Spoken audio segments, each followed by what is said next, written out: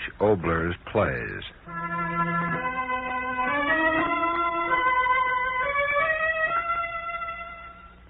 A Story in the Night.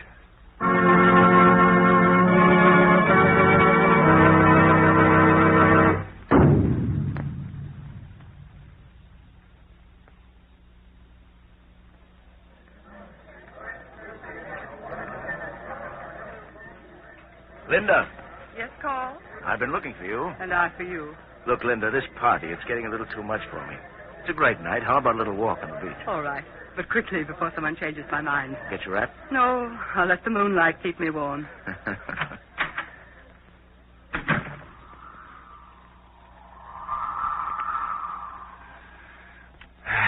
That is good.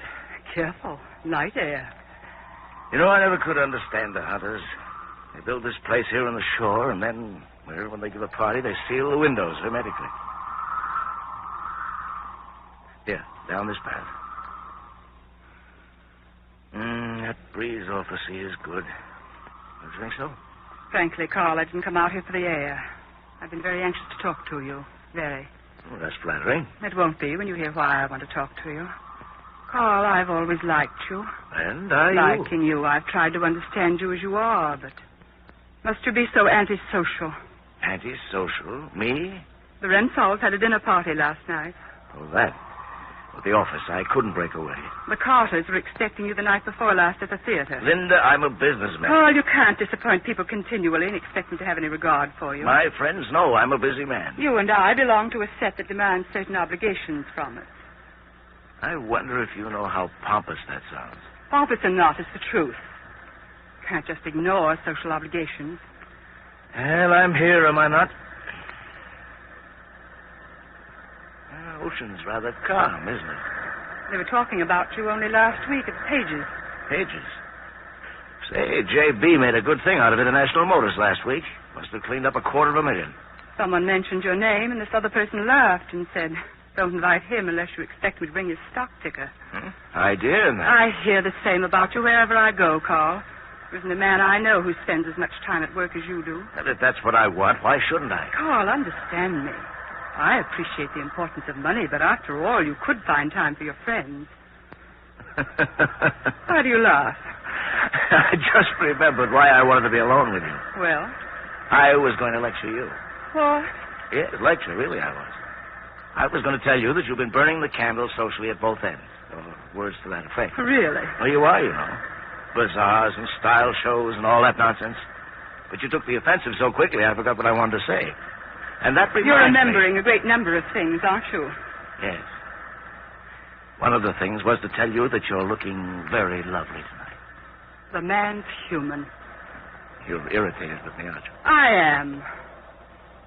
Carl, you could be an utterly charming man if you'd forget your stocks and bonds and debentures and all the rest of that for a while and start enjoying life. Linda, now you've got me irritated. Just because my idea of living doesn't include a room full of jabbering idiots. I think we'd better go back. Now, wait a minute. Linda, I want you to... Oh, Linda, let's call a truce on this. After all, we're a couple of mature people. Let's act maturely and leave each other alone and enjoy the night. How about it? You're hopeless, but... all right. Good. We'll get off on safe subjects. The sea, the weather, the moon, June, the number of days to Christmas. Exactly. See, we'll start with the sea. Calm, isn't it? Don't walk so fast, Carl, please. Uh-oh, I forgot.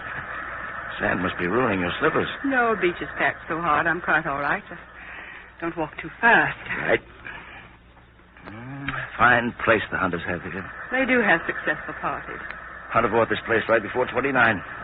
Tried to unload it all through the Depression. Couldn't even get enough to cover the land value. Did you hear about Ivy's debut? Margaret naturally wanted to have it at the Claremont, but Tom insisted on their country place. Poor Tom. Dropped plenty in that amalgamated merger. Amazing. A man of his experience not knowing that you can't disturb the capital of an investment in an organization... No, just a minute, Mr. Laughlin. If you're thinking of starting on capital investments again, I'd better remind you that this conversation is limited to, remember? June, moon. What moon? Well, of all the inconsiderate clouds I have... Carl, what are you staring at? I can't quite make it out. Do you see anything down there near the water's edge? Why, yes. There is something there. It's so dark. Carl, it moved. I saw. Is it a dog? Well, I'm not sure. Let's go closer. Now, Linda, wait. Hey, Linda, come back. Carl, come quickly. What is it? Look. Someone sitting in the sand. Well, who in the world? Oh, drunk. Just someone who lost his way to the bar. Come on. Now, Linda, wait. Wait for what? Well, I better see who it is and give him a hand. All right, if you must play the good Samaritan, go ahead.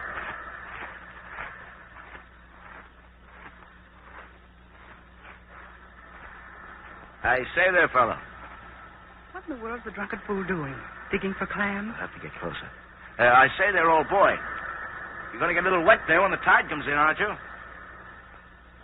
Well, drunk and dumb. Yes, you're right. Let's go on. No, wait, please. But why? The moon will be out in a moment. I want to see what he's doing. There. Now we'll see. Why, it's an old man. Writing in the sand. What are you doing here? Guess he just won't talk. How do you like that? Writing in the sand with the point of his finger. Carl, I don't like this at all. Come away. Well, Linda, what is it? Nothing. Nothing at all. If this old man wants to sit here in the dark and stand, why let him. But it's fair enough. But what's he writing? I can't quite make out. Oh, the moon went under. Carl, he's staying here? I'm sorry. I want to see what the old man's writing. What are you writing, old man? Old man, don't you hear me talking to you? Carl, you're being insufferable. Linda, where's your curiosity? Deserted beach after midnight. An old man writing heaven knows what in the sand. Aren't you interested in knowing? I'm not interested in maniacs. Who else but a psychopath would sit like that? Linda, wait. Moon's coming through the clouds again. Now I'll see. You see it, too. He's writing names in the sand. Names of people. Carl. What is it? His face. What did you say? Face. Did you see his face? No, I didn't see it. Linda, what's the matter? Face. What about his face? Plastered clouds. Can't see. Oh, light again. There's nothing wrong with his face. I thought... Just an old man. Must be a gardener.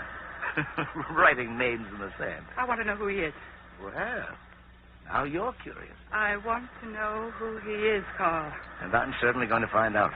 Old man, we insist on knowing who you are. Do you hear me, old man? We insist. No attention. Must be deaf. Clouds covering the moon. Sea so green. Carl, I'm cold. Let's go in. Now, that isn't like a woman. 1 minute you're curious, and the next minute you're cold. The moon's bright now. Look, you can see some of the names he's writing. John. Berkeley. March 2nd.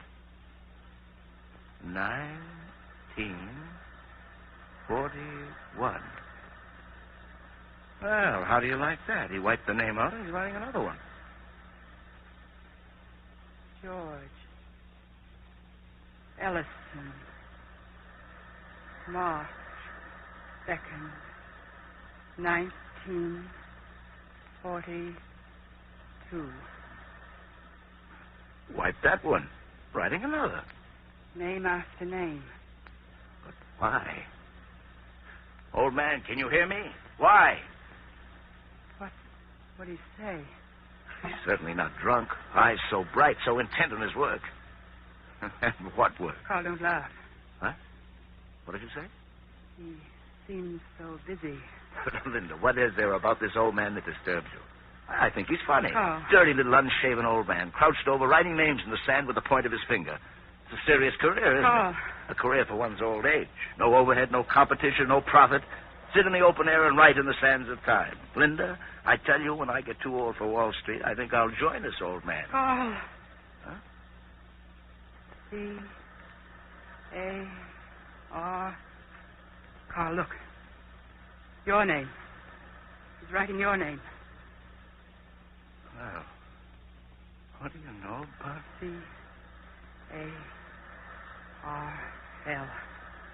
The old fraud can hear. Must have overheard you say my name. Carl. Your last name. He's writing that, too. But that's impossible. He doesn't know. He is writing it. L-A... My name? He doesn't know who I... U-G... How slowly he forms each letter. How does he know? What does he write? Oh, what is it? I don't know. You sick. Oh! Don't let me fall. Oh, man! Oh, man, help me! Please help! He's finishing my Oh, name. man, help me! My friend, he's ill. Can't breathe. God, I can't hold you. Help me! Someone help me!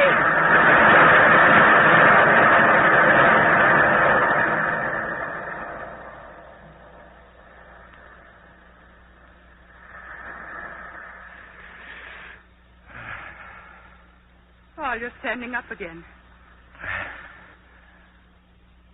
I feel all right. Oh, what happened? How did you frighten me so? My name in the sand. Where? Surf. Came in and wiped it out before he'd finished. Old man, why did you write my name? How did you know who I was? Answer me. Why did you write my name? What difference does that make? You're ill. Let's get back to the house. No, I feel fine. Sudden dizziness, but I'm all right now. I want to know how and why this old... He's writing again. Huh? L-I-N. Your name. Yes. D-A. Carl, take me home. Oh, wait. You can't possibly know your last name. J-E-F. Oh, please. I He does know it. F-E-R. Writing so slowly as if he wasn't quite sure. But he does know it. Linda, how in the world do you imagine he knows? Linda. Oh, help me. Linda, what is it? Hold me. Yes, I'm holding you. Linda, in heaven's name, what is it? My heart. Holy. Linda. Linda. Linda!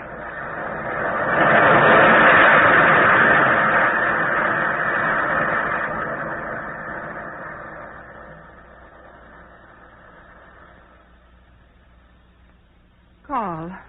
What? Oh, why are you holding me?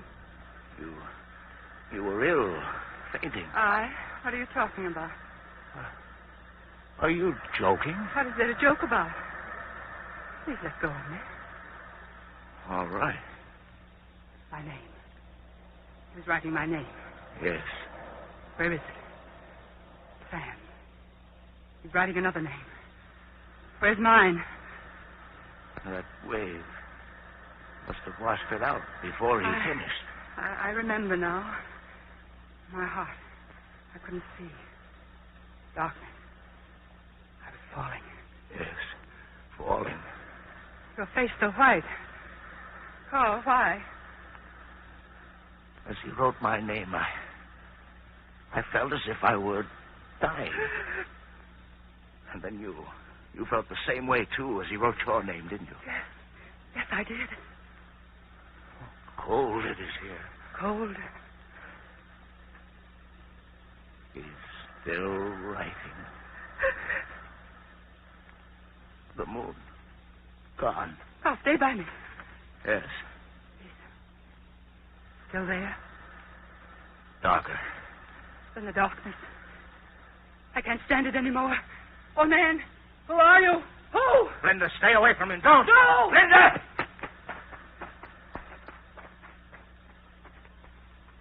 Linda, what is it?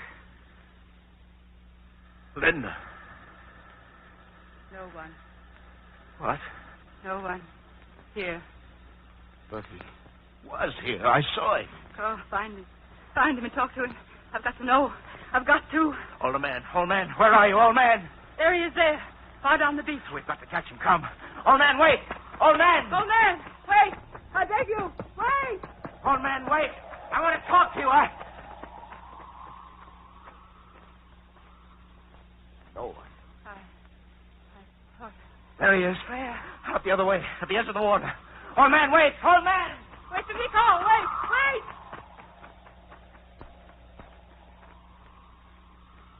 Oh, why do you stop? No one. I thought I saw him. But there's no one.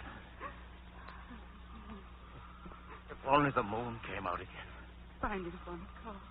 Find him for me. You blasted moon. Come out. Come out. Oh, man.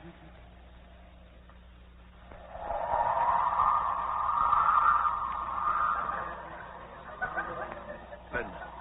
I heard. Oh, Linda. Laughing? Yes, of course I'm laughing. What we just heard, the wind. Our friends back at the house. Friends? Yes, friends. That wind and the sound of them talking, it cleared my head. My life has been like my business. Everything has had debits and credits. This that's been happening to us. My head's clear now, and I can think of it in practical terms. Tell me. We met an old man writing in the sand. He wrote my name. And mine, too. All that was real enough. Now then, how did he know our names? Yes. Simple enough. You and I are not unknown. He must have been an old gardener on the estate here. Yes, that's it. He'd heard of us. Then heard us call each other by our given names, and so he knew the rest of it. But when he wrote our names, we... Yes, I know. The dizziness. Oh, it's all quite easily explained. Back in the house, the air was bad. We came outside. Both of us nerves on edge. Too much fresh air. Dizziness followed. But, I talk about it anymore. Let's get back to the house. Oh, yes, quickly. Careful now, not so fast. You'll fall. Yeah, I'm all right. Faster, Carl. I want to get back. A drink, that's what I need. A drink, or two, or three, a dozen. So very dark. Infernal clouds. Let's stay along the water's edge. Easier to walk. Yes. Fantasy in the night, that's all it was. We let our imaginations run away with us. Yes, imagine things that didn't exist.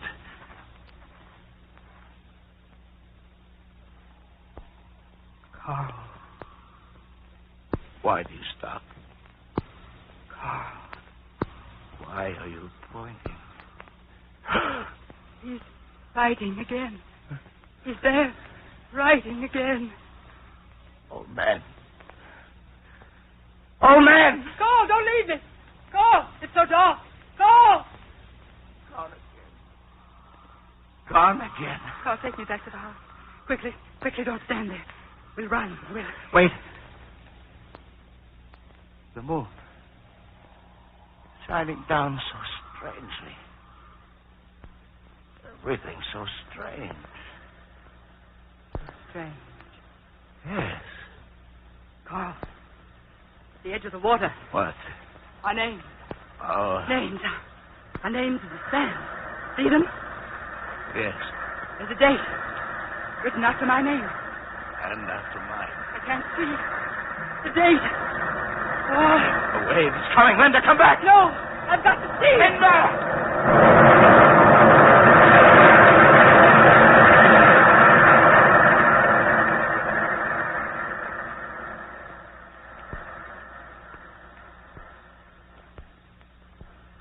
I saw. I did, too. The date when I... The dates when I... Oh, no. No, it isn't true. It isn't. A date within the sand, it doesn't mean anything. It doesn't. Does it, Linda? I didn't think it would be so soon. You believe? Yes. I do, too, somehow. So soon. Oh. No, I won't believe. I won't. I'm going to live for a long time. 50, 60 more years. My family, they lived long lives. My father, my grandfather. This can't be true. Carl, don't be so afraid. You're not? I am. Yes. Somehow it's wonderful. Wonder? Yes. Wonderful. What every person in the world wants to know. We know. You and I. It'll be spring that year when I... No. No, don't think about it that way. The wonder of it, Carl. Think of that. I've never thought much of the wonder of things. How good the air is. Like wine. I heard them call it that. I never believed the breath could be so wonderful. If a man planned every minute that was left, how much he could do. That's why I say it's wonderful, Carl. I know what I have left. I can plan the days, the hours, live each one because I know just how many of them I have. Carl, I'm almost happy now. Happy? Yes. Yes, why not? Now I'll do the things I wanted to. Yes, every one. Listen to them back there. I never really wanted that, Carl. But you always... Because that was the path my mother had gone. And the one she led me to. But all the time, the snobbery of money and those silly little family destinies. I wasn't happy because it really wasn't what I wanted. I knew that, but I went on. Because there was a tomorrow. I said to myself, tomorrow. Some new tomorrow. I'll start the life I want. I didn't know. Now I know my tomorrows, Carl. I've got to start now. So I will. And so I'm happy. What? A child, Carl. Yes, I want a child. There, I've said what I never thought to say. How I used to laugh at people with their children. Such clever, brittle talk. All the time my heart was in my eyes. Child.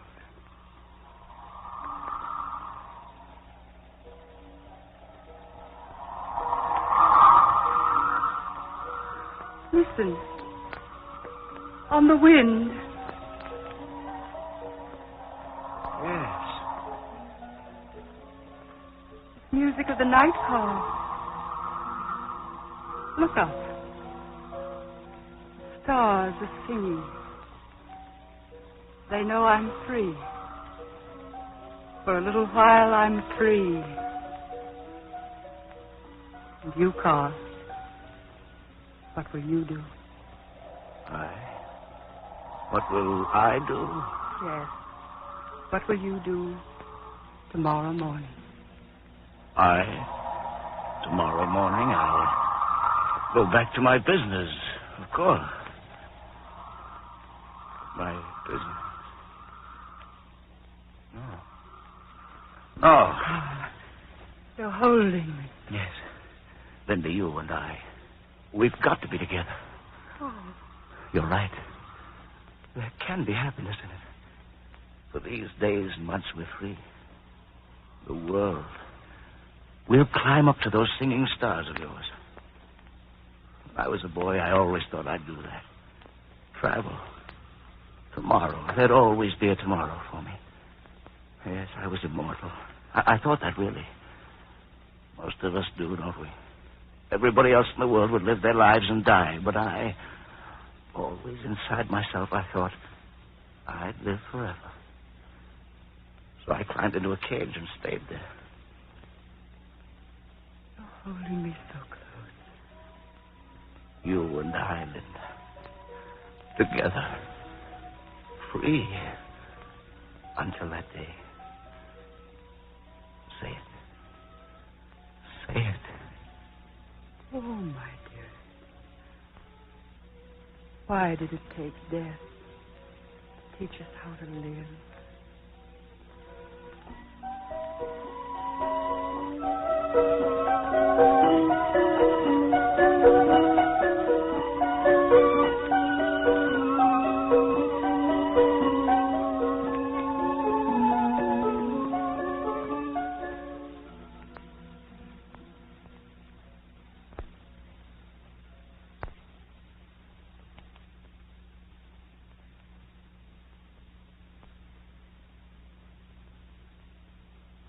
Ladies and gentlemen, this is Arch Oboler. In tonight's play, Mirage, it was our pleasure to have with us Nan Sunderland, known to all of us also as Mrs. Walter Houston, and Edmund MacDonald, who is soon to be seen in the Joseph Pasternak production of Destry Rides Again, a new Universal picture. Next week, 3 short plays of Men and Their Ways: Hometown, The Circle, and State Executioner, featuring Ray Collins.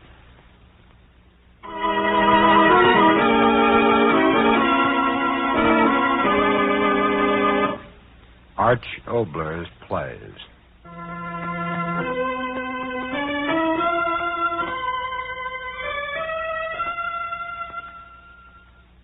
A Story in the Night.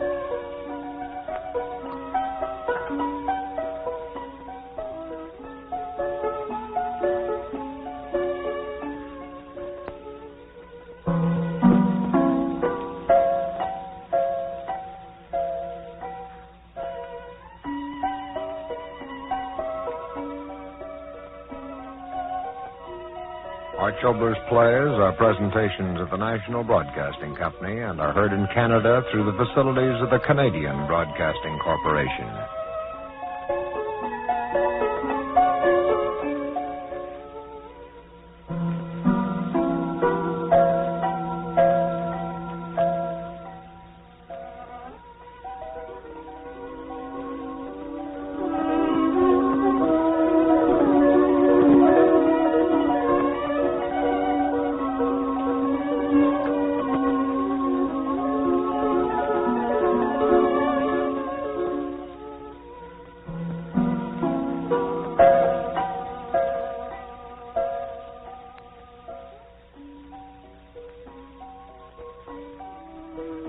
Tonight's play came to you from Hollywood's Radio City. This is the National Broadcasting Company.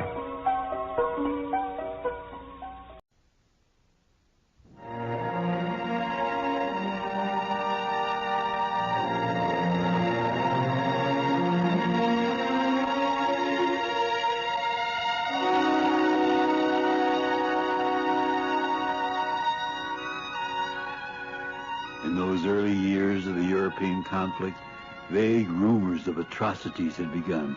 But who could possibly believe in the safety of our homes, that soon there would be ashes of men, women, and children sifting out of the crematoriums?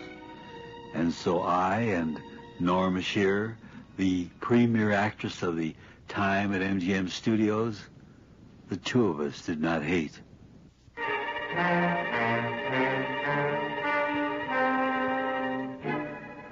Everyman's Theater, written and created by Arch Oboler.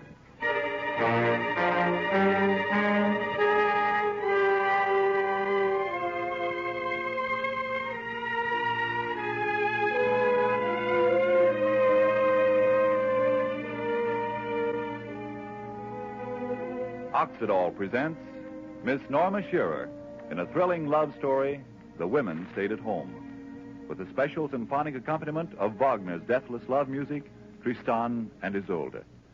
And here is our writer-creator, Arch Oboler, who will introduce tonight's play. The scene, a windswept coast. It is night, for once the sea is calm. It waits ominously upon the edge of shore where sits a woman and an old man. For a long time they've sat quietly, but now the woman speaks to the old man, and her words lift out to the sea on the rush of the wind. Lonely?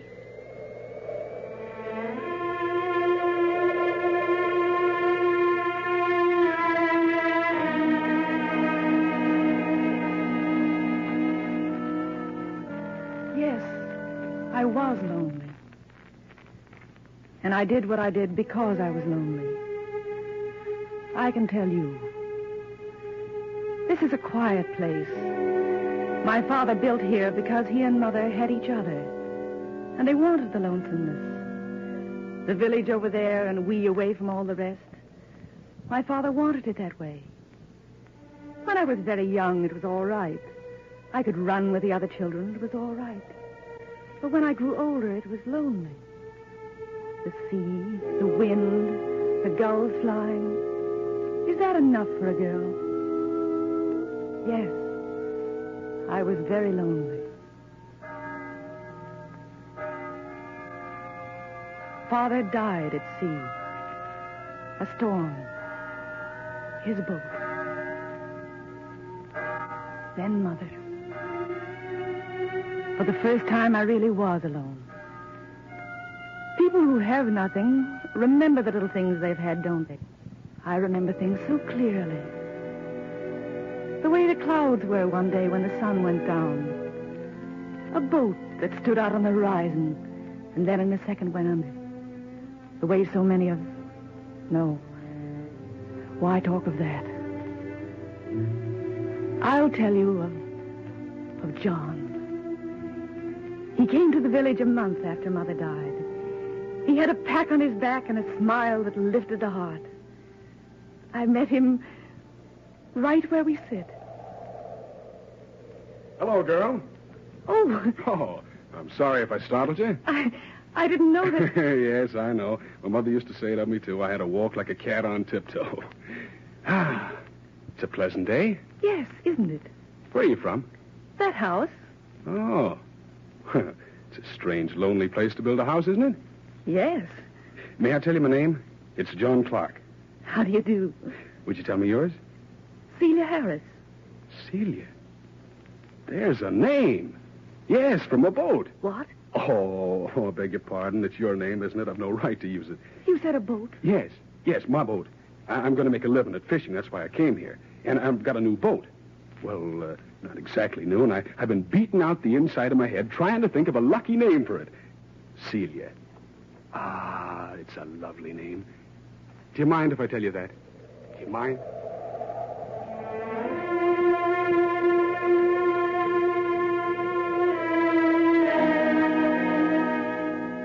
I didn't mind. I didn't mind anything he told me. The village was so happy the day we married. It's good to remember. Seal. Yes, darling. Now's the chance. What? To get away from them. Oh, but John. Shh, now, quiet. Now, slip easy as a ghost around the corner. Now, come on, run. Oh, they'll never forgive us. Go on now. It's the dancing and the drinking that they're after. Now, come on, faster. Oh, I can't. I can't. Yes, oh, you really? can, Seal. Come on now. Oh, no, John, no. What? I can't. Not another step. Oh, it's beating so. My heart. My heart. John. Oh, I want you. I'm yours. Always mine. Always mine.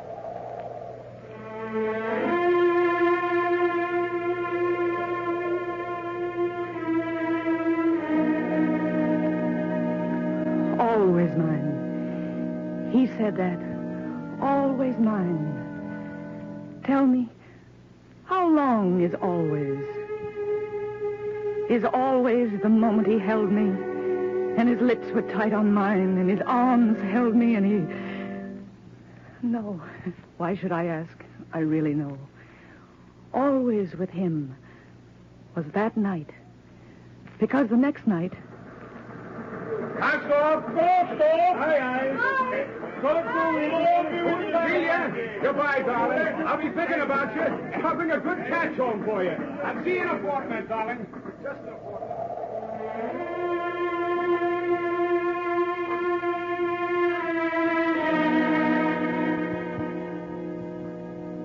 He said that to me. But in a fortnight, he was... Dead. I think it. I can't say it. It's been so long, and yet I can only think it. Dead. Do you know what that means? We have come here to say the last words for the soul of the one whom the sea has taken to the Lord. Goodbye, John Clark. The Lord in his wisdom has buried you in the boundless grave of the ocean. We bow our heads and we weep our tears. We have the memory of you.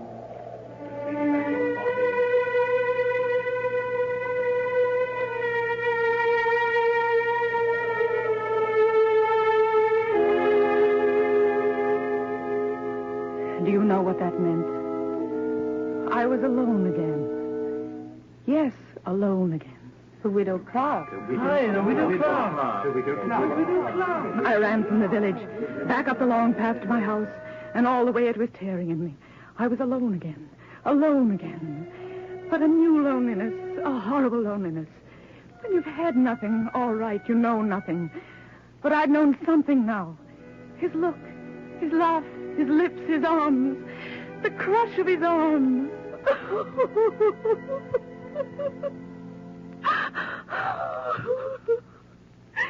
I was alone again.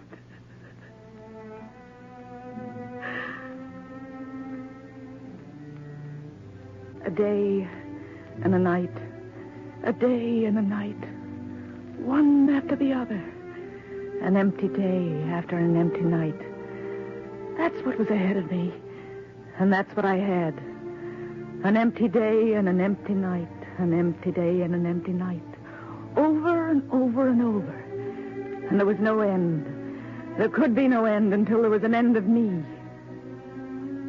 No end to it. Until there was an end of me. And then... I heard it from far down the village. I couldn't quite understand. One of the men waving his arms at me and shouting. War? War? But everybody had said... But wait. If war had come, there'd be something for me to do. Yes. Fill the emptiness in me with something to do. Yes. I'm sorry, Widow Clark, but there's nothing for you to do. Everything's being taken care of in the proper manner. Sorry, Widow Clark, there's nothing for you to do. Nothing for me to do. Nothing for me. Nothing for me. Navy blockade them. You are to naval vessels, submarine, army, navy, army, navy. But nothing for me. War means something to those who have something to live for, to fight for. But when you have nothing... Empty days after empty nights. Over again, over again. And again I began to think. No end to it until there is an end to me. Why not? Walk into the sea. Let the sea fill my emptiness. Cover my loneliness. Why not? Why not? I left the house and walked toward the sea. The sand crushed beneath my feet the way it did that night. That night he ran with me. The water was dark. I was at the edge and into it. Deeper and deeper into it. Cold against me. Cold as the days and the nights. But this coldness would end, and with that ending put a finish to the ache in me. And then something touched me. I looked down, white in the water. A hand. John. The thought echoing in my head, and then no. A stranger. Someone. I dragged him out of the water to the beach. A stranger drowned in the sea.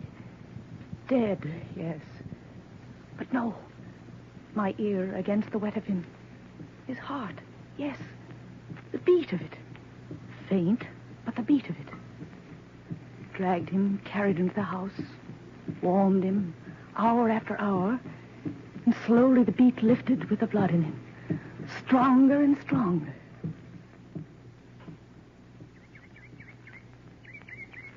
Morning. He opened his eyes. In the first light of the sun, I saw they were blue. As blue as John's had been. Mother. His first words, what? Mother. Who? I ran to where I'd thrown the clothes, the buttons, words on them. He was the enemy. The enemy. I knew what I had to do. Go down to the village. Say, listen, everybody! A man from an enemy boat. Caught him! Come and get him! An enemy. Come and get him. I went back to where he lay. He was sleeping now. Sleeping. I looked at him. Something twisted in my heart. He slept the way John slept that night. Head in the crook of his arm. Sandy hair curling down on a forehead, smooth and brown. He slept that night. Listen, everybody! An enemy! Yes, I must tell them. I must. He slept. Woke for a few hours, then slept again. Let him sleep, I told myself. There'll be time to tell them tomorrow. But I didn't tell them tomorrow. He was sick. I had to make him well. Then I would tell them. How many days went? I don't remember. All I remember is moments. Bart. What did you say? Bart. No. That's a bird. Bird. Bird. That's very good. Pretty bird. Pretty bird. Pretty bird. So I began to teach him how to speak my language. I, you, me. Why not? I water, wanted him to speak the way I did. sea, day, night. In the prison camp, I'm it would help him to know our hungry. language. Want So I to taught him. Sleep. I am Carl. I am Carl. I am Carl. Good. Good. Now try something else. I am Carl. You are... Celia. Say, how do you do, Celia? How are you do, Celia?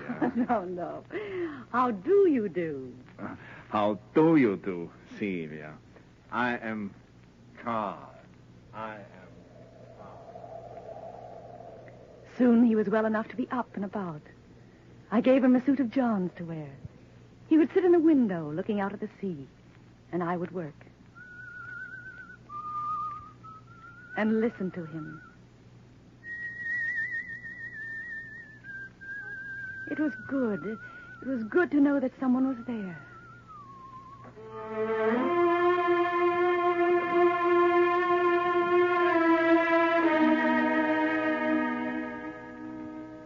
Suddenly, I realized something.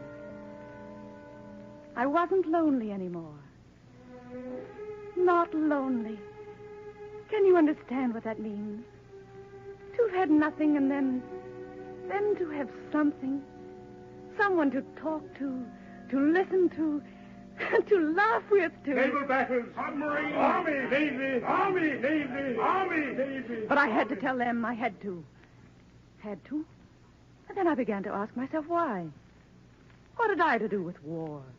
What had I to do with enemies? Sorry, Widow Clark, there's nothing for you to do. Everything's been taken care of in the proper manner. Sorry, Widow Clark, there's nothing for you to do. Celia, you are very good to me. He was no enemy to me. Just Carl. And his eyes were blue. And his face was gentle. And when he smiled, his lips... No. How could I tell him? And then... it happened. Celia, who is there? I don't know. No one ever comes up here. You must answer. Hide! No, trouble, the police, they'll take Hide, you. I tell you quickly. Well, I'd begun to wonder if you were home. Oh, Mr. Stanford, what do you want? Want? Now, there's a question. Climb all the way down that infernal path and you look at me as if I brought you bad news. Well, I don't, and that's a fact. Well? I'll tell you plain enough. A chance to do your duty. Yes, and I'm the one who's fixed it for you. What? What? Have you no other word but what? Your duty in this war, of course. The district teacher's offered to join his regiment. You come down to the district schoolhouse 3 times a week and teach the children. A chance to do your duty, Widow Clark, for God and country. For God and country? Teach the children. Come down to the schoolhouse. Leave him. I will be all right, Celia. Go. I will be all right. So I went down to the village again. And heard of many things down in the village. They're drowning our men. They're swamping the lifeboat. They're swamping the lifeboat. They. Oh, yes, the enemy. Drowning and bombing and killing. They. The enemy, all day long, all I heard, the enemy. I climbed the path. Back to the house at sundown. He was waiting. Celia, I'm very happy to see you. I said nothing. What could I say? We ate. It grew dark. He didn't speak again. Just looked at me.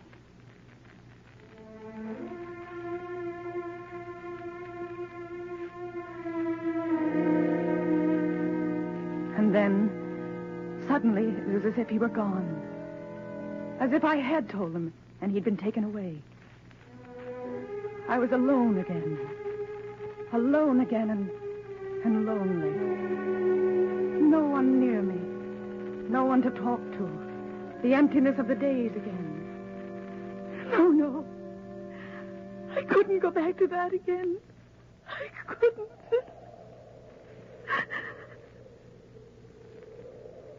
The next day, down to the village again.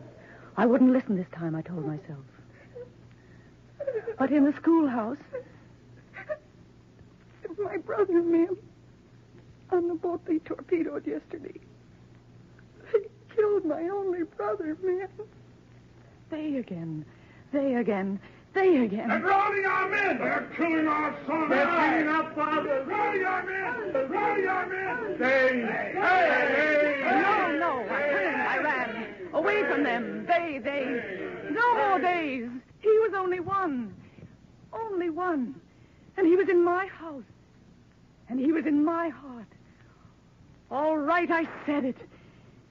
In my heart.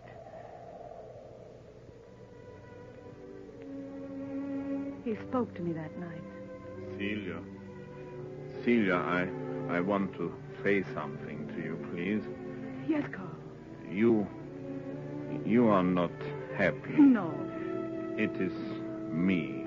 I know I'm... Carl, please. If I could speak well enough to tell you... What? That all these days I've been with you, I've been thinking I have been learning that what you and your people think is right. And because it is right, it will live. I know that now. And so the hate is not ours, not yours, not mine. Oh, Carl. Oh, Celia. Not yours, not mine. I love you, Carl. I love you, Carl. So I said it. And his arms came close around me. And there was no earth or sky or death.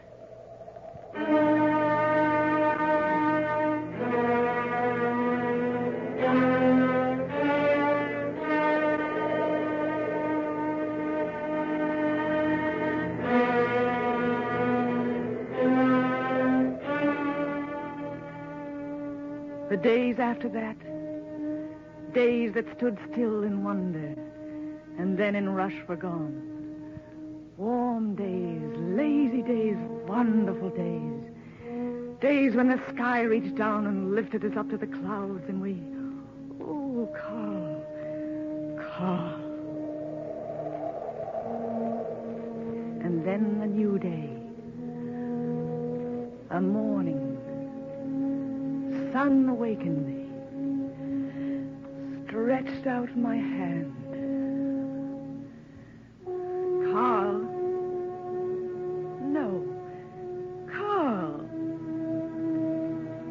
Carl, where are you? Carl, where are you? Carl! Gone. Gone. I cried. Not very long. You see, I understood. Always in our days together, there'd been a cloud.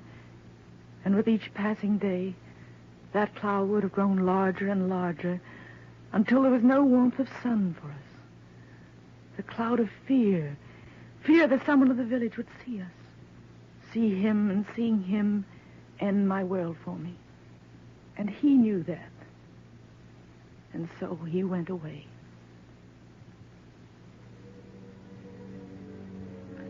Where?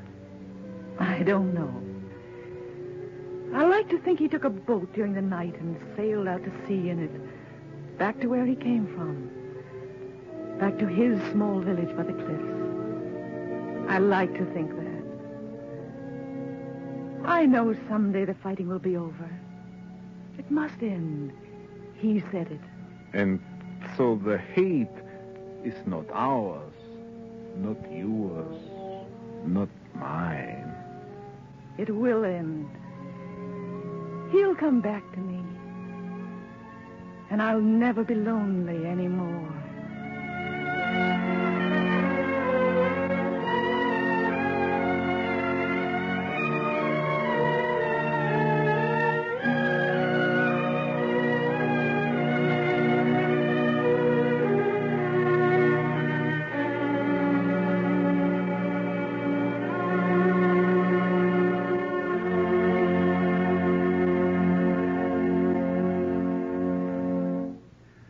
This is Arch Oboler.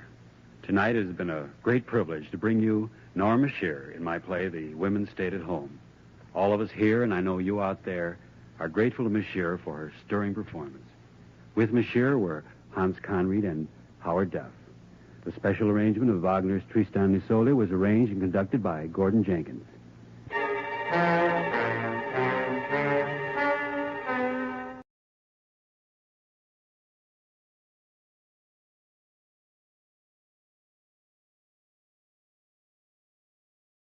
Lights out, everybody.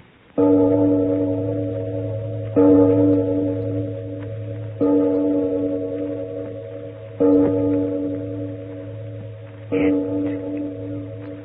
is later than you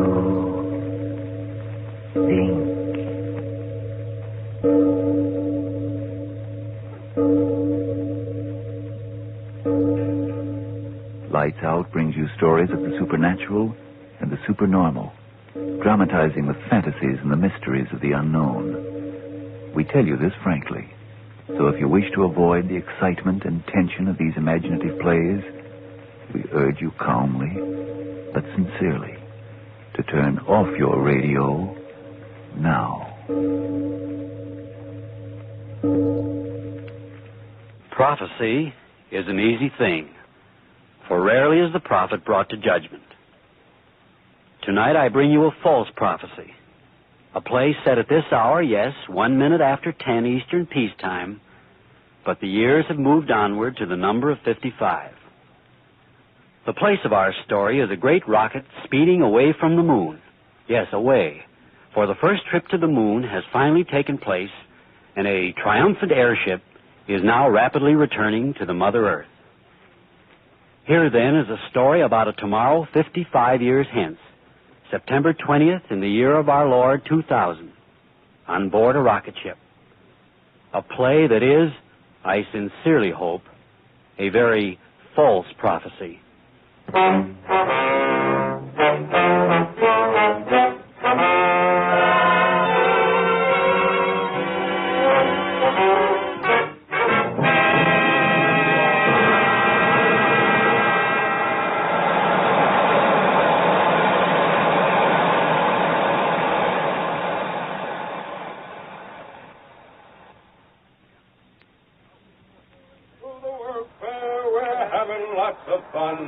The sky is sure the limit, our new century's begun. We're floating on our plastic boats, we're flying through the air. The world is all our playground, we haven't got a care. Oh, I'm glad to be alive, boys, I'm glad to be alive. I'm riding on a rocket train, and soon I will arrive. Oh, I'm glad to be alive, boys, I'm glad to be alive. I'm riding on a rocket train, and soon I will arrive. Hi, Doc, how about joining us? Yes, Doctor. Don't you think it's about time we had a little celebration? There's a great deal of work to be done. Work's over, Doctor. 24 hours more and we're back. Yes, Doctor. We'll be back. We've done it. Completed. In 24 hours. If you're worried about our landing, I'm not. You worried, Reynolds? No, sir. Everything's in perfect order. Sure, Doc. There's going to be a round trip. Anyway, there's 24 hours before we have to worry about that. Yes, Doctor. It's a time for celebration. Oh, I'm glad to be alive, boys. I'm glad to be alive. I'm riding on a rocket train, and soon I will arrive. Reynolds! Oh, Major Reynolds! Are you men out of your minds? You, Major Russell. Reynolds is still a boy, but you're a mature man. Please act maturely. Oh, but Doctor... I'll grant you that our adventure has gone well. Well is right. We've been to the moon. My congratulations, Reynolds. Thank you, Major, thank you. I'll put the medal on my other chest. Will you men listen to me? We're 48,000 miles from the Earth. And headed right for it. We're not there yet. Doc, pardon the expression, but you're a gloomy Joe. I am a realist. But, Doctor, the possibilities of anything going wrong are remote. Surely we're entitled to relax a little and relish the fact of what we've done. Yeah, we've done it, Doc. Even if we never get back, we've done it.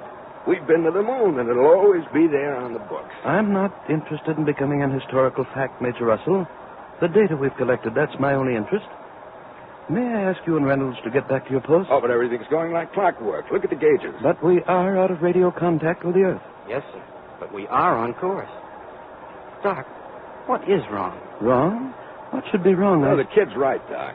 Ever since we made the circle and started back, all these days you've been acting as if we didn't make it. We've gone 243,000 miles, and we're three-quarters of the way back, and we're in, Doc. We're in. So what's the matter with you? How old were you, Major, when the Second World War ended?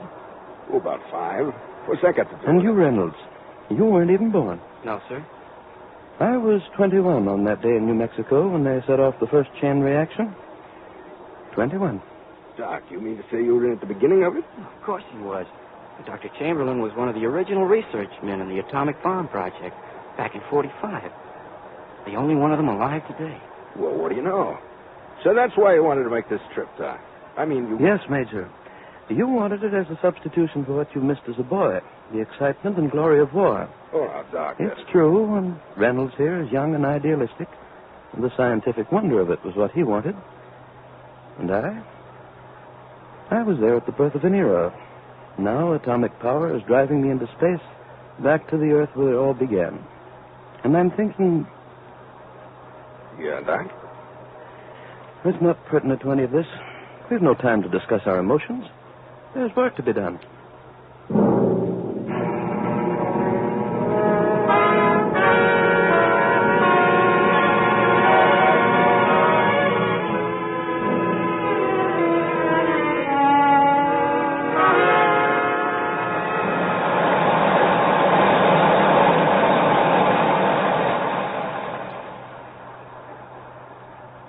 Airspeed, 23,486. Airspeed, 23,486. Interior temperature, 68.2. Interior temperature, 68.2. Well, that's it. Yes? Any radio contact, Reynolds? No, sir. How about that, Doc? Unfortunate, but not very vital. We're definitely on course. How much longer will it be, Doc? 10 hours. At the most, 10 hours. In the middle of LaGuardia Field. That's where I'd like to land. I hope not. Texas. Isn't that it? Sure. We'll hit the flats right on the nose. If the auxiliary jets work. They worked on the moon. They'll work on landing. We're the good luck boys, Doc. We can't miss. You have the optimism of a 16-year-old. Reynolds, you'd better get back to your radio. Try phone contact. Yes, sir. Major, check the jet temperatures. Right jet, 1580. Right jet, 1580. Left jet, 1583. Left jet, 1583. Speed, 24,832. Speed, 24,832. XR1 calling CQ. XR1 calling CQ. Hello. XR1 calling CQ. XR1 calling CQ. Hello. Any luck?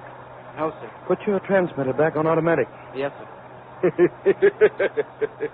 Why do you laugh, Major? I was just thinking about how many millions of telescopes are turned in our direction. Yes? What you said a few hours ago. I mean, about my wanting the excitement and adventure. That's true, you know. I'm 60 years old, and I guess I just lived for this chance. The Army hadn't okayed my going. Well, here I am. Once we land, I'll admit frankly I'm going to cash in on every bit of it and have myself a time. You know something? I get to feeling kind of depressed when I think it'll soon be over. What? There's no reason for depression, is there? I couldn't answer that. Why not? You've been wondering, undoubtedly, why, ever since we left the moon, I've been acting strangely. That's right. I've never believed in predestination, and yet there's been sort of a motivation of fate in my life. At 21, I was part of that research team trying to adapt atomic power to military purposes. When that first bomb went off over the New Mexico desert, the newspaper man repeated the words, "What hath God wrought?" And no one quite knew. I've been waiting 55 years for the answer. I think I found it a few hours ago on the moon. And it's an answer full of horror.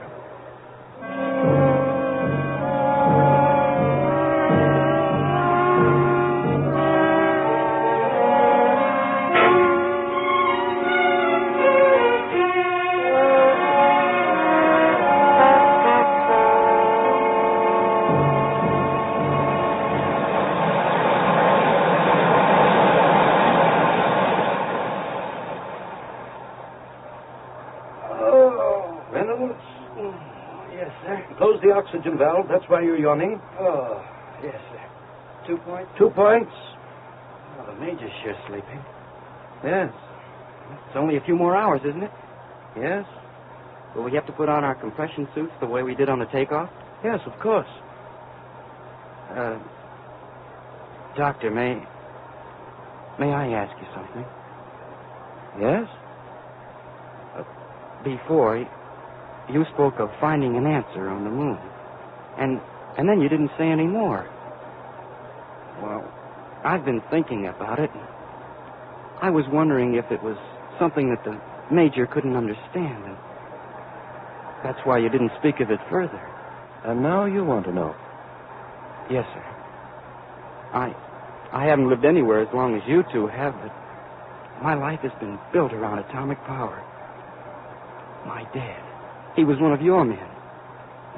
Ever since I was a child, becoming a physicist like Dad was and you are and Dr. Oppenheimer and all the rest, why, that was it. Now, all of a sudden, the way you spoke before, as if all our research has been criminal. Do you mean that? Collision, radar. Get at it. What's the matter? What's the matter? Object approaching. Where? 15 degrees west. There it is. Meteorite. It's a meteorite.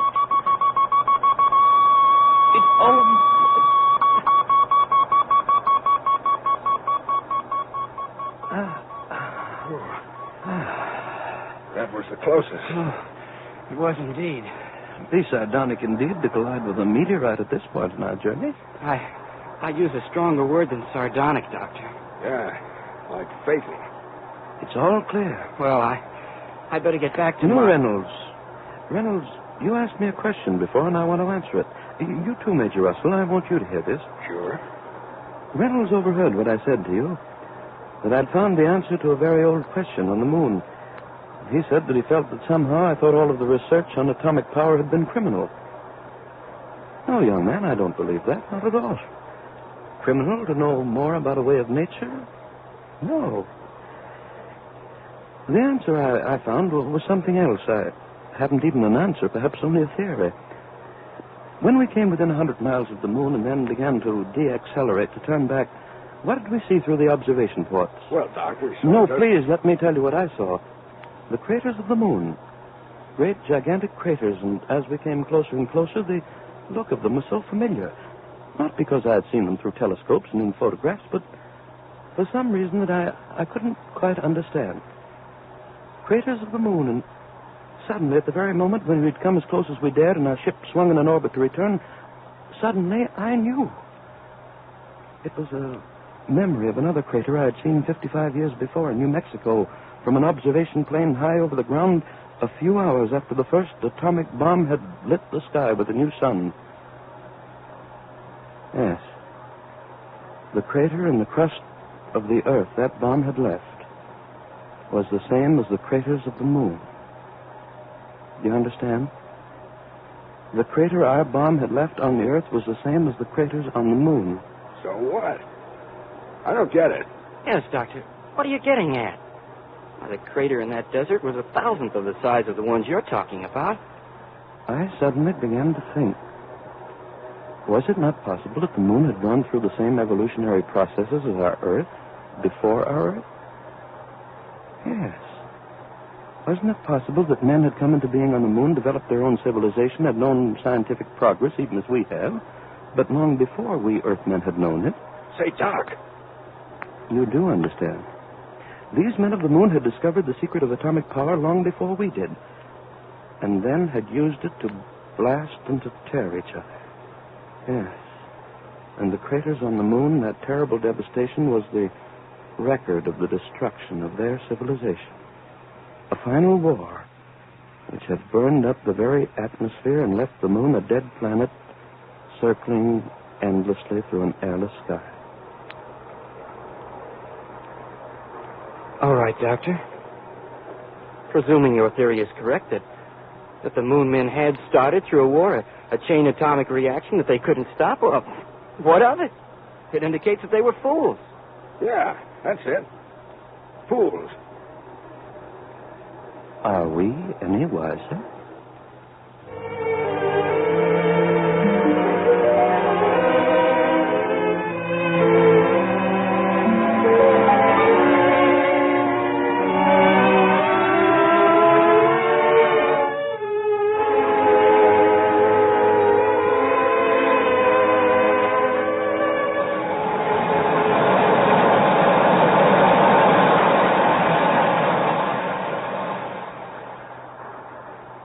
Airspeed 2482. You'd better cut it down. Right, how much? About 15%.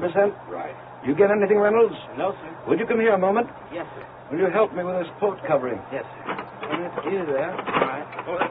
Hey, try to take a look, huh? Yes, that's it.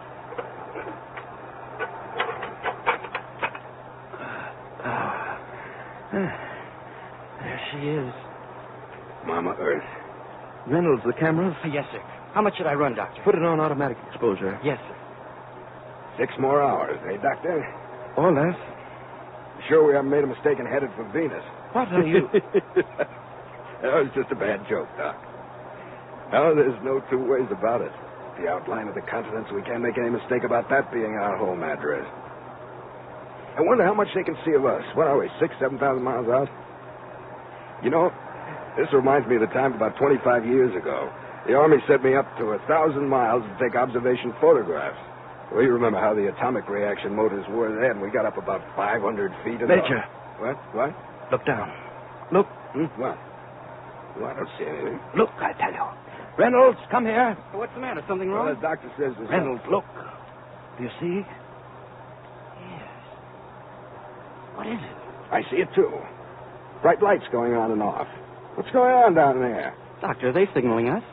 Are they signaling? It's 6,000 miles. Why? Why should they? That's right. There's no such plan. Look at it. It is lights going on and off. But they're all from one area. Can you make out where? North America.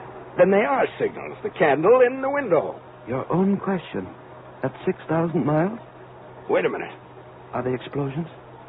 Explosions? Major Doctor, is that it? Are they explosions? I don't know.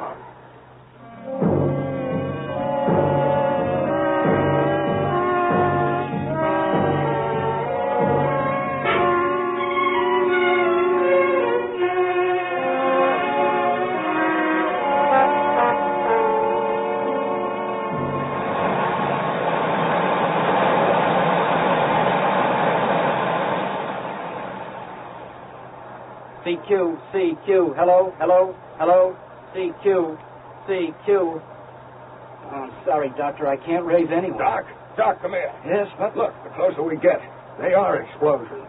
3 more hours, we'll know. I want to know now.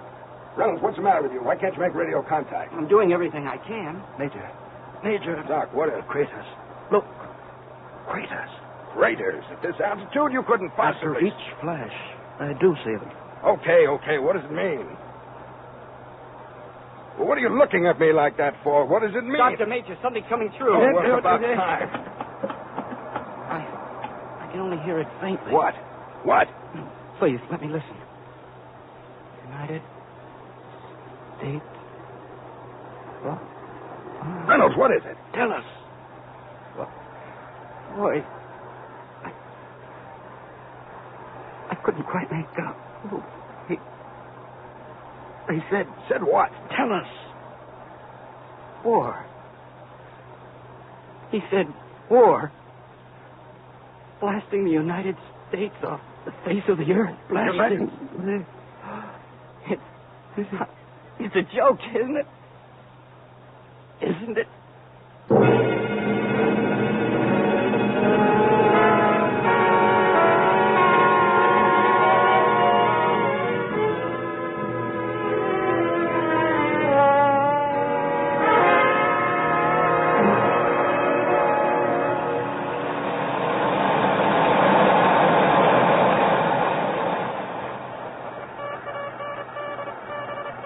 What are they sending now? What now? It began an hour ago. No warning. Projectiles radio controlled. Point of origin unknown. Oh, it stopped again, the transmission. That's enough. Where's the International Police Force? What's being done about it? Doctor, did you hear it was an attack without warning? Who could it be? What's the idea?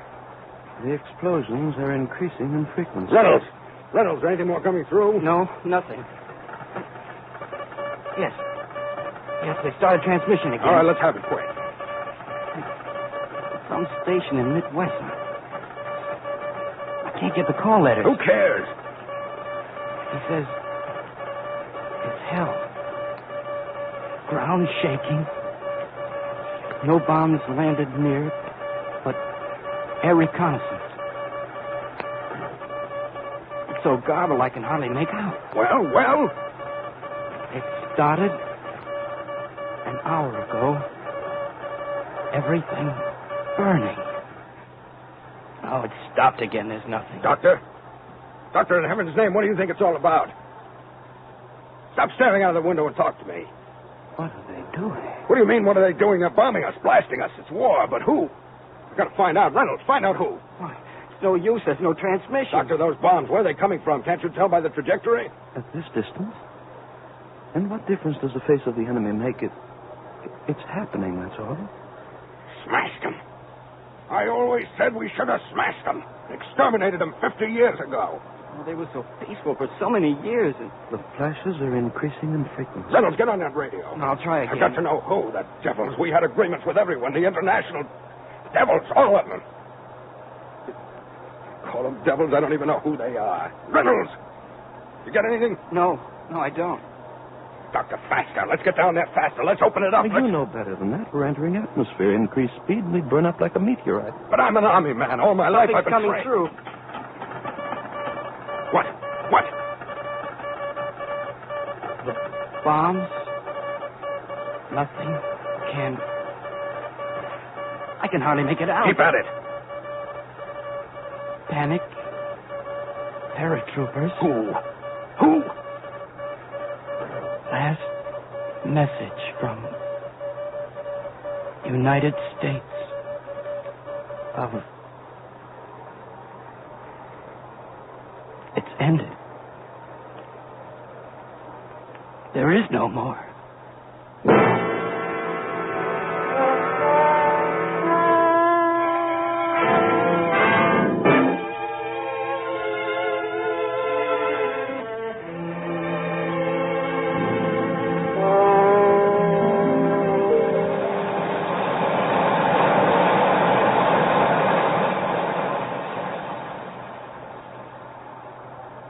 We'd only get down there faster. Only 500 more miles. Look at it down there. Our Air Force, protective measures. What happened to them? What happened? Doctor! You, why don't you say something? We'll just sit there for hours watching. This isn't a scientific experiment going on down there. They're blasting us to pieces. Us! Your atomic bomb, a great secret. Hold it over the world and have peace forever. You said that. Yes, you. I was a kid then. I heard you say it over the radio when they gave you a medal. Hold it over the world and have peace forever. Well, what do you got to say now? We had a wonderful 55 years. What? Everybody had a wonderful time. Reynolds, what's the matter with him? He's gone. No. Let him finish. First, we hung the criminals 55 years ago. And as soon as their bodies stopped swinging, we left the crowd and each went back to his own house and shut the door. You said the peace would hold forever. I said it because I thought that when the secret was put away, the people of the world would remember the terror. I said to myself, now, surely now that they've seen the possibility of the disintegration of their Earth, they'll be drawn together once again into the family of men as it must have been in the beginning. I forgot what years could do. I forgot how quickly forgetfulness comes. I forgot that in only a few years, Hiroshima and Nagasaki would be only yesterday's sensations for a nation eager for sensations for today. You keep asking me who's sending those bombs against us. Who? I tell you we're sending them against ourselves. Yes. Because had we made our way of life something more than a confused dream of shiny machines and happy endings, those bombs of hatred and revenge would not be flying at us. I said the peace would hold forever because I thought that out of that war at last men had learned that there was no defense against hatred and revenge, but the defense of education for the unity of people. It was a race, gentlemen, against time. And we wasted our last 55 years running backwards on a track of chromium and plastics. And so we've lost. Forever. No. We've never lost. Look, the blasts are increasing in frequency. There's nothing left. Nothing. We'll start someplace else. We're building... Doctor, look. The color of the blast. Oh, dear God. What? Doctor, it's nitrogen, isn't it? Nitrogen? What? The fools, the everlasting fools, I warned. The blast. More and more. They started something they couldn't end. The color of the blast. They've set off hydrogen atoms. I don't know what you... We used uranium, plutonium, and when the initial blast was over, that was all. But hydrogen, that's part of life. One reaction sets off the other like setting off an endless chain until... Look down there. Blast.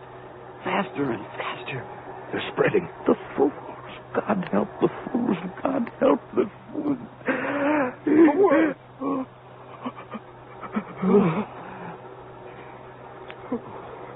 It happened. A sheet of flame. Around the earth. Doctor, tell me, what is it? What was it? Tell me. It burned up all the atmosphere. Burned up? Reynolds, what does he mean?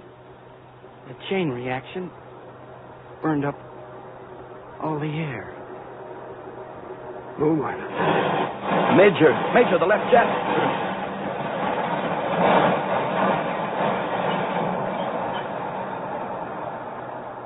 It's all right. All right. Where are we going? Can we go down there? There's no air, no life. The moon, the earth, the same. How much fuel? There's the gauge. 2, 3 hours? Yes, I think that's right. Isn't it, Major? Yeah. What do we do? You ask that question now? The Major no longer asks it. Do you know the answer, Major? Sure. We'll circle around. Then we'll crash. No. No, it'll be all right, my boy. My words again. Have peace forever.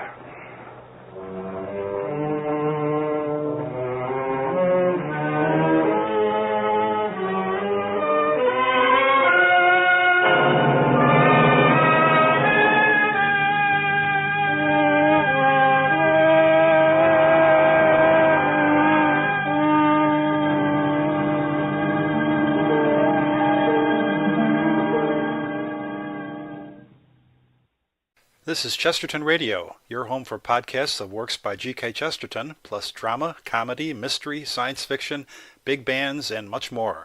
The soundtrack to your Chesterton day at chestertonradio.com.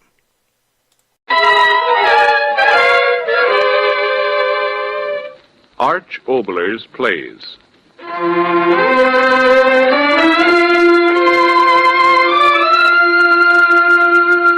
A Story in the Night.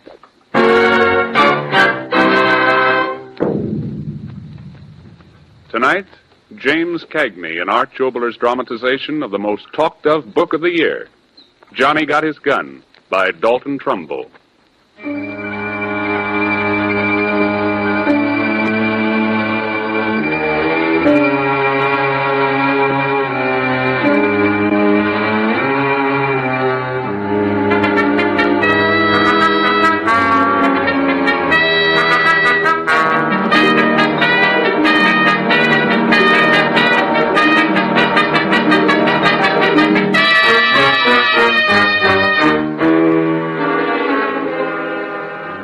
We tell you of Joe Bonham. 22 years ago, he went to war. They carried him back from that war. They carried him back because he had no arms, no legs, no ears with which to hear, no eyes with which to see, no mouth with which to speak. Today, he lies alone in a room in a hospital close to your city. He's living flesh, and he waits. Your world is shut off from Joe Bonham. He has only the world within his own mind. We tell you of Joe Bonham. These are the thoughts of a boy who, 22 years ago, went to war. Somebody listen to me. I'm talking to you. Somebody listen to me. Gotta talk to somebody. It's dark and lonely. Somebody... No. Going out of my head again. How can you hear what ain't got a tongue, ain't got a mouth, ain't got... No, won't think of that anymore. Gotta think of something, yeah, something else. If I don't think, my head, yeah, quick, think about when I was a kid. Hey, Joe, come on in swimming. Yeah, swimming. When I was a kid, I went swimming. Dive in the river, feel the water against my legs and my arms.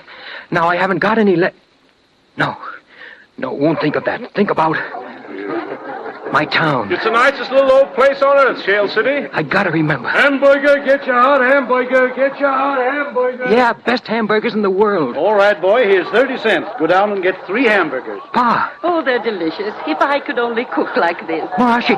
No, don't think of her. Think about... County Fair. See the lady cut in half, the 4th part of $1. Hold a second, Ryder. Defying death inside a straight up and down circular wall. I can't remember anymore. I gotta remember. If I don't remember things, I'll think, and if I think... No. I gotta remember something. Something. Girls. Think about girls. Quick, think about girls. Joe. Karine? Joe, I'm scared. I'm so scared. No. Kiss me. Hold me. We shouldn't have turned the lights out. Your old man will be sore. He understands. Your lips. Don't go. They'll kill you. I gotta go. When you're drafted, you gotta. Oh, Joe. Joe, I don't want you to go. Hold me. Tight. Maybe we'll never get another chance. Now, Joe. In your arms, Joe. In your arms.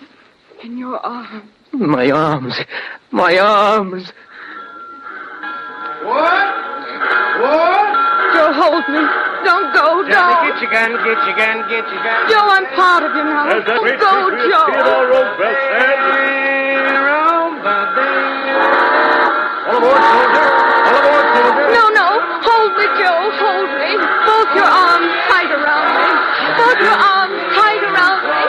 Both your arms tight around me. Both your arms. No, stop. My arms. I haven't got any arms. You hear me, Karine? I haven't got any arms. I haven't got any arms.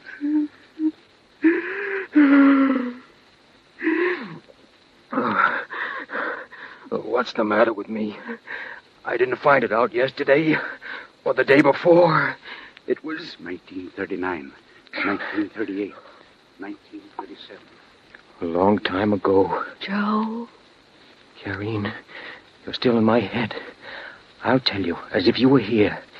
Here's how I found out everything about myself. I woke up like out of a dream. It was like I was in the water. I tried to swim, but I didn't have any arms. I started to kick my legs to float up in the air out of the bed. But I couldn't kick. I didn't have any legs. I threw my head back. I started to yell. I only started. But how can you yell when you haven't got them up? I began to reach out, Karine.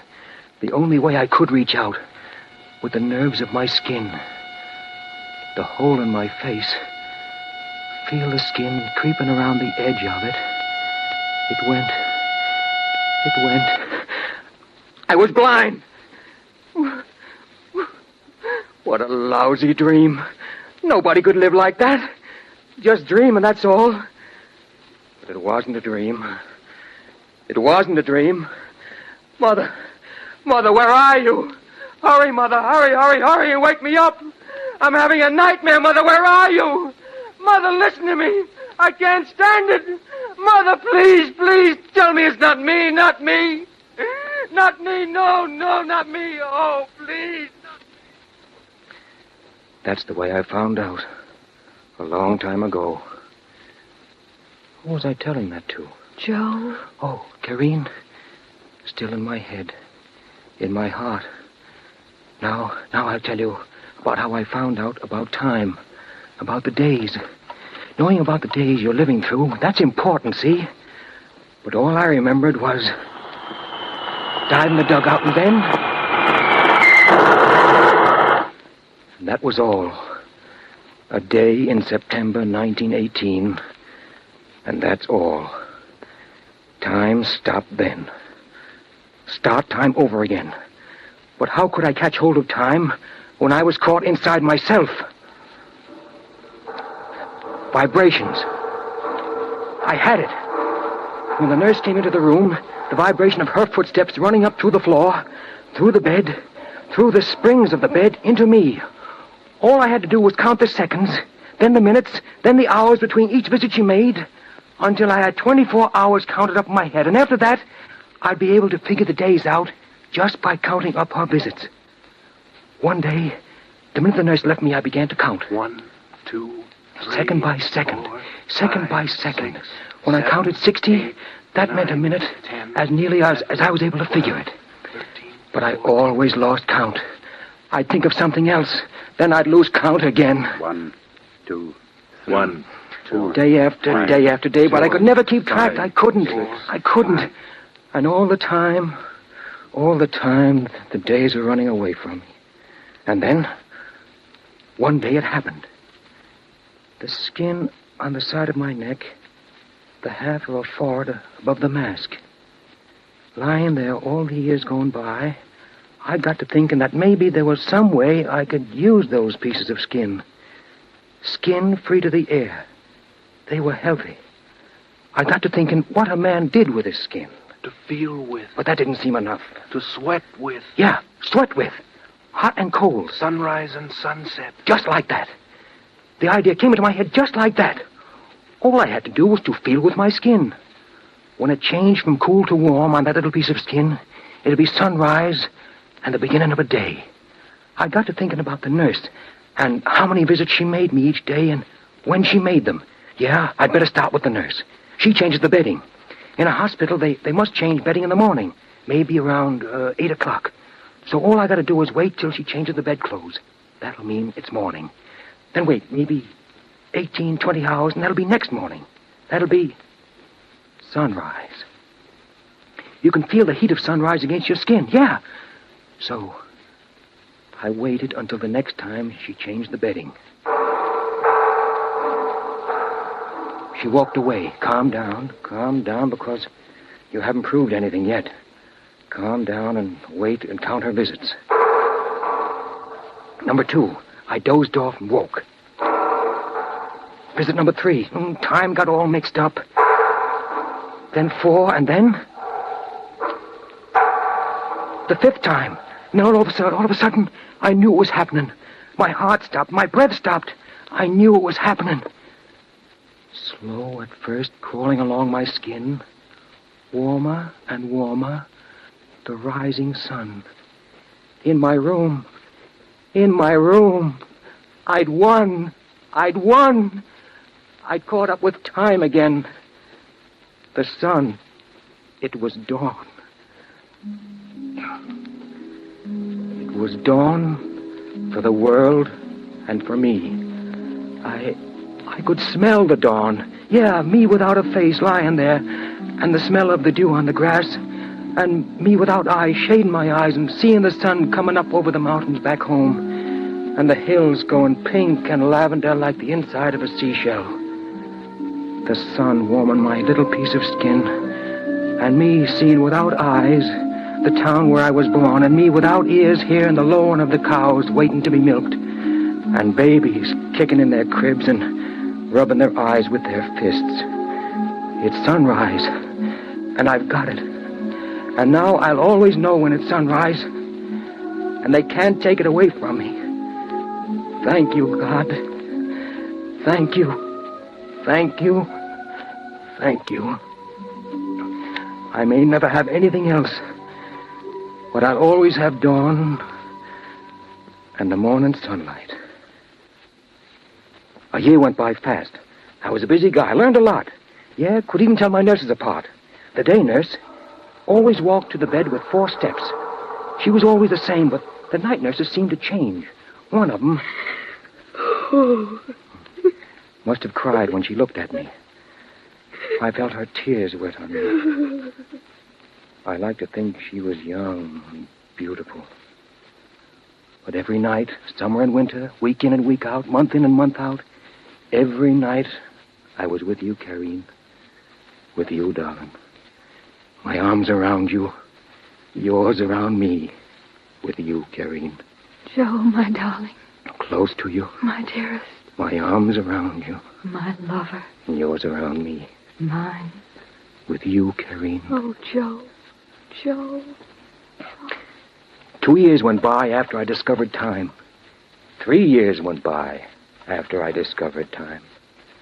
The 4th year started awfully slow. One day I felt vibrations. Vibrations heavier and heavier, and then they stopped. I knew they were standing around the bed. After all these years, visitors. And all at once, crazy thoughts went through my head. It may be your mother. No. Karine. No, not Karine. Not Karine standing by my bed. You can't see me. Not this way. Not you, Karine. Go away. Go away. Go away. Go away. Go away. Go away. Then a hand came to rest on my forehead. A man's hand. Doctors. Yes. Maybe doctors come to examine me. Somebody was touching at my nightshirt over my left breast. The cloth fell back against my chest again. It was heavy now, weighed down by something. Medal. They given me a medal. Me, a medal. Me, a medal. Me! The generals were here, around my bed. The generals.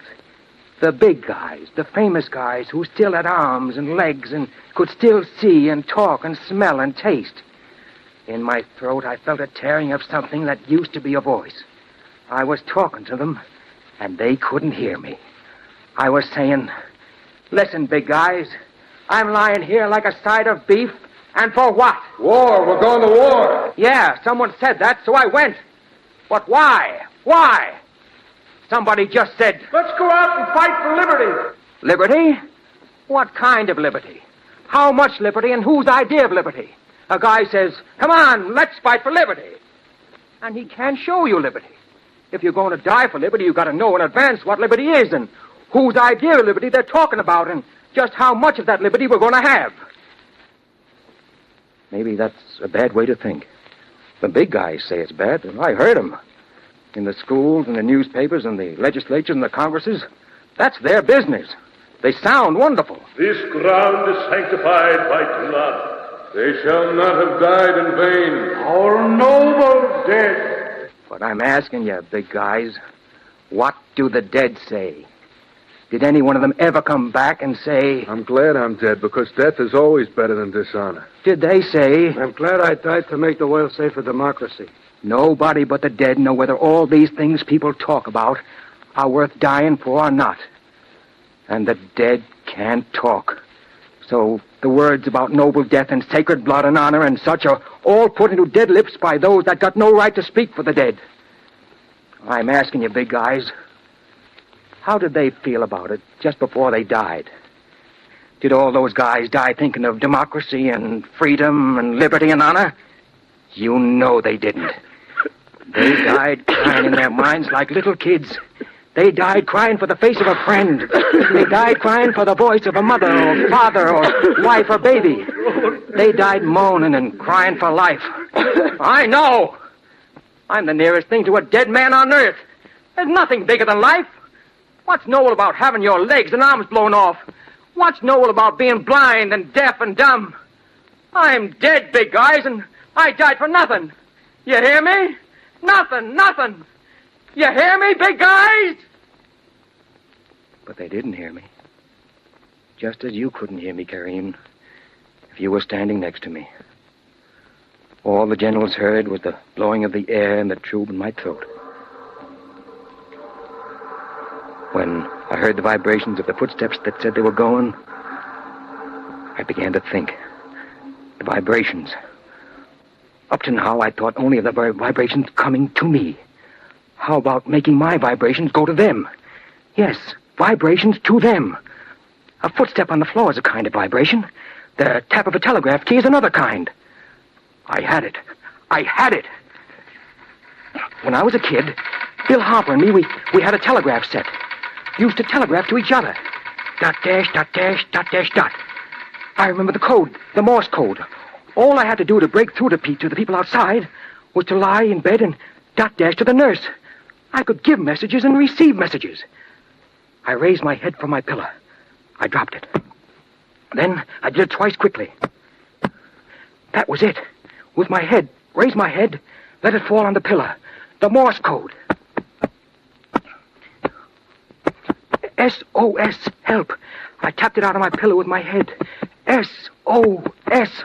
All over the world, that meant help. SOS. Help, help. Then the door of the room jarred open and the nurse's footsteps came up to the bed. SOS. SOS. Over and over again. She was looking at me. I knew it. SOS. Help me. SOS. Help me. SOS. Oh, why can't you understand? SOS. Help me. SOS. Help me. SOS. SOS. Help me. SOS.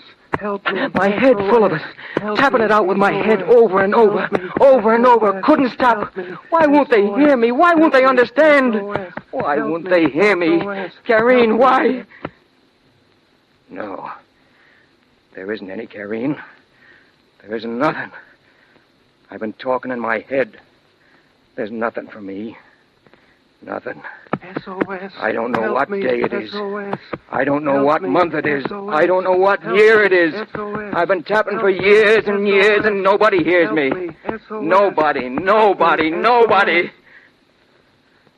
Someone's come into the room. Footstep light. My regular day nurse. Hers are heavy. Who is this one? Start tapping now. What? What is this one doing? Opening a nightshirt. She's moving the tip of her finger against my skin. Huh? Drawing something. Huh? I know. The letter M. I know. Shake my head. Yes, I know. I understand. It's M. Wonderful M. Writing something else on my skin. E. Yes, I got that. R. Yes. Another R. Yes. Now what? Why? Nothing more. MERRY. Mary. Writing again. CHRISTMAS.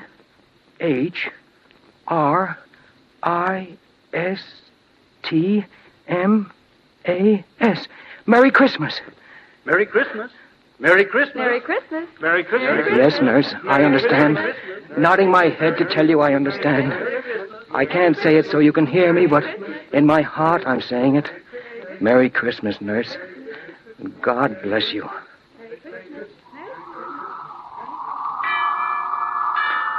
Bells in my town. I'm hearing them in my head, nurse.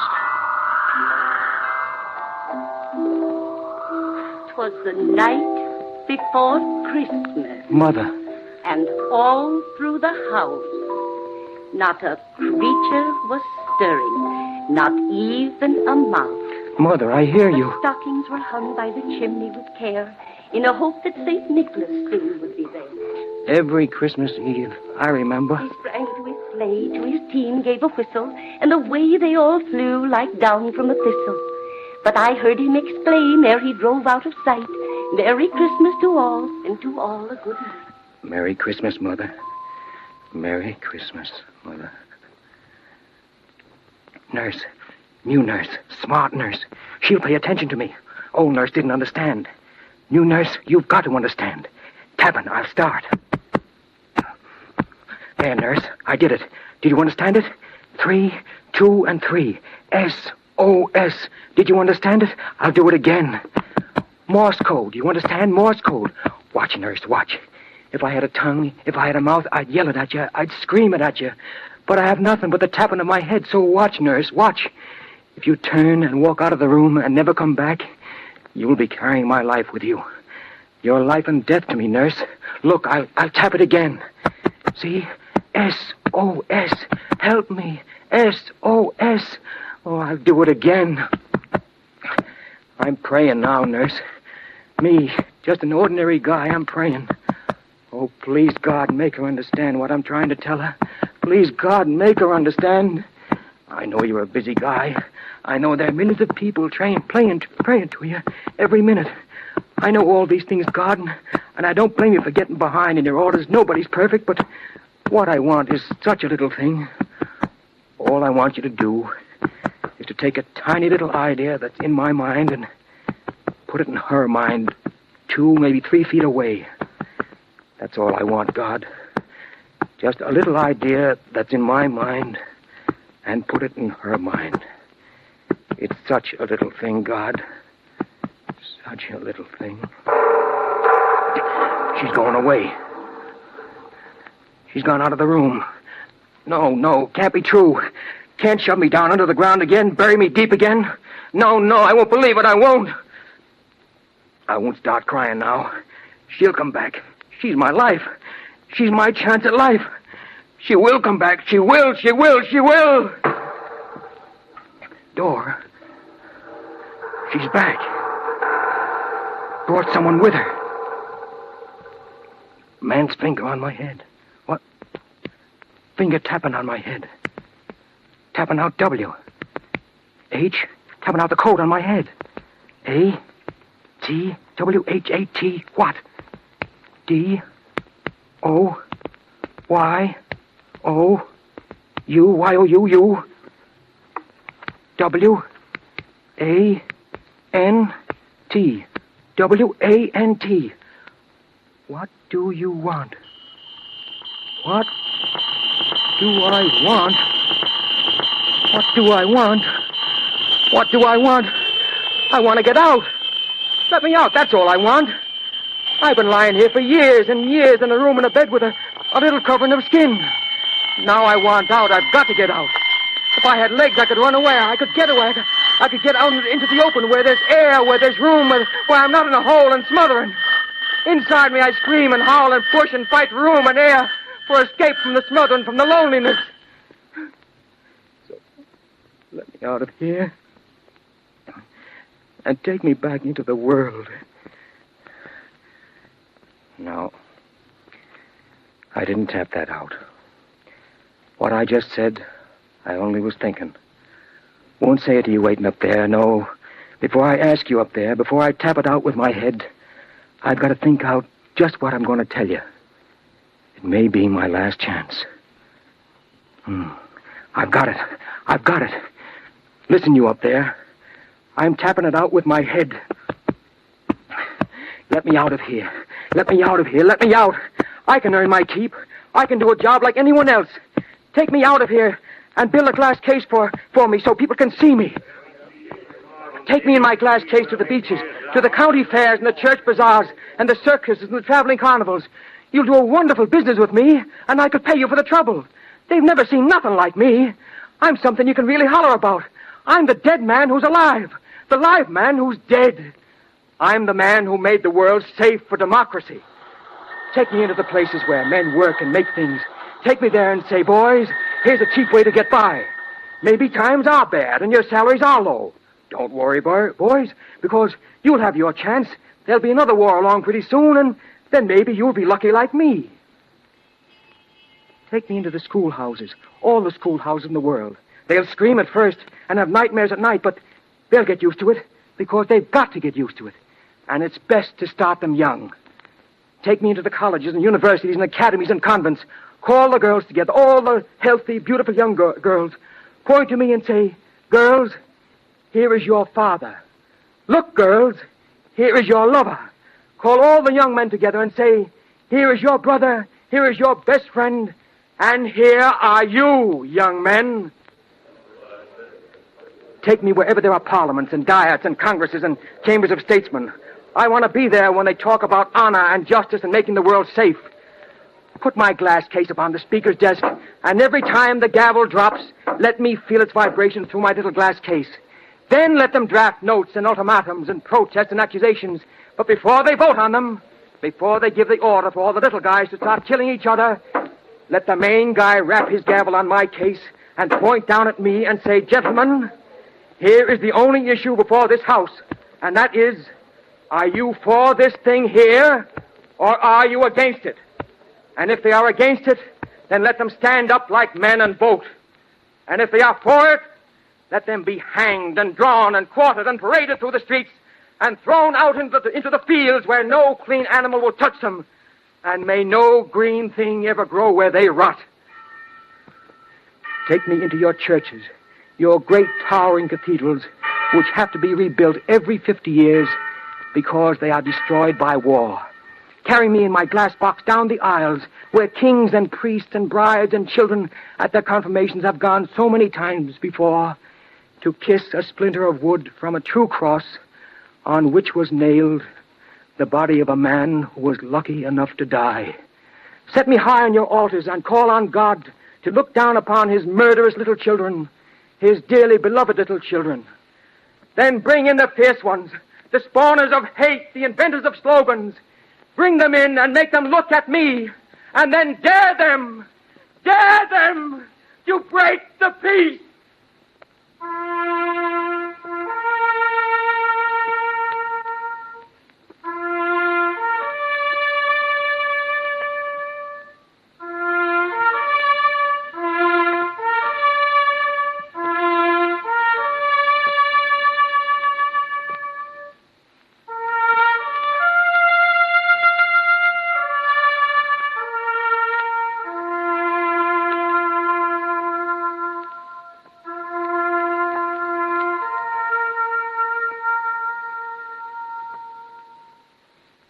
Ladies and gentlemen, tonight we have brought you James Cagney playing the leading role in Dalton Trumbo's memorable novel of the year, Johnny Got His Gun. The book was dramatized for radio by Arch Oboler. The musical score was written, conducted by Gordon Jenkins. Mr. Cagney can now be seen in the Warner Brothers picture The Fighting 69th and in the forthcoming production Torrid Zone. In preparation is City of Conquest. The book Johnny Got His Gun is the prize-winning novel by Dalton Trumbo. All of us want to thank Mr. Cagney and Mr. Trumbo for their great contribution to this program. Next week, it is our pleasure to present an actor known and respected by all of us, Mr. Ronald Colman, in an unusual play, The Most Dangerous Game. Next week, then, Mr. Ronald Colman. Arch Oboler's plays are a presentation of the National Broadcasting Company. Tonight's play came to you from Hollywood's Radio City. This is the National Broadcasting Company.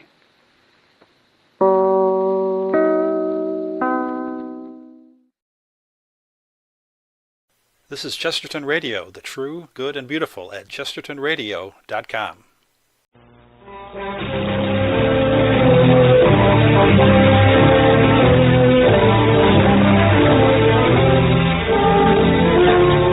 Mutual presents Arch Oboler's Plays.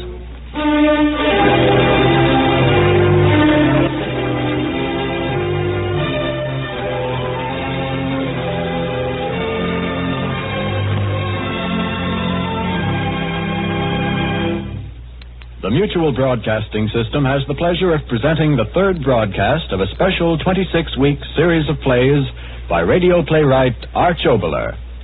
In this series, we hope to bring you dramas full of the excitement and the meaning of plays told in relation to the expanding world in which we live. The play will be introduced by Arch Oboler. Everyone is talking about the post-war home. Houses that'll be bought in packages and erected while you wait with a tack hammer and a button hook. They talk about vacuum glass walls and radiant heating and coal lighting and organic living and kitchen sinks, which will include everything but the kitchen sink. I read these notes about the brave new house, and then I heard a song. And by that peculiar reverse alchemy of a playwright's mind, I've written a play, which my friend Raymond Massey will now bring you, which is about the house I live in, but which has nothing to do with plastics or packaged conveniences, but which has to do with a man's heart.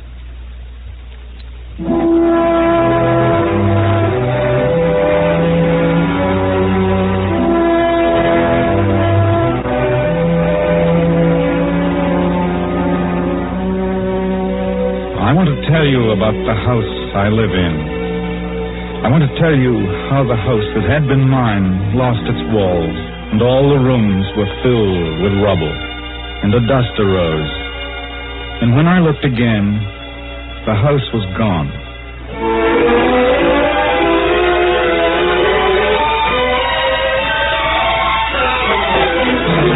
Was it a bomb that fell? Bomb? Bomber over Elm Street, USA. But you say your house disappeared. How did it disappear? I'm going to tell you.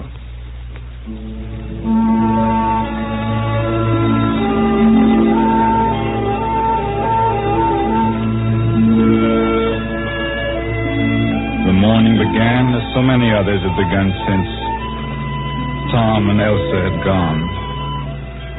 Again, I hadn't slept. I opened the front door, stood on the front porch, and watched the daylight slowly wake up the street. It had rained during the night. I had listened to every drop. And now the light lit up the wet leaves as the trees shook themselves in the morning wind. Another day, and I was waiting for 8 o'clock. Sorry, Mr. Rogers, nothing today. You sure? Perhaps the letter... Sorry, Mr. Rogers, nothing today. Maybe it'll come tomorrow.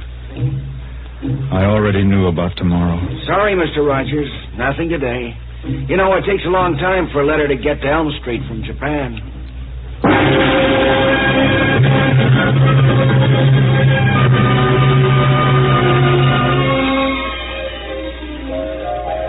I went back into the house. Chairs, tables, sofa. The piano Elsa had played. The piano Elsa had played. I went upstairs. Tom's room just as it had been. His bed, his typewriter on the desk, his track shoes hanging from the side of that chair he had made in manual training. Just the way it had been that last night. Sure, Dad, sure, all packed. Come on in, sit down. Socks? What do I want to take more socks for? But, Dad, didn't you ever hear of GI issue? Say, Dad, will you do something for me? All this junk here, will you hand it out to those Margolis kids down the street? Yeah. Yeah, the baseball and the mitt. Remember when I broke my thumb on that hot liner? Oh, you better not give them the football until fall, because if you give it to them now, there won't be much of it left by then. Hey, Dad, did you hear about that? I'm getting farsighted. Dad, my track shoes, everything but my track shoes. I'll be doing a little running when I get back, if I'm still young enough. Me and my long gray beard doing the high hurdles. Oh, come on, Dad, it isn't as bad. Well, look, I'll be back soon. Don't you read the papers? Why, this war with the Japolas won't last 6 months once I get over there. Dad, well, this is just a guess, but I got a hunch we'll be starting to bomb Tokyo soon. Well, it's just a hunch, but if it happens, I'm going to be in on it, and, well, I'll send you a bird's-eye picture of the Emperor's horse. Dad, something else. And we almost got married last week, and then we didn't. Yeah. Oh, no, it was me. Well, I wanted her to have a chance to change her mind if I stayed away too long. She found out that absence didn't make the heart. Well, you know. If she needs anything, well, keep an eye on her, will you? Thanks. How much time have I got left? Is that all? Your watch, you sure your watch? Okay. I just want to sit here a little bit and look around. Yeah. Funny, I've always had so much time. Now I've only got enough to sit here. It's a swell room. A good house. And a good life. Hey, hearts and flowers. Okay, Dad, get the car out. I'm all ready to go. Ready to go. Ready to go where?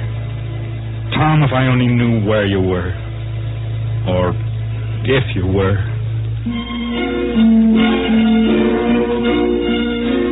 Elsa's room. The silly room, I'd call it, with its frippery, billowing curtains, cretonne flounces on the dressing table at which she'd sat so many times, covering with glamour a face that was so very young. Christ, Dad, come on in. Dad, do you think this makeup's too dark? My lipstick? I know it's red. It's the reddest I could get. Oh, Dad, this is a terrible thing to say, but I'm going to miss dressing up like this. Oh, that's silly. It's a beautiful uniform and a beautiful chance, and I want it. I'll miss all the frills. If they heard me talk, they'd pull up the gangplank before I got there. Tomorrow? 6 o'clock. Dad, I'd rather you didn't come down to the station. No, it isn't that. I just don't want... Dad, please. Just the way you did when Tom... Just let me go alone. Thank you, darling. Dad, I may not get another chance, so I'll say it again. Please don't forget to take the coffee pot off the stove every morning. If you burn the bottom out of it, I'll... All right, I believe you. And eat right, Dad. Vegetables. Please have at least one vegetable a day. And beer isn't a vegetable. If I come back and find you as fat as Patty's pig, I'm going to... Oh, Dad, I wish I had another week. Even another day. Make sure you'll be all right. I think I've arranged everything about the meals and the laundry and about the cleaning. If I were only sure you'd be all right. Oh, I shouldn't talk like that. You'll be all right, and I'll be all right, and Tom is all right. Hey, Dallas, I'm late for my date. Turn out the lights for me, will you, Dad? Everything as it had been, but now a place I couldn't stay in.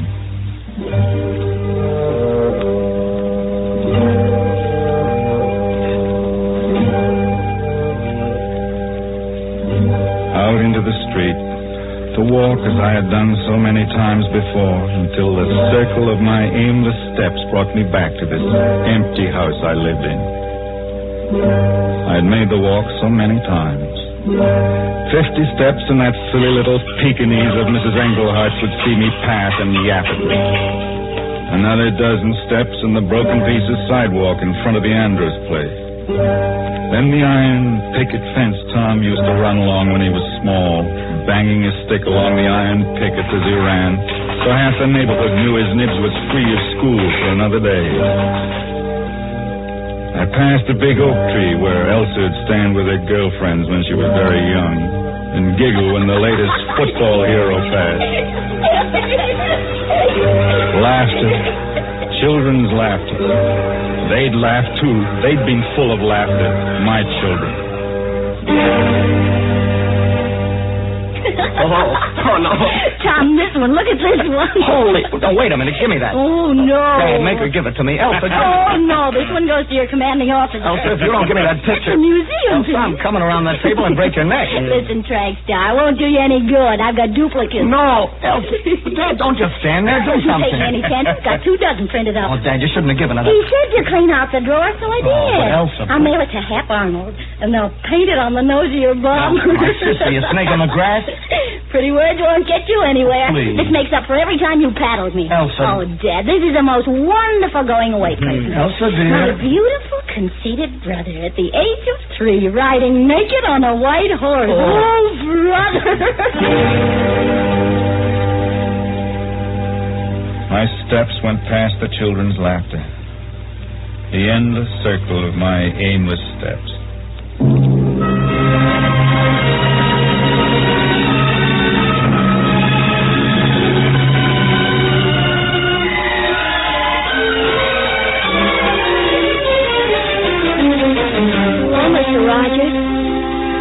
Johnson's boy suddenly was there, walking alongside of me.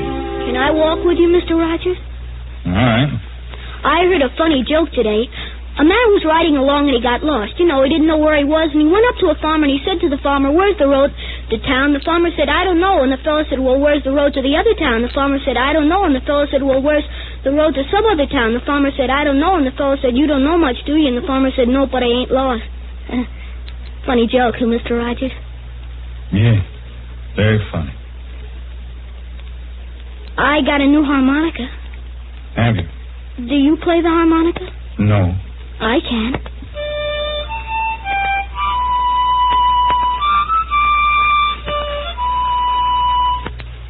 My ma said, "Please get out of the house if you're going to play that. I got a headache." Why the head's ache, Mr. Rogers? Loud noises, unnecessary conversations, worry. You got worries, Mr. Rogers? What's that song you were playing? I mean, a moment ago. I don't know. You got worries, Mr. Rogers? Play your harmonica, son. Okay.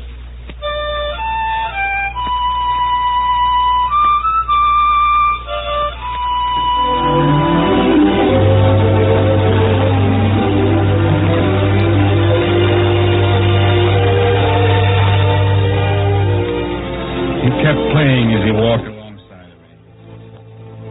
Suddenly I realized that his eyes were on me, as if he wanted to say something to me, yet was afraid to speak. And then he did speak. You take such big steps, Mr. Rogers. Sorry. That better? Yes. You going anywhere in particular, son? No, sir. No school today? Saturday. Oh, I forgot. You didn't know it was Saturday? Sometimes one day gets to be like another. Mr. Rogers, listen, you must wait. Jimmy Doolittle go over with 1,000 flying forts, and he'll get Tom out. You just wait and see. Jimmy Doolittle get him away from those Japs. Honest, he will.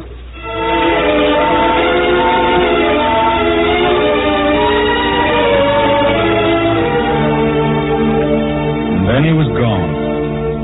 I kept on walking. Then this thought. The boy, this neighbor boy, his meeting and walking with me had not been accidental. He had wanted to walk with me and say what he had said. 1,000 flying fortresses, headed up by Superman, I suppose, with Tarzan of the Apes leading a charge of elephants toward my son's prison camp. Prison camp? I didn't even know if he was in a prison camp.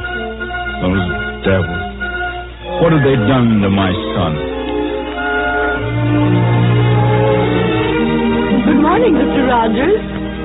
How are you this morning? I'm your neighbor, Mrs. Gibson.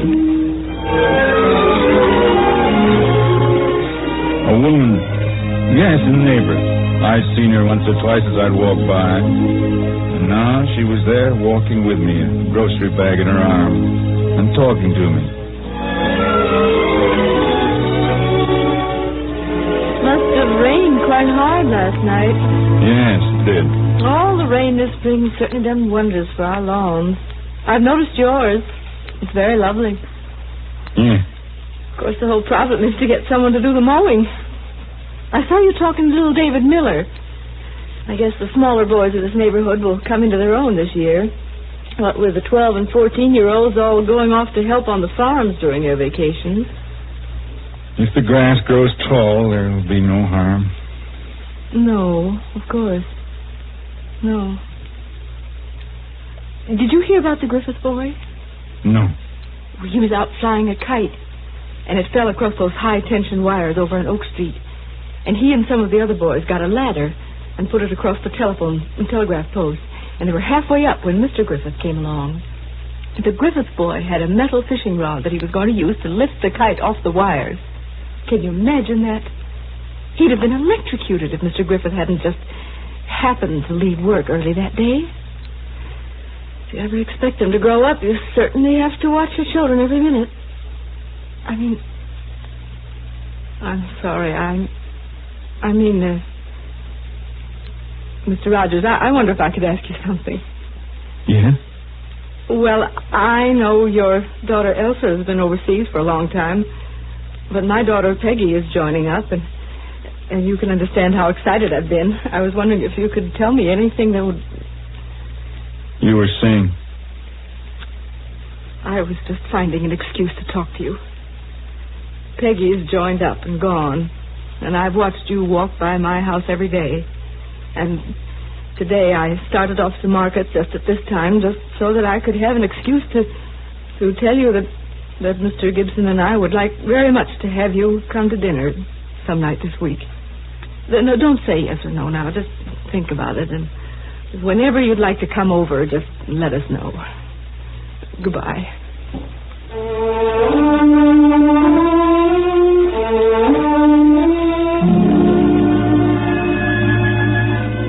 She turned and went. I'd walked along the street morning after morning, hundreds of mornings from the day after the news came that Tom wouldn't be back, and Elsa left the house to join up. Morning after morning, and all was it had been alone. And now this, a boy, a woman, childish prattle, feminine dinner-making. What was this today?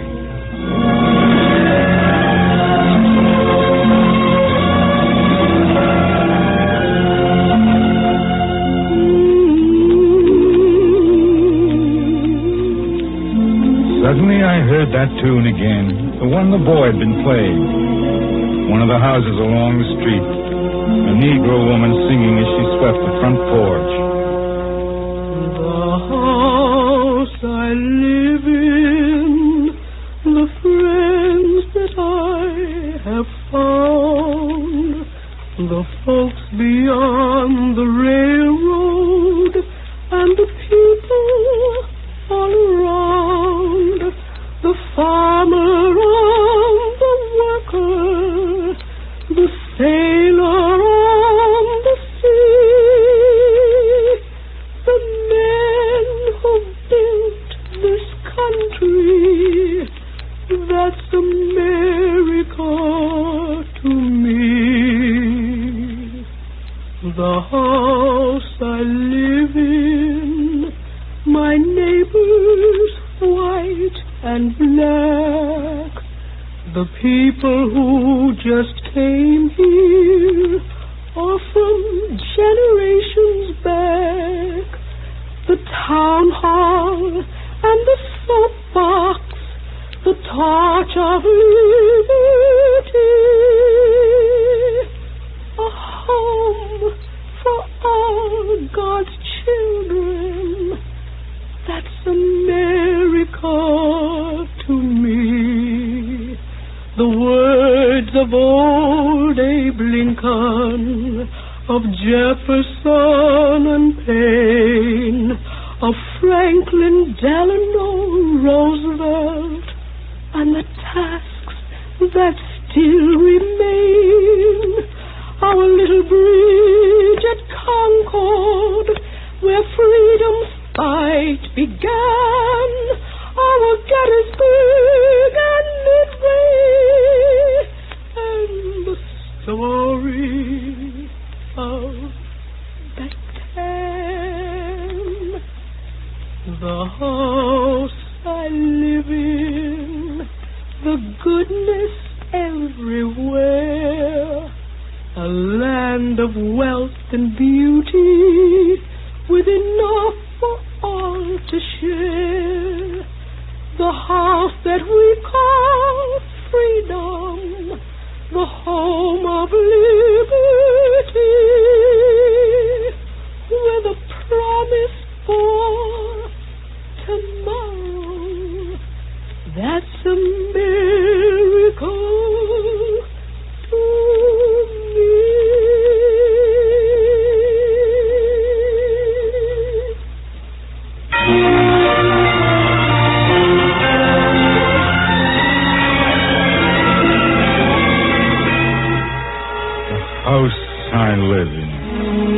The house I lived in was an empty house.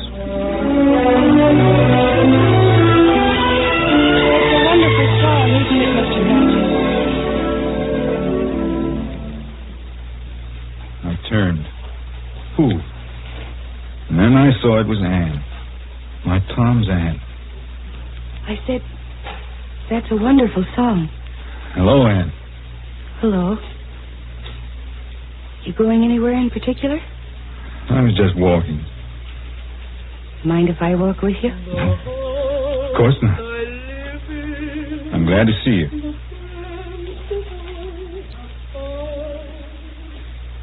How have you been? Fine, Mr. Rogers. Fine.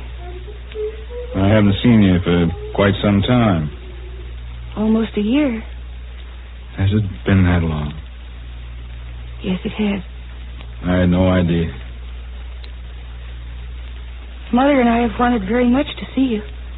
I'm sorry. I've been very busy. I know. Your war work. Yet surely you could have found some time to come visit us. I'm sorry. It's going well. What's going well? The war. Is it? Did you know it rained last night? Yes, I know. I opened my window and lay on the bed and watched it. It was a strange sort of rain. So soft and fine. It wasn't as if it was rain at all. When it began to get light, every drop seemed to be dancing as it fell. You didn't sleep? I was thinking. Mr. Rogers, we've missed you very much. Why didn't you come see us? I'm sorry, dear. I don't go out these days at all. I go down to the plant. I do everything I can. When I come home, I like to shut the door and be quite alone. I'm sure you understand. Yet each morning you come out of the house and walk the street. How do you know that? I've watched you. We all have. You're very lonely, Mr. Rogers. Yes, I am. I was, too. What? You heard from Tom? No, I didn't. Then the War Department, why should they write you? Why not me? Why didn't Mr. they... Rogers, please, there's been nothing. No letter. Then what? Tell me. I don't know how. I see. All right, that's natural. Why not?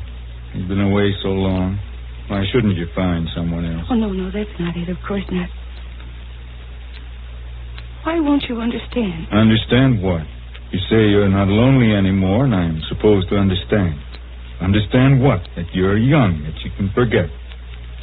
But can I forget my son? Can I forget what he said, how he looked, how he... What have I got left but a lonely house? I stopped being lonely the day one of the neighborhood women, stopped me in the street. Asked me where she and some of the others could send packages to Tom. Our Tom? Yes. Ours. I don't understand. Why should they... What was Tom to them? Tom mattered to a lot of people on this street.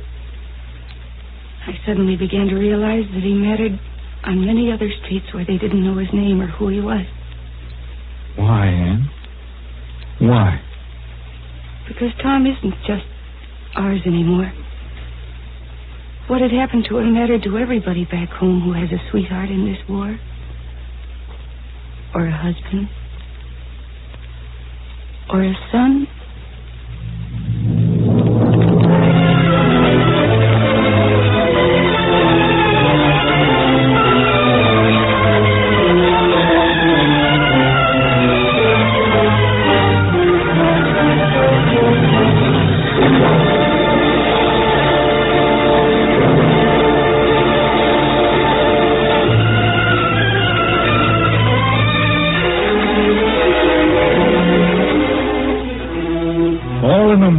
The house that I lived in lost its walls, and all the rooms were filled with rubble, and a dust arose. And when I looked again, my empty house was gone.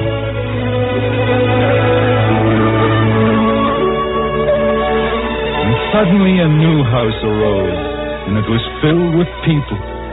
All the people to whom Tom mattered, even though they'd never seen him, or didn't even know his name. All the people whose hearts were filled with the work and the troubles and the hopes of this war that my son and my daughter, and I, were fighting.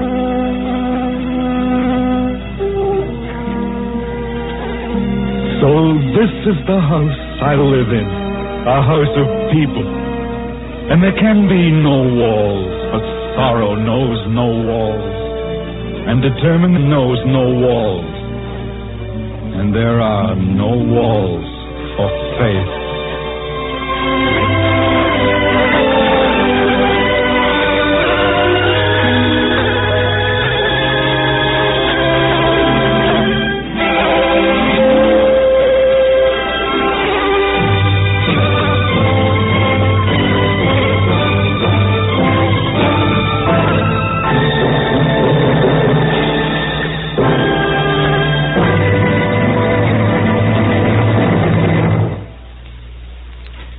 Just heard Raymond Massey in The House I Live In, a new play by Arch Oboler. Included in the cast with Mr. Massey were Anne Shepard, Alfred Ryder, Mercedes McCambridge, and Hester Sundergaard. The song, The House I Live In, was written by Earl Robinson and Lewis Allen and was sung by Miss Hope Foy. The original music was set by Gordon Jenkins, and the orchestra was conducted by Sylvan Levin.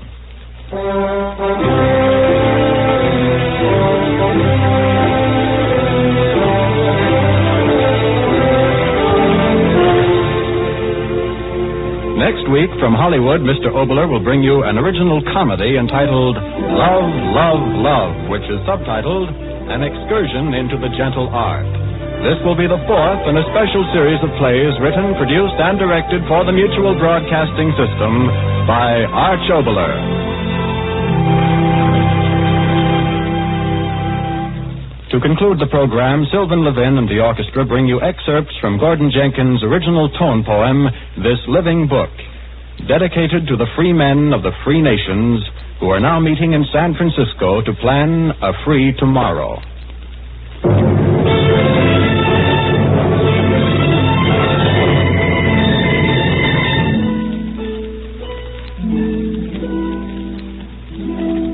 This is the Mutual Broadcasting System.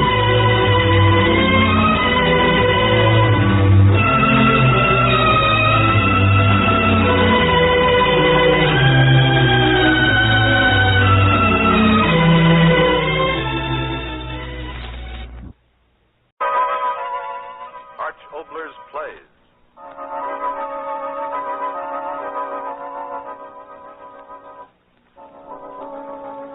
On the winds of the night, we bring you a story whispered in the night.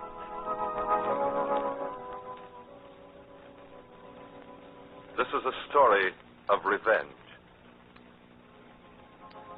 The scene is the end of a mountain trail. It is night, and at the edge of a cliff that lifts 500 feet above a river far below stand a man and a girl.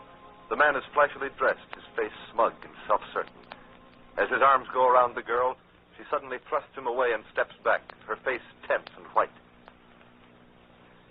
Put up your hands, Mac Weber. Yes, this gun's a real one. Put up your hands, I said. Oh, I've waited 5 miserable years for this. No. This isn't a hold-up, Mac Weber. I don't want your money. I'll tell you what I want. I want to see you step off the edge of this cliff. Yes, that's what I said. I want to see you walk off into nothing. I want to hear you scream as you fall. I want to see your arms and your legs twisting and reaching for something that isn't there. That's what I want, Mac Weber. So you think I'm joking? Yeah. Yeah, it's a joke. It's a joke that's filled my days and my nights ever since that night he reached for something that wasn't there. He was different than you are, Mac Weber. In a minute, you'll be begging for life. But he didn't beg. He went out bravely because that's the only way he knew how to be. Step back off the cliff, Mac Weber. Step back. You can't understand why I want to kill you? Think back, Mac Weber. Think back to that night 5 years ago. That night you took him up here and gave him his choice, either to help you or get thrown off that edge behind you. Think back.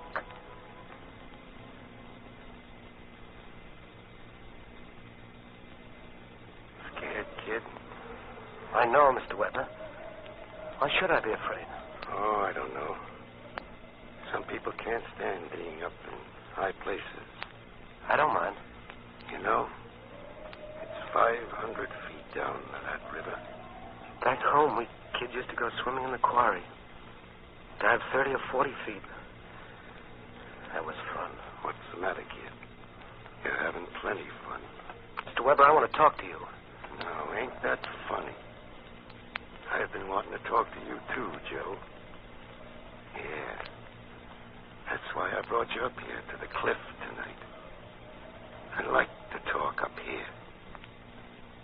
I come up here lots of times at night. Sit here. Look down at the city. But I'm talking and you want to talk. Well, what's on your mind? Mr. Weber, what kind of a business are you in? What kind of talk is that? I've got to know. You giving orders now, Joe? I don't want you to get sore, Mr. Weber, but I've got to know. Believe me, I've got to. I don't like people that ask too many questions. It's a legitimate business, isn't it, Mr. Weber? Maybe I should get sore. Maybe I won't. Hey, you're just a big dumb punk from the farm, that's all. So let's forget it and go back to town. Come on. Wait, Mr. Weber. Maybe I ought to get sore. Please, I'd like to know right away. It's all right. The business, isn't it? Making dough, ain't you? But things happen. I don't understand them. You understand the dough, don't you? Yes, but... Well, so it's all right. Make it every week. Put it in your pocket and shut your mouth. Don't be trying to think so much. You'll hurt your head. Now, are you riding back with me or are you walking back? Why don't you answer me, Mr. Weber? 3 weeks working for me. And I didn't know you had such a big mouth. But I only want to know what... You want to know too much.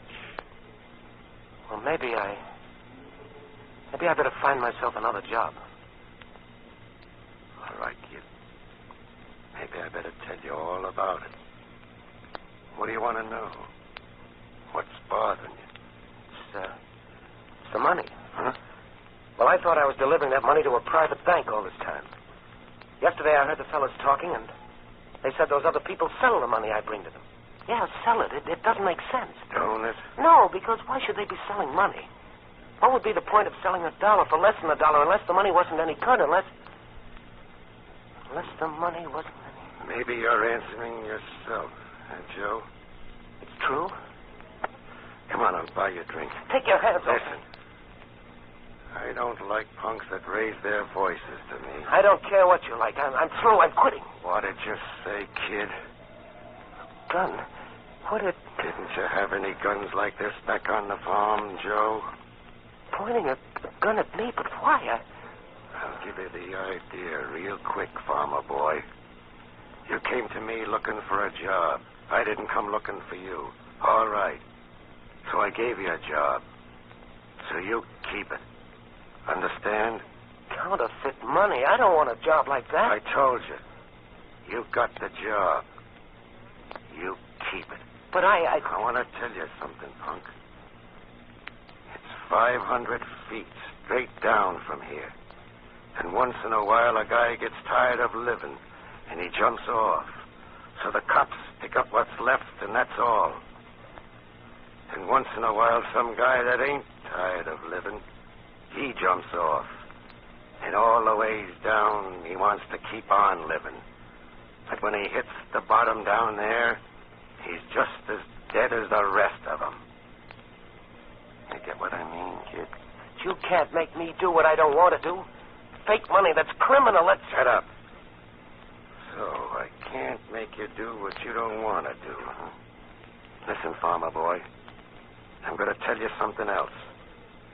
All over the world today, there are punks like you doing things they don't want to do. And the guys like me that are making them do it are the guys that are sitting right up on top. Now, look, Mr. Weber. It's like I tell you. You do what you're told, the way I tell you to do it.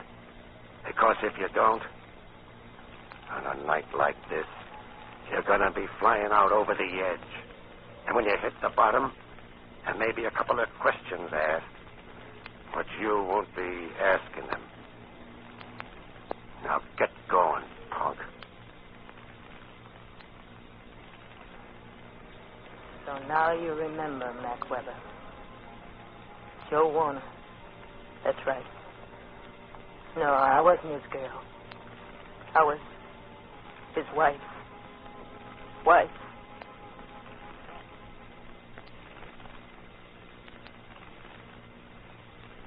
Joe. Can't sleep? No. Why? I just can't. Blasted town, doesn't it ever stop? I'll get up and shut the window. No, don't. Gotta get some air in the place. What's the matter, dear? Nothing. All these hours I've been lying here knowing you were awake. Tell me what's the matter, Joe. Let's get out of here. What? It's town. Let's get out. Back to the farm. But Joe. What good is it here for either of us? Joe, you're not serious. I am. I'm asking you, what good is it for you or me? Joe, you're talking crazy. You asked me, and I'm telling you. You mean me, Pete? You haven't been happy? With you, yes. Just that I want to go back to the farm. I don't know what to say. We talked that out, I thought, so long ago. Julie, I'm not made for the city.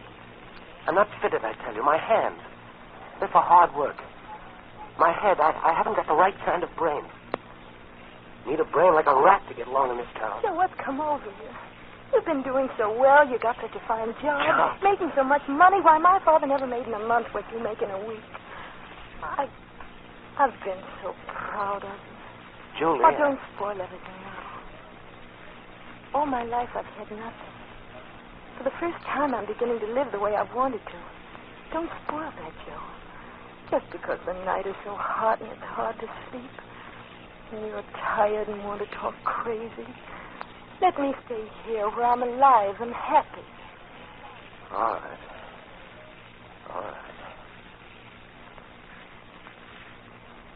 He wanted me to be happy. So he didn't say anything more about anything that was troubling him, about you. And he went on doing what you wanted him to. Until that night. Remember that night, Mac Weber?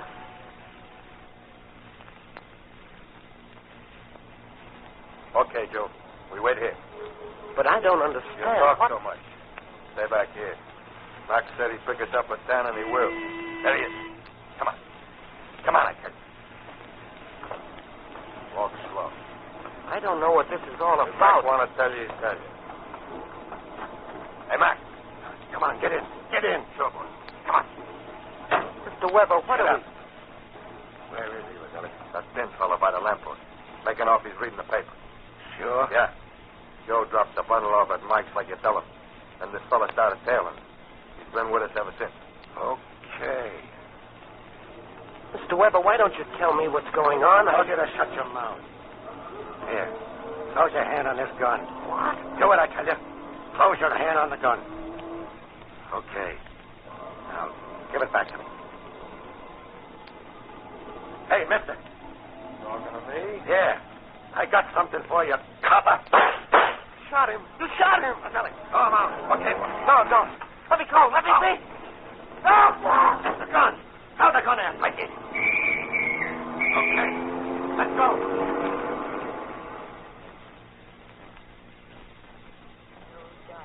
What happened that night, Miss Weber? But the gun was your gun, and the finger that pressed the trigger was your finger. But he died for that. With a rope around his neck, his legs twisting and reaching for ground that wasn't there the way yours are going to twist and reach. Get back, Mac Weber. No, I don't want to listen to you. Joe wanted to live, too, the night the state took him away to die. We've been together such a little time. 5 months. And now he's been dead 5 years. But I remember every day of those 5 months. Every day. From the very first one.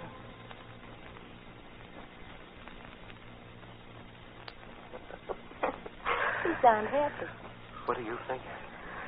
Oh, I think the sun's warm, the grass is soft, and the bride never had a bluer sky. bride. Darling. I love you, Julie. Mrs. Warner. Mrs. Warner. What? I was just thinking of Reverend Wilson. His collar was so tight. I want to hold you. Joe, everybody's watching. Everybody? There's a whole row of crows on the fence wire over there. Oh, let them watch. You're my wife now, Julie. My wife. My wife. A wife. But not for long, Mac Weber. You saw to that. 5 months a wife. And now I'm thinking of the last 5 minutes we were together before they took him away to die. He put his arms around me, and our cheeks were close together. And his tears were my tears. He didn't cry because he was afraid like you are. He cried because of me. Because I was going to be all alone.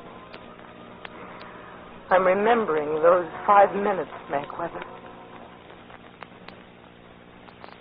I'm sorry, Joe. 5 more minutes. All right, Warden. Oh, Joe. Julie. No. No, please, darling. You've got to listen to me. Lift your face. You're right. It isn't. It isn't. That's what I want to talk to you about, Julie. All these days, I've had a chance to think. Something I haven't done much of before. This business of right and wrong. I used to tear my hands open on the wall yelling about justice, justice. Oh, no. No.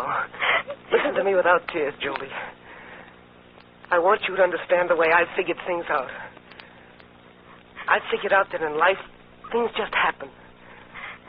There's no guarantee that truth will triumph and justice reign supreme and all that stuff.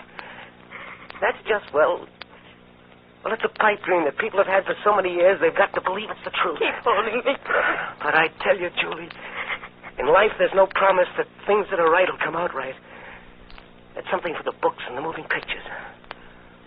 But it isn't real any more than it's real that I'll stop loving you 5 minutes from now. Yeah. Justice isn't something that's guaranteed in life, I tell you. You can only be sure that there'll be justice after I die. Oh, I can't stand it. No, don't, baby. Don't. I'm not crying anymore. Why should I cry? Because I'll be dead? Sooner or later, everybody will be dead. The warden out there, the guards that walk me along, the poor guy that'll pull the switch. A handful of years and they'll all be dead. Yes. Even Mac Weber. So I won't let them take me out of here. I won't let them. Julie, baby, you were always the strong one. You were so much smarter than me. You are, you know. Be smart now and understand it my way. I've been lucky. 5 months with you. There were such wonderful days. I don't think life's cheated me any. Well, there are guys here in death row that haven't had more than a few hours when they were really happy. Really happy, like you and I were. This place, the city, the whole world's filled with plain, ordinary people who've never really been happy. Never. Cry for them, Julie. Not for me. I've had you. Time, boy. You'll have to go with me, Mrs. Warner. So it was time, Mac Weber. And Joe tried to smile, and he kissed my hand.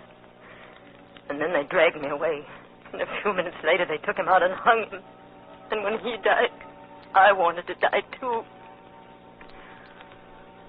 But I couldn't die because you were still alive. Step back, Mac Weber. No, what's the use of you talking to me? I can't listen. I can't hear you.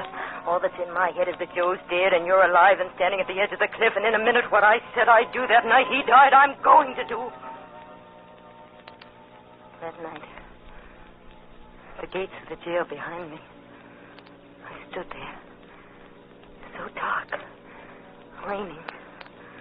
I stood there and I looked up and down the street, and all that I could think of was that you were alive. And I had to find you. I didn't know where you were. I'd never seen you. Only one picture of that face of yours. But I had to find you. I had to. train after train. Town after town. Looking for you. Looking for you. I had to find you. I had to. Mac Weber. Mac Weber. Where was Mac Weber? Until at last my money was gone. I found myself back in this town where I'd started from. But you hadn't come back. And so I waited. Waited. 5 years. And then, tonight. I'd gone to Molly so many times because they told me it was your money that paid for her place. And so I went again and again, hoping, until tonight.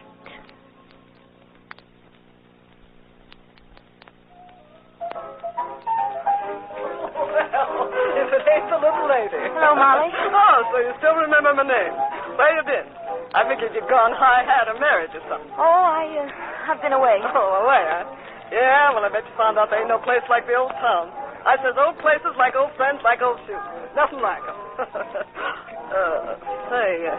Speaking of shoes, mind if I sit down? Got a new pair of pumps and they're killing me. I got small feet, but that dirty little drift over on 2nd Avenue. What do you don't know about fitting shoes on a lady? Oh, say, here I'm blowing off. I bet you're dying for a drink. No, I just came into Oh, that's okay, little lady. It's on the house. Hey, Sam, couple of big ones. Coming up, Molly. And I don't mean on the slow plate. Say, what was your name again? Julie. Oh, yes. Boy, have I got a kid. Well, when you stopped coming in here, I said to myself, Molly, the little lady's got herself a friend, I says. And you won't. So what are you staring at? That man. At the bar. Man? Oh, no. Oh, no, that's not your friend. That's mine. Who is he? You know, the only one that's found out there's nothing like the old place. Hey, big fella. Mac. Come on over. Friend of mine I want you to meet. He used to have this town right in his pocket, Mac did. But he had to go away. A right guy. Well, Molly, what's on your mind? Well, can't you see? Julie, I want you to meet my friend. Mac, this is Julie. She's a nice kid. Yeah. So I see. How are you, baby? How do you do, Mr. Weber? Weber? Say, you two know each other? Never saw her before in my life. Listen, baby. How did you know my last name? Why? I knew it because I heard about you. A long time ago. Yeah? You were important here. I saw your picture in the papers. You are Mac Weber, aren't you? You hear that, Molly? Don't forget me easy around here, do they? That's okay. Drinks, Molly. Okay. Well, put him down. Hey, I think I'll join you, ladies. Hey, bring me the bottle, Sam. Okay, Mac. You two been kidding me. What are you talking about? I think you've been around together. The look she gives you. Can you blame it? Say, what's your name, baby? Julie. Yeah, Julie. Now, Julie and me, we don't know each other. Do we, Julie? I never met you before. But that ain't saying we don't know each other from now on. Does it, baby? Don't listen to him. That's an old line. He hangs it up every time he's in reach and distance of anything under 50. Why don't you take care of the customers, Molly? Why, I ought to bust this grass in half and take care of you. I said take care of the customers, Molly. Okay, big shot. See you later. Funny dame, that Molly. 5 years. She still thinks she's queen of the hen house. Now, the fellow's mind can change. Yeah. It's a free country. Why not? Mac Weber. Oh, you seem to like the name. Well, you're going to get a chance to like the guy that's tied up to the handle. You're going to get a lot of chances, baby. A lot of chances. we met at last, Mac Weber, and you couldn't understand why I didn't say much. How could I? You opposite me. I'd waited so long. What was there to say? Over and over you kept asking me, what do you know, baby? What do you know? And what I did know, I couldn't tell you. All the time I was thinking, the cliff. The cliff. Then you wanted me to go with you. And I went with you.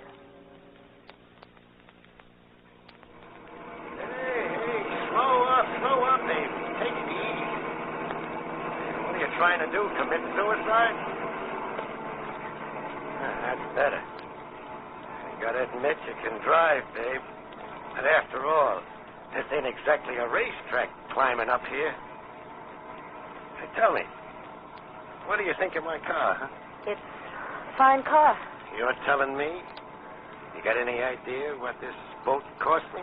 No. $15,000. Cash on the line. But that's how I am.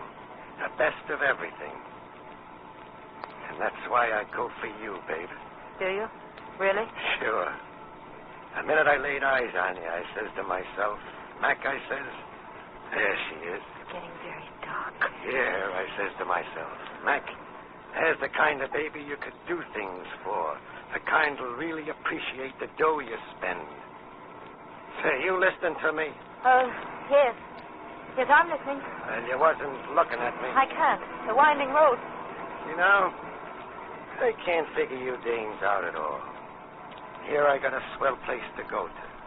$40,000 it cost me to fix it up 5 years ago, not counting the furniture.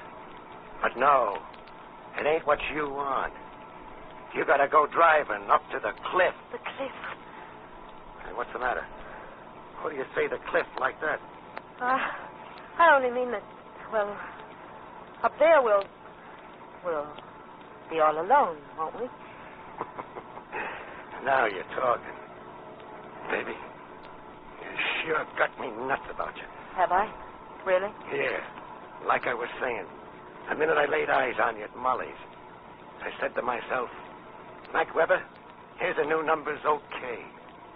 And when I saw you giving me the eye, No, be careful. Careful? With a swell bundle like you? With the road, I can't drive it. Okay. But step on it, will you? If you gotta go to the top of the mountain to be nice, let's get there. Yeah, let's get there.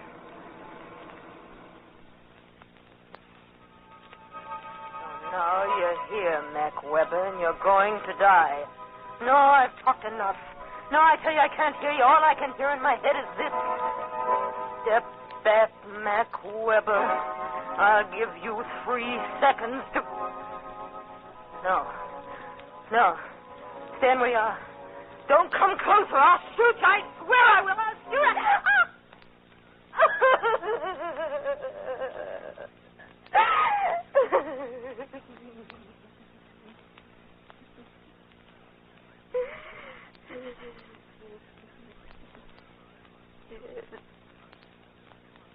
Laugh at me. You knew I couldn't shoot you. I couldn't. But now you've got the gun. Shoot me and I'll thank you for it. All I've lived for these 5 years was to find you. And then tonight, my flesh crawled every time I looked at you. Yes, that's what I said, my flesh. It crawled and it squirmed when you touched me. But I let you because I'd do anything to get you up here on the cliff. But now, I've failed. So I'll bless the bullets you send in me. No. Stay away from me. Stay away from me. Don't touch me. Don't. Oh, don't listen to him. He says you're dead and you can't help me. Don't make him.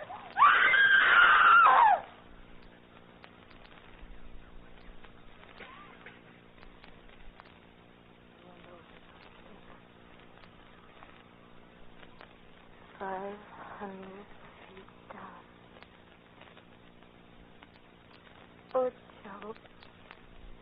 my dearest. I saw you. I saw you. It was your hand that pushed him over. It was your hand.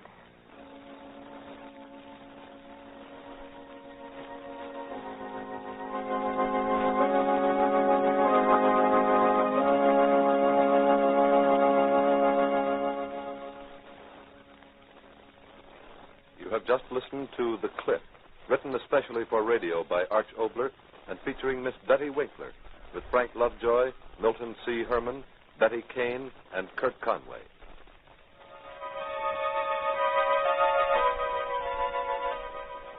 Arch Oboler's plays.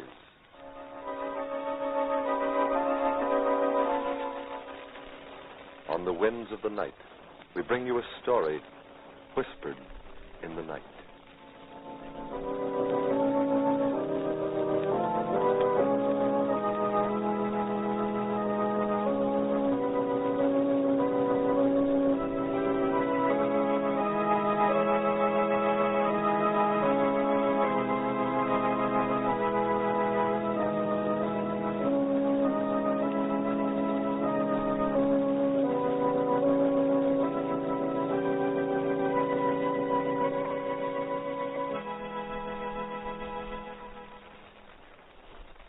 Arch Oboler's plays are presentations of the National Broadcasting Company, RCA Building, Radio City, New York.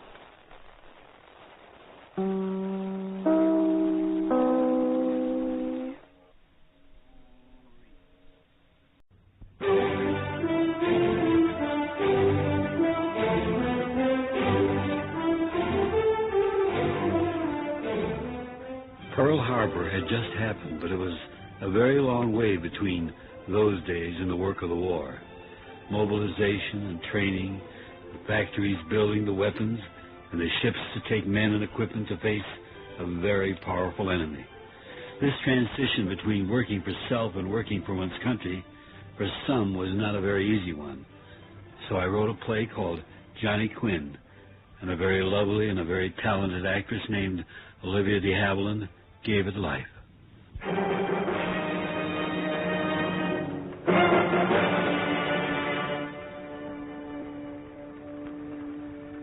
The National Broadcasting Company presents Plays for Americans by Arch Oboler. As a further contribution to national defense, NBC brings you a limited series of new plays dedicated to people of goodwill everywhere who believe in the inherent dignity of man, who fight together now for life, liberty, and happiness for all.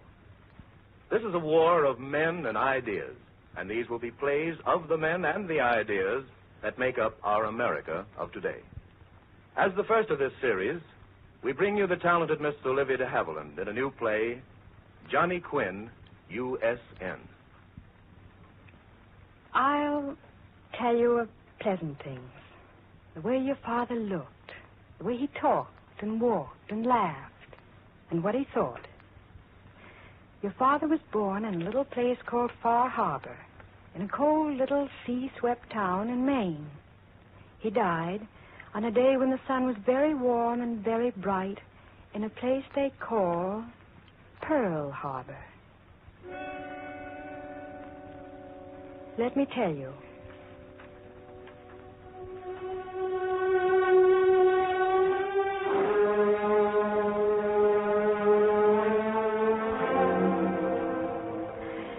I think he must have been a very funny little boy, your father. I didn't know him then, of course, but I've seen pictures of him at 7, standing as if he had a board against his back, and his eyes kind of popping out because the collar of his Sunday suit was so very tight around his neck. But I'll tell you something else. Even in that silly old picture, and even though he was a very small boy, there was something in his face that said, What's it all about? What's it all about? Hey, what'd you say, Johnny? I said, what's it all about? Taking your picture, that's what. Why? Oh, now you hold still. Blame flash powder. Because your mother told me to make your picture, that's why. Now stop twisting. Look at the birdie. What birdie? Oh, stop talking. Steady now, steady. Why does my mother want my picture? Oh, for land's sakes. You think these wet plates don't cost money? What do you think she wants your picture? Because mothers are darn... I mean to say because she figures you'll never amount to a darn. So she wants to have a picture to prove you did one thing in your life that you were supposed to do. Stand still for a couple of minutes in front of a camera. But why does she want me... Now, Johnny Quinn, you stop asking whys. Just stand there and get your picture took.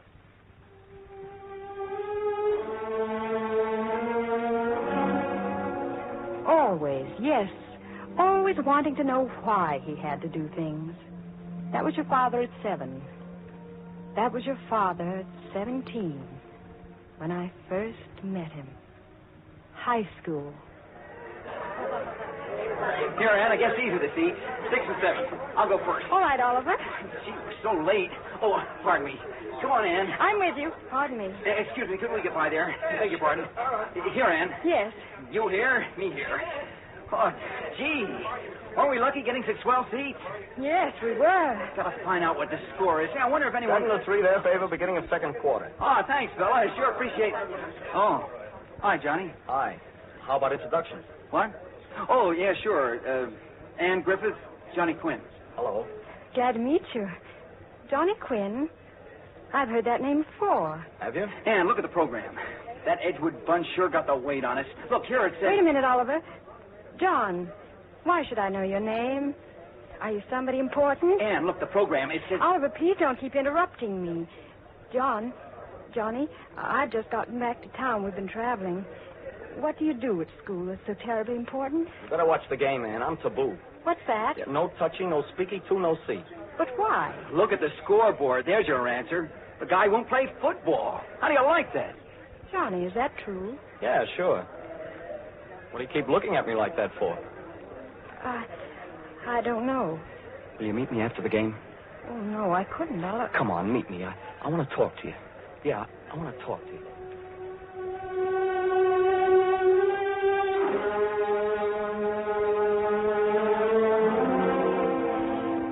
And that was how I met your father. After the game, we met and walked. Cold? No. You? No. Walking too fast? No. Johnny. Yeah? You asked me out to walk and talk, but we just walk. Why talk? Johnny, why are you so old? What? You're not like any of the boys I've ever met. You're not much older than I am. Why do you act so old? Wind's getting bad. I think we better go. No, Johnny, no. You've got to tell me. What's the matter? Please tell me. Just walk and tell me. Tell you what? Who you are and why. Why, I'm just Johnny Quinn. No, please, you know what I mean. Tell me. Well, my father was what everybody called a swell fella. He never asked questions. Somebody'd come to him for a loan, he'd give it. Sign a note, he'd do it. Buy a drink, he'd buy it. Swell fella, everybody said. But when he got killed when I was 11, they took the house away and everything away. My mother had to go out and do day work. There wasn't enough of that in the little town where we lived, so we came here.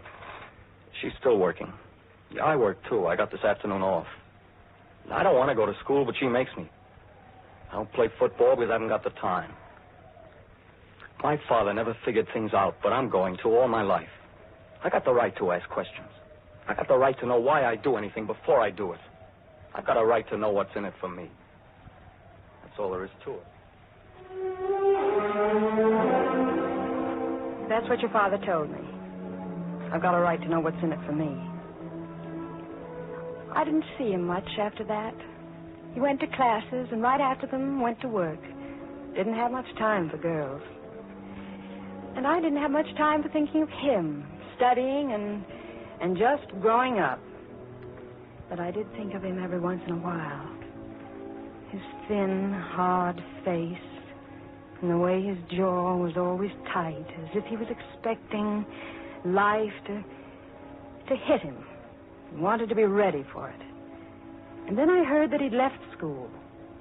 I didn't see him again for 3 years. We met again at another football game.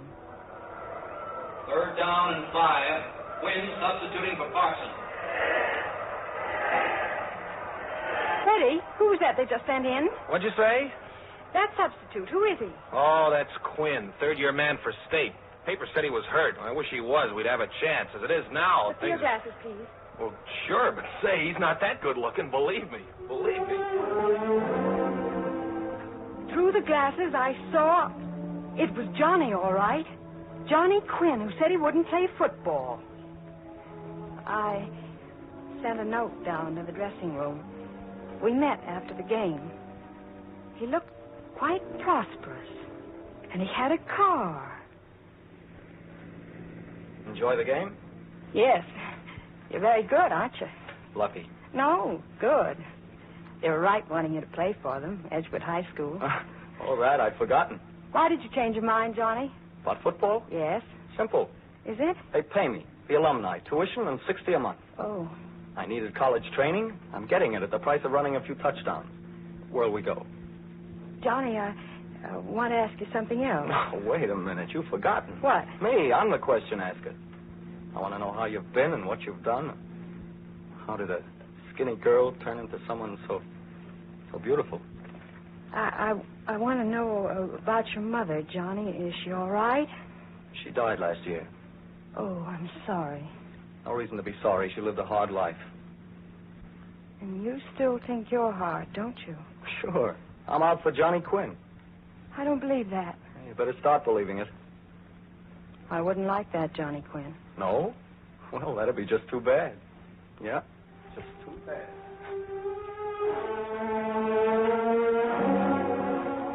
He said that, your father, to me. His lips said it. But his eyes... We didn't meet again for another year. This time it was at a party. And now, my dear, I want you to meet a man to remember. He gives no quarter and asks none. Johnny Quinn. Johnny, this is... I know. You've met? Yes, we met. Well, forgive me. Do forgive me. How are you, Johnny? I'm fine. I see you are. So we... What's the matter? I just heard myself asking you if you'd like to go off someplace and talk. That's what we always do, isn't it? Yes. Look, I've got some tickets for a concert. Someone gave them to me. I didn't want to go alone. It's the kind of thing you like, so let's go. Okay? Okay.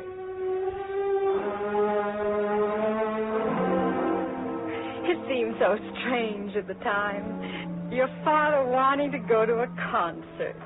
And it was Tristan, of all things. But then I knew so much and yet so little of him. We went. We sat high in the balcony. The music.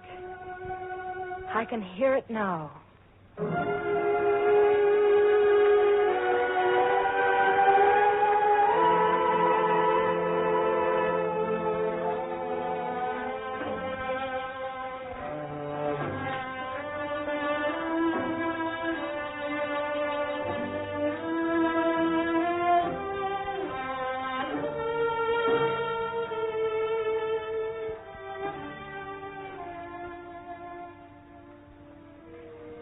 Love music. But while it played, my eyes kept going to Johnny Quinn. His eyes were closed, and his thin face was at peace. And as I looked at him, his eyes opened, and he looked at me, and he smiled a slow smile, and I loved him.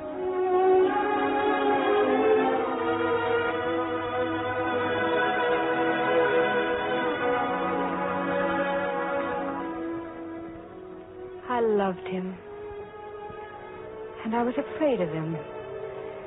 Because somehow Johnny Quinn to me was what was wrong with the world. He was the man who had nothing, and wanted something and would do anything to get it, no matter whom it hurt. He was the man who had something, and to hold on to that something would do anything, no matter whom it hurt. He was Johnny Quinn. And somehow, all at once, I loved him, and I wanted to change him. And that night, he turned his head and spoke to me.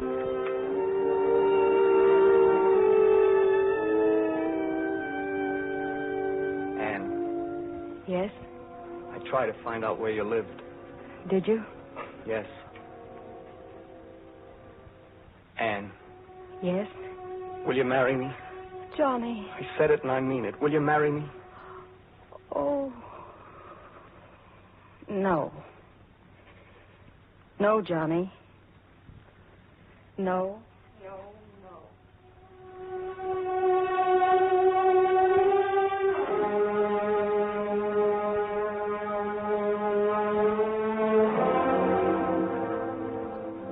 So he asked me to marry him, your father, and I said no.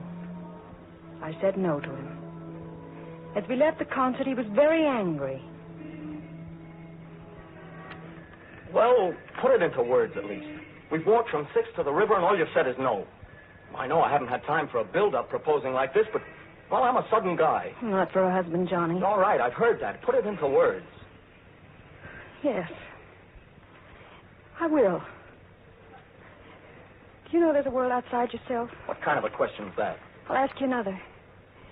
Did you see today's headlines? Headlines? Sure, of course I did. What were they? Why, Chamberlain got back from Munich today. And what does that mean to you? Should it mean something? I'm asking. All right. So they sold out the little guys. So we'll have peace for a while. So what? That's the way the world is. Big dog eat little dog. So for a while, everything's quiet. And that's all it means to you? For Pete's sake, what should it mean? Well, doesn't the fact that the price of Munich will be that hundreds of thousands of little Czech people, good people, are going to be hurt mean anything to you? Oh, now, Anne, are we going to start on politics? Politics? When you use it that way, I'm afraid I don't know what the word means. I'm talking about people. And I'm talking about us, you and me. What have we got to do with what's happening to foreigners half the world away? That's just it. Once you said, what's in it for me? I'm asking that question now, Johnny.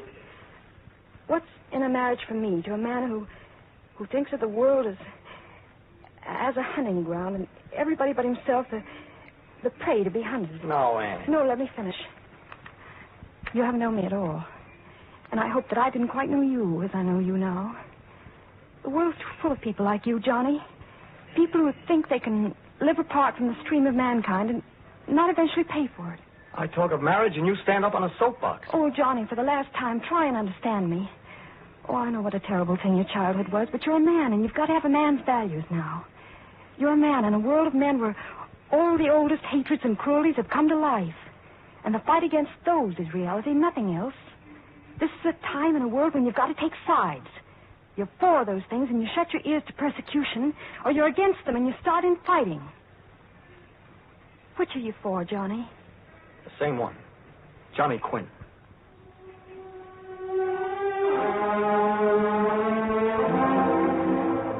And so I went away. And I didn't see your father or hear from him until a few months later when I got a letter from him. I read it. And at first I couldn't quite believe. So, there it is, Anne, right on the line.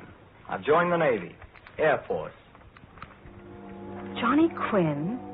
Navy? Air Force? Johnny Quinn a part of something? Johnny Quinn listening to anyone but himself? I couldn't believe it. Until I read the next words. No, Anne, I haven't got religion. Just being smart. You see, I figured out that aviation is going to be the ground floor to what you apparently don't care about. Cash in the bank. Since the Navy will pay for my training and a salary besides, well, here I go. Yep. Still dog-eat-dog Johnny.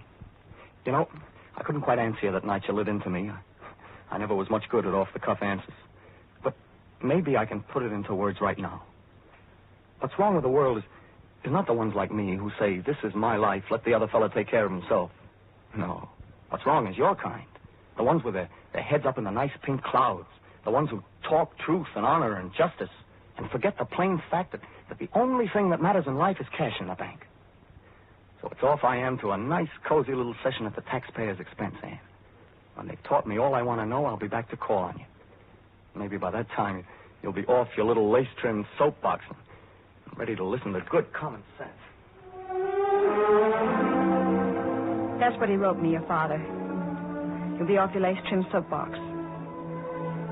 I put the letter away and knew that I had to shut my mind and heart to every future thought of Johnny Quinn. I tried to. And then one day, the doorbell.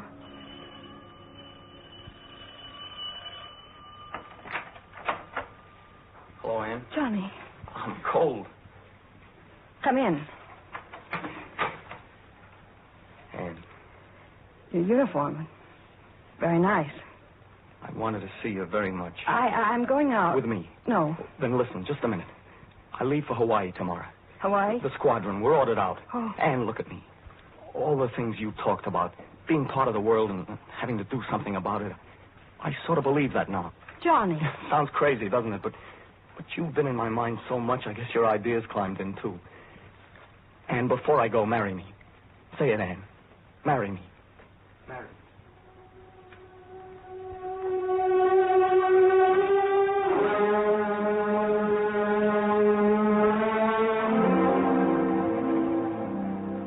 That night, we were married. Your father and I. And the next day he went away. And just before he went, he said something to me. Well, Anne, it's just a minute. Yes. I think I better tell you something. What? I may be gone for quite some time. I mean, before I can send for you. I know that. It might be some time. Why do you keep saying that? Well, because I'm going out there for a purpose. I want to get all I can out of it for myself. Having you out there might slow me up. Oh, Anne, that's just what I want to say. I haven't changed. I'm still Johnny Quinn first and then the rest. What I told you yesterday, well, I wanted you so much, I just told you what you wanted to hear, that's all. I wanted you to know that because I wanted to be fair. Well, aren't you going to say something? And the train. Yes, the train. Get on the train, Johnny Quinn. Get on it and don't ever come back to me. I don't want you. Ever. Ever. Ever.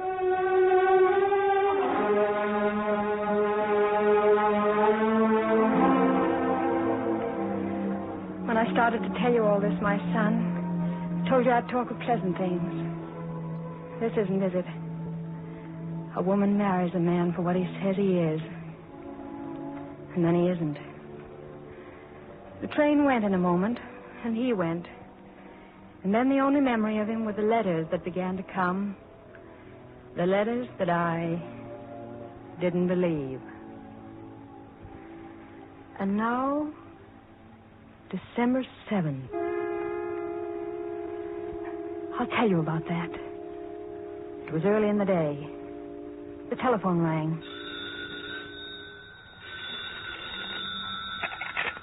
Hello? Hello? This is long distance. One moment, please. Who? Ready with New York. Go ahead, Pearl Harbor. Hello? Is this Mrs. Joan Quinn? Yes. Just a moment. Go ahead, Lieutenant. Hello? Hello, Anne? Yes? How are you, Anne? All right. You? Well, that's why I phoned you. Johnny, you all right? Oh, sure, but my letters. Anne, you never... Well, gosh, tonight I just couldn't sleep. I just had to talk to you. Anne, I'm not going to tell you how much I love you. I do, but there's something else I want to say, very much. In all these months I've been stationed out here, the Navy...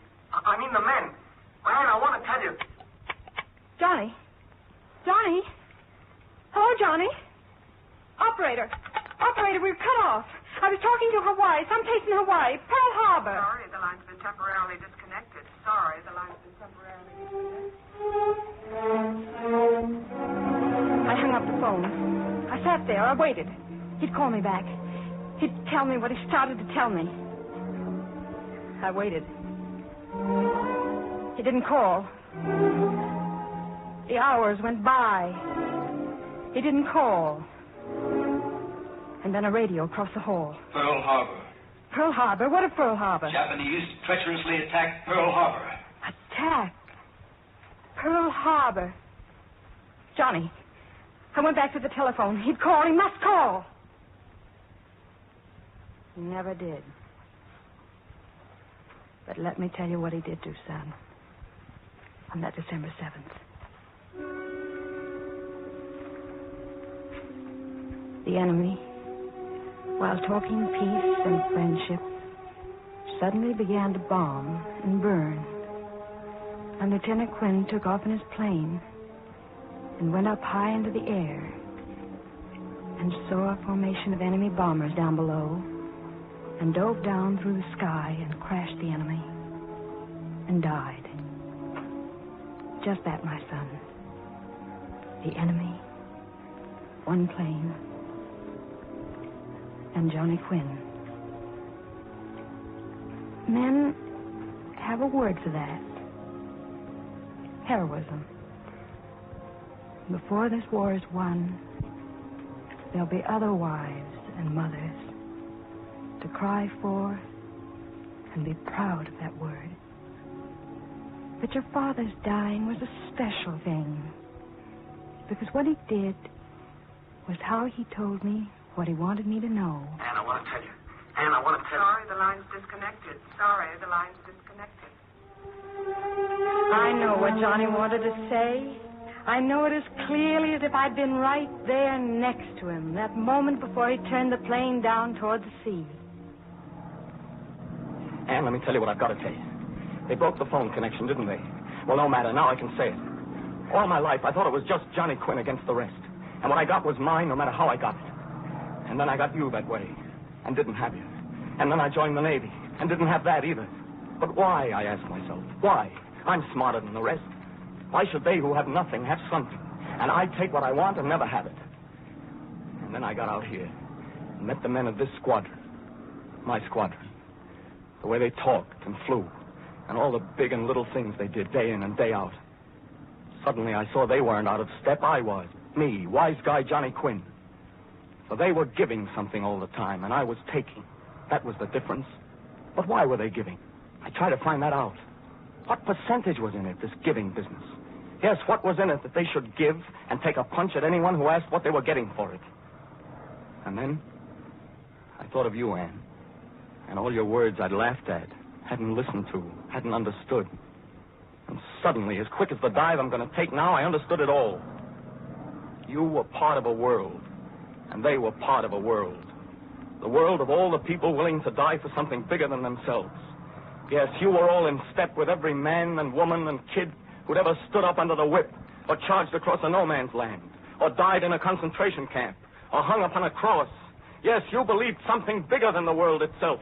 You believed that every man who stood up for the right to be a man was your brother, that every woman who spoke for freedom for her children was your sister, that every child born under God's son was your child. Remember? Which side are you on, Johnny Quinn, you said? The side of those who hide and say, let me alone, the fight's the other fellas to win for me? The side of stabbing in the back and slow starvation for the children and the gangsters standing on the backs of all the little peoples? No, Anne, not that side. Your side. The side of dying, maybe, but living in that dying. Your side, Anne. Yours, yours, yours, yours, yours, yours.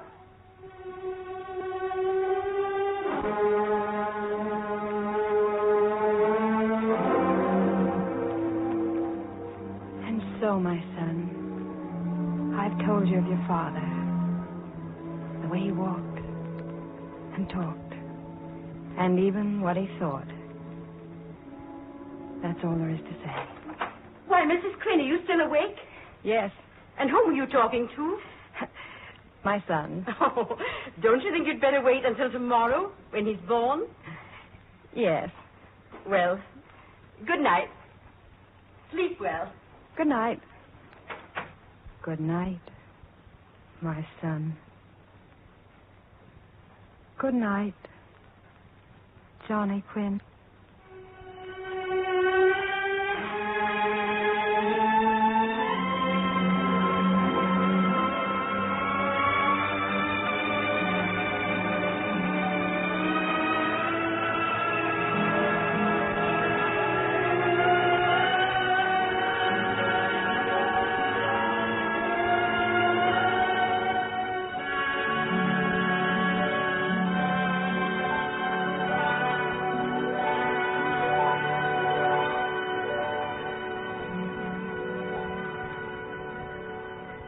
You have just heard Miss Olivia de Havilland in Johnny Quinn, U.S.N., the first of a limited series of new radio plays by Arch Oboler.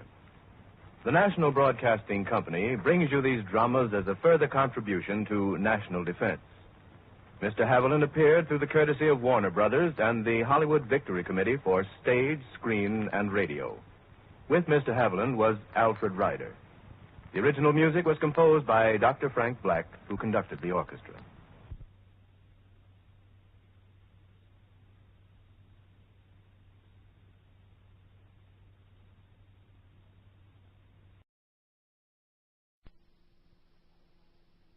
Ironized Yeast presents Lights Out.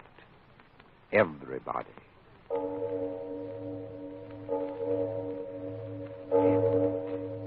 It is later than you think.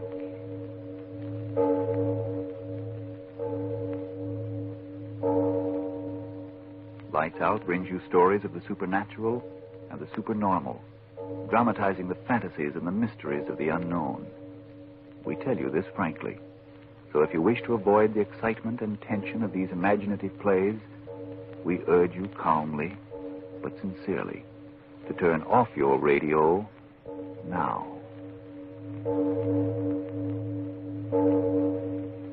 This is Arch Oboler. Some call it the root of all evil, and some call it the flower of all good. Ordinary people call it money. That's what our story is about tonight. Money. $3,000 worth. But first, Frank Martin. Confidentially, folks, how do you feel these wartime evenings? Too jittery, run down, and tired for any fun? Then quite possibly you simply need more vitamin B and iron than you're getting from your food.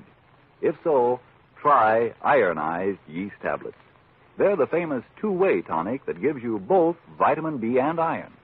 Thus, when you need them, ironized yeast helps two ways to step up your pep and strength and ambition. Helps you two ways to really enjoy living. And the cost? Just a few pennies a day. Friends, remember that name. It's ironized yeast tablets.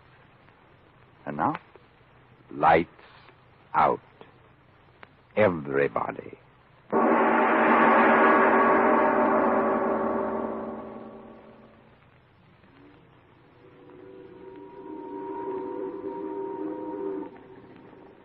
Money, I tell you, Tony, that's what's wrong with the world today. Money.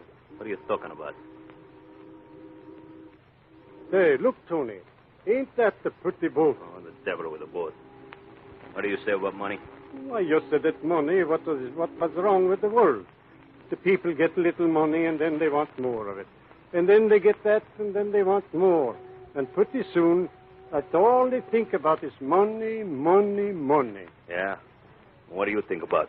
Money? So what are you talking about? Oh, you don't understand, Tony. You don't understand yourself. All the time you talk, go away, let me alone. No, Tony, don't get so. I was only talking. What you talk don't make no sense. Money is what's wrong with the world. You fool, you crazy in the head. No, I ain't crazy. All the time on the boat coming here to Frisco from New York, I'm thinking to myself, Axel, for 13 years you're a sailor, working all the time. And what you got? Nothing. So I say to myself, Axel, why can't it be that when a man works hard, he can have what he wants, no matter if he ain't got money enough? Oh, you crazy fool. What do you talk about? It's a dough what gets a guy what he wants. Sure. That's the way things are now. But I tell you, it ain't right. A man who works hard with his hands can't have what he wants to have. Yeah? What do you want to have, eh? A farm, Tony. A little farm. What do you say? Yeah, a little stock farm someplace. Some nice place like Wisconsin or maybe Minnesota. I say something funny, maybe. Farm.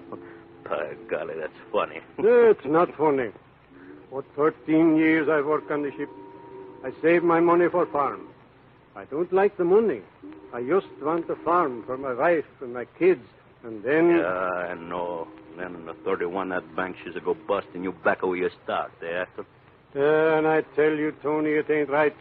I work so hard. No, I tell you, you dumb squarehead. All this talk about kicking money out and give a man what he worked for. I tell you, that's a bunk. Yeah, but Tony... Money, that's what a man needs. All the money he can get is a mitts on. And then he's got the world right by the neck. But I work so hard. So what? It ain't work what make a man rich. It's a break. Yeah, a break. Me, I'm best deep water diver in the whole Pacific. So what? I never get a break, so I'm still eating slop and walking the ducks. Yeah, Tony, that's what I say. All right, Someday move on. No bumming around the docks. Oh, yeah, officer. We go. But, Belly... What's that? What's that you said? No, officer. He don't say nothing. This is Mr. Tony, officer. He's the best deep water diver in the whole Pacific. Yeah? Well, if he said what I think he did, he's going to do all of his diving in the can for about 30 days. Now get out of town or I'll run you in. I cut his heart out. Oh, no, Tony, please, sir. Come this way. Come on, Tony, in here. We'll get the cup of coffee. That cop was shoving me around. Come on in. I pay. Nice and warm. It's a dump. What do you have, boy? 2 cups of coffee. Maybe you like soups. I got nice hot soup. No, we just want coffee, please. Yeah, and get a letter out. Okay. 2 coffees come out. So, all you want dough for is to get a farm, eh, Swenson? Yeah, my wife, Who cares about your wife? Farm. For 13 years I've worked. Okay, here you are, boys. Nice coffee. Here.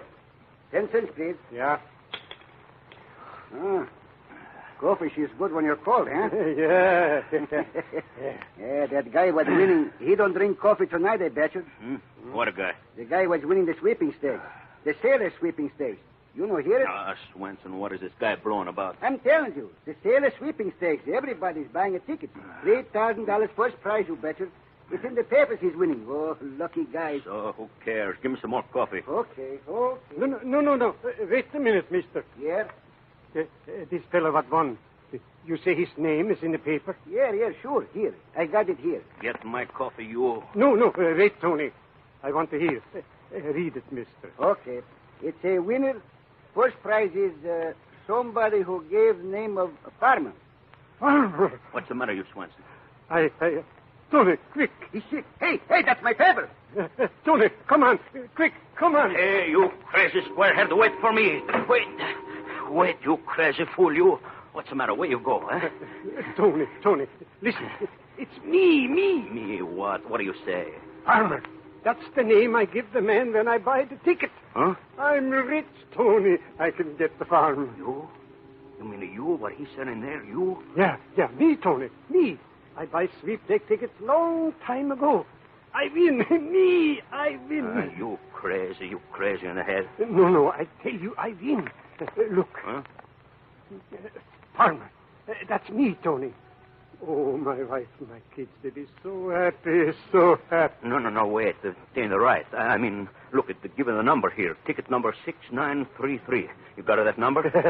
I got it here. I got it, Tony. Here, let me see, huh? No, please. 13 years. What's the matter? You ain't going to hurt her. I just want to see. Look. Huh? 6, 9, 3. Just like it's in the paper. You did win. Yeah, Tony, I win. Me, oh, my Anna, $3,000. Oh, we wait so long. $3,000. I quit the sea. I buy a farm. Oh, Tony, my Helga, my kids and me, the happiest people in the whole world. $3,000. I buy the best farm in all Minnesota. Come on, Tony. I go get my money. No, wait. Huh? Don't go now. It's a pretty late. Oh, but my money... Oh, but they're going to be closed, yeah. Now, you come on. We'll go down on the dock and see what is the first boat. Oh, sure. So right away tomorrow, quick, when you get to the door for that ticket, you catch a boat home to the wife and the kids, eh? That'd be good, eh? Yeah, Tony, yeah. That policeman. I wish you meet him now, eh, Tony? Huh? What's the matter? Why you want cop, huh? Oh, I show him we ain't no bums anymore. Oh. $3,000 this ticket is what. By Jiminy, a man is no bum. No, you're right there. No, you bet your life you ain't.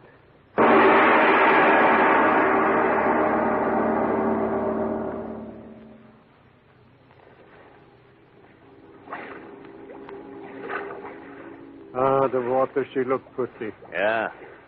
She's a deep right here. Me, I don't care how deep the water is, so long as 13 years a sailor, and I can't swim. Yeah, the water, she's so dark and pretty. Swenson. Yeah? Let me look at the ticket. Ticket? Sweepstakes. By Jiminy, you think maybe she ain't good, Tony? Yeah. I know she's good. Right away I hear that fella say the farmer win. I know that's me. Here, Tony, here it is. See, it says farmer on it. That's me, see? Well, lean over just a little. I cannot quite see. Yeah, sure. You see numbers. It says 6, 9... Tony, you... Tony, you what? My knife has shut you up good, eh, Swenson? So you can't swim, eh, squarehead? Well, Tony's going to give you a first lesson. There. Oh, Swenson, wait. You forgot the sweepstakes ticket. Okay, I collect for you, farmer. $3,000. Yeah. At last, Tony, she's got a break.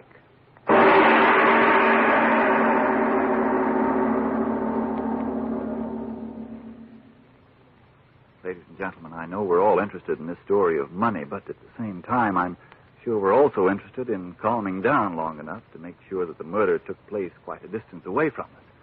And while we're making sure of that, supposing we take this time out to consider something very real. Help me? Oh, there just isn't any help for the way I feel. I'm so thin and tired and jittery, I'm disgusted with life. And nothing I've tried has helped me. But, miss, have you tried ironized yeast? You see, you may simply need more vitamin B and iron. And they're just what ironized yeast gives you. Well, of course, I've heard about vitamin B and iron, but could they make all that difference? You bet they could, if you need them. Why, when you don't get enough vitamin B from your food, you may lose your appetite, not eat all you need. Or you may not get all of the good out of what you do eat. And when you don't get enough iron from your food, you may be weak and pale. You may feel only half alive. And you say ironized yeast supplies vitamin B and iron both? Yes, ma'am. What's more, it's ironized yeast, and it's two-way help that's been of such amazing benefit to thousands who only needed more of these substances. Quickly help them gain glorious new pep and strength and pounds they needed. So, if you need more vitamin B and iron, get ironized yeast tablets right away. Start taking them tonight. And now back to our lights-out story of money, money, money.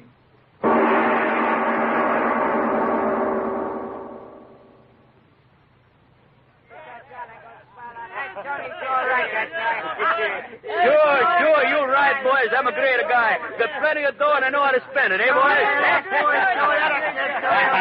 Don't you worry about the bride. Tony, he's all right, eh? Sure. Now, listen, you go home and let me go upstairs, eh? And maybe tomorrow night we'll go have some more fun, huh? Yeah. Tony's a great guy now, eh? Sure, I'm a great guy. Everybody knows Tony's a great guy. Stairs. Tony, is that you? What's the matter? You waiting for somebody else?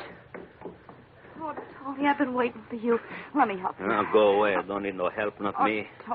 Tony, night after night. Go away. Take your hand off of me. Great guy, that's me. Spending all your money on 3 drunken fools. Shut up, your mouth. Careful. You. Yeah. I told you I don't need no help from nobody. Don't need to take what he wants. Shut the door. Yes. Now, come here and give a great guy a kiss. No. Come here, you. No, wait. Tony, listen. Don't want to listen to nothing. But, Tony, the man... Man? What man? The man that was here. He's been here a dozen times since midnight looking for you. Midnight? Who was he? What do you want? Well, he acted so funny. What do you mean, funny? He spoke so funny, as if... As if what? As if his mouth was full of water. You try to make a joke of Tony, eh? No, I'm not fooling. Really, I'm not. He said... He say something? Yes, that's what I'm trying to tell you. He said, tell him...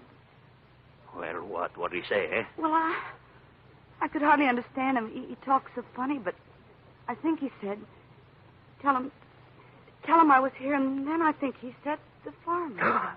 No. The farmer? Yes, that was he. Oh, Tony, what's the matter? What he look like? What's the matter, Tony? What he look like? Well, he was tall, and he looked like a sailor, and And I think his clothes were wet. Well, Tony, that's him again. That's the way he knocked before. No. Oh, Tony, don't stand there staring at the door like that. You're scaring me. Don't do it. You out there, go away. You dead. What? Dead. You hear me? Dead. They killed you 6 months ago today. Tony. I'd throw you in the water 1,000 miles from here. You dead. Tony, Dead. Tony, no. You scare my wife, but you don't scare me, you farmer. You, I kill No, you Tony, again. No, don't you scare me. Swenson, you go open that door Tony, right don't.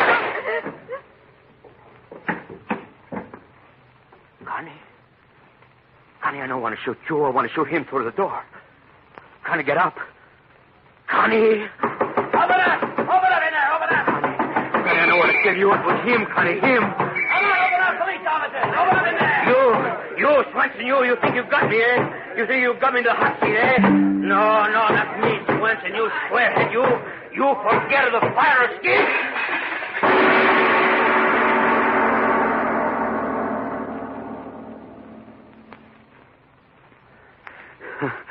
Listen to me, Cap. You gotta help me. You gotta. Now, take it easy, Tony. Take it easy. You will get me out, eh? So far out, there ain't a copper in the world can get you. Listen, at midnight tonight, my ship is pulling out to go down through the canal and over the coast of Ireland to go hunting for gold. Gold? You crazy. Watch your tongue. I said gold, and gold it is. Only we're going under the sea for it. What? You heard me. Under the sea. $1 million in gold in the hold of the Tanya, sunk by a sub. The boys are going down there to dive for it. Dive? Yeah. And if you decorate the mahogany in front of me with every cent you got in your pocket, you'll be on board my ship. Ah. You hear that, Swenson? You diving for gold. $1 million. And me, I'm going to be on board. Shut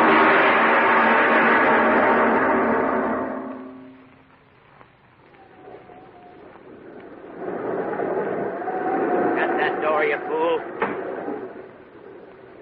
You want to talk to me, Cap? Yeah, Tony, sit down.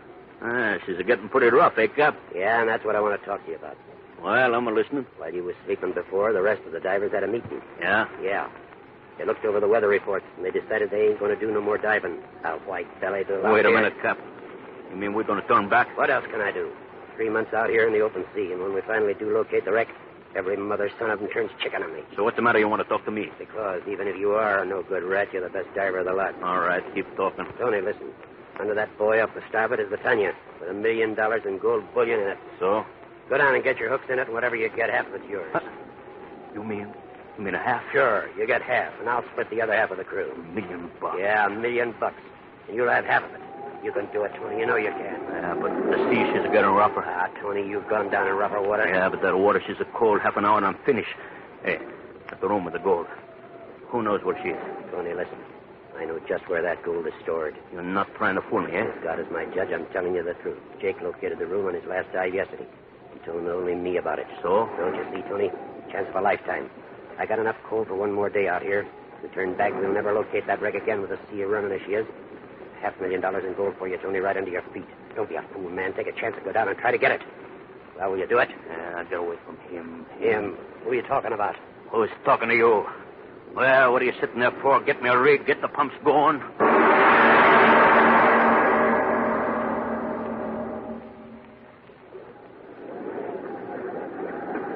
Ready, Tony? Yeah, give me the headset. Hey, up. Well, what are you standing there for? The helmet, give me the helmet. Okay. Cap? Yeah? What's the matter, you? Told you to keep the deck clear. Only the men I want. The rest get below or I don't die. Right, Tony. You men get below. Every white-bellied one of you. Come on. All right. Hold up the helmet, fella. I want to try out the phone. Hello? Well, answer me. Okay, Tony, I hear you, okay. All right. The valve. Okay, I'm ready. Put the helmet on me. Okay.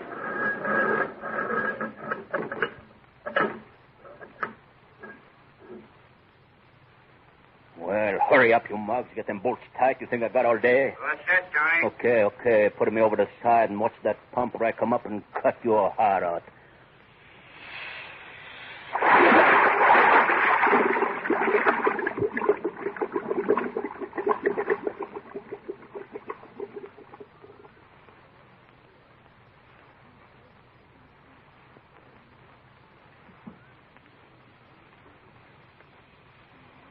$500,000. $500,000. Me, water cold. Down. $500,000. All right, Tony? Sure, I'm all right. Let me alone. Okay. Down, water hard. It came to me, Tony, best diver, 50-50, $500,000. Listen up there. I'm on the bottom, you hear me? Tony, listen. Captain says hurry up. Squall coming up. Tell the captain if he's taking me up before I give signal, I'll cut his heart out. But, Tony... Shut up and let me alone. Me, Tony, $500,000. The captain says gold was inside door A deck. $500,000. Oh, the door, the captain said. Me and the cap, 50-50.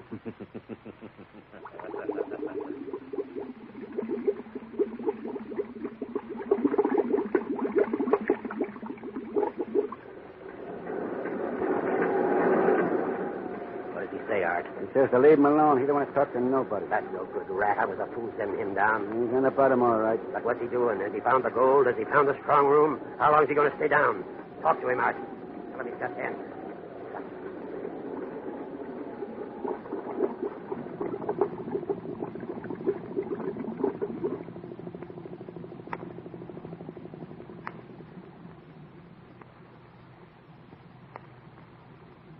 Captain said it'll be right over.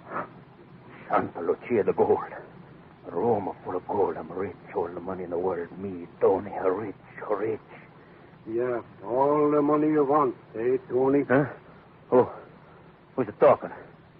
Answer me, who's it talking? What's wrong, Tony? Anything wrong? You up there, I told you I don't want to talk. What's the matter? You don't listen to me. What do you mean all the money I want? What do you say that for, huh? I didn't say that, Tony. I've been standing by. Standing by. Wait till I get up there. I show you standing by.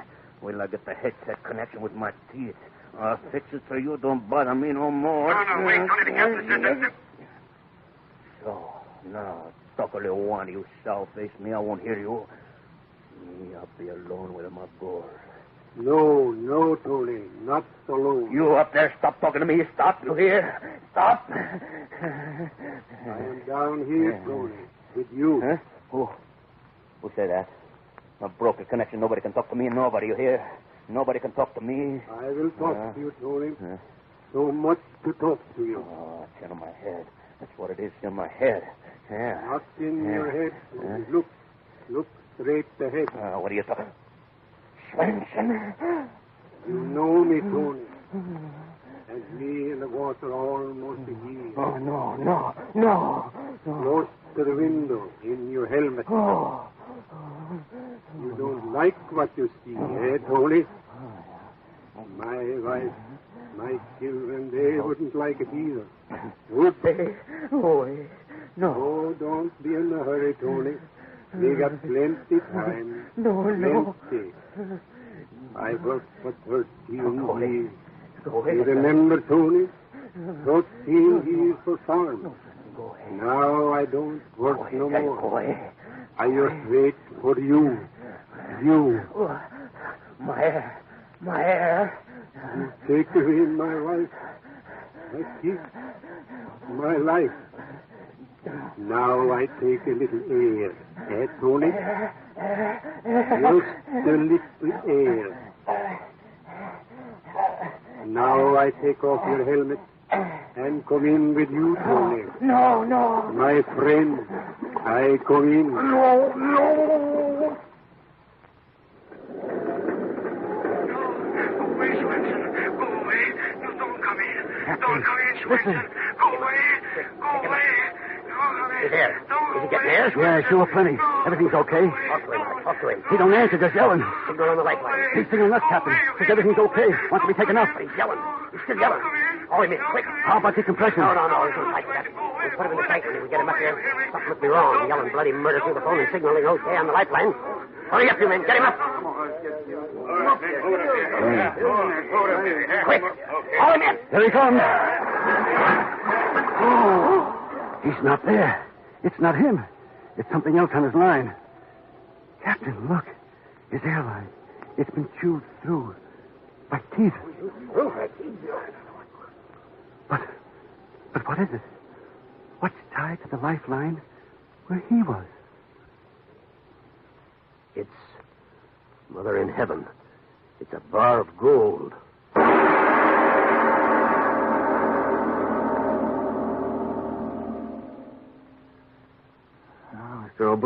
I can say is...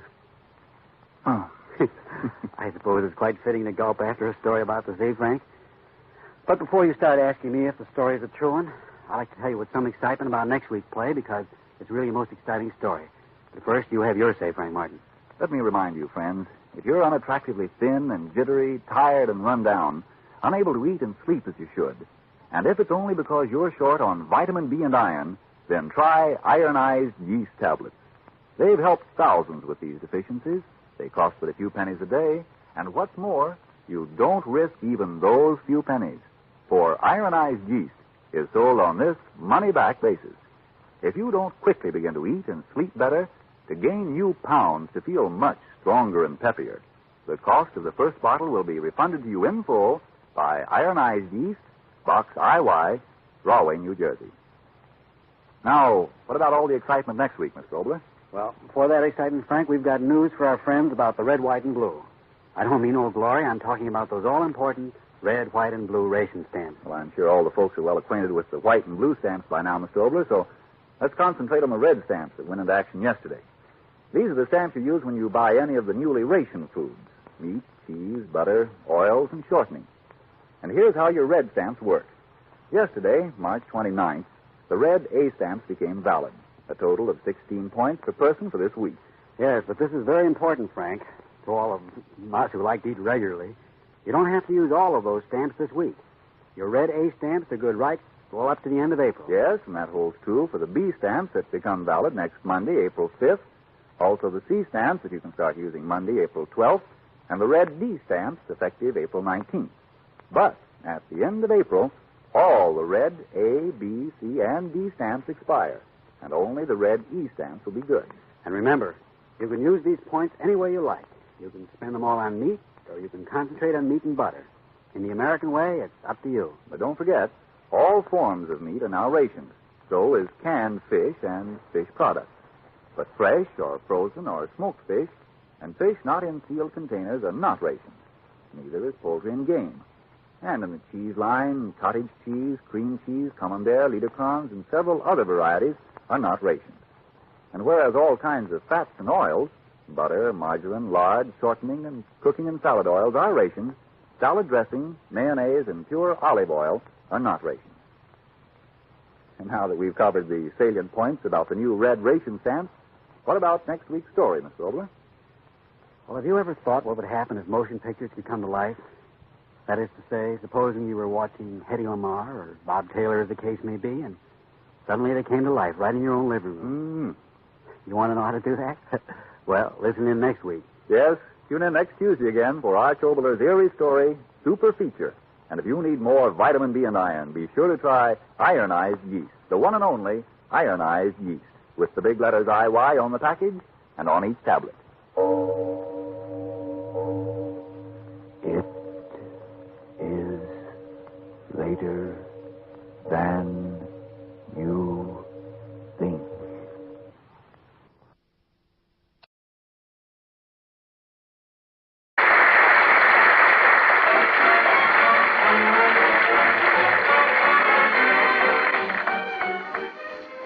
And with that nice bit of foreshadowing by Dorothy Lamour, we come to the event itself, which is the presence of Mae West in our company tonight. Miss West has carved such a sizable niche for herself in the Hall of Fame with her unique characterizations that not only is her name known in every home up and down the country, but the phrases and expressions which she has originated have almost become a part of the American language. For us, she forsakes the picture hats and sweeping dresses of the gay 90s, which you find so becoming in her new picture, and turns back time to step into the Garden of Eden and into the character of the most fascinating woman of them all, Eve. Wendell, will you set the scene for us? Well, of course, we find Adam and Eve in the famous Garden of Eden. And this light-hearted travesty about what might have taken place in those days when the world was young was written for us by Arch Oboler, one of radio's better-known writers. Under a spreading fig tree rests one Mr. Adam, sprawled out lazily in the hot sun. Eve, obviously, is bored beyond endurance as they play a game of cards with a deck of fig leaves. Listen, tall, tan, and tired. It's time I told you a thing or two. Ever since creation, I've done nothing but playing double solitaire. It's disgusting. It's got me down. Well, we've got a nice place here. That's the trouble. It's too nice. Well, I'm not complaining. But I want something to happen, a little excitement, a little adventure. A girl's got to have a little fun once in a while. There's no future under a fig tree. Oh. Now, come on, woman. Be like me. Why don't you relax and just take it easy? Because I'm a lady of big ideas. Yeah, what kind of ideas? Oh. You've no idea. Listen, Adam, I've got to get a chance to expand my personality. Well, go on, expand. I will, out there. Out there? You mean outside the gates of the Garden of Eden? Now you're talking. Oh, but who knows what's out there? I'd find out. Oh, no, we can't go. We've still got a lease on this place. You mean...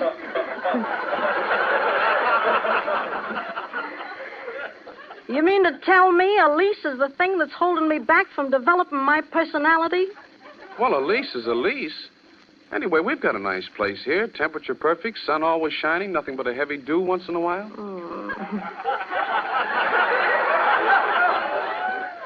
What are you, the Chamber of Commerce? Oh, go away and let me sleep, will you? Listen, Adam. I tell you got to get me out of this place. You got to break the lease. Yeah, but what for? This is Eden. Everything is peaceful and quiet and safe. That's the trouble. It's too safe. I tell you, it's disgusting.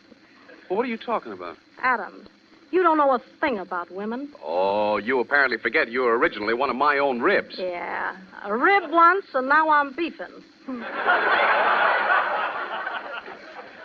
Me, I know everything about women. That's covering a lot of territory. Listen, long, lazy, and lukewarm. You think I want to stay in this place all my life?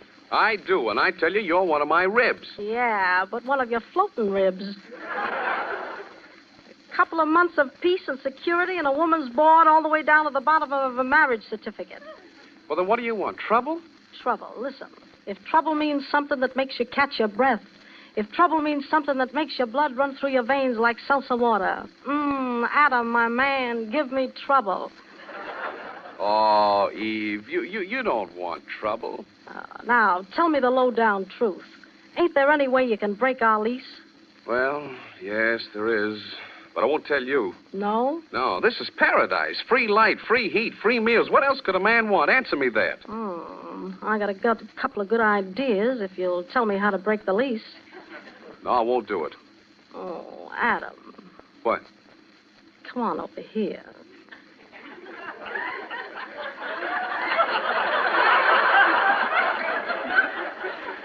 What for, to hold hands? Oh, that old game? Can't you think of something new? You know nothing about nothing. Oh, yes, I do. I know more than you do, woman. Oh, what, for instance? I know all about the tree. What tree, man? What tree? That apple tree in the middle of the garden. The lease says that if we eat any of its fruit, we get thrown out of here. Oh, now, is that a fact? Sure, that's why there's a fence around it. I tell you, one bite of those apples and we get a dispossess. How fascinating. Adam, you can hold my hand now. No, I got a better idea. Oh, yeah? I'm listening. I'm waiting. What are you going to do now? I think I'll go fishing. Oh. How disgusting. Now, wait a minute. You can't talk to me that way. Do you realize I'm man number one? Yeah, but I am number one man. Well, I'll see you around supper time. I'll be back. So that's the trouble. So it's a tree over there. Hello, tree. How would you like to do a little lease breaking for a woman with ideas, Not room enough to squeeze through those slats for a woman of my personality. Now, if I only knew someone skinny enough. Salutations, Oh, Mrs. Eve. if it isn't Mr. Snake. Hello, long, dark, and slinky. Mrs. Eve, why are you standing by that tree? Stop wiggling and I'll tell you. Listen, I know you don't approve, but I've got a little proposition to make. I certainly refuse to listen. What is it? Do you think with the proper provocation you could squeeze through that fence around the tree? That's the forbidden tree. Oh, don't be technical. Answer me this, my palpitating python. Would you like to have this whole paradise to yourself? Certainly. Okay, then pick me a handful of fruit. Adam and I'll eat it. And the Garden of Eden is all yours. What do you say? Sounds all right. But it's forbidden fruit. Listen, what are you, my friend in the grass or a snake in the grass? But forbidden fruit. Are you a snake or are you a mouse? I'll do it. Now you're talking. Here, right in between those pickets. I'm stuck. Oh, shake your hips. There, now you're through. I shouldn't be doing this. Yeah, but you're doing all right. Now get me a big one. I feel like doing a big apple.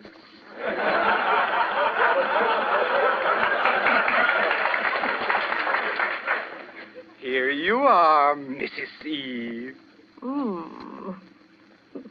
I see. Nice going, swivel hips. Wait a minute. It won't work. Adam will never eat that forbidden apple. Oh, yes, he will, when I'm through with it. Nonsense, he won't. He will if I feed it to him like women are going to feed men for the rest of time. What's that? Applesauce. Eve? Where are you, Eve? Waiting, my love. Just waiting. Oh. Hello, Eve. What have you been doing? Me? Oh, I've just been making a little history. Huh? The first woman to make a monkey out of a snake. Say, how about supper? And don't tell me we got fig stew again. Oh, no. Something new, so help me. Something new. Here, have a bite of this. Whoa, what is it? A new kind of sauce. It's good for you. Are you sure? Just to prove it's pure, 100% proof, I'll have a demi-tasse of it myself. All right, I'll... Oh, well... No, wait. Before you eat, answer me this. Are you going to take me out of this dismal dump and give me a chance to develop my personality? Oh, Eve, are you going to start that over again? No, I'm going to end it. Eat your sauce, big boy, and hold your hat if you got one. Oh, say, this is darn good sauce. Where did you find it? Oh, my head. What happened to me? We've been dispossessed. Yeah, but why? Forbidden apple sauce. Oh, Eve, what have you done? I've just made a little more history, that's all. I'm the first woman to have her own way, and a snake will take the rap for it. But, Eve, we've lost the Garden of Eden. We're just... Eve, it's as if I see you for the first time. You're beautiful. And you fascinate me. Your eyes. Oh, tell me more. Your lips. Come closer. I want to hold you closer. I want to... You want to what?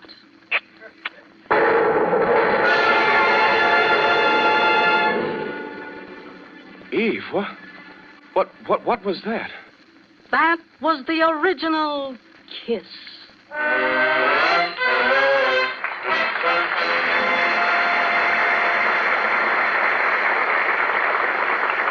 Thank you. Light brings you Everything for the Boys, the Command Theater of the Air, starring Mr. Ronald Coleman. His guest, Miss Betty Davis.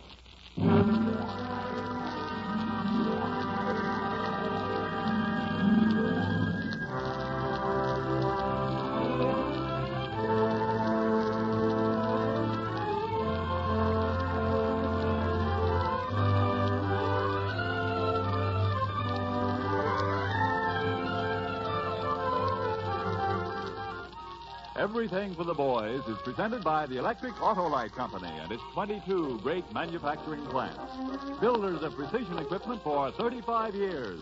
World famous for Autolite spark plugs, batteries, wire, cable, and electrical systems for automotive, aviation, and marine use. Your host, Mr. Ronald Coleman.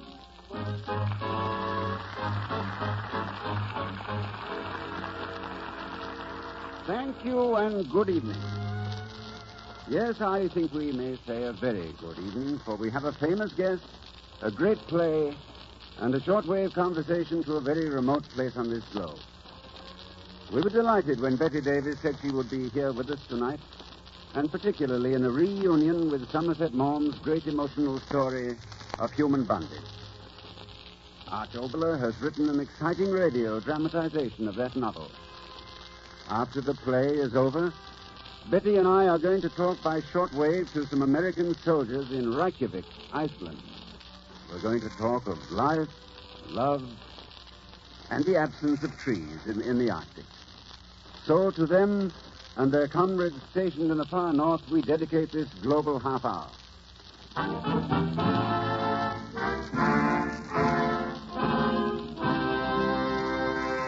Before our play begins, a simple question. How many hands is a pilot? 2, you say? In our 4-engine bombers, they are multiplied many times electrically. These electrical helpers are called aircraft relays. I'd like to tell you about them, how they help the pilot, the bombardier, the flight engineer, but I'm sorry this information must be withheld. I can tell you that they are a type of remote-controlled switch precision device that must obey commands with split-second speed. Aircraft electrical relays have greatly contributed to modern airplane design and production. Autolite men and women, backed by their 35 years of experience in precision manufacturing, have designed, engineered, and are now building such aircraft relays in volume. New types of materials, plus Autolite's manufacturing know-how, have resulted in an aircraft relay weighing less than half its original weight. At the same time, Autolite engineers increased its load capacity, with contact life outperforming test requirements as much as 300%. Knowing how to build such dependable equipment is proof again that the name Autolite means precision manufacturing.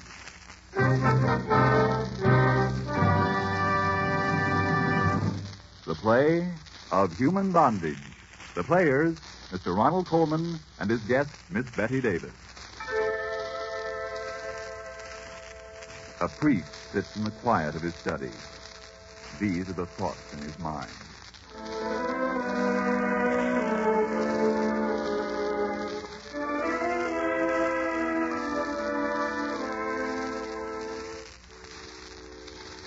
I am a minister of God. Tonight I sat at the bedside of one who was very ill. Her thin face was a heavy mask of powder, a death's head with a twisting mouth.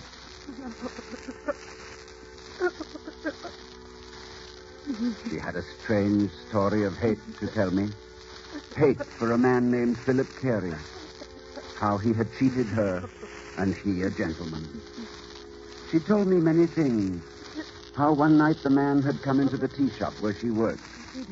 He had told her he was from the medical school nearby, and so she had been pleasant to him.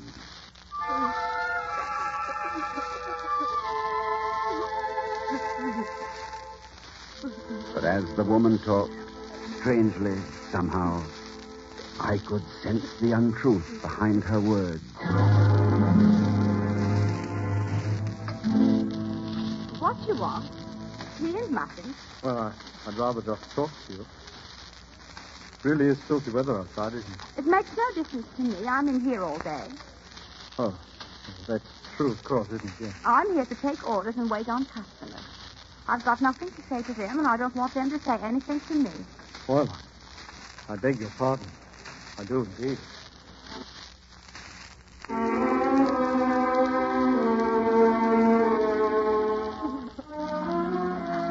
Her name, she told me, was Mildred Rogers. And she said that since this man, Philip Carey, was a cripple, a clubfoot, she began to be particularly nice to him out of simple decency. And again, somehow, through her words, I sensed the lie and the truth.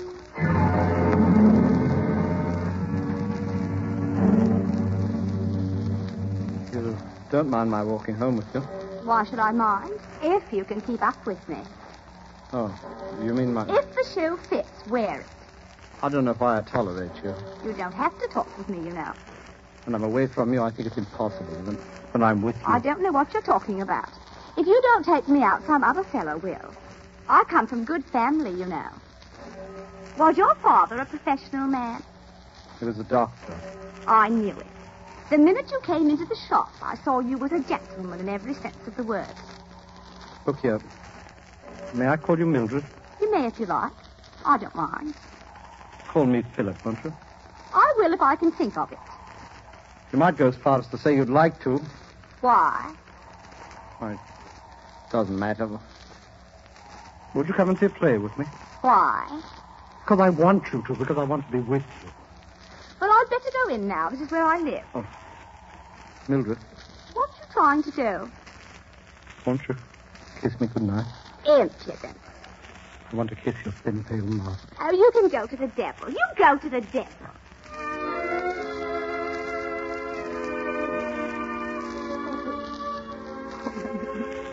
She went on telling me how nice she had been to the man. How very nice. Why are you waiting for me? Well, Mildred, have you forgotten? You said you'd go out with me. No. Me aunt's ill. Got to go and stay with her. You're going out with somebody else. You are, aren't you? That man Miller that always comes into the shop, isn't it? You've been spying on me, and I thought you was a gentleman. It is Miller. Well, I'd rather wait for him than have to wait for you. Put that in your pipe and smoke it. Mildred, you... Mildred, don't be beastly with me. I'm awfully fond of you. I can't help it. Please dine with me. We'll go anywhere you want. No. You keep looking around for him. I'm standing here and you're looking for him.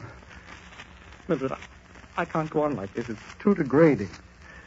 If I go for good. Unless you come with me tonight, you'll never see me again. Good riddance to bad rubbish. You... All right. Goodbye.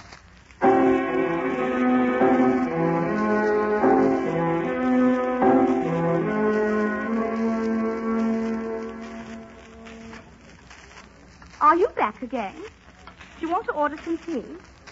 Don't remember that I said I'd never see you again? Oh, did you? Then what you doing here now?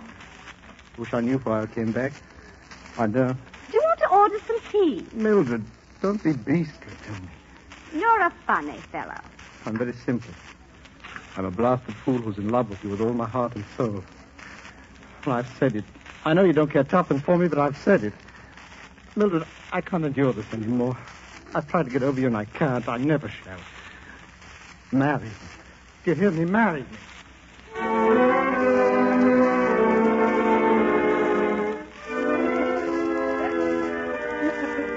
She told me that Philip's talk of marriage made her begin to think of marriage for the first time.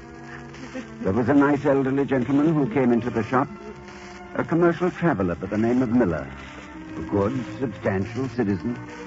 And so, she had gone away with this Mr. Miller. Philip was to blame, she said. And so when Mr. Miller left her, she had come back to await the birth of Miller's baby.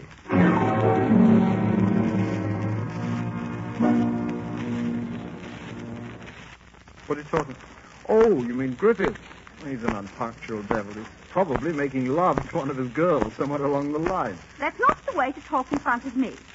Oh, come now. The facts of life are the facts, after all. Oh, Griffith! Griffith, over here! I say, he's a handsome gentleman. Right. Oh, Philip, do forgive me. I'm terribly sorry to be so late. But as long as you're here, Mrs. Miller, may I present my best friend, Harry Griffith. How'd you do? Well, this is indeed a pleasure, Mrs. Miller.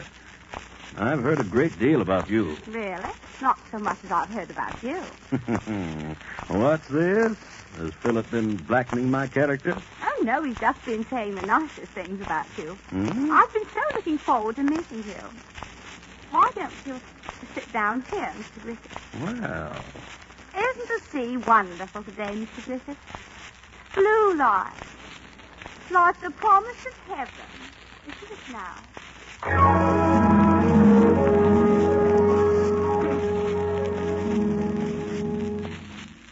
What did you want to tell me, Mildred? Philip, I might as well tell you and have done with it. I can't marry you at all. Griffith. Yes, I don't know what's come over me. Well, say something. I will.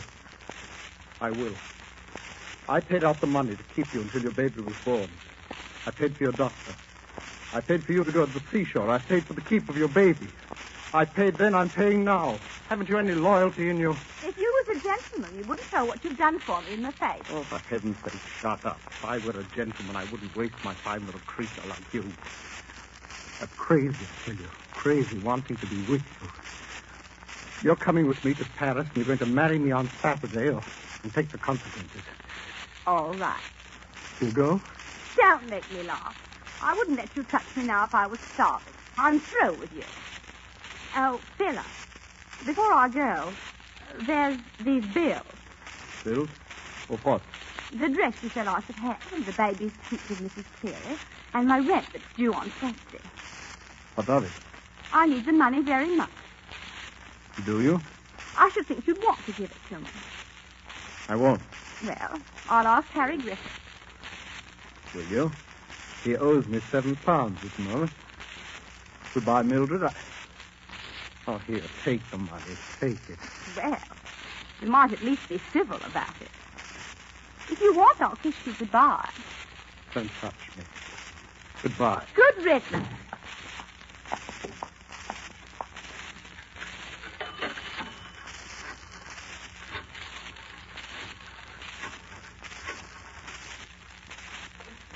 Hello?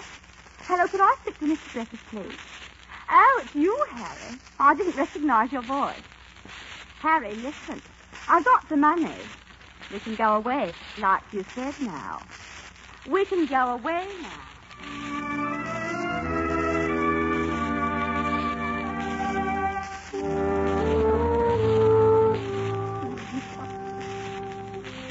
She said Philip Carey left her then, walked out on her. And then she said that after a few weeks his conscience began to hurt him because he looked her up at the apartment of the relative where she was staying.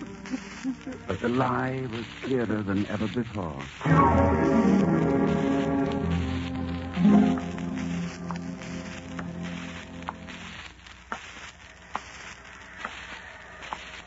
Mildred. Well, fancy seeing you.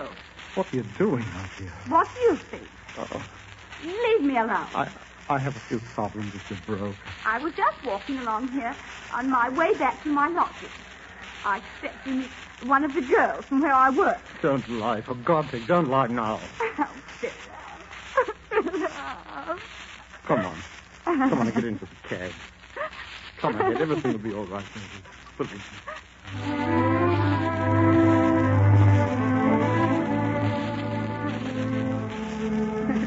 She told me he began to plead with her to come back to him. And finally she agreed. Only for the baby's sake, she said.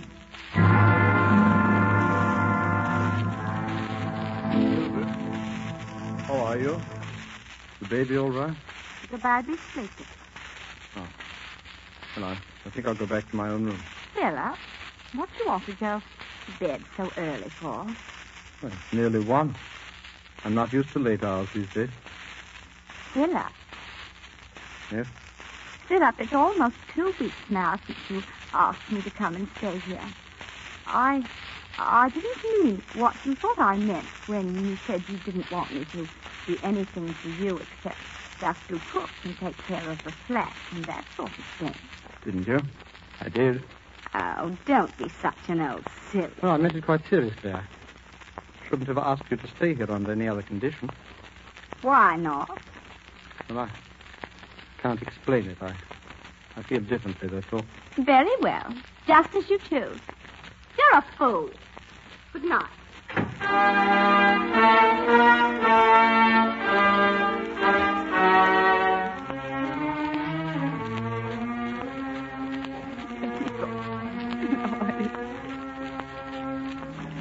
She told me she did everything to make life easier for the man. Wash for him, cook for him, sew for him.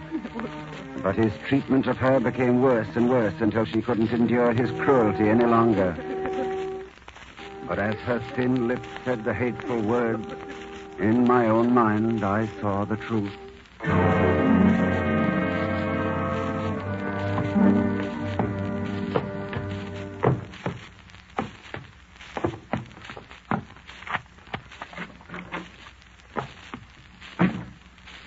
You're home late, Philip. Oh. Why aren't you in bed? I waited up for you. Sit here by me. All right. Philip. Yes? I do love you. Please don't talk rot. Why don't you go to bed? Philip, I can't live without you. I want to make up for all the harm I did you. Philip. Mildred, please, your arms are... Philip. Oh, Philip. No. I need you, Philip. Philip, now. Mildred, stop it. It's too late. I loved you too much. There's nothing left now. I can't look at you now without thinking of Edmund Miller and Griffith. Mildred, I can't help it. That's the way it is. You old silly. I believe you're nervous. You disgust me. What? You've heard me. You disgust me. Me? I disgust you. Well, you disgust you kissed me and we laughed at you, Griffith and me. And at you because you were such a mug. And you want to know why? A cripple.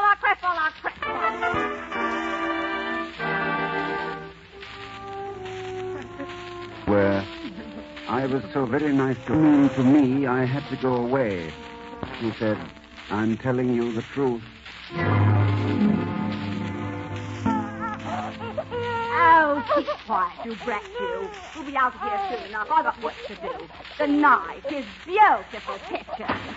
There's the first one. Oh, stop it. I'll smash it over you. Now the second one. That will show him. The knife now, his favorite color. Red. Now his book. Oh, no. First the mirror. Now his book. Thinking book. There. That'll show him. That'll show him.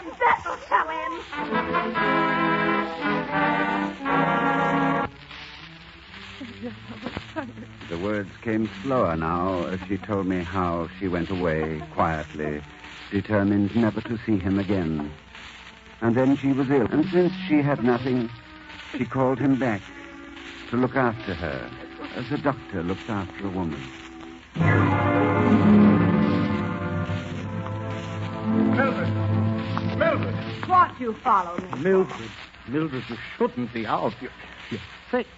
I warned you weeks ago. Oh, hold the door. Oh, for heaven's sake, come along. Let go of me. Let me take you home. Please listen to me, Mildred. No, let go of Mildred. me. I'll do as I please. Please, let go of me. I'll do as I please.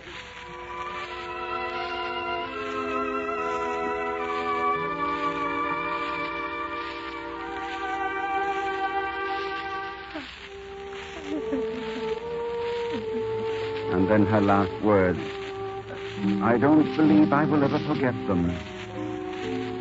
I haven't seen him now for a long time. I hear he's a regular doctor now. And there's a girl. Good girl. And he's going to marry her. Marry her. You hear that, Father? Marry her. I hate it. And tell him that I hate it. Got to know that.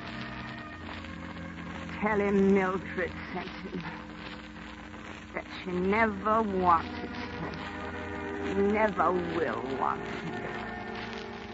Tell him that, Father. Tell him Mildred says it.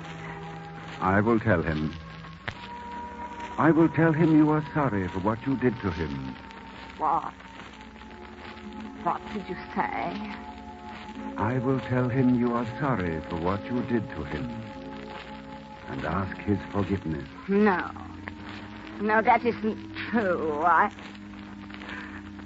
Oh, yes. Yes, it is.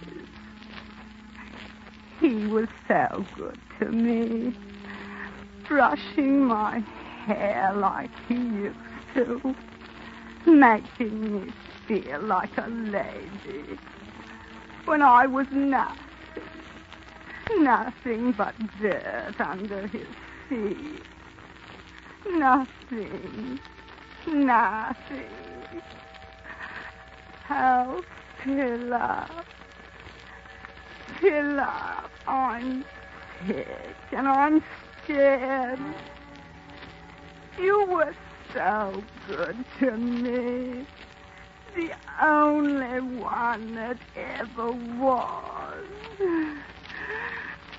Why did I let you go?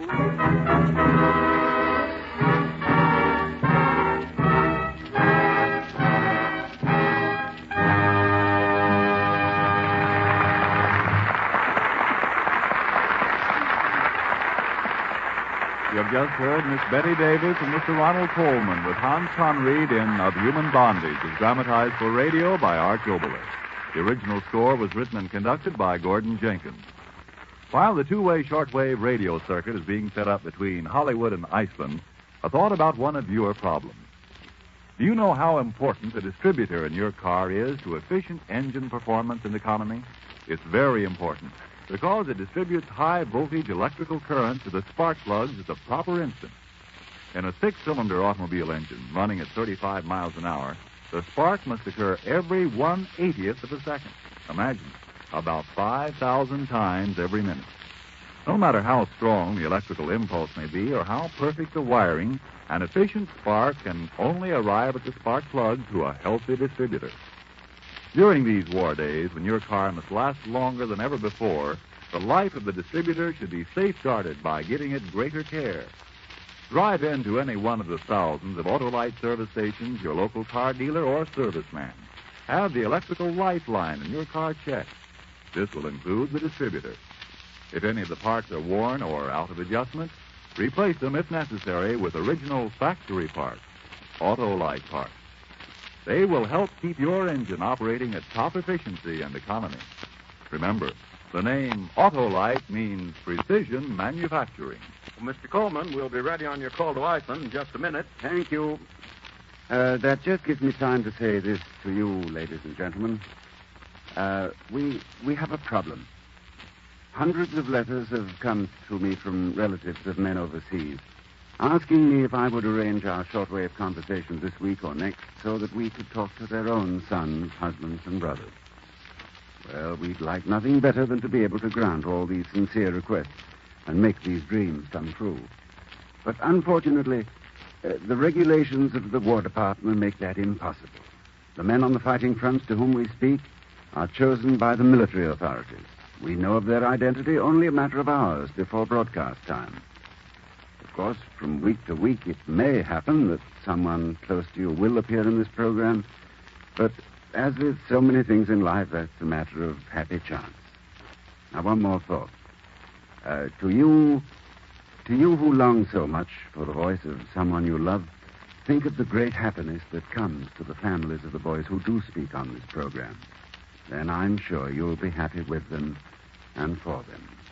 You might think of the boys, too, as if they were your own. They are, in a way, aren't they? Yours and mine. And now, engineer, how's the call coming? Reykjavik, Iceland is standing by, Mr. Coleman. All right. Hollywood to Reykjavik. I've never done that before. You're always wonderful in the new role, Betty. You put on these earphones, grab a fur coat, and let's join the boys up at Reykjavik on the Flaxafloy. What's the Flaxafloy, Ronnie? What?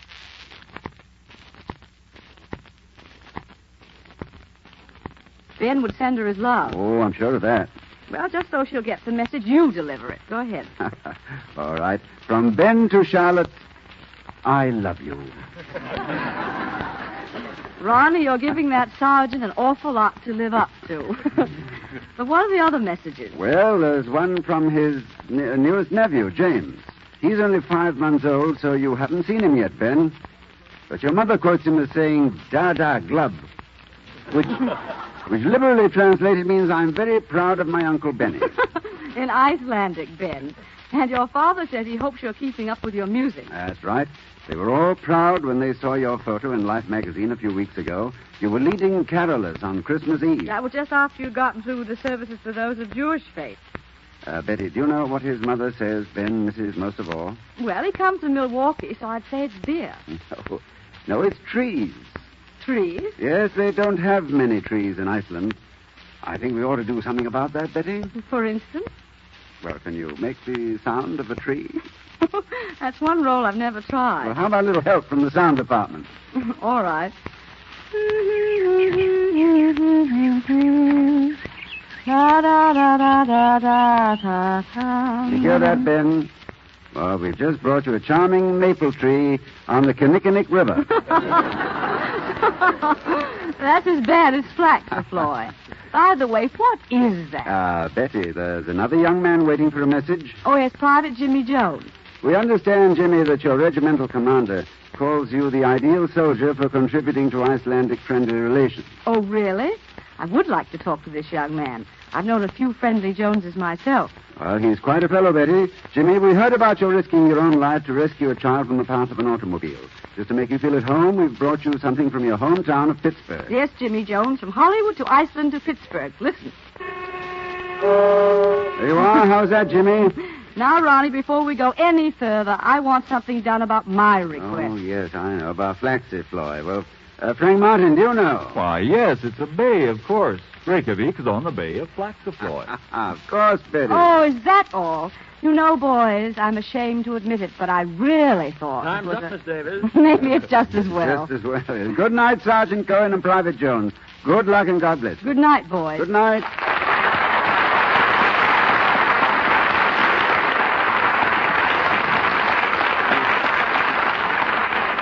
Ladies and gentlemen, those boys so far from home bring to mind a young lad who might have been from your town before he enlisted. He married his high school sweetheart. A year later, he went overseas. It was rather like the end of the world for both of them, especially because he wouldn't be around for their baby's arrival. He saw plenty of action, but one thing that worried him was that the mail was not getting through regularly, and the lad began to worry. The baby, perhaps his wife, was sick. So he went to the Red Cross field director. A cable was dispatched to a Red Cross chapter back home. Not long after, these reassuring words arrived. Son born last week, wife writing regularly, both are well. Now, the Red Cross needs your help now to carry on this and many other services here and overseas. The Red Cross is your hand and your heart. Next week, Autolite cordially invites you to another program of Everything for the Boys, your new global half hour uniting the home front and the fighting front. Your host, Ronald Coleman, in a dual role, will have as his guest Miss Ann Baxter in Arch Oboler's dramatization of the very amusing comedy, The Ghost Goes West, dedicated to a pair of our fighting men who will speak directly from their distant base in Chongqing, China. Our thanks to Betty Davis for being with us tonight. Until next week, when Ann Baxter is our guest, this is Ronald Coleman saying good night to you and the boys, and God be with you. Betty Davis, whose latest film is Old Acquaintance, appeared through courtesy of Warner Brothers Pictures. This program has come to you from Hollywood. This is the National Broadcasting Company.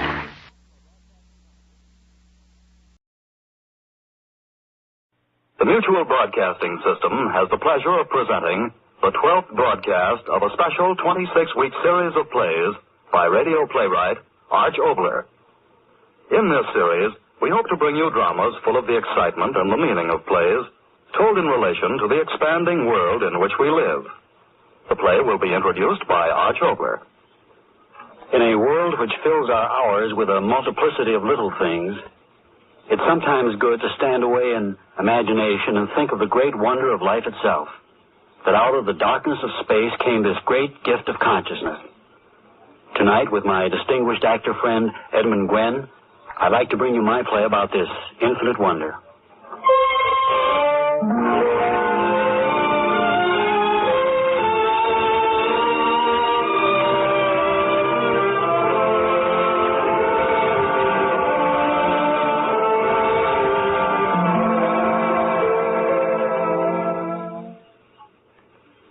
And so, my good friends, I can only add that I thank you with all my heart for the honor you have given me this evening. The newspaper men who are here would, of course, like me to make a sensational statement regarding the nature and the effect of cosmic rays. That is understandable. We know that these rays originate in the cold distances so far beyond our universe that the human mind cannot begin to grasp the reality of the endless darkness. We know that these cosmic radiations are continually bombarding us, changing the very structure of things with every passing second.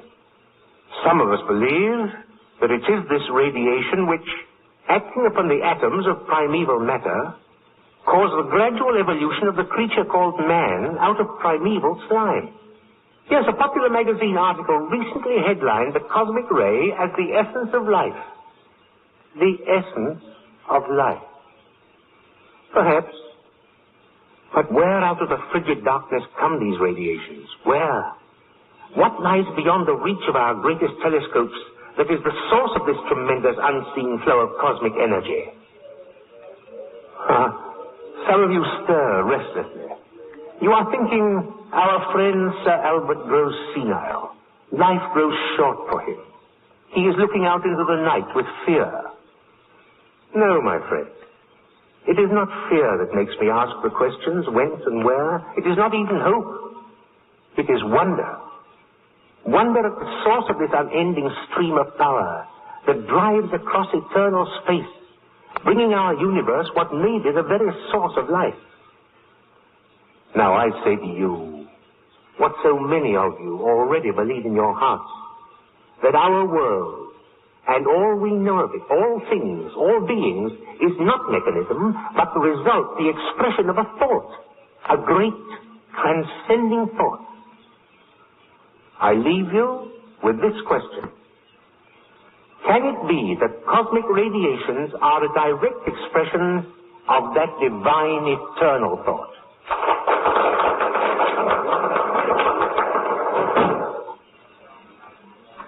If you'll sit here, Sir Albert. Thank you, Harris. Thank you. May I get you something? No. Oh, just see if they let me rest here a few moments. I'm very tired. I'd like to say it was a thrilling occasion, Sir Albert. So many of your friends who... those reporters. Tell them I'll see them as soon as I possibly can. Yes, sir. No, I'm sorry. Sir Albert cannot see anyone just now. He's indisposed. Yes, I must see my father. Oh, I beg your pardon, Mrs. Lennox. If you'll step in. Good evening, Mrs. Lennox. Good evening, Harris. No, not now. Sir Albert will be out in a moment. Father, dear. Grace? Well, my child. Good evening, Sir Albert. You too, Kurt. It was good of you to come. It's an honor that few son-in-laws enjoy. Oh, Father, we were so thrilled. It's been a wonderful evening. The hall out there, filled with such distinguished people. All of them there to do honor to you. Oh, I was so happy I started to cry, and Kurt got so embarrassed. Father, are you ill? You? No. Just weary. Oh, we'll take you home, sir. No need for that. Harris here will take care of me. Father, you are ill. Why didn't you let me know? We would have come back to London sooner. How can I convince you? I'm quite all right. But your face, I've never seen it so tired. As if you hadn't slept for days. That's true enough. You haven't been resting? No. But you've never been troubled with insomnia? I haven't slept more than 1 hour a night in the past week. Father, There's no need to be alarmed. Father, what is wrong, please? Please tell us, sir. Yes, telling you, the two of you closest to me, that would clear my mind, wouldn't it? It started exactly 7 days ago. I can't sleep because of a dream. Dream? Yes, dream. Dream. The same infernal dream, night after night for 7 days. A dream without meaning. A dream from which I awaken and then can't sleep again. Is it something horrible, sir? No, there's no horror in it. And yet, I don't know. All I know is that the recurrence of the dream is beyond endurance. I'll tell you something. A few moments ago, when I was out there on the platform looking down at all those faces, I suddenly had the impulse to ask them about my dream. Say to them, you, my colleagues, clever men of science, aren't you? Then answer me this, what of my dream? Father, please come to our place for a fortnight. Oh, yes, do, sir. The fresh air, change of scenery. Yes. The fresh air?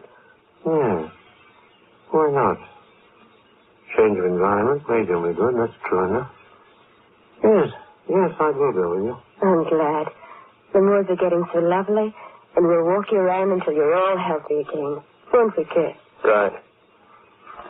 Don't you want to hear what I dreamt? If you want to tell us. Yes, I do. I want to very much.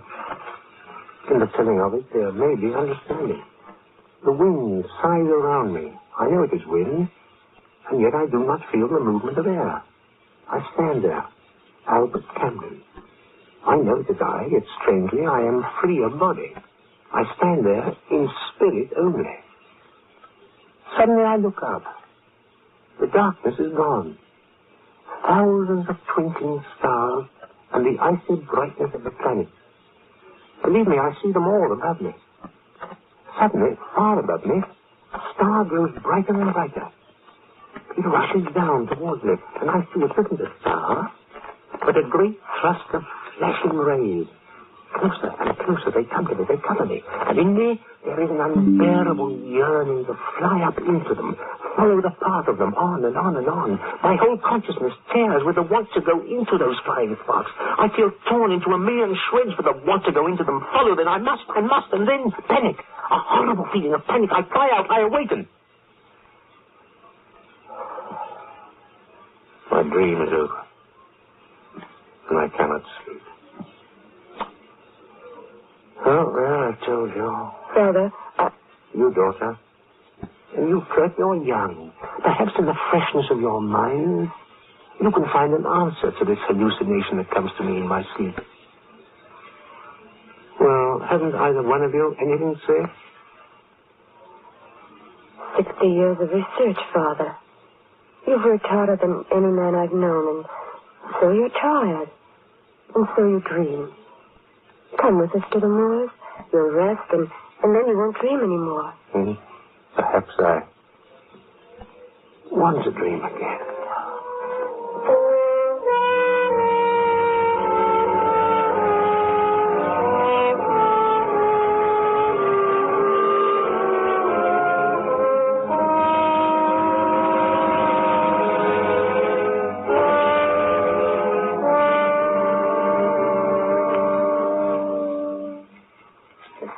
Hungry. Another log kiss? No, I think we'd better be turning in soon. Right, Sir Albert? Yes, in a few moments. Tired, aren't you? And no wonder. What was it, 15 miles? Now, don't exaggerate, darling. 10 miles, and that's stretching it a bit. Father?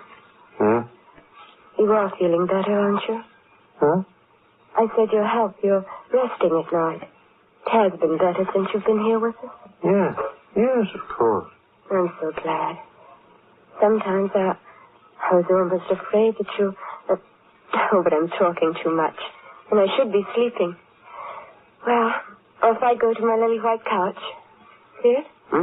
No, I think I'll have another pipeful before I turn in. Well, if I'm spurned, I'm spurned. You, Father, going up? No, I'll sit here a bit if you don't mind. All right. But don't sit up late, you two. We won't. Night, Father. Night, dear. Good night. Wind's rising. Look at those sparks go up the chimney. Kurt. Yes, sir? What I said before, it isn't true. Sir? I told Grace I've been sleeping well. I haven't, you know. Guessed as much. It's been worse every night. The dream? Yes. If I only could understand the meaning of it. I tell you, boy, it's like a familiar name you can't remember. The want of remembering grinds in your head until it's beyond endurance. Is it the same as you told me? Yes, exactly the same. The hilltop, the feeling of freedom from body, that rush of sparks like music to my ears, the want to rise up beyond them, then the sudden feeling of panic and the horrible awakening. What does it mean? What? Every night, over and over. Why? If I could do something, sir. Do? What is there to do? I'm not a young man. The work's been such a strain. If you'd let yourself be examined, I mean a competent medical man who'd find that, a subconscious cause of your dream. You're not angry, are you, sir? There's no reason to be angry. I think I'll go up. Good night. Still not? No, I'll sit here until the fire's burnt out. Good night, son. I'd like to say that Well, the reason I suggested a psychiatrist was not that I... Well, I understand, guys. Night. Good night, sir. I hope you rest well. Good night.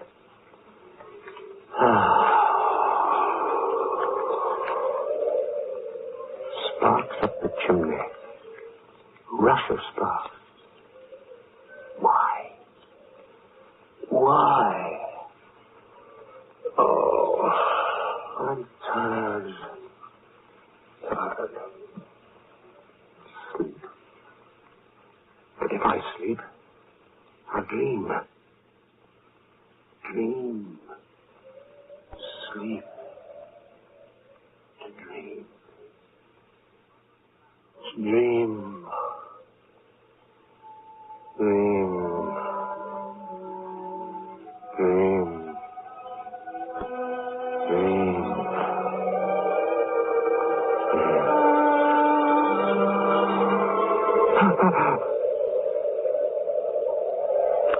On a hill. Standing on a hill. So dark. Cold. Must be cold. I feel nothing. Why am I here? Dark. Lonely. Lonely. Sky. Stars. Millions of stars. Polaris. Arcturus. Vega. Nebula in Orion. Nebula in Andromeda. So many stars. Clusters. Endless. Worlds beyond worlds. So bright. So clear. Why am I here? Waiting. Yes, waiting for something. I don't remember. I've got to wait. I was tired. I'm not tired anymore. Why am I here? Why do I wait? What? A new star. So bright. Coming closer. How can that be? How can a star? No, a meteor. Falling. Closer. So bright, my eyes are... Oh, now I've got to see. Brighter and brighter. The rays. Flashing rays. Closer and closer, closer and closer. I know you. I've seen you. Right around me, covering me. Sparks covering me. Yes, I hear you. I want to. Yes, I want to follow you. Follow your path. I want to. I will. I'll go with you on. Oh, I'm afraid to follow your path. If I do, Father, what is it? Father, please, wake up. Grace, what? Someone screamed. Father, it was Father. Father, please. Father, wait. Grace. You cried out. What? Oh, yes, sir, you cried out. You did. What happened? Cried out? A dream. I dreamt the dream.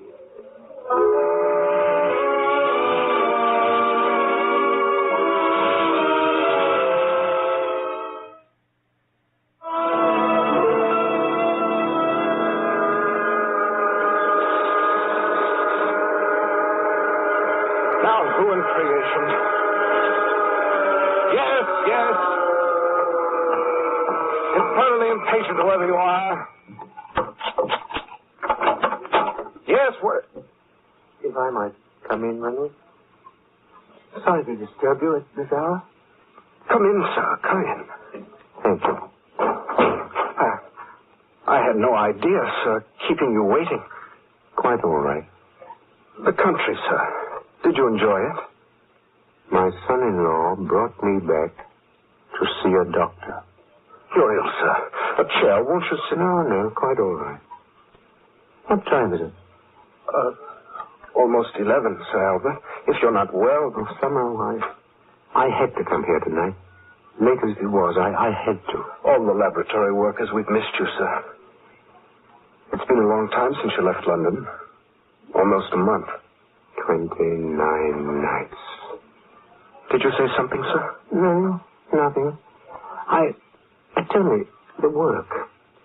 Has it been going well? Quite well, sir. Outside, I could hear the whine of a generator. Yes, sir. This here. We've gone right ahead with the work. We've gotten some rather interesting results by reverse excitation of the cathode fields. May I show you? Yes. Well, sir, the Regents asked us to devise some means of illustrating, or rather, visualizing cosmic radiation so that it can be demonstrated in the classroom. I devised this contraption. It has no authenticity, but it does visualize on this fluorescent screen what a rush of cosmic rays might look like. Show me, boy. Right, sir. You'll see. It does visualize cosmic radiation for the students. Watch, sir. See, sir? On the screen. Sir Albert. Sir Albert, what is it? Same. Same, I think. In miniature, but the same. I don't understand, sir. The rush of sparks. The pattern of sparks, I tell you. Sir Albert. Don't you get me as if I was crazy. I've seen them. The same pattern of flying spark, but 1,000 times greater. Sir Albert, you're not serious. Cosmic rays, they aren't visible to the eye. Glorious, driving through space, through the universe, showering the earth. Sir Albert. I've seen it, I tell you. I've seen it in my dream. Dream? Yes, in my dream. That's what I wanted to know, and now I do know. What I've been seeing in my sleep. Cosmic radiation. Cosmic rays. The path of them out of the infinite. Pouring out of one floating point of the darkness of space. Yes, stare at me all you want to, but I've been dreaming that night after night. I've been... Well, why do I dream that?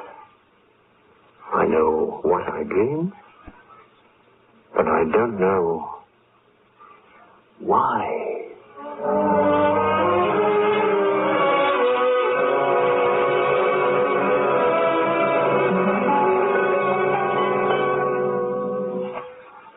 But, Mr. Lennox, if Sir Albert... Harris, there's no need to be so disturbed. But I've been with Sir Albert so many years. His strange behavior... There's nothing strange about it. He apparently walked around the streets until he was exhausted. So, when he came home, he announced that tonight he felt certain he'd be able to sleep. Now, that's perfectly plausible and normal. I don't like it, sir. Harris, you're an old woman. Instead of that long face, you should be happy. Should I? Yes. For the first time in weeks, Sir Albert seems alive and animated, eager to go to sleep. Well, that sounds paradoxical, doesn't it? Well, see, I feel happy, too, somehow. That's the way you should feel. This is going to be good news for Grace, Mrs. Lennox. I think I'll telephone her. She'll be as pleased as Punch that Sir Albert has come out of it all. Gone to bed and to sleep in a perfectly normal manner. Yes. To sleep in a perfectly normal manner. Sleep. Must sleep. A dream. Will I? But I must dream it again. I must. But if I sleep and don't dream... No. Will dream. So many nights dreamt that dream. Got to dream it again. Yet again. Dream again. Once again. Oh, find out why. Dream again. Dream. Why do dream? Why do dream?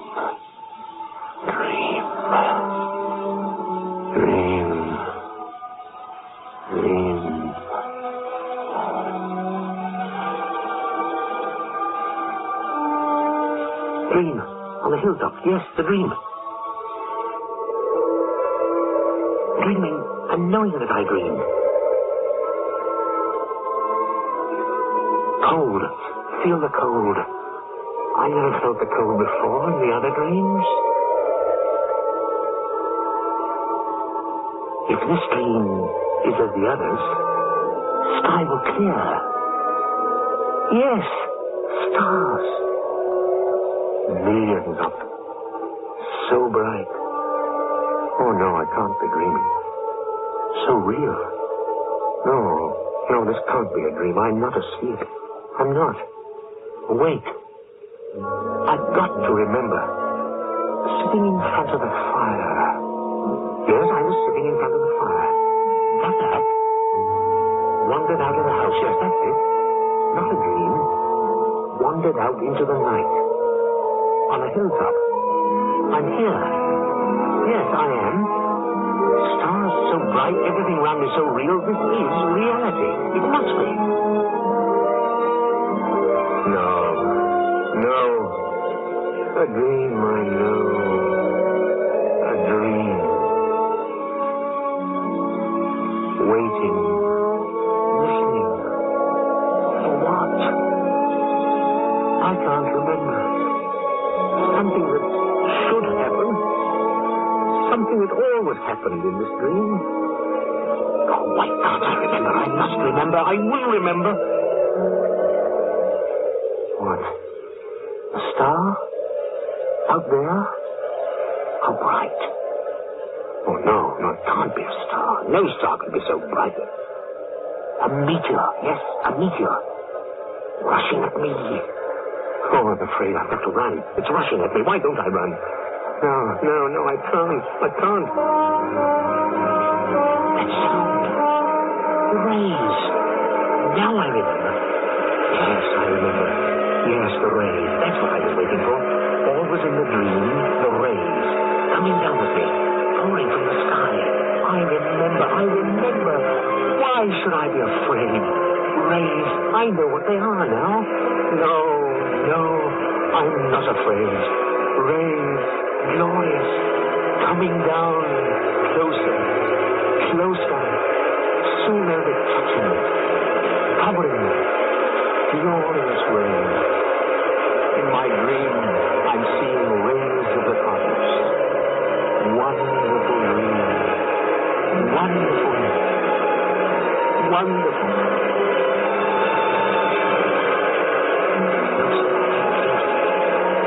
So bright, shining, glittering, sparkling, glittering around me, covering me. I feel I want to go into it. Yes. Follow the path of them. Path of the rays. Let myself go up into them. Let them take me up into... No, I'm afraid. I'm afraid.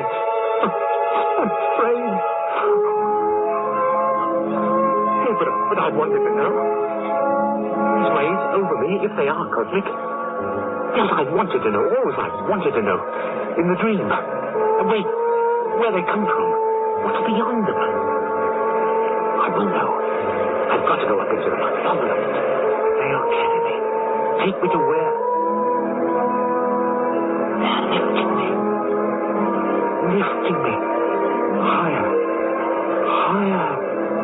The hill. Gone. Moving so quickly I can't see. Can't breathe. Anna, stop. I'm afraid. Faster. Stars, galaxies, universe, gone. Faster, higher. Where? Flaring light around me. Where is it taking me?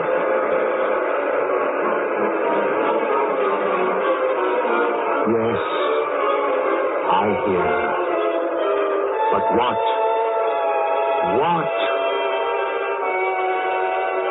An ending stream of power, driving across eternal space, bringing our universe what may be the very source of life. Yes, I said, can it be that these cosmic radiations are a direct expression of that divine, eternal thought?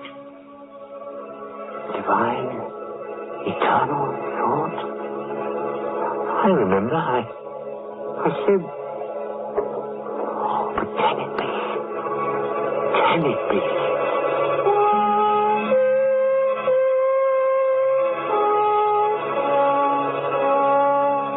Brighter and brighter. My eyes. I see again. What?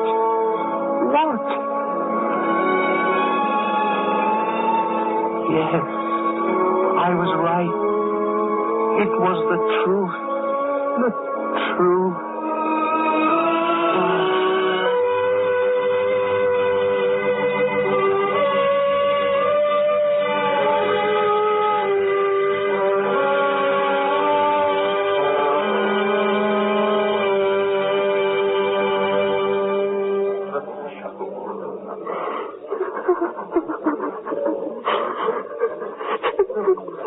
It's the truth, Grace. Your father died peacefully in his sleep.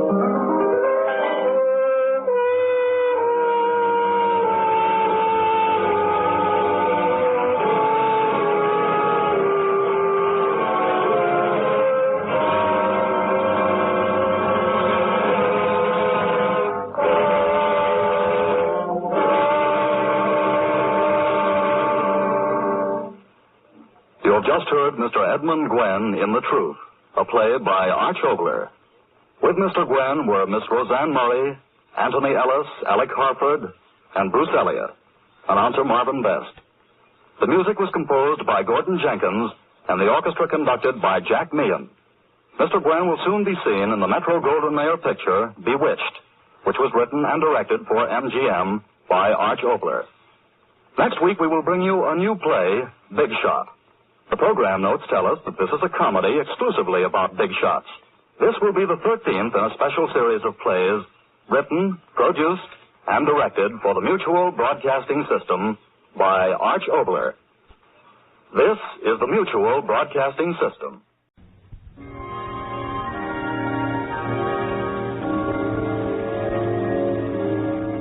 A happy time.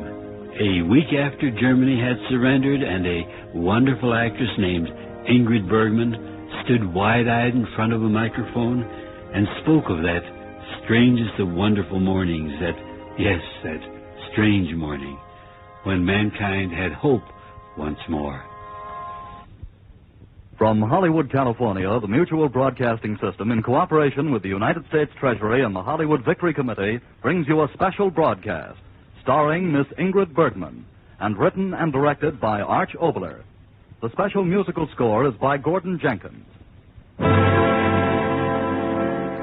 This program is dedicated to you who know that any future sacrifice you make for the rest of your life, be it every worldly possession you own, can never equal the price paid by the man who died to bring you victory in Europe, who will die to bring you victory in Japan.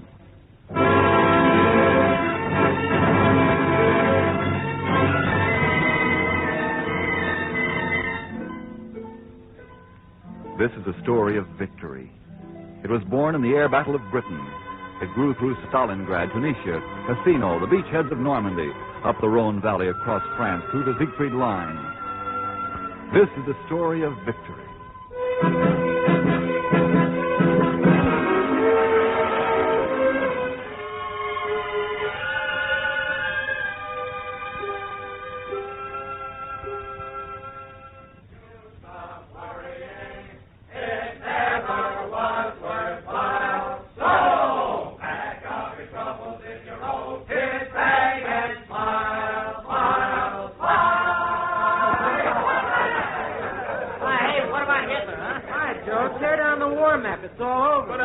Japan. Here we go. Well, if I could get into a B-29, I wonder how soon my division will head for home. I like a crack at the jack. Oh, what are you going to do? Put a 75 on your wheelchair? 40 men, I'm going to be out of here in a week. Who told you? Hey, listen, you guys. They say that Stalin flew to Berlin. Ah, it's Kettlebut, Fred. It's Kettlebut, as they say in the good old Navy. Hey, here comes Miss George.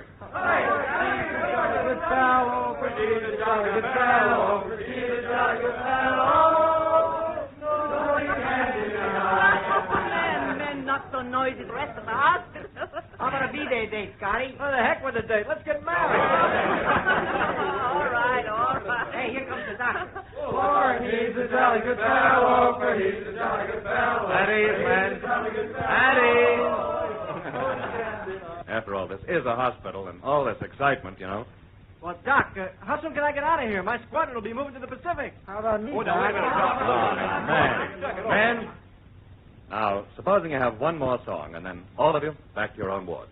Oh, but Doc, Germany out of the war. Okay, fellas, he's the doctor. One more song, he says. How about happy days are here again? Oh, it's very exciting, isn't it, Doctor? Yes, Miss Stewart.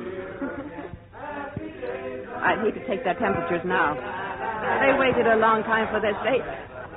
Oh, Doctor, did I say something wrong? No. I was just thinking that no one has told them. Them? I don't know how.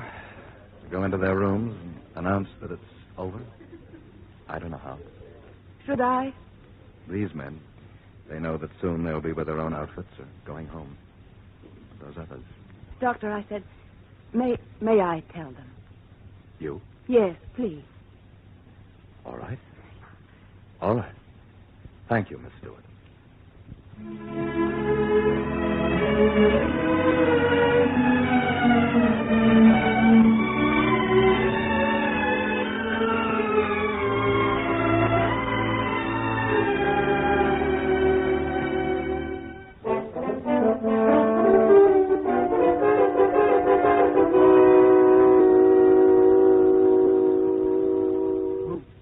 Who is it?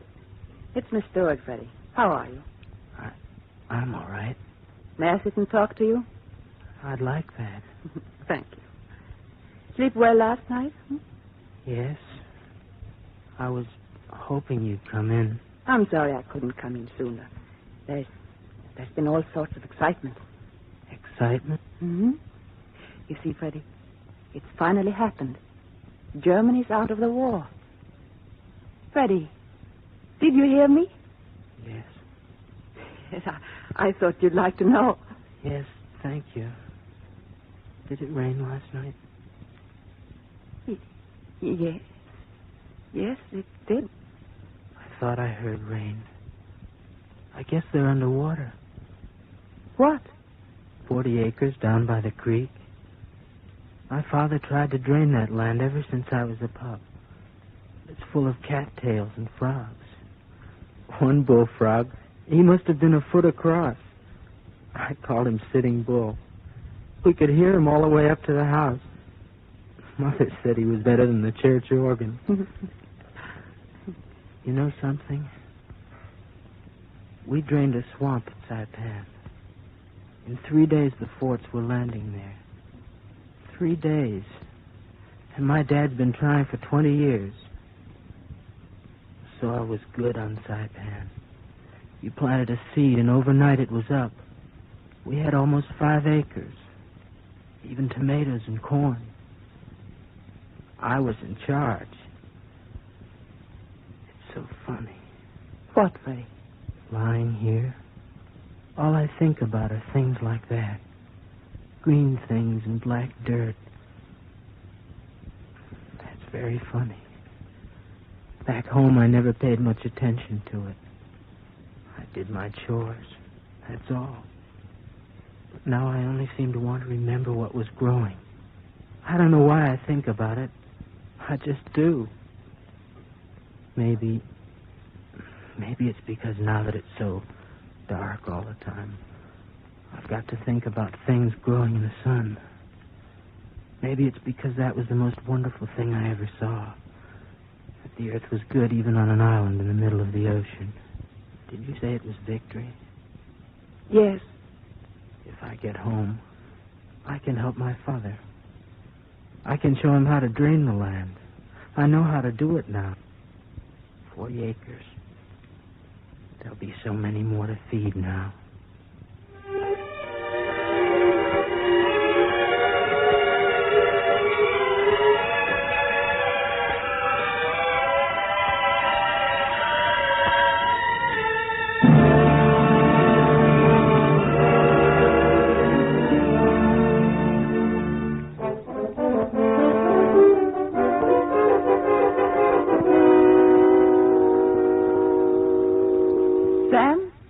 Yes, ma'am. I've something to tell you. I know. You do? Yes, ma'am. Oh, but how? Through the window, I can hear him singing. It can only mean one thing, or am I wrong again? No, the word just came. That's great. Yes. The doctor told me not to turn my head. Are you sitting down? You want me to? If you have time. Of course. Because it's today, will you tell me something? Whatever you want to know. How long will I be here? I don't know. Honestly? Yes, Sam, honestly. I didn't ask for the reason the others do. I asked because I want to know how much longer I can stay here. Stay? Here? Yes, ma'am. Oh, you want to go home. No, ma'am. Oh, but why? By the time you're released, you'll be all right. New healthy tissue, heart, hardly a scar. Yes, ma'am. Tell me, Sam. What good would that be? Do me some good, perhaps. Of all the boys on this floor, I've known you the least. Is it your family? No. I'd like to be with them. Oh, Sam. Because it's today. Please tell me. When I was born, I had all the world. Yeah. Little black baby owning the world. I lost it fast. Get out of the way, nigga. No black boys wanted. You know the story. Soon I wasn't even in the world. Then the army. Well, maybe a crazy eye. I thought it was part of things again, but when do I have to tell you? And then that Nazi floating around up there saw me in my oil truck riding the Red Ball Express. He went into a dive and got me in his sights and pressed the trigger, and then there was nothing. All at once there was. I was in a bed, others all around me. And nobody said, get out, black boy, one-side nigger. Somebody said, nice going, fella. And the guy next to me stuck a cigarette in my lips, and somebody else lit it. And I was back in the world again. I've been there ever since, on the hospital ship, and the train, and here. They talked to me. Sam, what's your opinion of this? Sam, how about that? Sam, talk to us. Sam, tell us. Me, Sam. So hooray for the day, but I want to stay here. I want to stay here.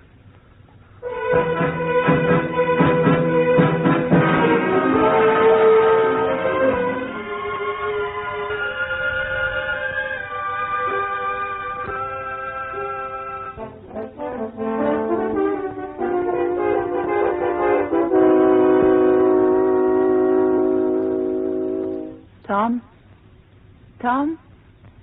Do you mind if I sit here and talk to you? Huh? Who? Miss Stewart. Dorothy? No, it's Miss Stewart, Tom. Where have you been? Tom, I have some wonderful news for you. I'll tell you something. I was going to be angry with you. I'm not at all. Angry? Dorothy, don't ever keep me waiting again. Please. Oh. Did you get all the stuff? Why, yes. It's going to be a wonderful day. I've looked forward to it. Have you? I'll stop worrying about Mary Ann. She'll be all right. Yes, of course. After all, my mother knows how to take care of babies. Look at me. Well, let's look at the timetable. There it is, 11:10, about 3 or 4 minutes, and we're off. Dad, why don't you say something? I'm glad we're going. No.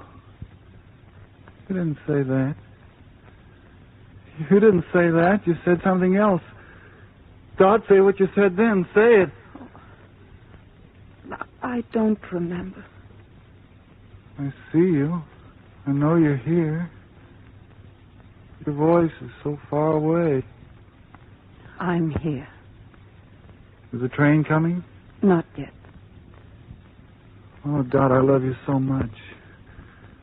All right, let him put a bronze tablet here on this spot on June 6, 1940. A man made love to his wife, end quote. Why'd I have to make a joke about it? Is there something wrong with my loving you more than 2 years ago? Stand close to me, Dot. No, there's no one around. Oh, darling, every day is better for us, isn't it? Isn't it? Yes, Tom. Lift your face. Yes. If you weren't here, I couldn't stand it. It's been terrible, Dot. My face, I keep thinking... Aren't we a handsome couple? Aren't we a handsome couple? Why do I keep thinking that? What's wrong with my face? Try to sleep, Tom. I can hardly hear you, but you're here. Your face so close, I can feel you warm. Sleep, Tom. Such a handsome couple, such a handsome couple, such a... Dot, don't come too close to my face. Not too close, Dot. It's all right. Is it? Is it? Yes. The handsomest couple? Yes.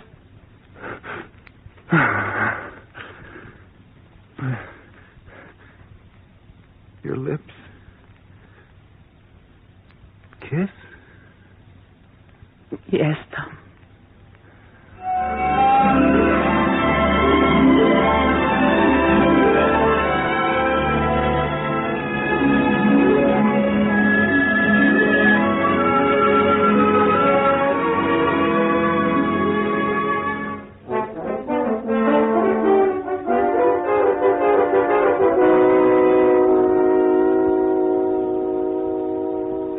Scotty, come on in.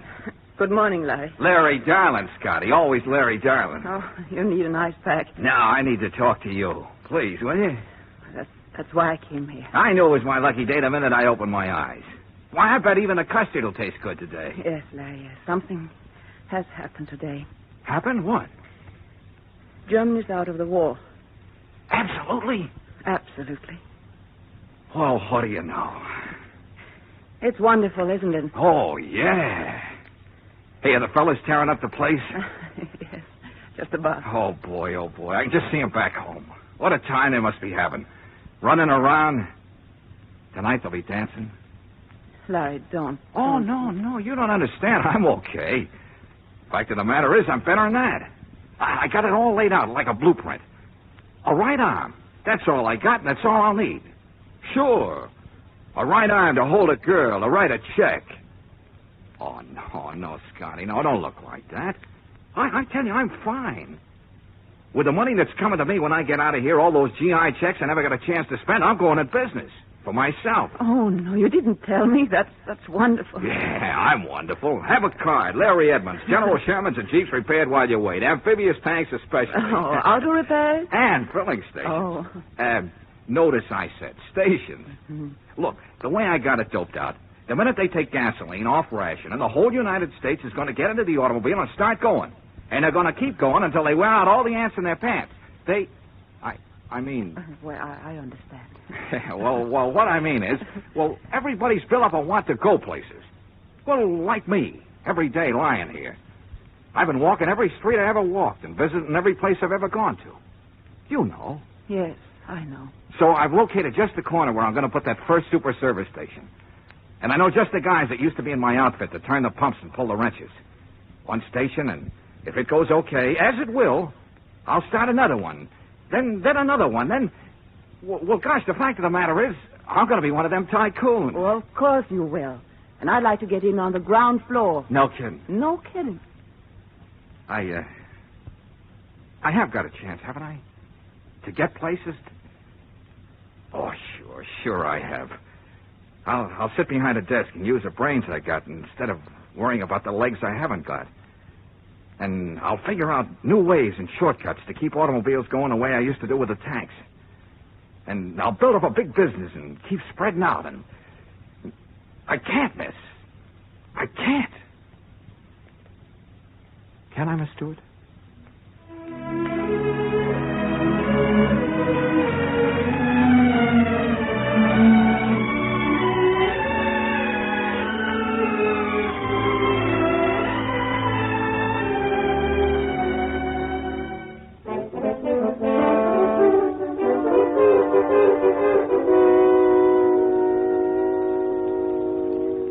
Hello, Captain? Go away. Oh, but I want... I told him no one was to come in here but the doctor. Yes, I told him. Please, Captain. For God's sake, can't I be left alone? Haven't I earned that at least? Haven't I? Well, I just... Haven't I? Why don't you leave me alone? Oh, no, please.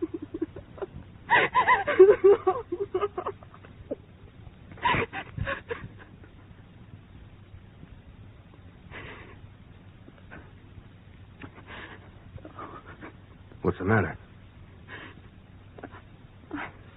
I'm sorry. Tell me. I want to know.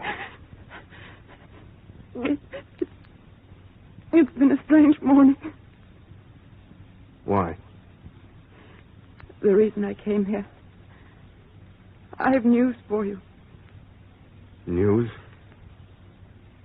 From Germany. It's over. When? We got word just a little while ago. You've been going around on this floor? Telling us? Yes. I'm sorry for what I... Oh, it's all right.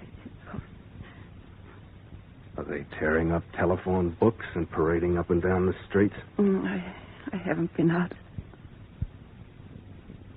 So it's really here? Yes. Doug. This would have been a day for Doug. He'd have buzzed unto Den Linden itself. Doug's day. Not mine. Oh, of course it No, is. to Doug it was a game that ended at the goalposts of Berlin. Maybe if I got my throat cut outside Aachen the way he did, it would have been my day, too. Oh. But I lasted a little longer than that. Long enough to see a mountain of shoes, hundreds of thousands. Every pair meant a human being that had been shoved into an incinerator for the crime of daring to live. I lived long enough to see row and row of quiet children where the flamethrowers had left them. I lived long enough to see Doug with his hands tied behind his back and his throat cut. I hate this day. Because now we'll stop killing them. The sentimentalists will begin. They'll stand on righteousness and wave the words of charity, pity, and compassion. And the grass will grow over the murdered, and the cities will be rebuilt. And the torn throats, and the whipped backs, and the screams, and the bloody marks on the walls will be forgotten. Yes, forgotten, because only a few of us saw those things with our own eyes. Forgotten because our people never had hatred poured into their veins with the death of their wives and their children. I hate this day. For now the forgetting begins.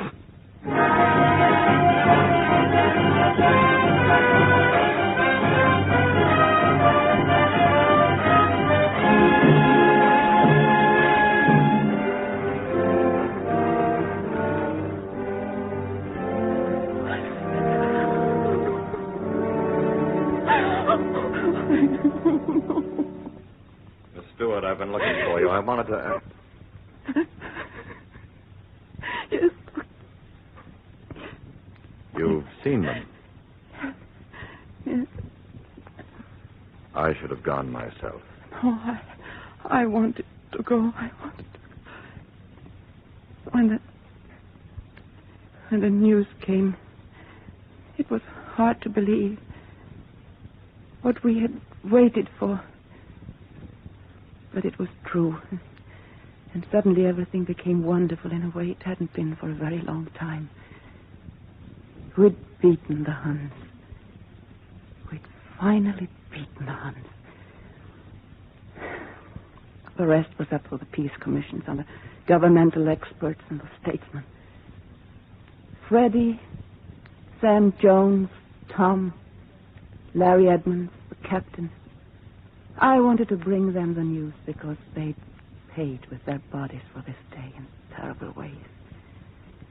And so the happiness belonged to them. I thought that. But, Doctor, they don't need today. We need it. This day's for us. Those of us in America who lived through a war and knew no pain. I was crying before, yes. Yes. For that soldier lying up there in the dark and telling me that he hated today. Hated it. Because now we would listen again to the self-seekers and the sentimentalists and begin to forget. Doctor, that can't be true. We've got to start remembering. First, the enemy to the east. The enemy that dreams that in this day of happiness we here will forget them and their tortures and murders. Yes, we've got to remember them. The enemy in the east yet to be beaten. The one in the west that twice in our lifetime tried to destroy our civilization. We've got to remember them, every face, every name. so that there would be no place on earth left for them to hide, to cry out for a mercy that would make the dead rise up in protest.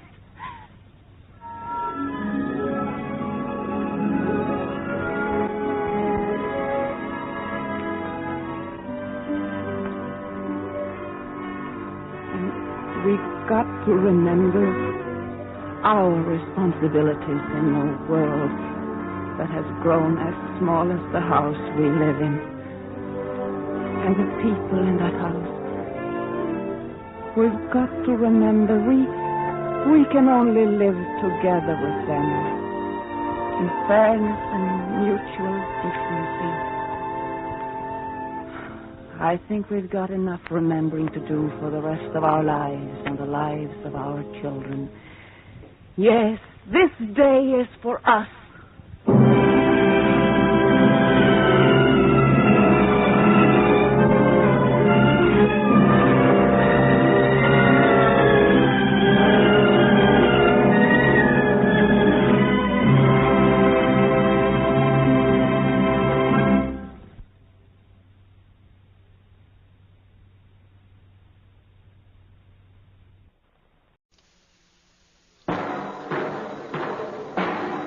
Arch Oboler's Plays. Stories of the unusual. This is Arch Oboler. The ocean's near my home, and as I was watching a number of those skin-diving characters, I began to think about the really deep sea and what's in it. The result is tonight's adventure titled Bathysphere. And now to Arch Oboler's adventure story, Under the Sea, Bathysphere. The sea is very quiet. Yes, Your Excellency. Will it be very quiet under the water? No motion, Your Excellency. It will all be very amusing. I hope so. The captain ought to have everything ready by now. If you'll excuse me, Your Excellency, I'll go see. No, just a moment, Doctor. Yes, Your Excellency. You are young. You will learn that the greatest joy of an experience is to savor it before it happens. Yes, stay and talk to me. As you wish, Your Excellency. How far under will we have to go to break the record? Over 7 miles. How far to the bottom? Just over the record mark. Deeper than any man has ever gone. It will be most amusing. Your Excellency, we are ready. Well, Captain, you too are impatient, eh? No, Your Excellency, I mean... No, don't sputter. Come ahead, my young, impatient friend. We will go aboard your diving bell ship and begin our great adventure. Come.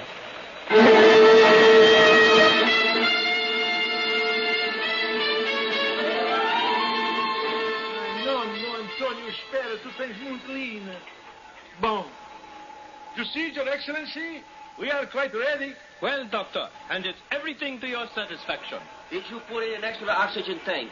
See, everything. Just as you say, Senor Zatur. The telephone communication. Tested 20 times. Searchlight. I assured you everything is in order, Senor Zatur. The emergency winch. Is it on standby power? The winch. Well, yes, sir, I believe... I don't want you to believe. I want you to know. But I assure Go and test it at once. Si, Senor Zatur. At once, Senor Zatur. And abra porta de linea. Well, your thoroughness is most commendable, Doctor. The press of the world has known me only as a revolutionist, soldier out of the hills. Perhaps by nightfall, they will herald me as a record breaker in the world of science, eh, Doctor? If all goes well, Your Excellency. If? The question of the human factor, Your Excellency. You are as cautious as they said. Excellent. I, too, am a cautious man. Oh, yes, indeed. For example, behind every one of your men on this ship stands a little militiaman with a gun. Your men will be particularly careful on this descent. Eh, Doctor? There is no doubt of it, sir. Indeed. He's all ready now, Senor. Shall we go now, Your Excellency? Oh, of course. Careful, Your Excellency. The deck is quite wet here. You are very thoughtful, Captain. Thank you, Senor. Attention. No formalities.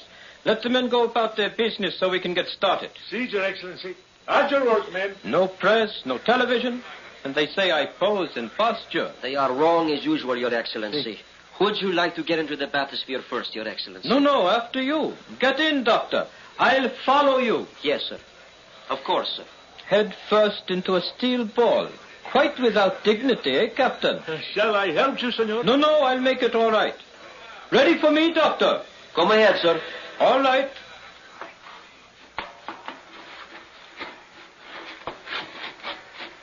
Careful the bolt end, sir. Yes, that does it. You're all right, sir. Yes, of course. Well, what are we waiting for? Captain. Si, senor. Close her up. Si, senor. Your ears. Cover your ears. Eh? The bolts, the wing bolts, they hold the door shut. They have to be tightened by hammering with the sledge. Cover your ears, sir.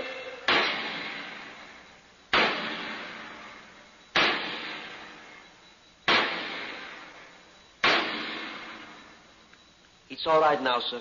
They're done. What a noise. Was there no other way? Hammering is the only definite guarantee of a watertight seal, sir. My ears. All is well in there, senor?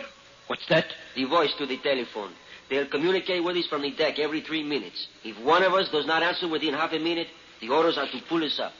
An excellent safety precaution. Yes, indeed. All is well in there, senor de Tour? All well. We're moving. We're under. Yes. I'll turn the oxygen higher. The light. So green. Yes. Soon it'll turn blue. Then a darker blue. Until around 2,000 feet, we'll be in a darkness that goes beyond dark. Complete eternal night. Eternal night. Under the water. How amusing. All is well down there, senor? All well. How far down are we? About 1,100 feet. It's hard to believe it. There's almost a quarter of a mile of water crushing down on us. The word crushing is most inappropriate at this time, my young friend. My apologies, Your Excellency. A 6-foot ball containing a very earnest young man and the leader of a state. Perhaps when we reach the end of the cable, we will discuss life and death very profoundly. Eh, my friend? Philosophy under the sea? Yes?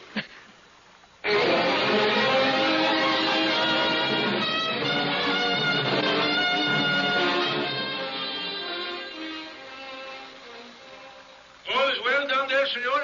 All well. 28,000 feet, senor. Right. Your Excellency. Yes? In 10 or 11 minutes, we'll have broken the record. You keep your eyes so close to the window. Might I ask why? I thought I saw something out there. What, sir?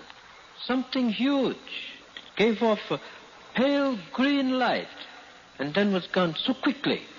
I'm not quite sure. I'll turn on the searchlight. No. This infernal darkness amuses me. Tell me, Doctor, in your other trips, have you seen anything out there? Vague, huge... All is well down there, senor? Tell him yes, and do stop annoying us. All well. My compliments, senor de Tour. You've reached 35,800 feet. That was the Trieste record. Eh? The old one. 35,900 feet. Broken it?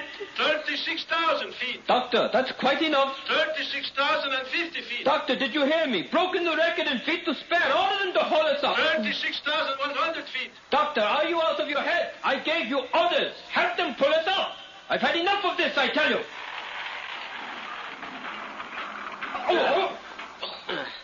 What was that? What was that? We just landed at the bottom of the sea, that's all. Why did you ignore my orders? I said to go up. What are you doing now? What was that lever that you threw? Signal the ship and have them draw us up. Your little adventure is over. Didn't you hear me? I said signal the ship. How? You out of your mind completely? Telephone them at once. You hear me? A telephone consists of a carbon transmitter, receiver, actuating battery, and connecting wire. We have no telephone. Get to one side. Hello? Hello up there? Hello? Answer me! Hello, hello! Blast you, answer me! Hello! They don't answer. They don't answer!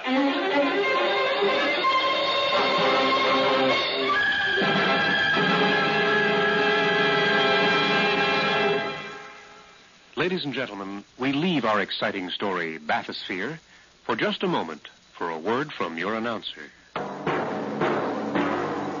And now we return to Arch Oboler's play, Bathysphere. The huge steel ball rests 36,000 feet under the ocean.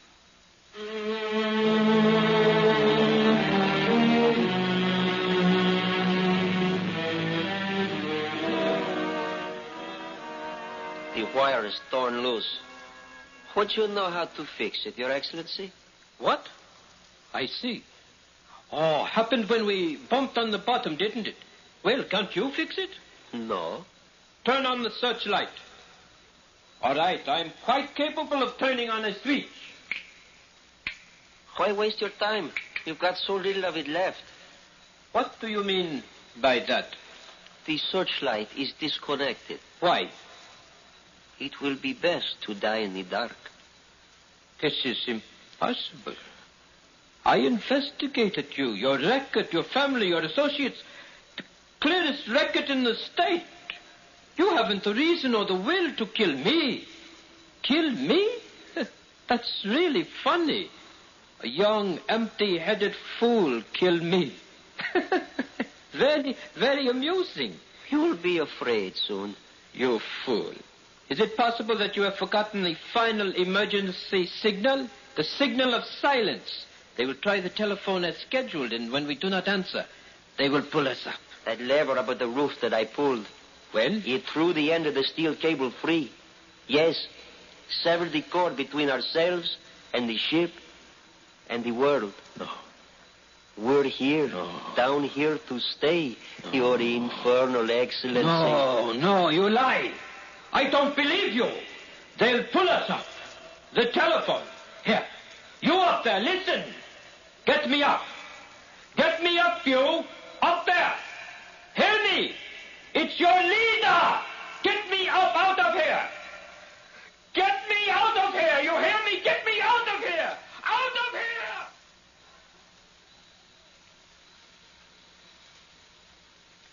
Unbelievable. Oxygen left for another hour.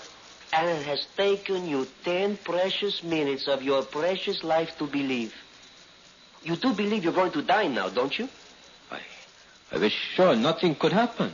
Every detail of the machinery, the record of every member of the crew. And I was one of those who was perfectly harmless, huh? Yes. Your past, since boyhood, trained in the schools of the state, your father, an official. Why do you do this to me? Why? Answer me! Who and why? Your mouth will bite for the air. I will hold in my temper. You will tell me. Why do you do this? Why? Yes, I'll give you whys. Yes, I was trained properly. Yes, no, up, down, my head crammed full. But there was one place you and your books and your speeches could not reach. My heart. You fool. You wanted answers, so you listened to me. My head said believe. My heart said question. Ringing in my head. Of course, the air. I'll turn a little more oxygen on. So... Now give me a little more strength to keep on telling you your whys and cut the breaths left for you after I'm finished. What was I saying? Oh, yes, that you did not condition me quite well enough. You should have started with the embryo. For somewhere, something got inside of me that cried out against what you were doing. It grew and grew until it said you had to die. And you will die. Yes, no drums will roll for you. No marches. Ended here. And what have you to say to that? You fool. Still fool. Is that all you answer? Yes, fool. You think I'm a fool to die here with you? You call me a fool when I know that ending here I give a new beginning to those up there? Such a fool. Stop saying that. They will not say it when they know they're free. You fool, you think that freeing them of me will make them free? Yes, of course it will. I call you fool again. How do you think I became the head of the state? Through my great wisdom? I am really not so wise. Through my great courage? No man has courage of that sort to stand up single-handed against the bullets and the bayonets of the entrenched powers. Then how? How did I do it? With lies and ruthlessness and cruelty, I know. You do not know a thing. When a man has expected to die as long as I have, the actuality isn't quite as frightening as you think. Since I'm going to die, I will have the one small satisfaction of showing you that you are an empty-headed fool. Stop saying that. You do have ego. Apparently, it has lived for weeks on how you would make me plead and beg on my knees. Oh, I had a few moments of hysteria, didn't I? And you like that. But you don't like this. My sitting in the dark so calmly, telling you that you are a fool. I have not failed. You're here. Listen to me, and I will tell you where you failed.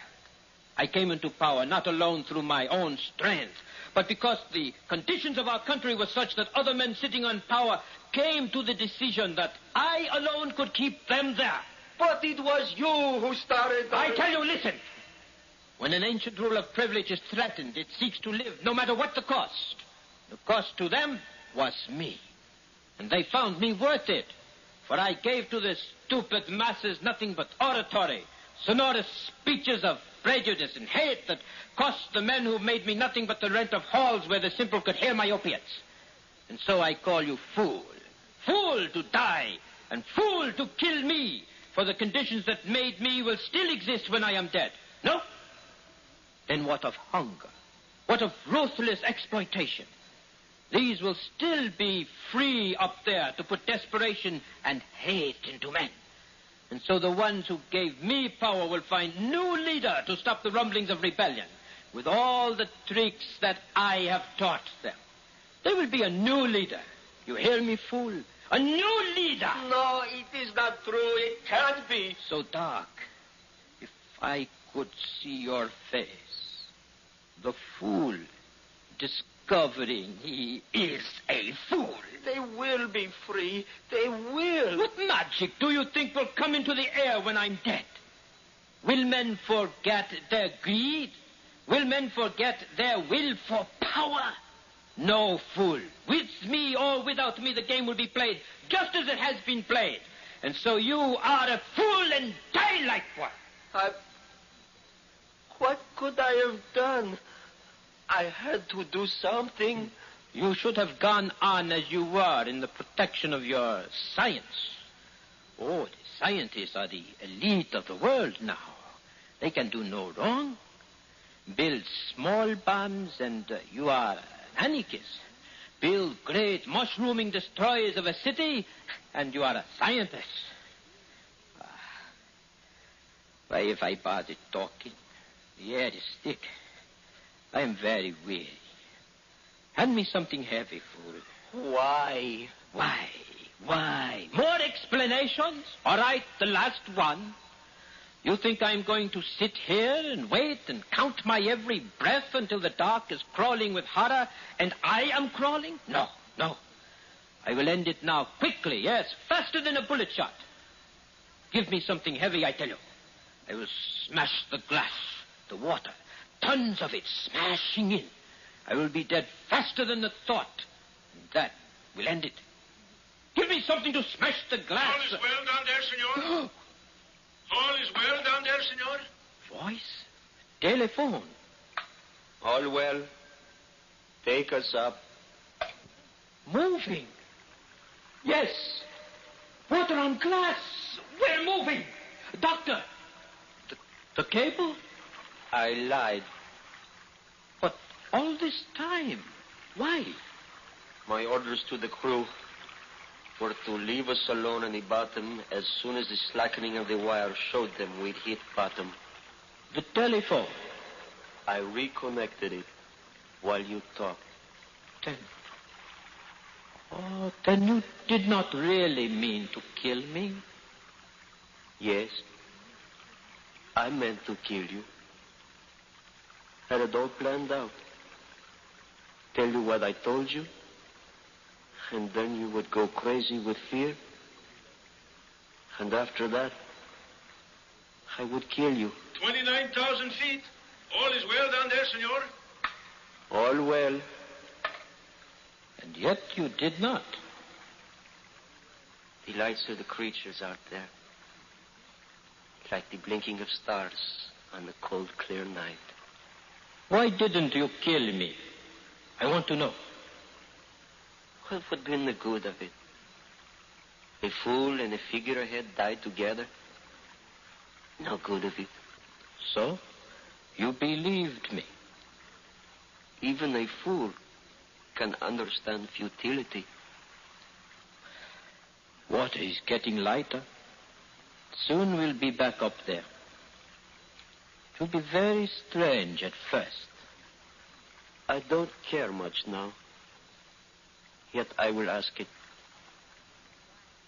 What happens to me? You? I told you many things down there, eh? Yes, too many things. A man, in doubt as I was, talks too much. And since you of necessity heard what I said, well, when we get up there, I will probably have you shot. The victim sentences his murderer. It will be most amusing.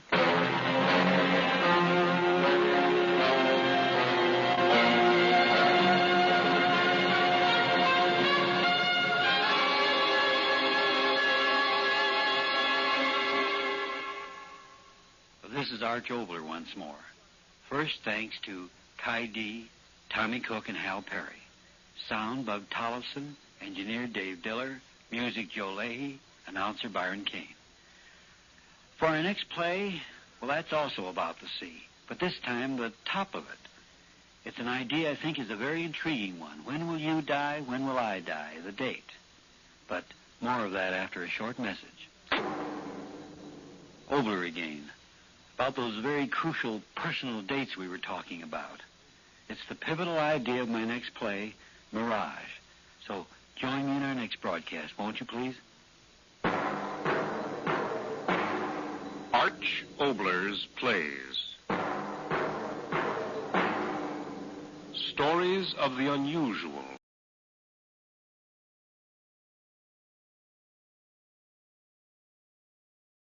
Lights out, everybody.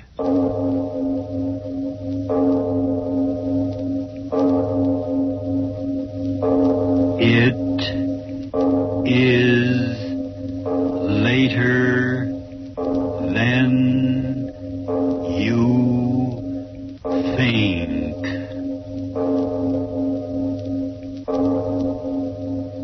This is Arch Oboler bringing you another in our series of stories of the unusual.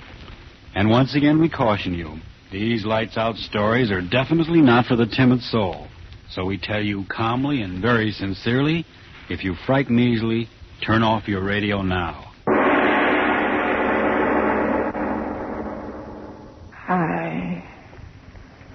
I know.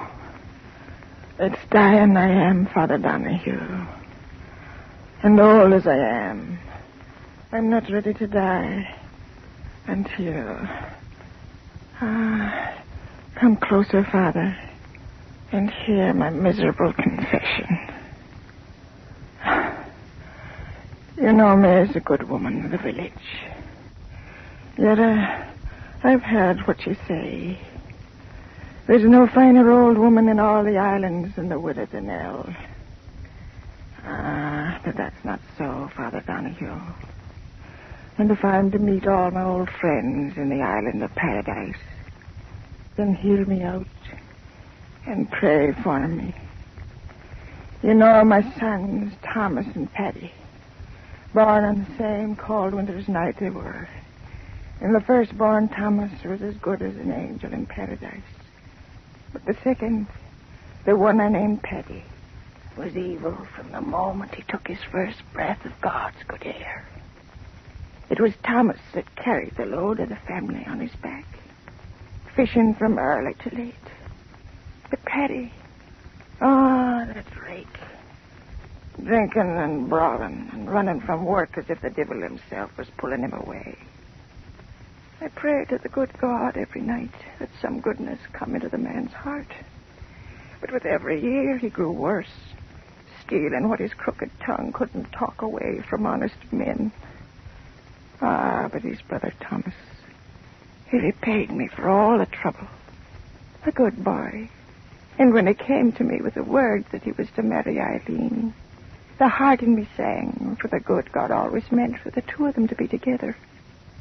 Ah, how I remember the day of the wedding.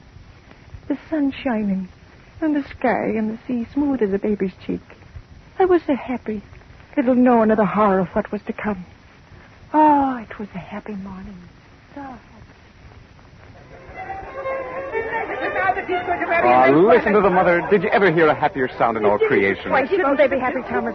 It's not every day that such a blessed marriage comes in the island. Ah, the prettiest girl in all the Blaskets waiting to be your bride as soon as the sun starts setting. My bride. Oh, Mother, that's a grand word. I'm happy for you, my son. I wonder where Paddy can be. Paddy. Yes, he isn't around. You know where he is. Oh, that rake. It'll be a better wedding without him. Oh, now, Mother, don't say things like that. After all, he's your son and my brother. Oh, there's a sorrow in my heart as he's drinking and brawling. Paddy, you did come. Speak of the devil. And why shouldn't I be here? As an honest stranger, that are welcome at your wedding. Oh, no, Paddy, that's not the way to talk. There's food and drink and... No, wait a minute. I've got more important things to do than to be filling me belly. Listen to me, Brother Thomas. Is your head that full of weddings that it can't get a chance of making us all richer than a Yankee? What do you mean? Yes, speak up, Paddy. What devilment are you up to now? Devilment nothing. It's honest money I'm talking about. And may the next pipes and tobacco be at me on wake if I'm not telling you the truth. I'm listening, Paddy. Let's hear what you have to say. Do you remember the hulk of a ship that was wrecked off in East Nabro a bit ago? Well? Well, I went there yesterday to see if there was anything worth having. Oh, listen to me, brother. In the bottom of a pool no deeper than this room is lying enough bolts of copper and brass to make you and me the richest men on the island. What? Ah, you can believe your ears.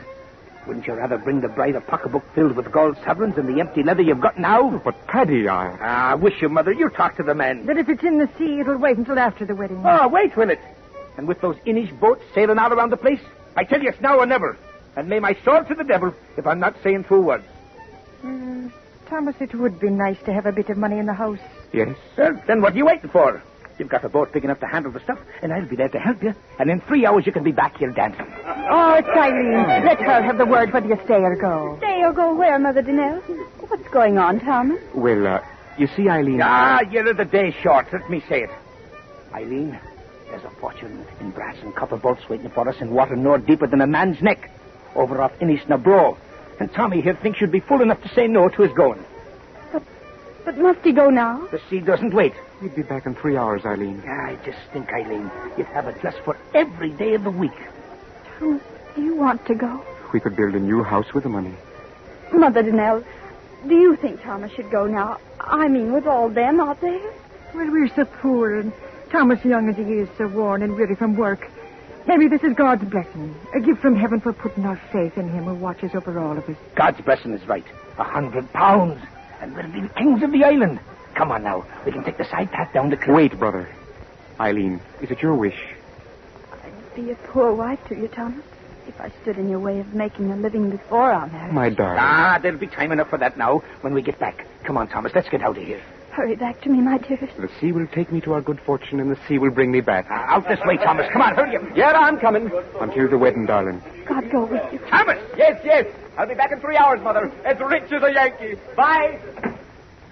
Oh, Eileen. Oh, little baby, why should you cry? Thomas has plowed the sea so many times. Why should you cry this time? Oh, Mother Donnell, I'm frightened. Frightened? And tell me, why should you be frightened? I don't know, but when that door closed behind him, it seemed as if the waters of the sea were closing over. Oh, Mother Donnell, oh, Miss Claude, I'm so afraid. And soon, Father Donahue, Eileen and I left the dancing and the fiddling behind and climbed the long path up to the top of the cliff so our eyes could see far out over the water. And all the time, Eileen kept crying that she'd never see Thomas again. That she'd never see Thomas again. Oh, Thomas. Oh, stop crying and saying those things you're saying, girl. It's tempting the devil to do his evil work. Oh, I haven't climbed at this path for a minute. It's a little too steep for me old bones. Thomas, where are you? Oh, now stop that, girl. That Thomas has found so much copper and brass, it's taken him longer than he thought. Oh, Thomas wouldn't come back like he would. Oh, well, Paddy would if there was a shilling extra to be made, and he's talked Thomas into it with that sharp tongue of his. The last ship. I know we'll see them. They're both weighed down with good fortune. Eileen, stay away from the edge. You'll go over the cliff. Oh, Mother Danelle, to the west. What? To the west where they went. The water. Oh, Mother, that wind. Where did it come from? Oh, to the west where he was. But in all my years, such a wind has never been before. The water. Look at it swirling and tossing before the wind. It's dead. No. My Thomas dead. No. Dead. Stop saying that. He's not dead, my Thomas. Eileen, come back here. Come back from the edge. Oh, that was a time, Father Donahue. The wind grew wilder and wilder. In a minute, the sea was pounding at the base of the cliff. And the girl shrieking she wanted to die with Thomas. And me fighting her back from the edge and praying to the good God to give me old arms the strength to hold her back until she came to her senses. None of us got a wink of sleep till the light of morning. Oh, that wind. I can hear it now. Snarling and talking.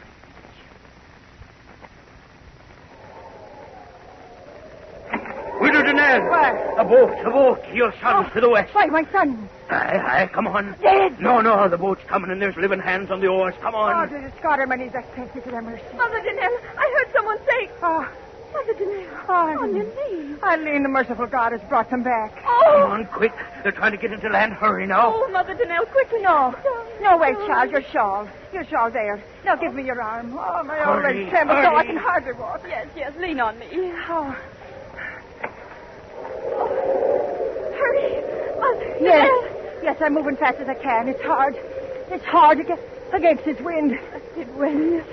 Let him live. You bless it for the life of one. And I bless it for the lives of two. Good neighbors, let us through. My son. That's the Widow Danelle now. Let us through. Stand aside for the Widow Danelle now. Come on. Oh, I can see nothing.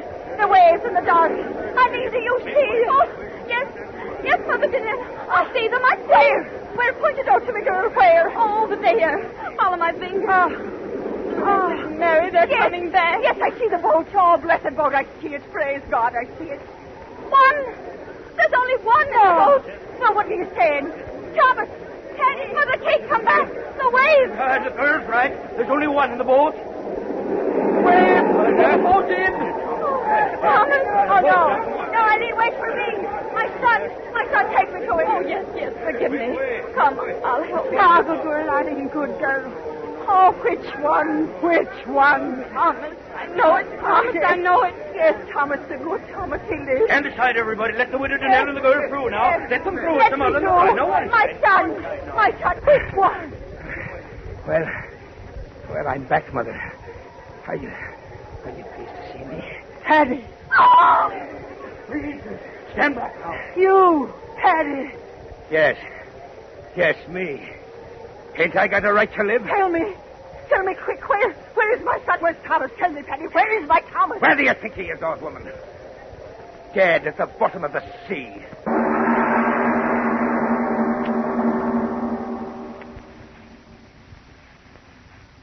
Aye, Father Donahue. That was what he told me. My good Thomas was dead at the bottom of the sea. Dead. The good Thomas dead, and Paddy the evil one, alive. Oh, it wasn't right, Father. And in the days and nights that followed, I cried to God, why did you do it? Why? Why did the sea take my dear Thomas from the boat and leave Paddy? Was there no reward on earth for goodness and sweetness of soul? And in the seventh night of my sorrow, there came an answer. I was lying on my bed. Outside, the sea was singing and whispering. My window was open, and I could hear the sea talking as I lay there crying. Crying from a lost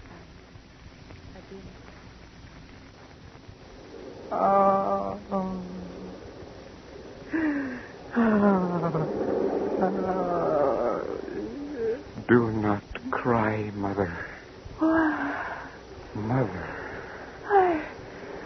I heard a voice. You heard me, Mother. Thomas's voice. Oh, no. No, it's some wildness in my weary head. Mother, I am so weary. You must listen. Oh, dearest God, why do you do this to me? My son is dead. Dead in the sea. Why do you bring me the memory of his voice? Mother, believe me. If I could only see you, I would believe. Oh, no. The horror the sea made of me. Wind and wave and grinding rock against my flesh. Oh, I wouldn't care, my son. Just let me see that it is you, not my own voice speaking in my head. Oh, Mother, you don't know what you ask. But if there is no other way, close your eyes until I give you word to open them. I've closed them. Now open, Mother, and have no fear. I beg you. Oh. This was Thomas. Oh, no. Mother, why did he murder me? Murder? The sea was calm. We reached the pool where he set the copper and the brass lay. I stripped off my clothes and dove under. Oh. And when I tried to come up for another breath of air, oh, Mother, he wouldn't let me do it. Oh, no. With his hand, he held me under. My hands, they tore at his arm. But he held me down until at last I screamed for mercy. And the water filled my mouth, my lungs, and killed me. My own brother killed me. And that is why I tore myself out of the sea. I want to know why he did it, Mother. Why? I cannot rest in peace until I know and understand. You tell me, Mother. Oh, speak, Mother. What gain could come to him for such a horror? I do not know. Oh, believe me, my son. I do not know. Then I must go back. I cannot stand this pain. Oh, my good Thomas. Look at this, what was Thomas Daenerys' face, Mother. Look at it and give me your oath you will not tell my Eileen or my brother of this night. Oh, but Your oath, Mother. They must not know. You hear me? They must not know. I swear, Thomas. Oh, merciful one, this pain. I go, Mother. Where? Back to the sea. Oh, and will we ever meet again, my son? Yes. The day I find out why he made me drown, I will return, Mother. I will return. Thomas, my son, come back. Oh, my son. My son. But he was gone, Father Donahue. Gone back to his nameless grave in the sea. Then it happened. Paddy talked his way into the good graces of the girl. Simple little Eileen. What did she know of the evil of men? That devil Paddy and my good Thomas's Eileen. It took the life out of me and made me long for the quiet of my grave. And then came the day of the wedding. Again the fiddler was playing. Again the good people of the islands were happy. I alone was sad, weeping the twilight.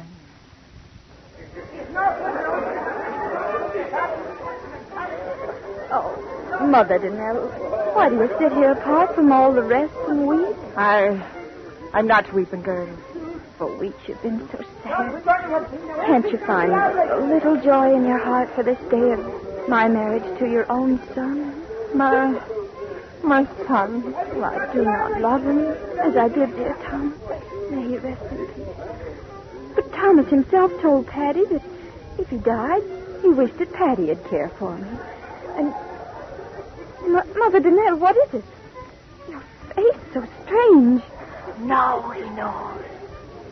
I just remembered. Now he knows. Who knows? What are you saying? There you are, my little bride to be. Why waste your wedding day with this old woman? Mother of mine, though she be, her face is sour enough to curdle milk. Come on away now. No, wait, Paddy. Mother Danelle, you must tell me. What is it that makes you stare at Paddy with such an awful look? That's the look she's always had. Look how the sun glints on the sea. It's a day for a king. And I'm a king marrying the girl I've always wanted. Come, kiss me, Eileen. Kiss me so that all shall see me kissing the prettiest bride in all Ireland. No, please. Kiss me. Let the sky and the sea... Mother de Niro. What did you make that sound for, old woman? What's going on around here? No, what? Now then, speak up, Mother. Why did you shriek like that? The sea. What of the sea? What are you pointing your bony finger at out there? What are you... Look, at the water's edge. Say, what is... Something's coming out of the sea. Look. Yes, something's coming out of the sea. Yes, that's right. I see it now. It's a seal, that's what it is, a seal. Where's the club? It's not a sea. Huh? It's a man. Look, man. Bones. Just bones. Let's get on here. Eileen, do not look. Do not look. Oh, Blessed Mary, she's fainted. She will not see. What? What is it? I can't move. I cannot move. No, you cannot move, my brother. You cannot move. That voice. Bones and little flesh, and yet you know the voice. Thomas. Thomas, your brother Thomas, come back again. No. Because now he knows. No. Now he knows. No. Knows what? Why you murdered me. Your flesh and blood. I heard it from your own lips. You wanted my Eileen always. That's why you did it. Your clever tongue can no longer save you, brother of mine. I have come a painful way to get you. No, you won't get me, dead thing. No, I'll get away. I'll run. And so he ran, Father Donahue. He turned and ran up the path that led to the top of the cliff. And behind him, slowly sobbing with the pain that tore at his dead bones, climbed my dead Thomas after him. And after Thomas, dragging my old bones, I went. Oh, for they were my sons. And I had to see that right was done. Up until at last Paddy stood on the very edge, the sea 500 feet below, shrieking, yelling, and wailing. He stood there shrieking at that horrible thing that once was his brother. No, thing, stay back. You bones of filth, stay back. I come for you, my brother. No. I come for... No. He fell. Mother, see, he didn't get me. Those rotten bones gave way beneath him. He didn't get me, Mother. Mother, what are you going to do? Mother!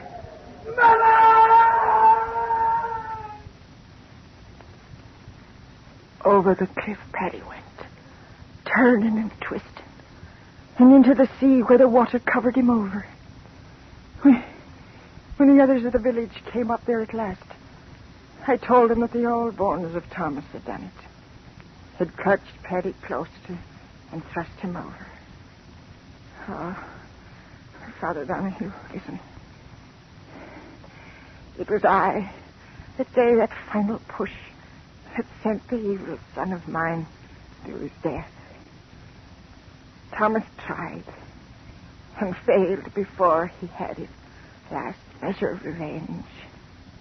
So I did it, Father. I gave Paddy the life, and I gave him death. Oh.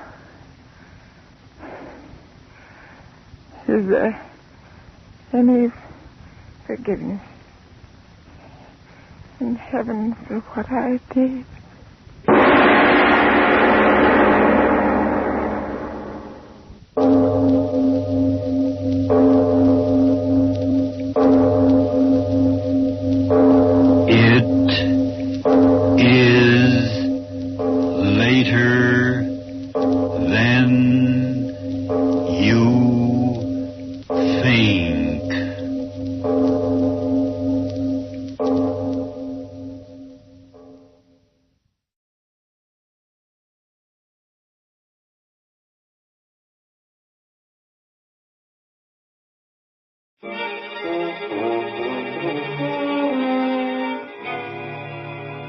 Every Man's Theater, written and created by Arch Oboler.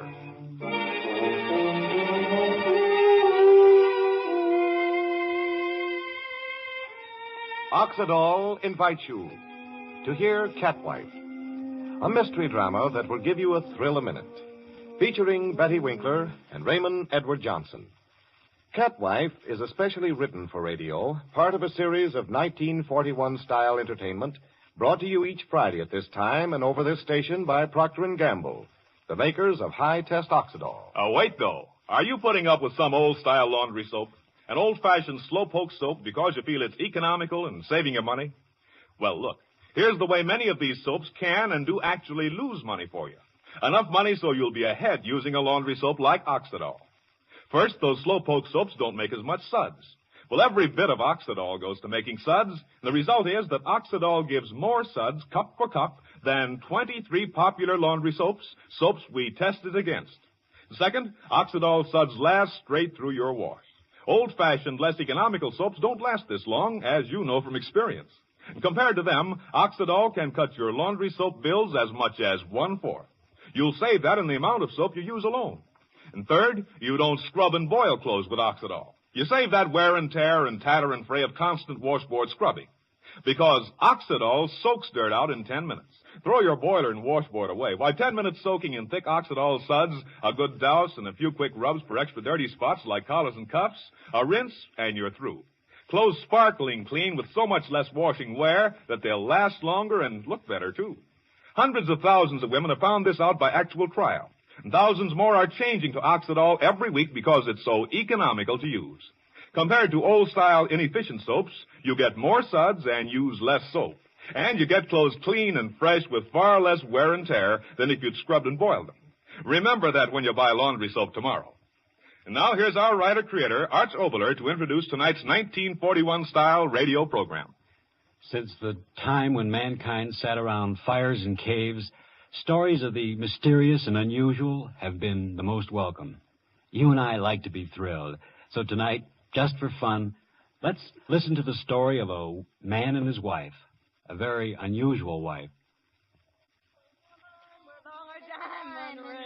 I got that on mine. I don't know the rest of the Hey, girls, cut it out. Linda, for the love of... Cut it out, will you? The old man will be standing here in a minute. Yeah, so what? Give me my drink, Queenie. Oh, baby, do I feel swell. Hey, look what time it is. Come on, Queenie. We better blow out of here. Yeah. No, don't go.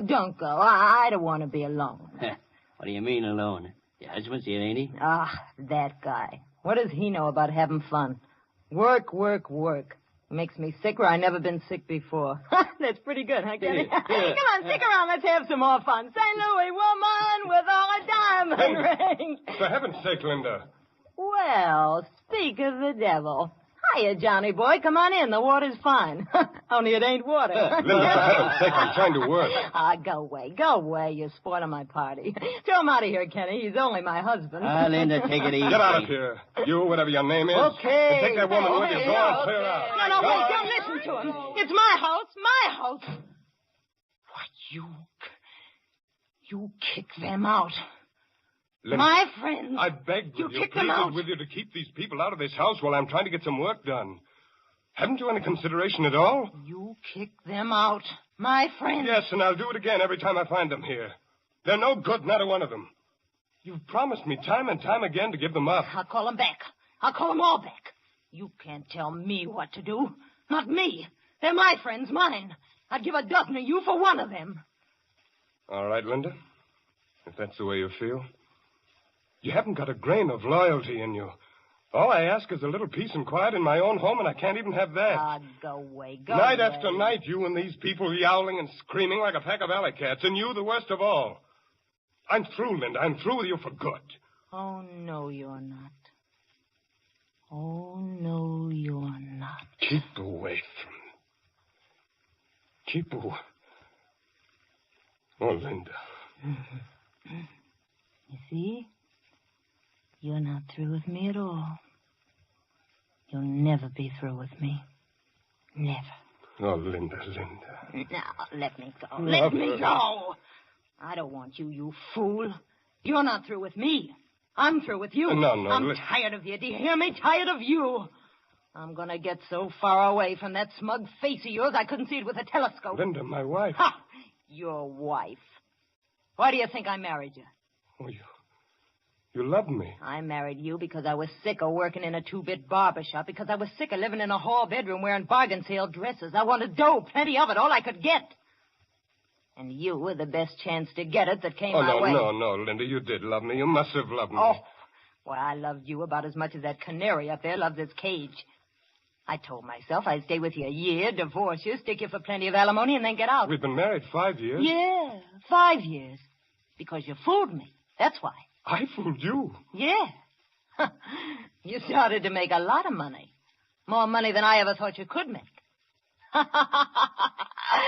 So you're giving me the air, huh? No, Linda, I love you. I didn't mean what I said. I didn't. Well, I did. Linda, don't leave me. You're no good. I know you're no good, but heaven help me, I love you.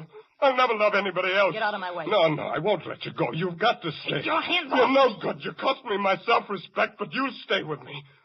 You stay with me or I'll cut you off without a cent. You'll never get a dime from me, not a dime. Stop it. Stop laughing. Oh, you sab. You fat-headed sab. Stop that. Mm-hmm. So you're gonna cut me off without a cent, are you? Why, you fool. I've got everything that belongs to you now. You hear me? Everything. What are you talking about? This house. It's in my name, isn't it? The car. It's in my name, isn't it? No, you wouldn't. Oh, wouldn't I? Well, listen to this, my darling husband. I cleaned out the bank account yesterday. Oh, no. Every cent of it. I won't be in the street. Oh, no. You will. Now, this is my house. Get your things and get out of here. I'll kill you. No, I'll kill you. No, let me go. Let me go. Oh. Touch me again and I'll tear your eyes out. You cat. Get out of my way. That's what you are, a cat. A big, white, heartless cat. Get out of my way. You think like one, you screech like one, you claw like one. You even look like one. Your eyes, they're cat's eyes. That's what they are, cat's eyes. A cat, that's what you are. A white cat. I didn't marry a woman, I married a cat. Keep it up. Laugh Keep at it me. up. You're doing Go ahead, swell. laugh at me. You're a cat, a sneaking, yowling cat. A cat. You're a cat. A cat. Cat. You're a cat. Now, that's enough of that. I don't like it. A cat. Stop saying it. A cat, you hear me? A cat. John, stop staring at me like that. Stop staring at me. John, what's happening to me? John, my head. I can hardly see. John, help me. John. Linda. What are you staring at? What are you staring at? What are you... Linda! Linda!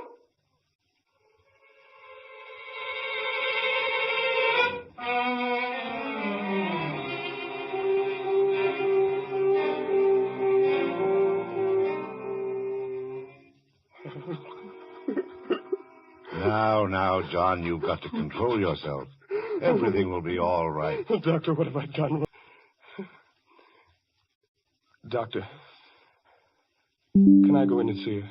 But I tell you, she's sleeping. I know, but... Doctor, I've got to see her. I've got to look at her. I've got to make sure she's all right. Don't you see? I've got to make sure. Now, John, please. You've had a hard time of it. You'd better get to bed and get some rest. No. Doctor, listen to me. I've got to see her again. I've got to make sure she's all right. I can't rest until I know. But I tell you... Oh, very well. Just for a moment. Yes.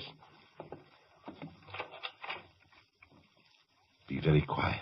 Yes. There. You see? She's resting very nicely. Doctor, look. What? Her hands. Look at her hands. And her teeth. Linda. No, John. You'll waken her. John. Linda.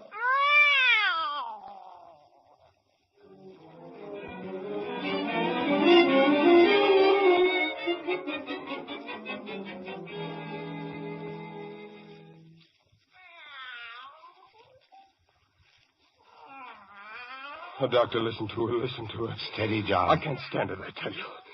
Doctor, what is it? What's happening to her? I don't know, John. I don't know.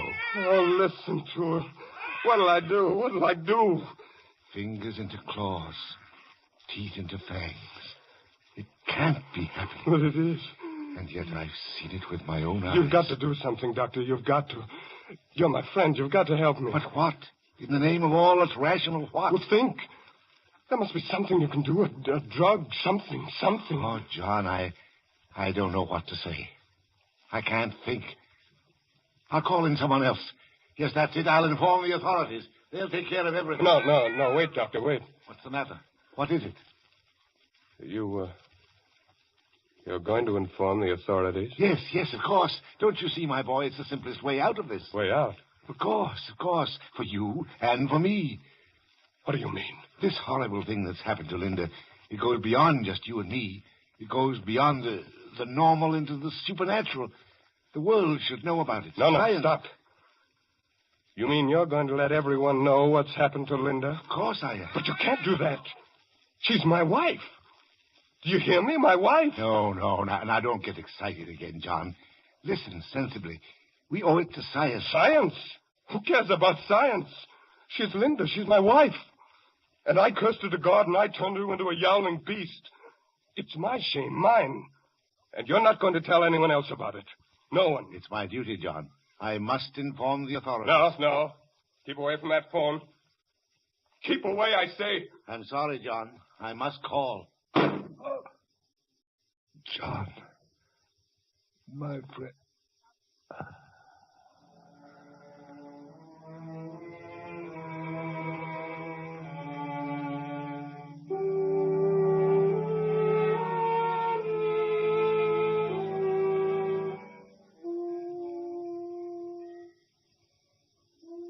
And now, while we get our breath back, and, well, I, for one, need a breathing spell, well, let me remind you of those dazzling snowy white washes Oxidol gets every week. As much as 9 to 11 tintometer shades whiter than soap after soap we tested against. And yet washable colored things come out bright and lovely looking wash after wash. It's easy on hands, too. It doesn't harm your manicure or ruin your fresh nail polish. All these things Oxidol promises and will give you if you use it Monday.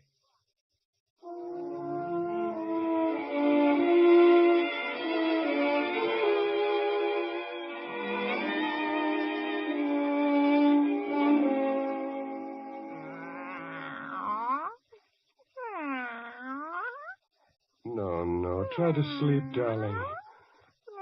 Try to sleep. Yes, I know, darling, but it's almost morning. You must rest. Sleep, Linda, sleep, my darling.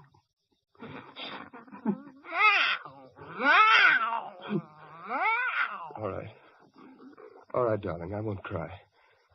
I've got to be strong. I've got to help you. And I did help you. He was going to tell them about you. Everyone. They'd have taken you away from me, locked you up, pointed at you, laughed at you. But I stopped him, Linda. I stopped him for you. He called me friend. But you're my wife, beloved. And I love you. I pleased you, haven't I, my darling? I never could please you before, could I? But now I've pleased you. I'll tell them he never came here, and no one will ever know, darling. No one but you and I.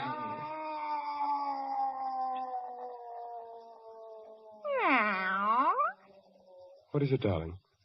What's the matter? Why are you getting up? What is it? Why go to the window? What do you want out there? Oh, if I could only understand you. If I could only know what you're trying to say to me.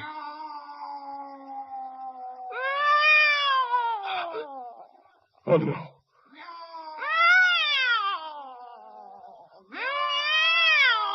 Linda, stop. On my knees, I'm begging you to stop. Linda, beloved, stop.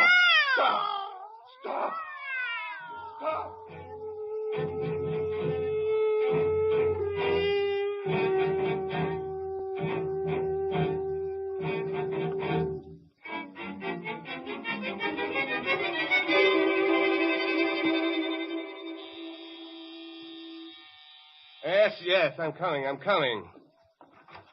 Good morning, Mr. Taylor. Oh, it's you. I found this note saying you wanted to talk to me. And, Jay, I hope you're not going to quit taking milk from me. No, I'm not going to stop taking milk. That's what I wanted to see you about. I want milk.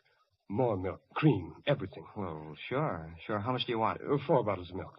No, 6. 6? Yes, and cream. 6 bottles of cream. Is something wrong, Mr. Taylor? Wrong? Why do you think something's wrong? Well, I only meant... You meant what? Speak up, you meant what? Well, don't get sore, Mr. Taylor. I just meant... Well, you don't look so well, and... Well, you know how it is. Sometimes a fella has a couple too many and starts ordering all the milk in the world. You fool, I'm not drunk. Do you want to sell me that milk, or do I have to get another milkman? No, I'll get it for you. Well, hurry. 6 quarts, 6 cream. Only him and his old lady. The guy's nuts.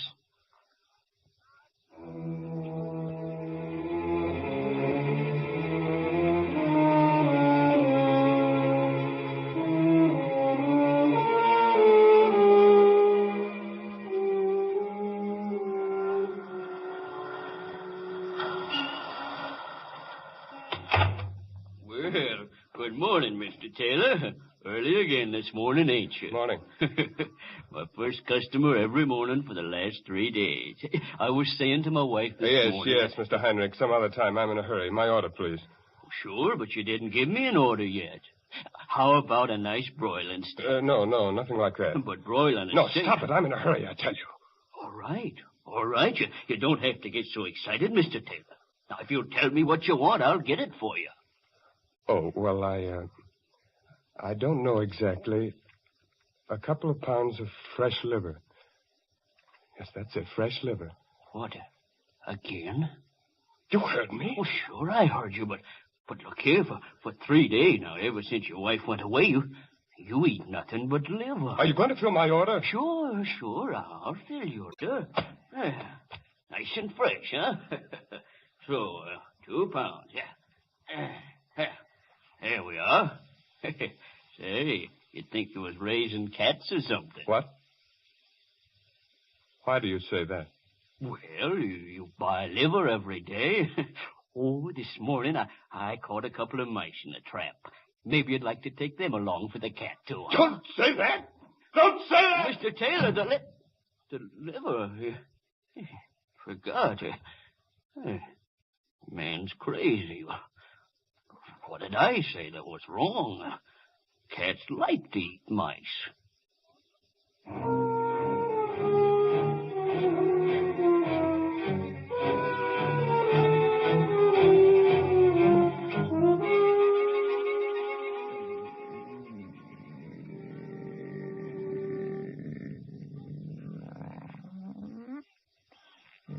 Oh, my Linda. My dearest Linda. Close to me. Oh, so close to me. Oh, my darling, my darling. It's better this way. You can't leave me now. I'll have you with me always. I'll keep you here. Yes. Just you and I. I won't answer it. They'll go away.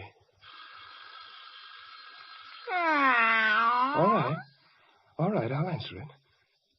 Linda, it can't be anyone that knows. He's dead. I buried him, Linda. You know that. No. Now stay here, my beloved. They mustn't see you. Be very quiet.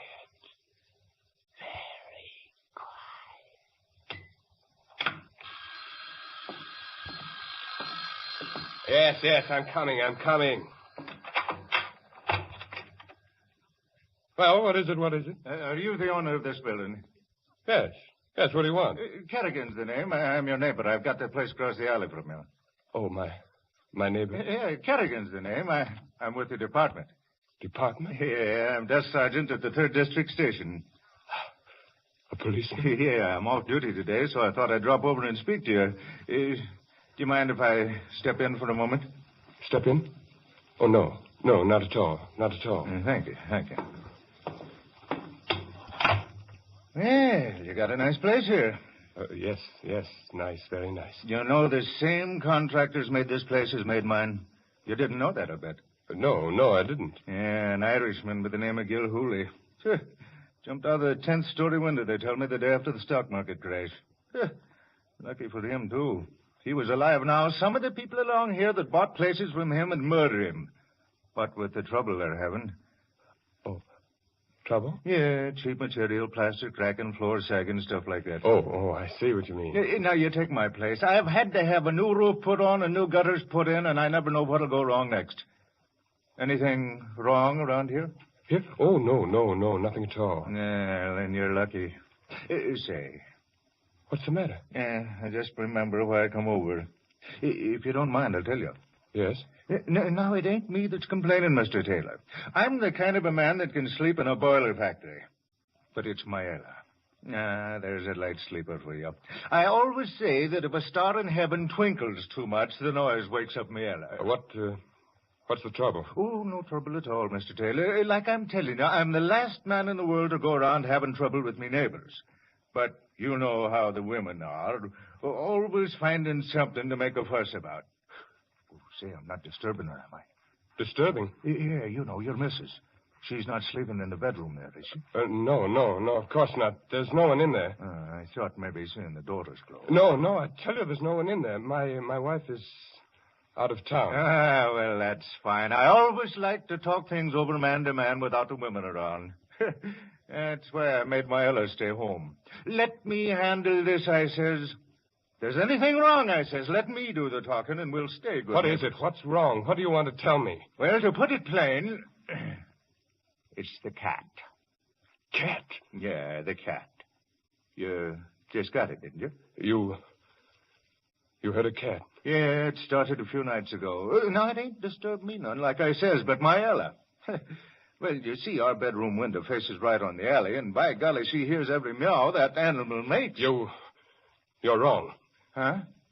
I have no cat. But my Ella I heard it, too, for that matter. I have no cat. But I'm telling you, it came from this house. I tell you I have no cat. Isn't that sufficient? Well, now, seeing as you put it so plain, I'll be speaking up plain myself.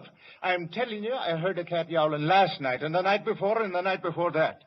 And as sure as me name's Thomas Kerrigan, it came right from this house. Now, what do you say to that? Get out. Now, wait a second, me bucko. Don't get on your high horse. Get out. Get out of my house. Well, you sure are making a lot of noise about nothing, young fella. But it's your house, and if that's the kind of a neighbor you want to be, I guess I can...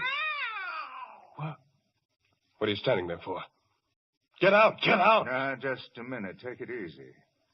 No cat, eh? Well, what was that I just heard? Nothing at all. You've got no right to become... You may not be a liar, but you sure are something close to it. If that ain't a cat in that bedroom there, then I ain't never heard a cat. Get out! Get out of here! Oh, no, I won't. Listen to that cat. If that ain't creating a public nuisance, I'd like to know what it is. It's none of your business. Get out of here. This is my house. Get out of here. Stop pulling at me, bucko. I may be off duty, but I'm still an officer of the law, and I'm telling you, that cat in there is violating the city ordinance. Now, if you don't make it shut up and disturbing me, Ella, I will. Stay away from that door. Stay away from that door. Say, listen to it. That ain't no cat you got in there. Yes, I lied. It is a cat. It's just a cat. But I'll make it be quiet. But go away. Now, wait a minute. Take it easy.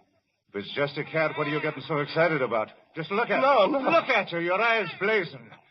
What's going on here? I think I'll have a look. No. Stay away. Oh, no. Get away. Take it away. I told you to go. My gun.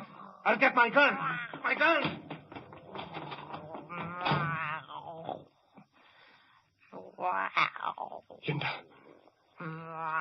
Linda, did you hear him? His gun. Yes. Close to me. Yes, darling, stay close to me. If he comes back, you'll... No, they won't hurt you. I won't let them. I did this to you, I did. I cursed you to God. No, they won't hurt you. They won't. Wait there. I've got a I've got to find it. They won't hurt you, Linda. No, they can't. I've got it. Now they won't hurt you, Linda. I swear it. They won't ever hurt you. No. No, don't look at my hand. No, why shouldn't you look at it? Yes. There's a gun in my hand. But not to hurt you, darling. It's just to help you. I swear it. To help you. Yes. Yes, so close to me. I must do it quickly. Quickly. No. No, don't try to pull away. No, Linda, stay here. I must hold you. I must. You'll be back in a moment. I mustn't miss. Linda, my darling.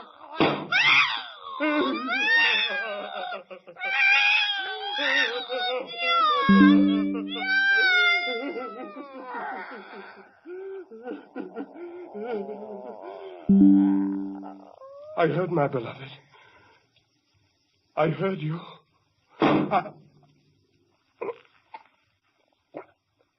Wait for me, my beloved.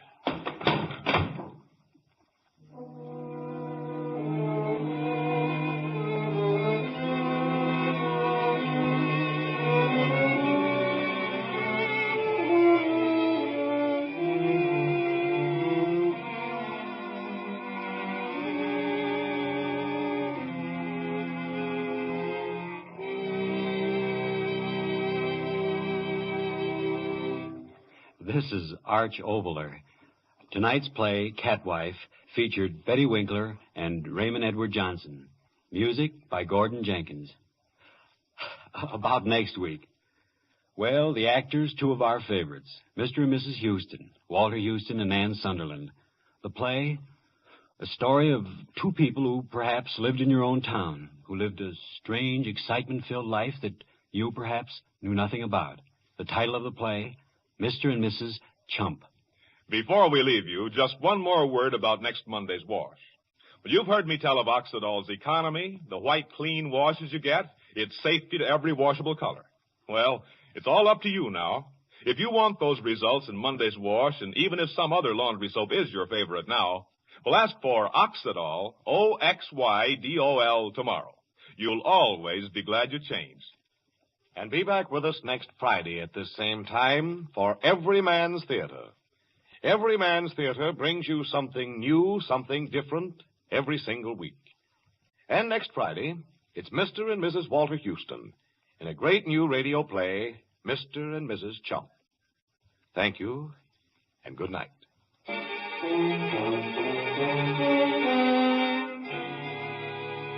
Every Man's Theater is written and created by Arch Oboler.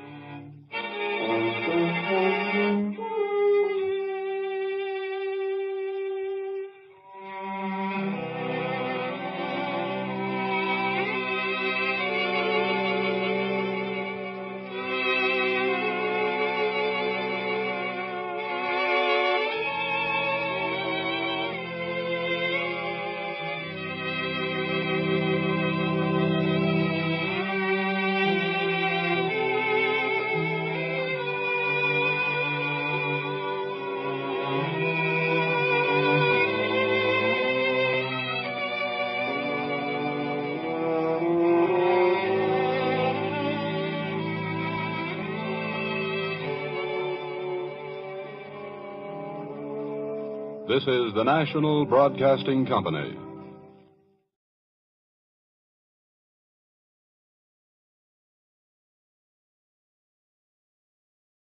Ladies and gentlemen, on Monday afternoon, the National Broadcasting Company will bring you a special address by the Duke of Windsor, formerly King Edward VIII of England. It is to be his first broadcast since he renounced the throne. You're invited to listen to this broadcast next Monday afternoon at 5 o'clock Eastern Daylight Saving Time. Tune in to your favorite NBC station for this exclusive address.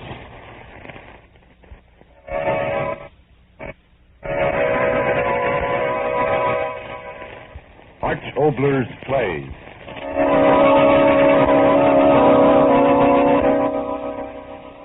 On the winds of the night, we bring you a story whispered in the night.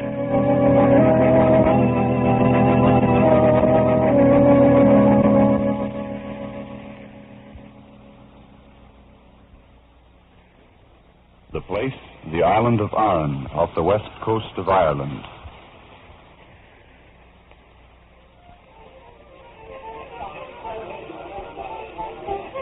Oh, listen to them, Katie Donald.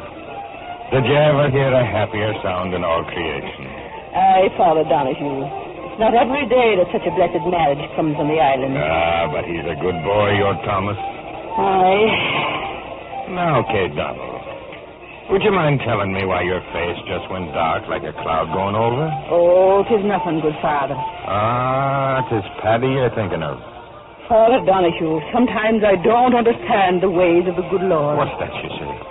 Thomas and Paddy, both of them born to me on the same cold winter's night. Both of them the same flesh and blood out of me. And yet Thomas as good as an angel in paradise. And Paddy evil from the moment he took his first breath of God's good air. Now, Katie, don't talk like that. Oh, it's true, Father, it's true. The minute he was in my arms and I saw he hadn't a button's breadth of ear on him, I thought to myself, Katie Donald, it's the devil's own brother you've got for a son. Katie. Ah, you know it's true, Father. Paddy, that rake, drinking and brawling and running from work as if the devil himself was pulling him away. Aye. And with each year he grows worse, stealing what his crooked tongue can't talk away from. No more of that talk. Your son Thomas, he's repaid you for all your trouble. A good boy. And now the prettiest girl in all the Blaskets waiting to be his bride as soon as the sun starts setting. I tell you... Oh, Thomas boy. Well, now, and what are the two of you holding secret meetings about? We've been talking about the prettiest girl in the islands. You mean she's the prettiest girl in all the world? Hey, Mother? I'm so happy for you, my son. I know, my darling. Hey, it's getting so late. Well, I think I'll go out and listen to the fiddling. See you when the sun is setting, Thomas. Yes, the sooner the better, Father. It's an impatient man I am. Ah, the good Father. A marriage blessed with his tongue is a marriage that... My Mother, what is it? You know the answer. Paddy. Aye. He'll get to my wedding. I'm praying he won't. Now, Mother, don't say things like that. You're a sorrow on my heart, drinking and brawling and staying up. Oh, Paddy, you did come. Speak of the devil. Why shouldn't I be here? Is it only strangers welcome at your wedding? Oh, now, Paddy, that's not the way to talk. There's food and drink in this house today for every man and a double helping for you, and you know it. Oh, he's there. Listen to me, Brother Thomas. Is your head that full of weddings that it can't hear a chance of making us all richer than a Yankee? What do you mean? Speak up, Paddy. What devilment are you up to now? Devilment, nothing. It's honest money I'm talking of. May the next pipes and tobacco be at my own wake, for I'm not telling you the truth. We're listening. Do you remember that hulk of a ship that was wrecked off Innisnabro a bit ago? Well? I went there yesterday to see if there was anything worth having, and listen to me, brother. There in the bottom of a pool, no deeper than this room, is lying enough bolts of copper and brass to make you me the richest man in the island. Don't listen to him, Thomas. It's the drink inside of him talking. May my next drink split me like a salmon if I got to drop in me. I tell you it's true, every word. Oh, sure. Wait a minute, Mother. Where did you say this fortune was lying, Paddy? In 8 feet of water, right off the place where he caught that seal last year. There's more than 500 pieces of copper and brass there, and they're worth £1 apiece, as sure as I'm standing here. Well, haven't you got a word to say to me? Yeah, it's a long while, Paddy, my son, since you brought back anything worthwhile to this house. Well, I've done it now, no mistake. Don't stand there like a lump, Thomas. Get the boat out. I tell you, there's a fortune waiting. But, Paddy, my wedding... You talk like you're cracked. Wouldn't you rather bring the bride a pocketbook filled with gold sovereigns than the empty letter you got now? Well, Wouldn't you rather be able to give her a bit of meat in the house and a little dress for the prettiness of her than the empty words you now give her? But, Paddy, I can't... Your mother, you talk to the man. A king's fortune right under his hand, and the cracked fool won't bend over to pick it up. But if it's in the sea, Paddy, it'll wait until after the wedding. Oh, wait, will it? And with those Inish boats sailing all around the place. I tell you, it's now or never, and my soul to the devil if I'm not saying true words. Come on, Thomas. 3 hours. I'll have you richer than a Yankee. You've never... Wait. It's Eileen herself. Let her have the word whether you stay or go. Stay or go where, Mother Donald? What's going on, Thomas? Well, you see, Eileen... Give her a day short, let me say it. There is a fortune in brass and copper bowls waiting for us in water no deeper than a man's neck over at Innishnabro. And Thomas here thinks you'd be fool enough to say no to his going. But must he go now? The sea doesn't wait. For all we know, those English fishermen have found the treasure already. And we'll be back in 3 hours, I You'll believe. have a dress for every day of the week. Thomas, do you want to go? Well, we could build a new house with the money. Sure, the finest house O'Donnell ever had.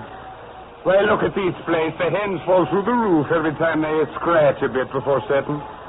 Mother Donald, you haven't said your word.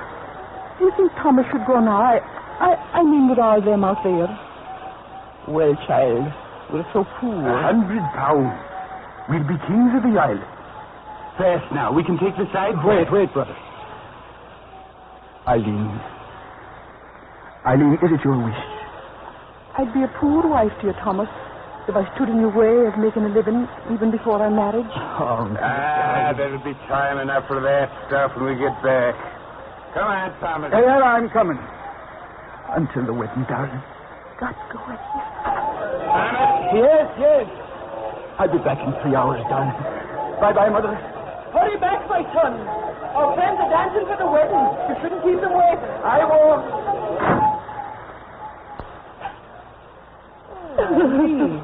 Oh, little baby, why should you cry? Thomas has plowed the sea so many times. Why should you cry this time? Oh, Mother Donald, I'm frightened. Frightened? But why that? I don't know. When that door closed behind him, seemed as if the waters of the sea were closing over us. Oh, Mother Donald, hold me close. I'm so afraid.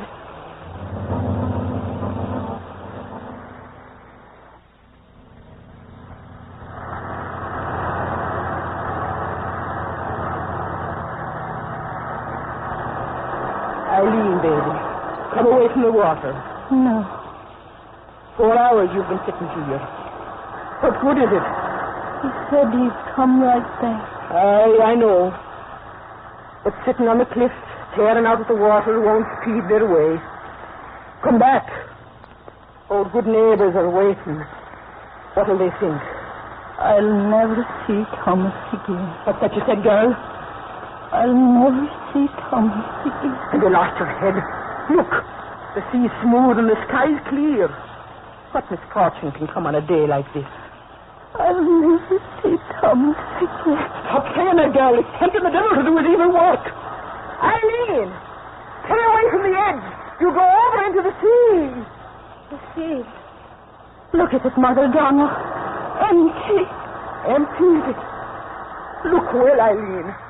My eyes are not too sharp. To the west now. Isn't that a boat there? No, it's nothing. Oh, Thomas. Stop it, girl. Nothing's happened to them. It's taken them longer than I thought. I told you that before. Yeah, there's not a pin's worth wrong with them. There can't be, I tell you. Mother Donald. What is it, child? To the west. Where they went to water. Holy Mother. That wind, where did it come from? Out of the west. Where he was. But so quick. In all my years, the wind's never come so quick before. The water. Look at it swirling and tossing. He's dead. My Thomas is dead. No, stop saying that. He's not dead, my Thomas. My Thomas is not dead.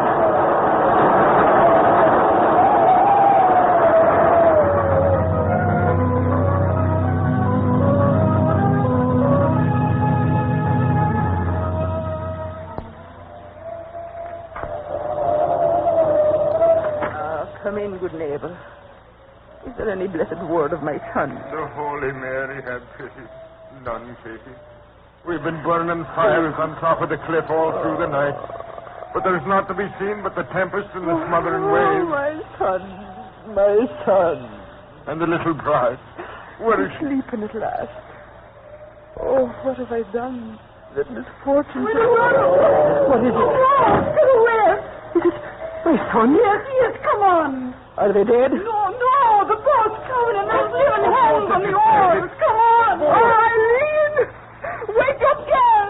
It's them! Come back! Eileen!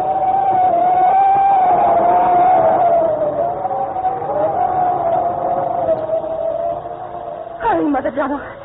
Oh, Tom. Yes. I'm moving fast as I can. It's hard against this wind. Blessed wind, let him live. Oh, you bless it for the life of one girl, and I bless it for two. Look! All the people. Aye, the water's spread. Can you see anything, Eileen? No, there's so many on the beach. Oh, why don't they stand aside? Good neighbors, let us through. My son's coming home. Yes, let us through. It's the widow Donald. Aye, let them through. Come on, now. Stand aside. Oh, I can see nothing. The waves in the dark. Eileen, do you see? No, there's nothing. Oh, someone tell me. What do you see out there? Where are my sons? Off there to the north, widow Donald. There, through the Tiger Rock. Yes, Mother Donna. I see them. I see. Where? Point it out to me, girl. Over there. Follow my finger. Oh, blessed Mary, they're coming back. Eileen, if only my eyes were young and sharp again. Can you see them both? Both my sons? No. I can't quite. Just the boat, and it lifts and falls in the trough of the waves so quickly, I can't. Oh! Eileen, what is it? What do you see? One. There's only one boat. No! What are you saying, girl? Only one in the boat? Yeah, the girl's right. There's only one in the boat. Which one is it? I can't make out. Hey, is it Tommy or Paddy? Into the surf with you and give them a hand now. Hey, get back there. That way.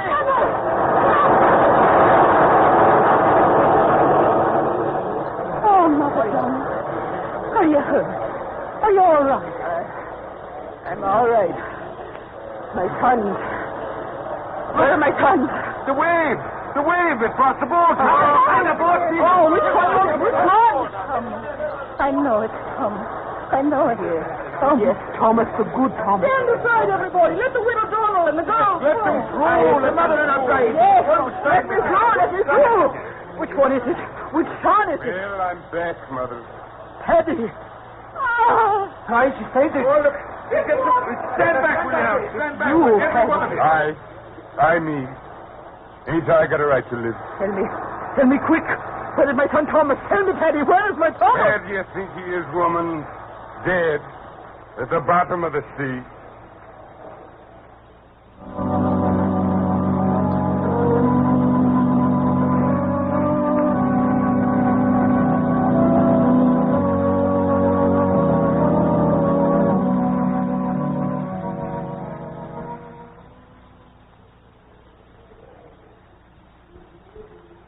Stand closer about me, good neighbor.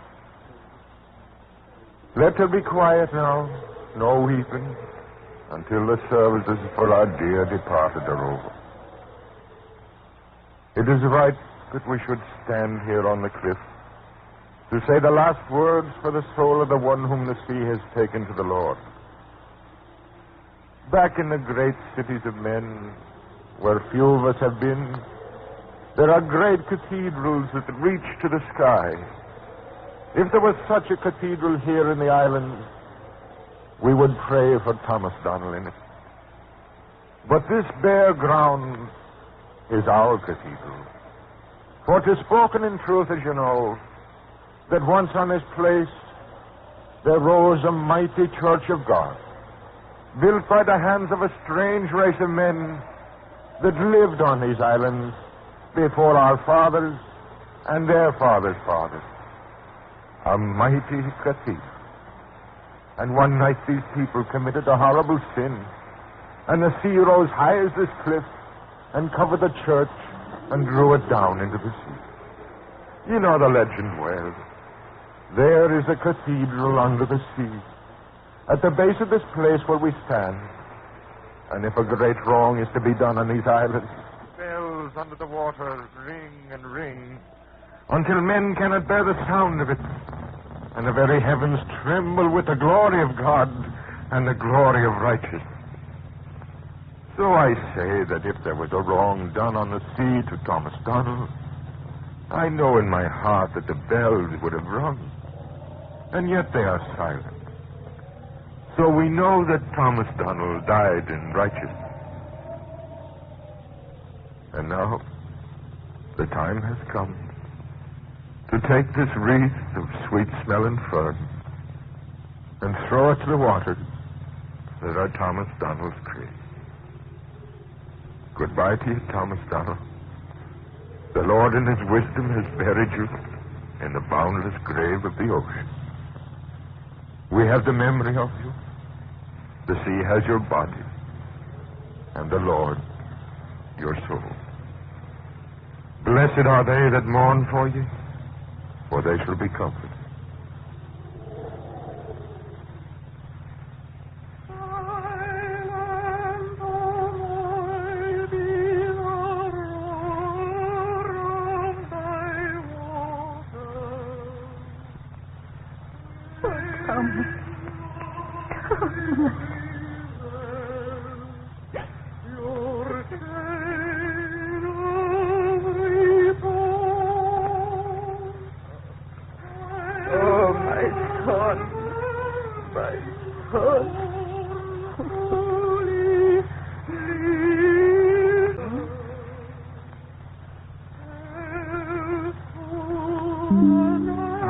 But she's young, and young tears go quickly.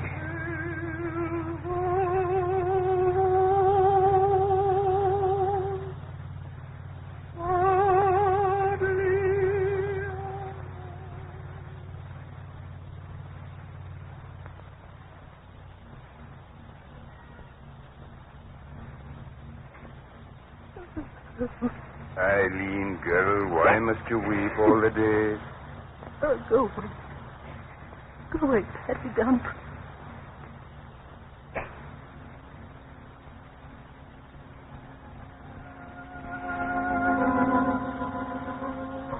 I'm thinking there's winter in the air. Eh? Eileen, girl. I've no feeling for talk, Patty Dunn.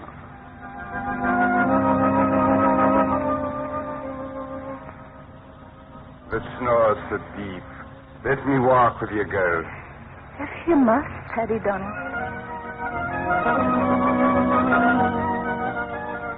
Look, I brought you the first spring flower, Eileen. You know there's a kiss with it. Ah, way with you, Patty Donald. It's a fine, warm day, Eileen. A day to be happy in. Yes, it's a fine day. Do you like the tale I've told you? Ah, Patty, you've a tongue in you for tall stories. There's some I could tell that would be told with my heart. Oh, no, Patty.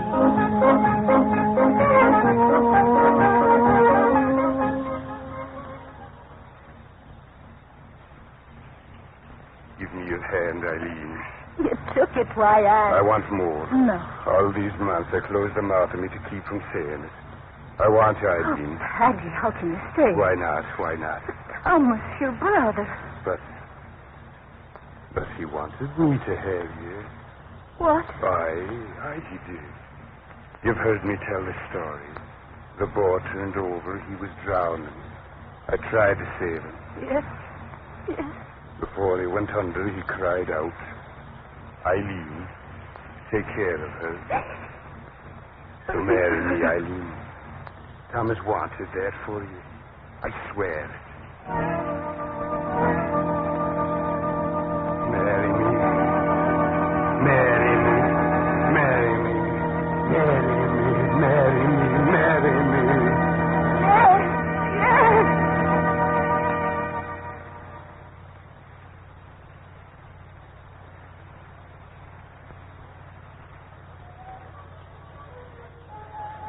Oh, Mother Donald, why do you sit here apart from all the rest and weep? My son, I don't love Paddy as I did dear Thomas. God rest his soul. But you know Thomas's dying words. I so lonely, Mother. Sometimes I think... Oh, Mother, don't make it hard for me. All these weeks... There's no wedding for him in the sea. Oh, stop saying that. He wanted me to be with Paddy. He did. He did. I don't know what to do. I don't. Eileen, we're waiting. Eileen. Let me be. Talking to the old woman again, eh? What has she been saying to you? Let her be. Shut your mouth, you old crock.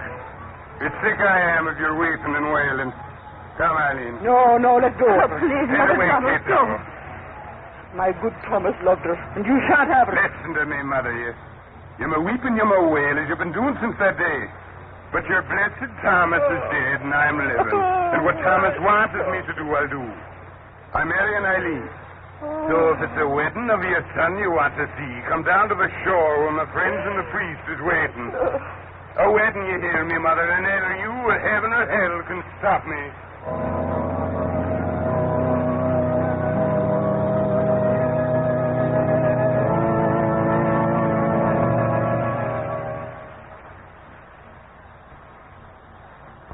All right, Father Donahue.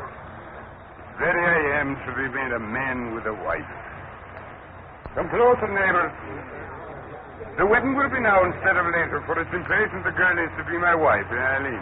I'm cold. Cold, did you say, with me next to you, and the sun warm in the sea, till the fog's as heavy as my hand after the wedding. Now, what's the matter with all of you? You stand there as if I was talking of burying instead of wedding. Well, I say the devil with you. Paddy, you're drinking, I say it again, the devil with all of you with your long faces. Look at that fog and look at the water. This is a day for a king of the sea. And I'm a king. Marrying the girl I've always wanted. Kiss me, girl. No, please. Kiss me. I'm marrying you. Let them all see. Everyone here. In the sky and the fog and the sea. Who cried out? Who was it? It's the widow Donald. It's Katie Donald. Let me through, Katie. Kate Donald, what is it? At my wedding she is. Well, you won't. Wait!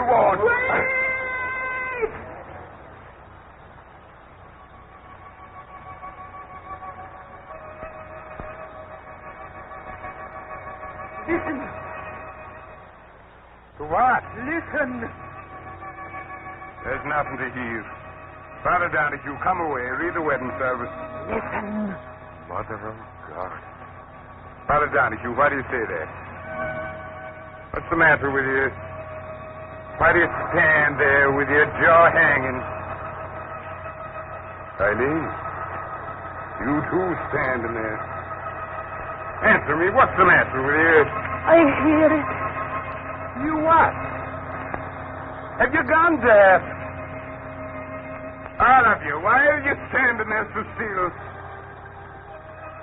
What are you up to? All of them here, but you... Hear what?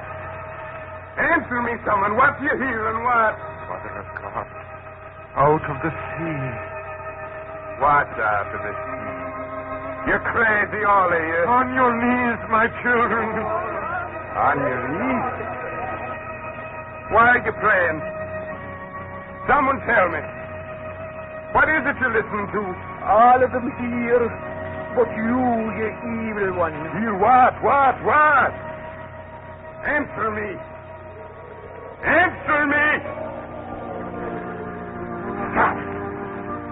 Stop looking like that as if you're hearing something. There's nothing to hear. Nothing but the wind. Answer me, someone. What do you listen to? Whatever it is, I can't hear it. I can't. It's not deaf I am. I hear my voice. Then what are you listening to? I came here for my wedding to get Eileen, not to be driven out of my head by you. I'll kill you. I'll kill all of you. Get to your feet. Get off your knees. Tell me what you're hearing. Father Donahue, tell me, what are you hearing? From out of the sea. What? A great sin has been done by one of us. What the old man said was true. A great sin done, and out of the sea will come a great voice, and the heavens will tremble. Stop talking, my wedding. There can be no wedding. A great sin has been done. Listen and pray. Pray? I don't know praying. Why should I pray? Get to your feet and read my web. You're crazy, all of you. There's nothing to hear. There's nothing. Wait. I do hear something from within. Louder. Louder. I hear it. A voice. His voice. His voice. His voice. His voice. Someone calling. Out of the sea. Quiet, everyone, quiet, so we can hear. His voice. Look, a boat coming through the fog. It's my Thomas. It's my Thomas. Come. No, not Thomas. It can't be Thomas. Help the boat in. It's Thomas. Oh, Thomas, my son. Thomas, I'm coming to you. Look, a boat coming through the fog. Can't become Thomas. You are there. It's Thomas Donald. No, he's dead. Not for your eyes. I'm dead, Thomas. Dead. Go back to the dead. I killed you. You're dead. Mother. No. Not dead, Thomas. Dead. I killed you. Go back to the dead. Mother. No, you won't get me dead. Now, get away. I'll run.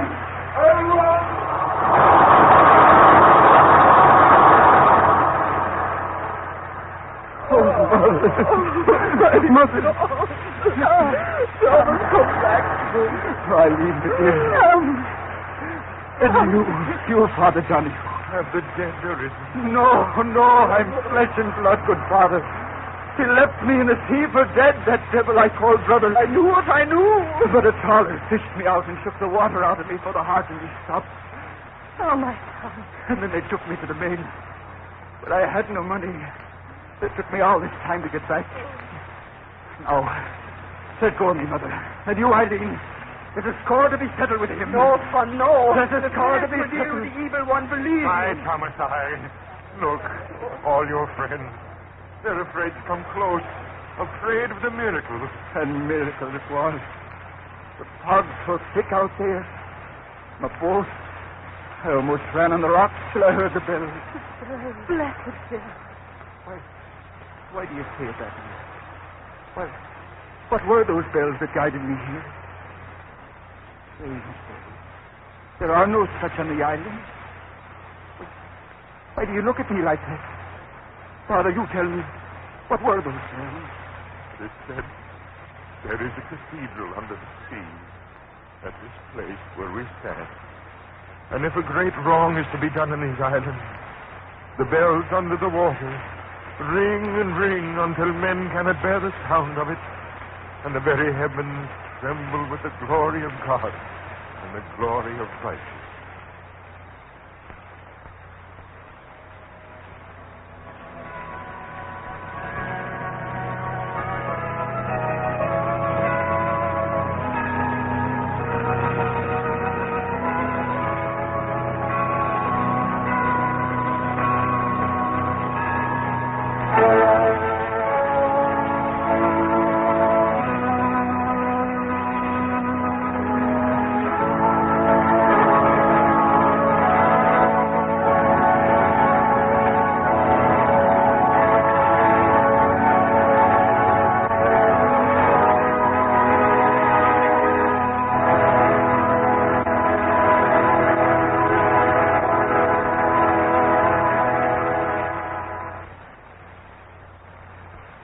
Tonight's play, The Engulfed Cathedral, was especially written for radio by Arch Oboler and featured Raymond Edward Johnson, Anne Shepard, Adelaide Klein, Chester Stratton, Basil Logren, and Helen Brooks. Next week, we bring you a new play titled Baby, featuring Irene Wicker. Arch Oboler's Plays. On the winds of the night, we bring you a story whispered in the night.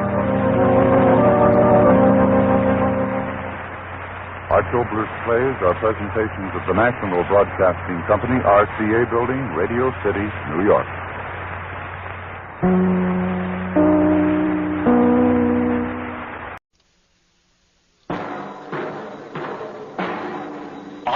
Oboler's plays.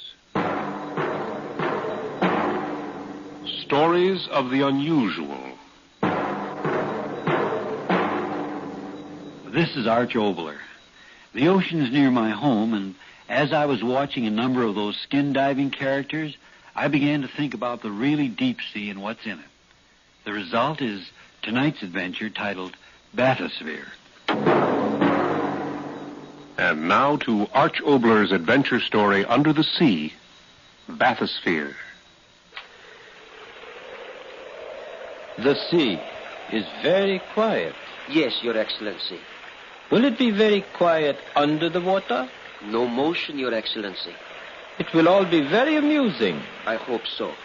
The captain ought to have everything ready by now. If you'll excuse me, Your Excellency, I'll go see. No, just a moment, Doctor. Yes, Your Excellency. You are young. You will learn that the greatest joy of an experience is to savor it before it happens. Yes, stay and talk to me. As you wish, Your Excellency. How far under will we have to go to break the record? Over 7 miles. How far to the bottom? Just over the record mark. Deeper than any man has ever gone. It will be most amusing. Your Excellency, we are ready. Well, Captain, you too are impatient, eh? No, Your Excellency, I mean... Now, don't sputter. Come ahead, my young, impatient friend. We will go aboard your diving bell ship and begin our great adventure. Come.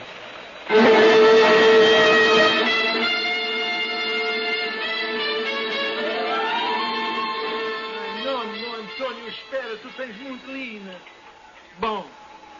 You see, Your Excellency, we are quite ready. Well, Doctor, and it's everything to your satisfaction. Did you put in an extra oxygen tank?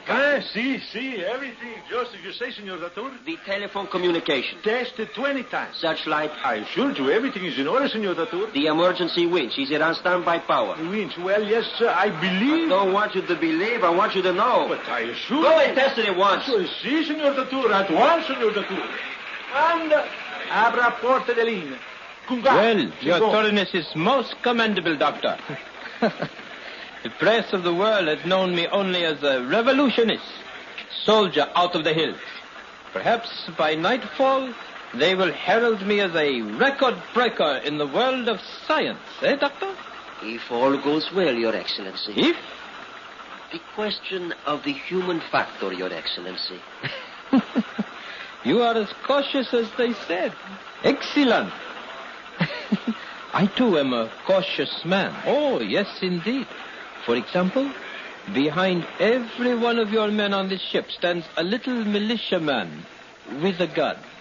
Your men will be particularly careful on this descent. Eh, Doctor? There is no doubt of it, sir. Indeed. He's all ready now, Senor. Shall we go now, Your Excellency? Oh, of course. Careful, Your Excellency. The deck is quite wet here. You're very thoughtful, Captain. Thank you, Senor. Attention. No formalities.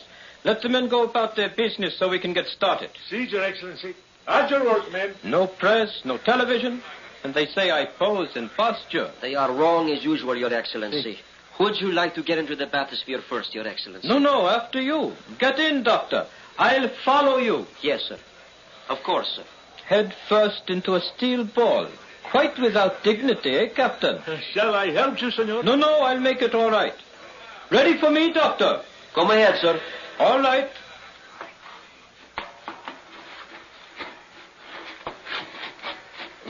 Careful the bolt end, sir. Yes, that does it. You're all right, sir. Yes, of course. Well, what are we waiting for? Captain. Si, Senor. Close her up. Si, Senor. Your ears. Cover your ears. Eh? The bolts, the wing bolts, they hold the door shut. They have to be tightened by hammering with the sledge. Cover your ears, sir.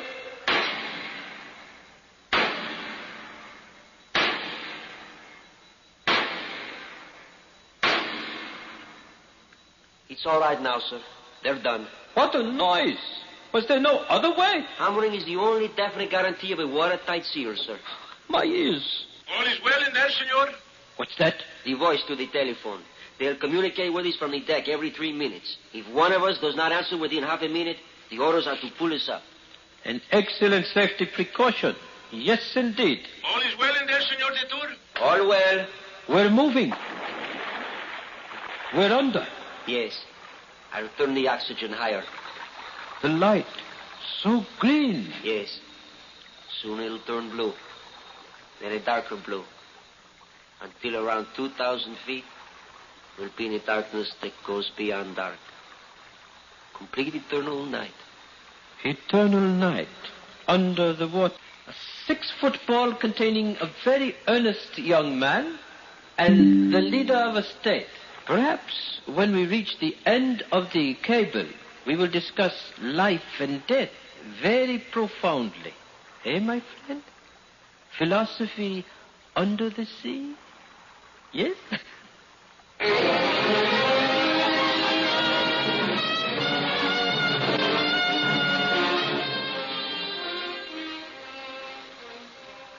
All is well down there, Senor? All well. 28,000 feet, Senor. Right. Your Excellency. Yes? In 10 or 11 minutes, we'll have broken the record. You keep your eyes so close to the window. Might I ask why? I thought I saw something out there. What, sir? Something huge. It gave off a pale green light and then was gone so quickly. I'm not quite sure. I'll turn on the searchlight. No. No. This infernal darkness amuses me. Tell me, Doctor, in your other trips, have you seen anything out there? Vague, huge... All is well down there, Senor? Tell him yes, yes, and to stop annoying us. All well. My compliments, Senor Detour. You've reached 35,800 feet. That was the Trieste record. Eh? The old one. 35,900 feet. Broken it? 36,000 feet. Doctor, that's quite enough. 36,050 feet. Doctor, did you hear me? Broken the record in feet to spare. Order them to haul us up. 36,100 feet. Doctor, are you out of your head? I gave you orders. Help them pull us up. I've had enough of this, I tell you. Oh. What was that? What was that? We just landed at the bottom of the sea, that's all. Why did you ignore my orders? I said to go up. What are you doing now? What was that lever that you threw? Signal the ship and have them draw us up. Your little adventure is over. Didn't you hear me? I said signal the ship. How? You out of your mind completely? Telephone them at once. You hear me? A telephone consists of a carbon transmitter, receiver, actuating battery, and connecting wire. We have no telephone. Get to one side. Hello? Hello up there? Hello? Answer me! Hello, hello! Blast you, answer me! Hello! They don't answer. They don't answer!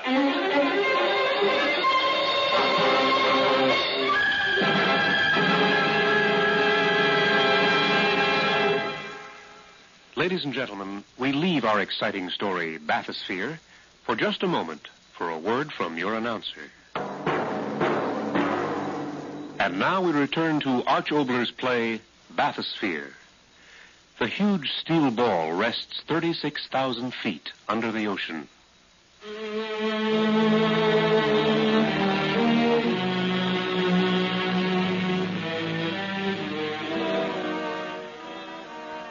The wire is torn loose. Would you know how to fix it, Your Excellency? What? I see. Oh, happened when we bumped on the bottom, didn't it? Well, can't you fix it? No. Turn on the searchlight. All right, I'm quite capable of turning on a switch. Why waste your time? You've got so little of it left. What do you mean by that? The searchlight is disconnected. Why? It will be best to die in the dark. This is impossible. I investigated you, your record, your family, your associates. The clearest record in the state. You haven't the reason or the will to kill me. Kill me? That's really funny.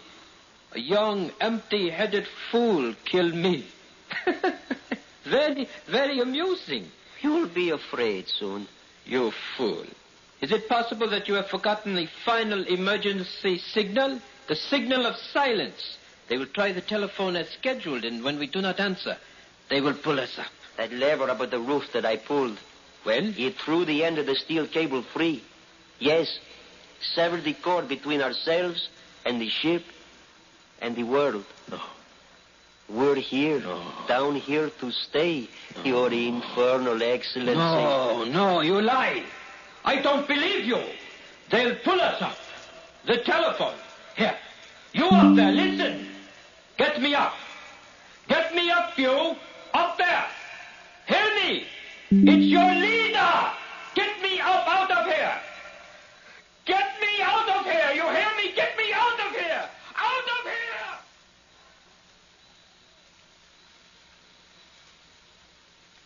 Unbelievable. Oxygen left for another hour. And it has taken you 10 precious minutes of your precious life to believe. You do believe you're going to die now, don't you? I was sure nothing could happen. Every detail of the machinery, the record of every member of the crew. And Arch was one of those who was perfectly harmless, huh? Yes. Your past, since boyhood, trained in the schools of the state, your father, an official. Why do you do this to me? Why? Answer me! Who and why? Your mouth will bite for the air. I will hold in my temper. You will tell me. Why do you do this? Why? Yes, I'll give you whys. Yes, I was trained properly. Yes, no up, down, my head crammed full. But there was one place you and your books and your speeches could not reach. My heart. You fool. You wanted answers, so you listened to me. My head said believe. My heart said question. Ringing in my head. Of course, the air. I'll turn a little more oxygen on. So, now give me a little more strength to keep on telling you your whys and cut the breaths left for you after I'm finished. What was I saying? Oh, yes, that you did not condition me quite well enough. You should have started with the embryo, for somewhere something got inside of me that cried out against what you were doing. It grew and grew until it said you had to die, and you will die. Yes, no drums will roll for you, no marches. End it here. And what have you to say to that? You fool. Still fool. Is that all you answer? Yes, fool. You think I'm a fool to die here with you?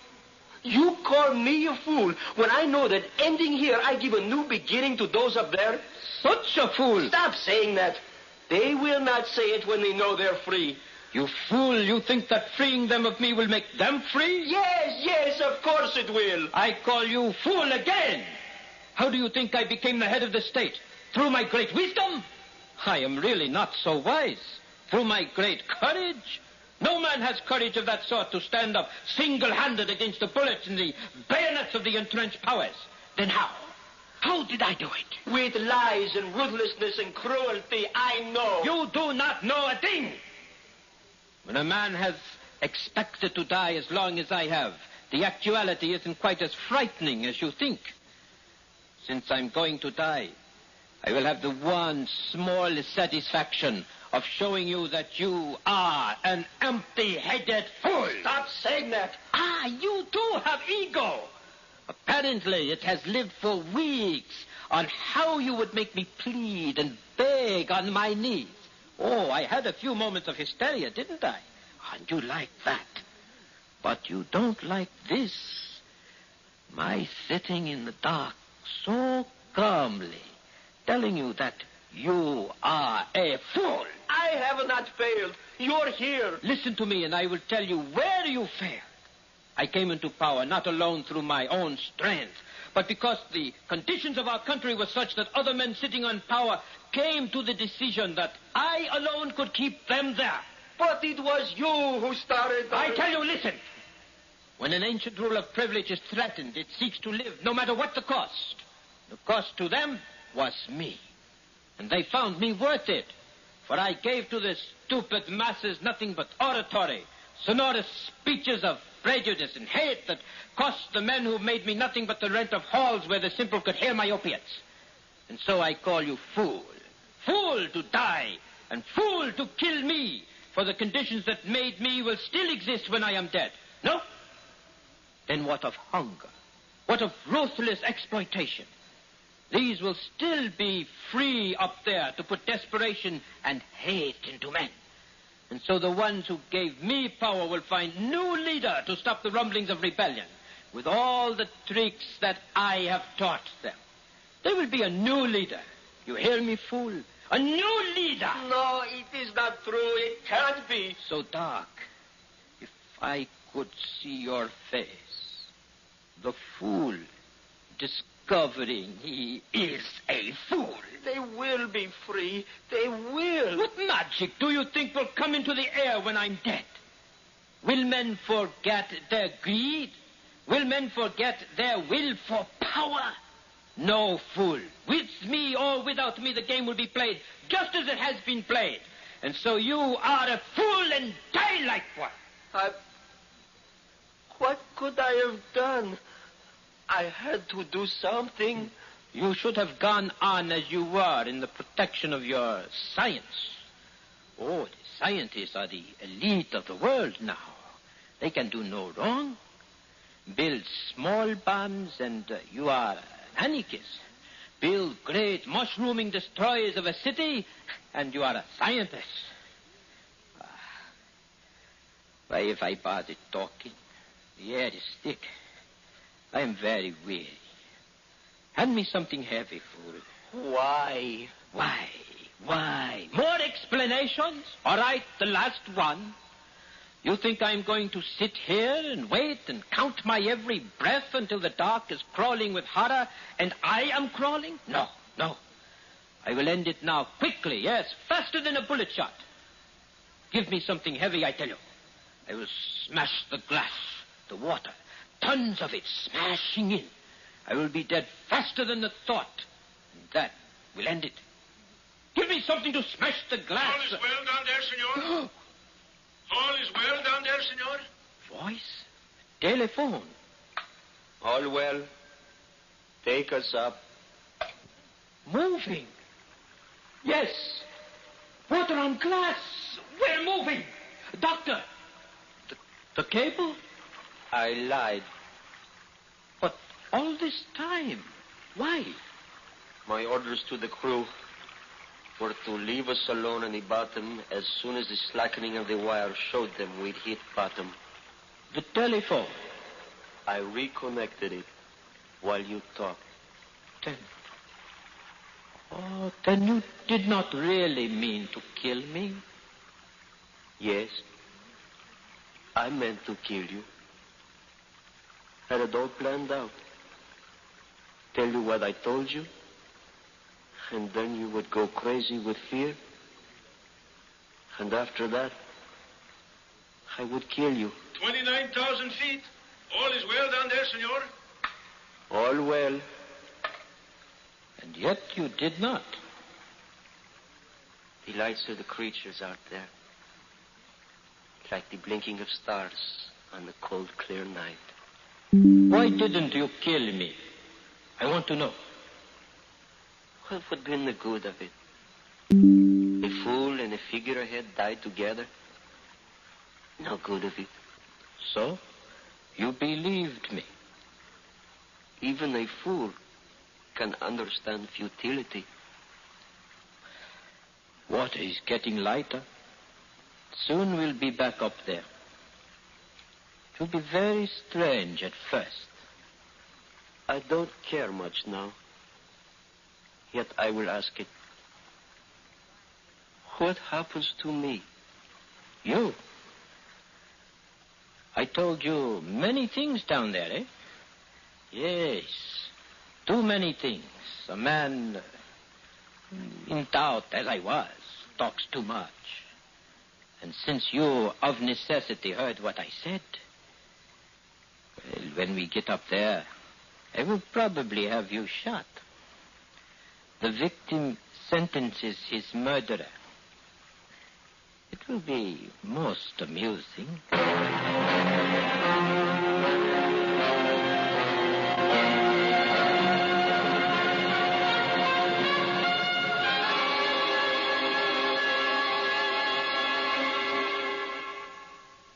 This is Arch Oboler once more. First, thanks to Kai D, Tommy Cook, and Hal Perry. Sound, Bub Tollefson. Engineer, Dave Diller. Music, Joe Leahy. Announcer, Byron Kane. For our next play, well, that's also about the sea. But this time, the top of it. It's an idea I think is a very intriguing one. When will you die? When will I die? The date. But more of that after a short message. Oboler again.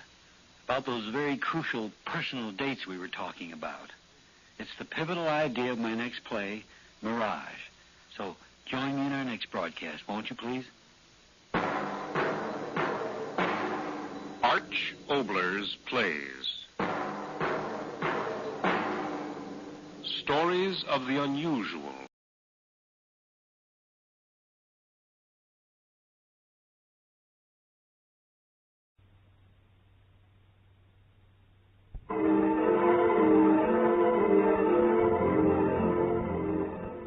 They came to me about a play for commercial radio, dangling a lady star and a big bag of gold. But the war in Europe was at its bloody height, so I wrote a very special play, but the commercial people said, oh, no. But the great actress Betty Davis said, oh, yes, and so she did the play for no fee on another network.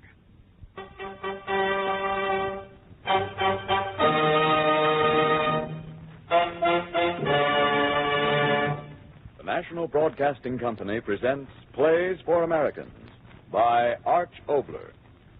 For these past 20 weeks, the National Broadcasting Company has been bringing you a special series of new plays by Arch Oboler, dedicated to men and women of goodwill everywhere who believe in the inherent dignity of all men, to fight together now for a better world for all. Today, we bring you the final broadcast of the special series. The star, Miss Betty Davis. The play, Adolf and Miss Runyon.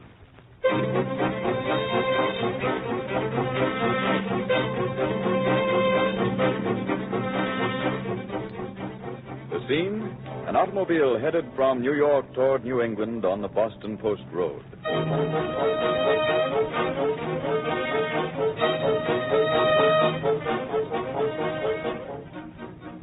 There's one person in the car, Mary Runyon. And as she drives, her hands are tight on the steering wheel. And her lips are moving. She's not talking to anyone in the car. She's quite alone. She's saying the things that she'd been unable to say just a short while before when she'd seen her husband off on a train. A train taking him away to an army camp. Listen to Mary Runyon.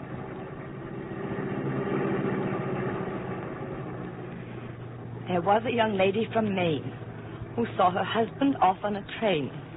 And then she drove home and vowed not to roam until the war and her husband. Oh, Michael. Michael, it's no use. I know I promised, but I tell you it's no use. 20 minutes since the train left, and I'm already crying. Oh, Michael.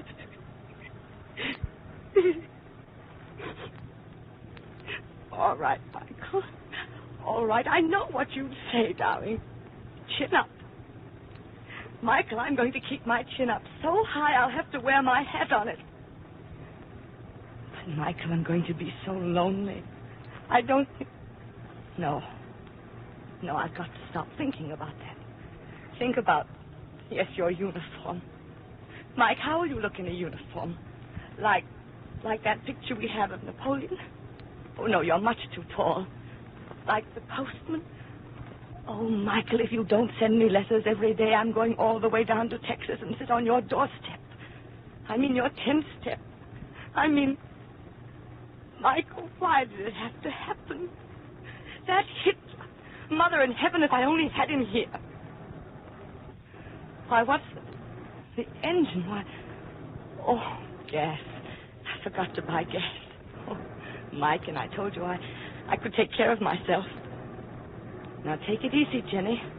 Keep rolling. Keep rolling. There's a nice gas station right up ahead, and you can make it if you just try hard. Nice, Jenny. Keep rolling. Keep rolling. Jenny, pay no attention to your engine. Just keep your wheels turning. Just 20 more feet. 10. 5. Now up the driveway. Nice girl. Jenny, you made it. You're a lady and a scholar and a darn good automobile. Did even you if you're say something, ma'am? What? Oh, no, I was talking to the car. 5 gallons regular, please. 5, ma'am? Oh, that's right. I mean 3. Yes. Money, I don't think I have any. Where's my purse?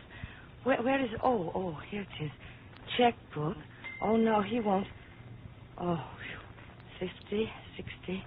Michael, remember, I was the one who made speeches, how well I could get along without a boss man around the house. And the moment you're gone, I lose... Did you say something, ma'am? No, I'm still talking to myself. Sure, I know how it is, ma'am. I do lots of talking to myself these days. That'll be 60 cents even, ma'am. Yes, here you are. Thank you. Why do you say you talk to yourself these days? Well, you see, ma'am, for the last couple of years, I've had a helper here at the station, and for the last couple of weeks, I haven't had him anymore. He went and joined the Navy. Oh. Even though Joe ain't here, I kind of keep talking to him as if he was here. Yes, I know. Ma'am? Nothing. Do you mind wiping off the windshield while I see if the engine starts? Oh, sure. I keep talking, and I don't mind my business. Now, Jenny, be a lady. Thank you, Jenny. All set, ma'am. Thank you.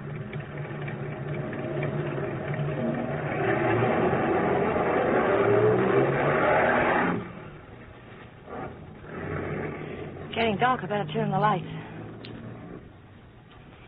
Michael, you'll be having your dinner on the train. On our honeymoon. Remember, No. I've got to stop feeling so darn sorry for myself. You're doing what you want to do, Michael, and I'll do what you want me to. Tomorrow morning, school again. Children, on this, my very first day as your teacher, I'm going to tell you a few simple truths.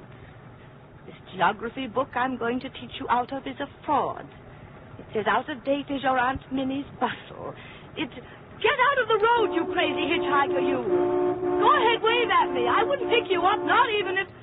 Oh, uniform. Come ahead, soldier. Got to be good to the army now, haven't I, Michael? Dumme Person. Sie sahen mich, ja? Warum blieben Sie nicht stehen? All right, so just stop the double talk and get in.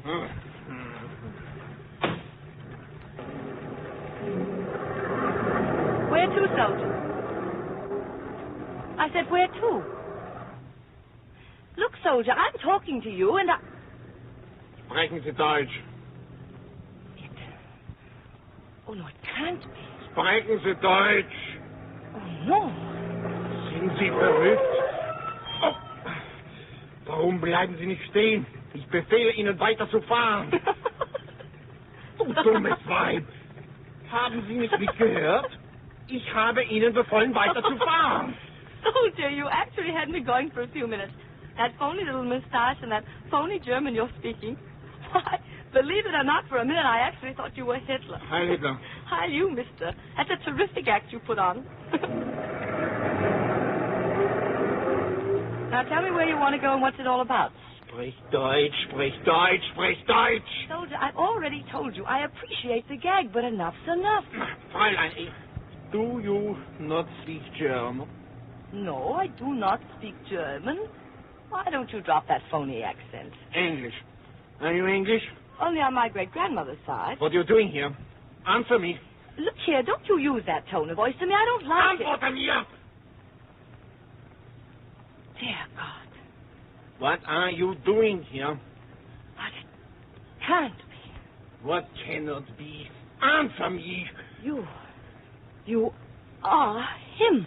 My English, I do not know what you are saying. You are Hitler. Heil Hitler.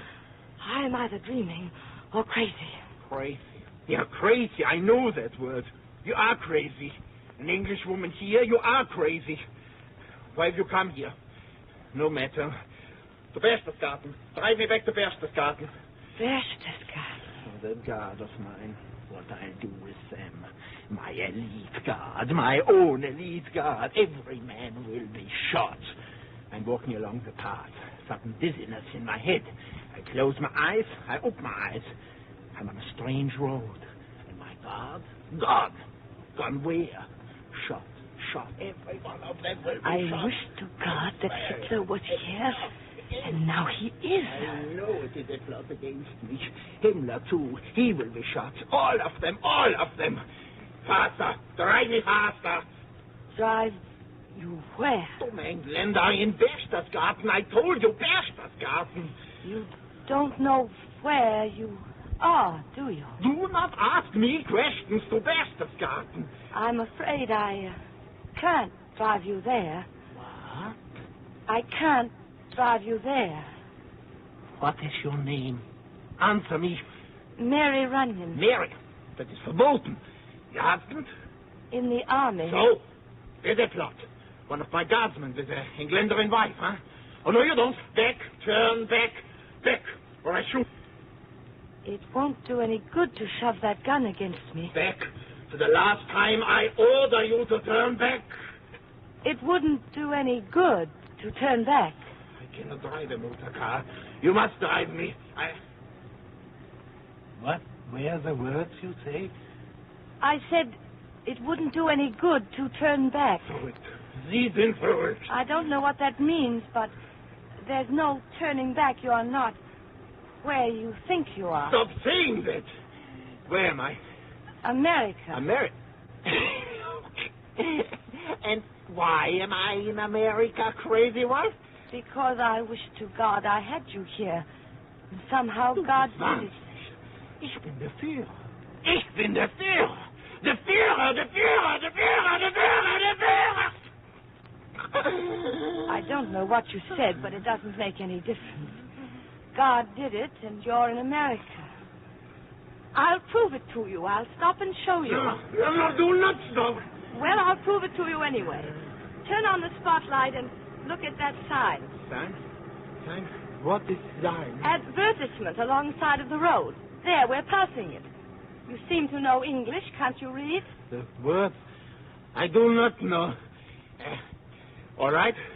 You will keep driving the motor car ahead. At the next patrol, you will stop. They will take care of you, you crazy Engländer. You still don't believe this isn't Germany. All right, it's the crossroads ahead. I'll prove it to you. No. Go. Stop poking that gun at me. There's the crossroads sign. Look at it. You give orders to me? Look at the sign. Read. Well, New York, 55. Boston, New York. New York? I told you. Look at the car you're driving in. Can't you see it's American? And look at me. Can't you see I'm an American? It cannot be. No. America? I, the Führer in America? That cannot be. Is that any more impossible than the fact that almost all the people of Europe in just a few months have become slaves? And is it any more impossible that an ignorant Austrian house painter, you, has become their slaver? Who are you? I told you. Mary Runyon. An American. I just saw my husband off on a train. He's on his way to an army camp. I was so unhappy I started to think about you and the misery you brought to me, and I cried out to God. And here you are. That's all there seems to be to it. America. So it's really happened. A plot? I suppose you've always been afraid of a plot against you. But this time, God, close your mouth, woman. Hitler. I am Hitler, the chosen one, the Führer of the world, Führer of the new order. When I used to hear you on the radio, I thought you were a very funny little man. I told you to close your mouth. I order it. I don't think you're funny anymore. You've caused too many tears. No, you aren't funny at all, are you? I will have you shot. That's your usual solution, isn't it? Plot. Himmler. Yeah, Himmler. He had me drugged. Brought to America. Why are you laughing? Don't you believe you're in America? Fools. All of them fools. They think they can get rid of me in America. You will drive me someplace. I will sit. I will hide. I will wait. And soon my army will be here. And I, their Führer, will come forth and confound the enemy. As simple as that, is it? Why do you talk? Listen to me. Plan. Everything is with plan. If I'm in America, so I will wait in America. My army, my Luftwaffe, they will be here. It is in the plan. You will put me someplace where I will be quite safe. I will wait. Will I, really? Oh, it will be your honor. In the new order, perhaps there will be a small place for you if it fits the great plan. You aren't frightened at all, are you? Fright? Afraid? You simple woman, you. Have you not ears to hear the words I say? What have I to fear? America, South America, Canada? All will be part of my new order. All I must do is wait. It's in my geopolitic bureau's plans. The conquest of the world for the Deutsche Gesellschaft. Nothing has been forgotten. Oh, that's where you're wrong. What? Oh, you have forgotten something. You and your planning bureau. Nothing has been forgotten. Oh, yes, it has. What? Look, Adolf, they're ahead. What? Those lights. That's a factory working all night. That's part of the anger of America. Look at those lights. They're the lights of your doom. Stop it. Do not say that word. Let them work. Let them work day, let them work night. I tell you, it is too late. Oh, no, it isn't. You, woman, by what right do you disagree? By what right? By every right. Stop! I order you. Stop ordering me and listen. What? You heard me. Listen. You said we were too late, and I suppose that was part of your plan to keep us from doing anything until it was too late. But I tell you, you're wrong. Look at those factories. The men and the women working there, they know they're not too late. Oh, you and your generals and your planning boards. One thing, that Americans are people who don't get going until they're angry. As all America is angry now. As I am angry now. A month ago tonight, I was married. You hear that? Married. Do you know what marriage means? A man and a woman a life together. A life together. We're not going to have that life together, Michael and I. Oh, I'm not fooling myself. I know it. We're being cheated out of what everybody's right. Living together and growing together and having children. And why? Why? You and your gangsters. I pray to God that you were here. And now I pray to God that you will die. You will be shot?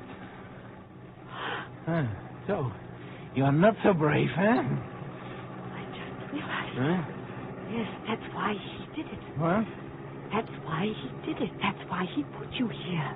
Who is he? God, that's why he did it. Oh, who cares about your God? What are you saying? What are you thinking? Why is your face... What do you think you're going to do? You're not so brave now. Answer me! I'm going to kill you. What did you say? I'm going to kill you. Stop the motor. Stop the motor! No. Quick, stop the motor! Gun. I shoot you. Stop the motor. For the last time. Wait a minute. Look. Look at what? The speedometer. Speed. Look at the speed we're going. Stop. You crazy woman. You stop. I will shoot. I swear it. I will shoot. At this speed? Oh, no, you won't. I will shoot you for the last time. All right, go ahead. Shoot. Shoot. The steering wheel will go out of my hands and we'll both die. I want you to die. Slow up the motor. Listen to me. The motor's slowing up. I order you. No. The person, listen to me. I am ordering you. I, the Führer. You'll be the Führer of the worms. I will pull you to pieces, my soldiers. One more chance. Listen to my order. Stop this car. No.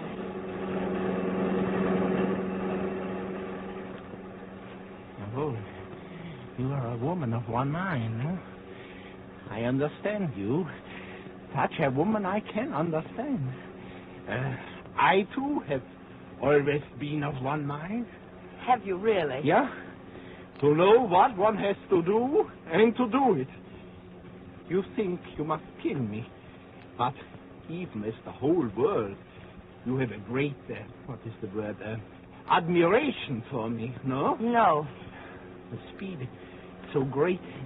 If you could slow down so I could talk to you. No. But it's not of myself I'm thinking. It's of you. Really? Yeah, you can believe me on my honor. I'm thinking of your safety. If you would just slow down a little, whatever your plan is to kill me, I do not know.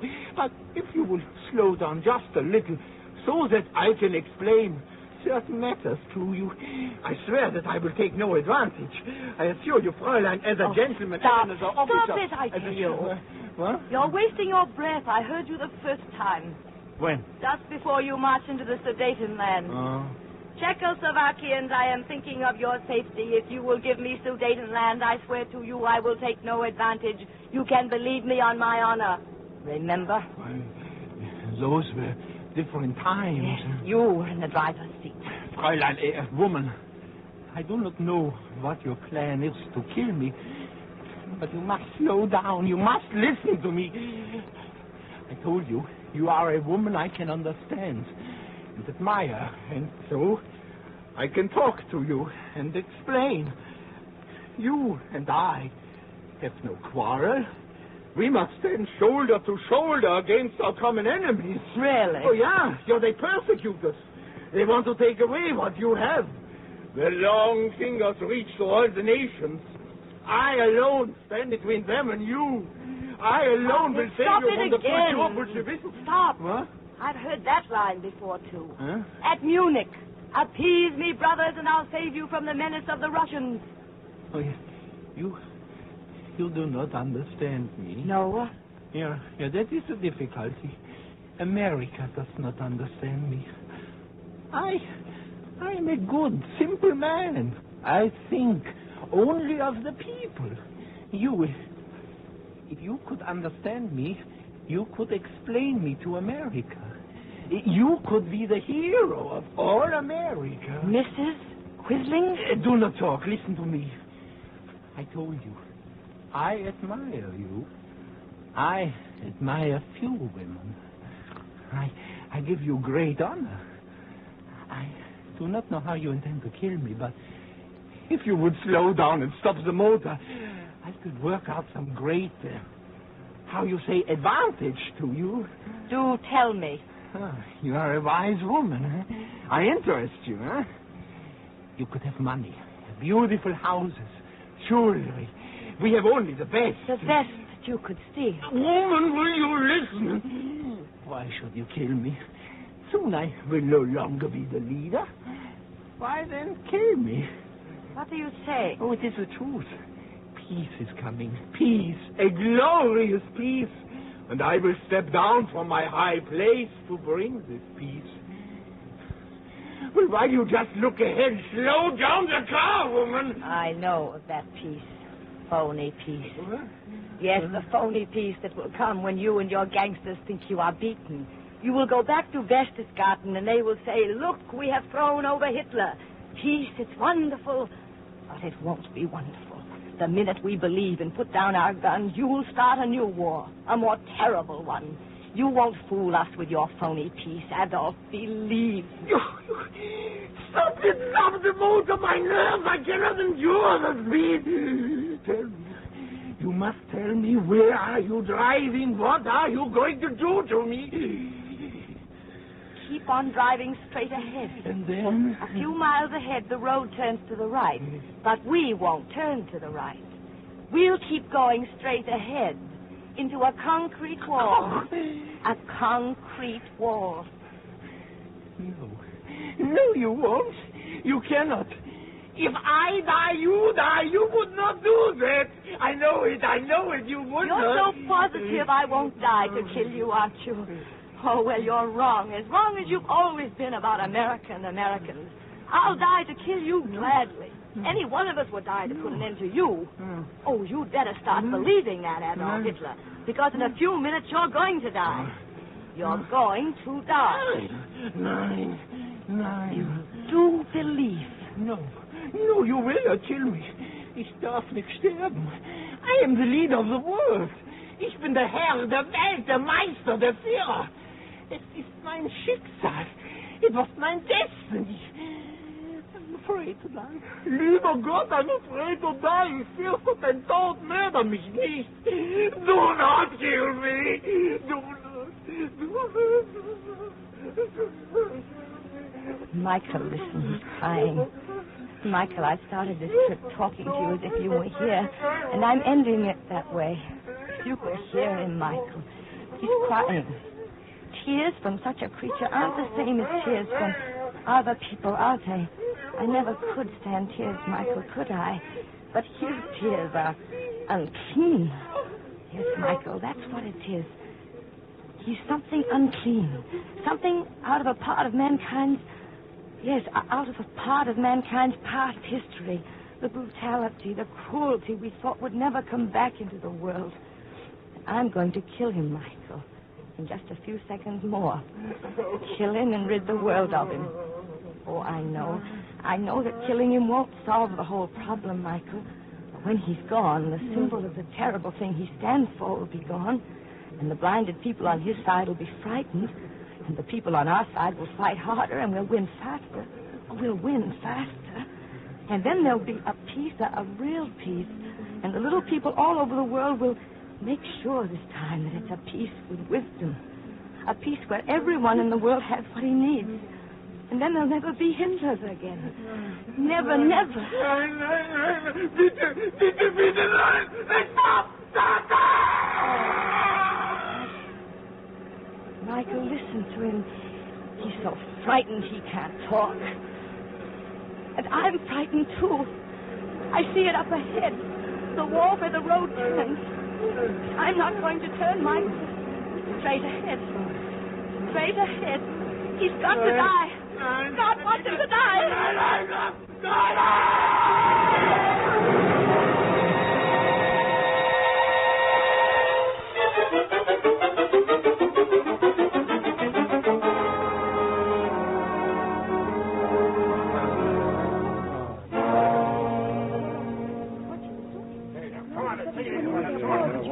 Easy now.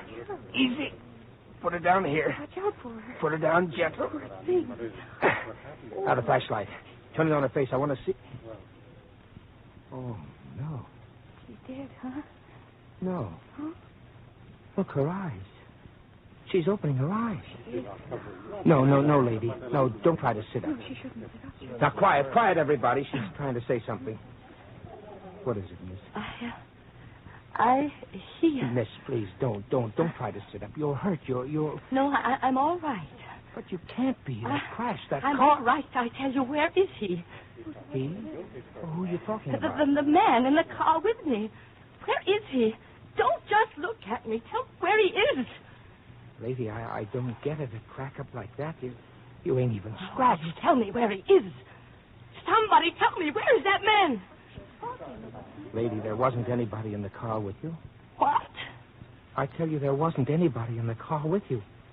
Was there? No, I saw her. She was alone in the car. Lady, don't look at me like that. I'm telling you, I was by your car a minute after you smashed up. I give you my word, there was nobody in the car with you. I prayed to God that he was here, and he was. Huh? And then I prayed to God that he was dead. Maybe. Officer, help me up. Quickly. But, lady, you shouldn't... Quickly, I tell you. I've got to get into town. I've got to see tomorrow morning's newspaper.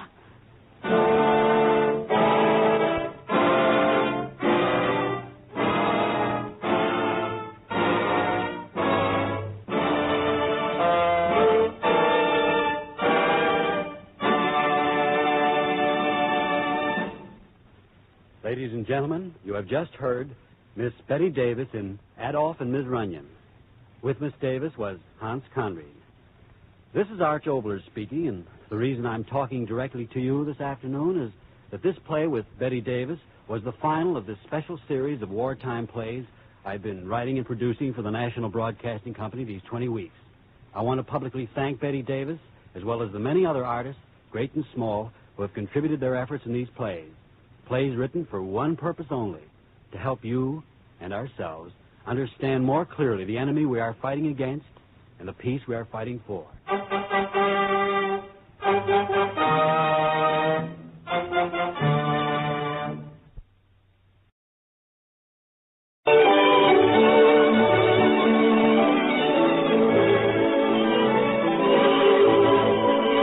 The First Nighter program, a copyrighted feature coast to coast, presented by Campana, the makers of Solitaire, the new cake makeup, and Campana Balm, the famous hand lotion.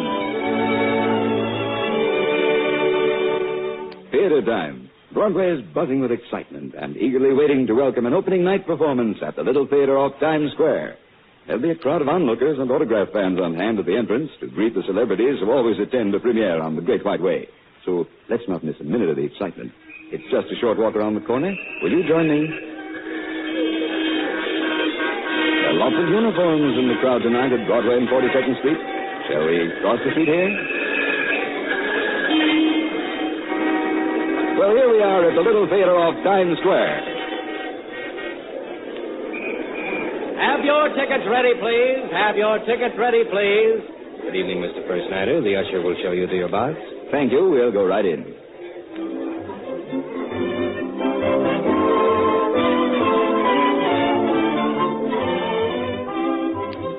Well, here we are, and every seat is taken.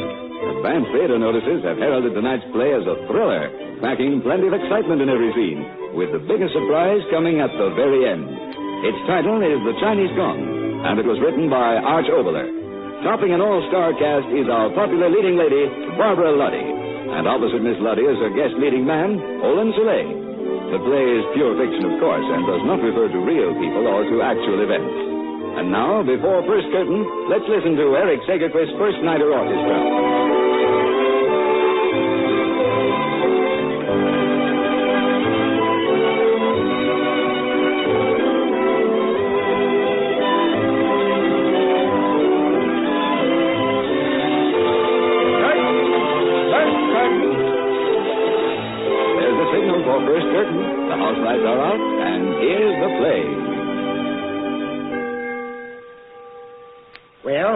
Well, when do we eat? John. Well, this is a dinner party, isn't it? John, will you behave yourself? We're waiting for Mr. Wilson. He was unavoidably delayed. Well, I wish he'd hurry up. I'm hungry. What a room. Looks like a Chinese junk shop. John, how can you say such a thing? The Wilsons have one of the finest collections of Oriental art in this part of the country. I think this room is simply fascinating. Fascinating? I think it's nothing but junk. Look at this thing. What's it good for? Now, John, that's a genuine Chinese gong. The chances are it's twice as old as you and me put together. Looks like a tin soup plate to me. I wonder what it sounds like. John, don't you dare strike that gong. Oh, I'm not going to hurt it. There. Now you've done it. Hi, George, that's got a nice tone. Just listen to it. John! Mr. Clark, no. Don't do that. Oh, it's you, Mrs. Wilson, huh? I thought you were out of the room. I'm sorry, my dear. I told him not to strike it. Well, will someone please tell me what harm there is in striking a gong? None whatsoever, Mr. Clark, but... Well, you see, this doesn't happen to be an ordinary gong. What do you mean? This gong is... Oh, here comes Bob. Hello, everybody. I'm sorry I'm so late. Good evening, Mr. Wilson. Hello, Wilson. I'm so glad you came, Bob. Mr. Clark was just asking me about the gong. Say, that reminds me. Did someone strike that gong just before I came in? Yes, dear. Mr. Clark struck it twice. I stopped him before he hit it the third time. Good. Say, what is all this? Is there something wrong with me or with the gong? Oh, everything's all right, Mr. Clark. Just a little family superstition, that's all. You see, this gong is... Oh, well, let's forget all about it. Forget it, nothing. Young man, I want to know what this is all about. Yes, please tell us. It sounds simply fascinating. Well, Look here, Jean, you tell the story. I don't tell it very well. All right, Bob. Shall we sit down? Yes, sure. Well, the story of the gong begins in Shanghai. Bob and I went there, on our honeymoon. It was almost 10 years ago. We were very young and very much in love. And our stay in China would have been simply perfect if it hadn't been for a certain man who decided that he was in love with me. We'd met him on the boat. His name was Count Brennikov. The Count? Oh, how fascinating. Don't interrupt. Well, the Count's attentions to me became more and more insistent until finally Bob decided to take matters into his own hands. One night, without my knowing anything about it, Bob went to see Rennicott to demand that he stop annoying me. The Count was staying at the same hotel that we were.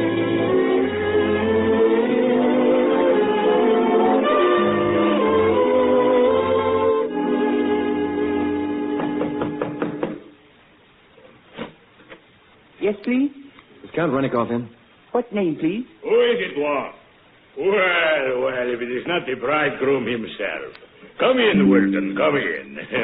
Well, this is an unexpected pleasure. Here, take this chair by the window. Thank you. Juan! Now, where did he go? Juan! Yes, please? There you are. Yeah, that will teach you to come the first time I call you. Now then. No callers, Juan. I do not want to be disturbed while I'm visiting with Mr. Wilton. Understand? Yes, please. You may go. Go on, get out! Well, now, Wilton. And what do I owe the pleasure of this little deal? I'll be as brief and to the point as I can, Rennicott. I came here to ask you to stay away from us. You want me to stay away? Yes. On the boat, we couldn't help ourselves. We had to endure you. But now that we're in Shanghai, we want you to leave us alone. Do you understand? I understand better than you think, my young friend. So, you are jealous, huh? My own feelings have nothing to do with this. I'm here because of my wife. You're annoying her, Rennicott, and I want you to stay away from her.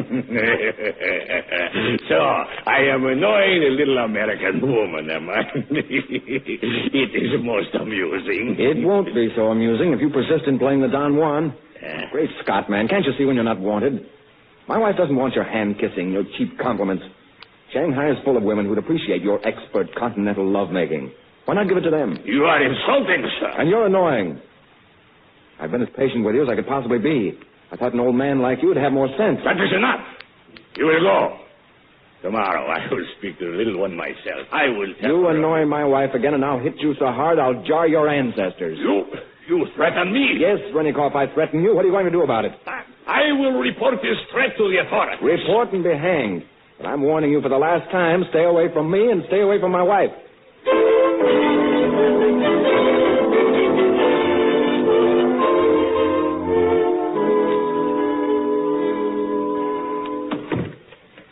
Is that you, Bob? Yeah. Well, Bob, where have you been? I've been waiting for you for hours. Sorry, dear. I had some business to attend to.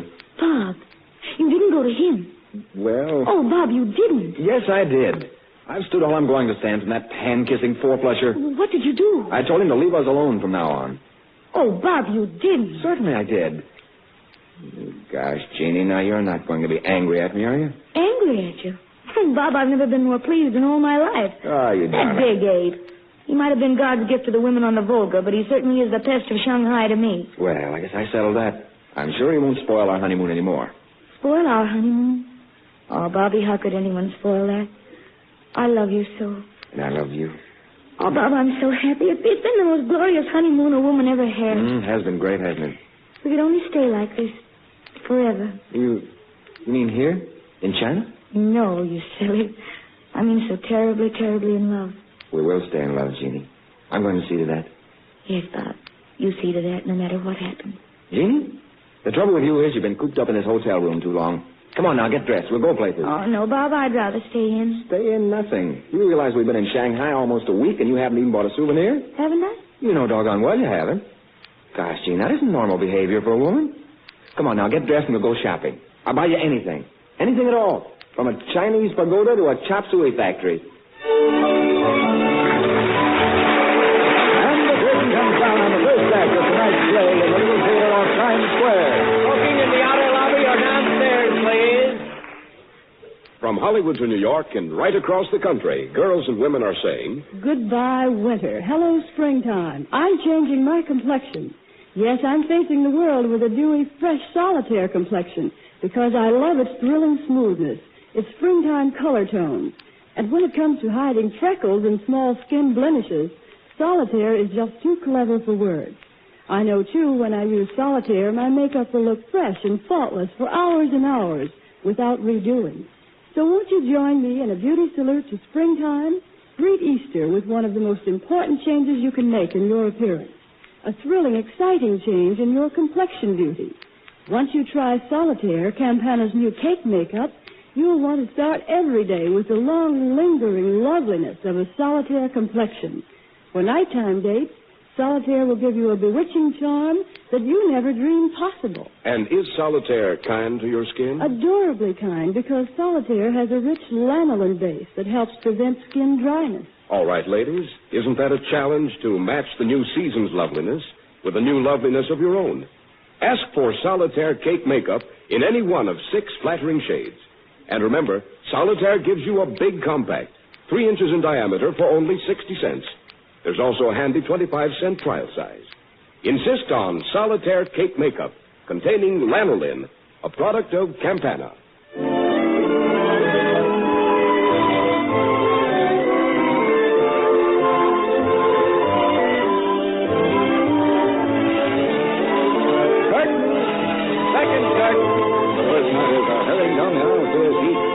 Dimmed, and here's the second act of the Chinese Gong. But, Bob, we simply have to buy something. We pawed over practically everything the old man has in the shop. Yeah, but his prices, Jeannie. I'll bet he doubled them the minute he saw us coming. Here he comes. Here, Missy, a bracelet I speak of. Handcuff, good jade, no glass. Oh, they're beautiful. Very cheap. $50. $50? Now, look here, Mr. Sentai. We'd like to do business with you, but get this straight. We're not millionaires by a long shot. Too much money? Well, that's the general idea, yes. All right. $45. No, really, Bob, I don't want this jade at any price. Listen, Mr. Ty, what we would like is something we can take home with us to use around the house. I mean, a vase or a lamp or something of that sort. Yeah, I know. Look, see, very fine vase. Very old. No, wait. This gong, how much is it? No gong. Yes, gong. Mrs. Wilton wants that gong. She gets it. How much? Well, wait, Bob. I want to hear the tone first. Oh, that's beautiful. That's all right. Hit it again. Oh, I want this gong, Bob. Not so enthusiastic. You want $1 million for it. Well, come on now. It's my turn. Let me hit it. No more. What? You mean you don't want me to hit it again? No hit. 1 time, all right. 2 time, all right. 3 time, no good. You mean it's bad luck to hit the gong 3 times? Yes, Missy, bad luck. Very bad luck. Terrible thing happen. Oh, yeah? All right, what's the bad news? How much? You want buy? Sure, I won't buy. How much?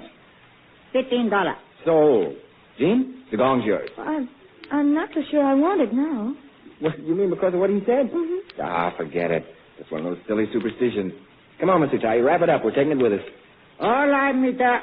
But don't forget, don't never hit gong 3 times one day. Bad luck, Mr. Very bad luck.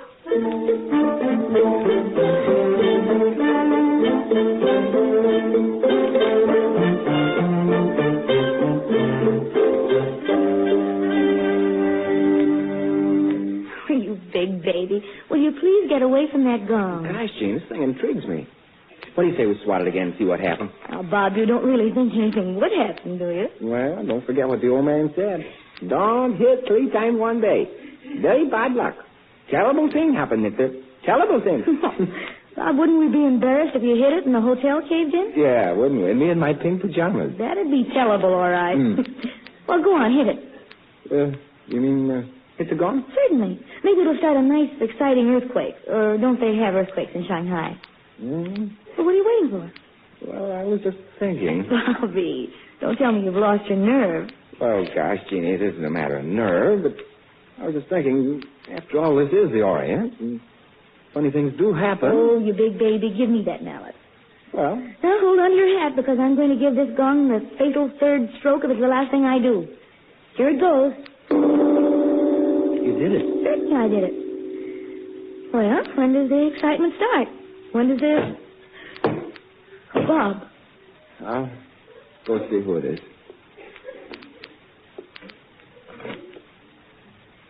Yes? What?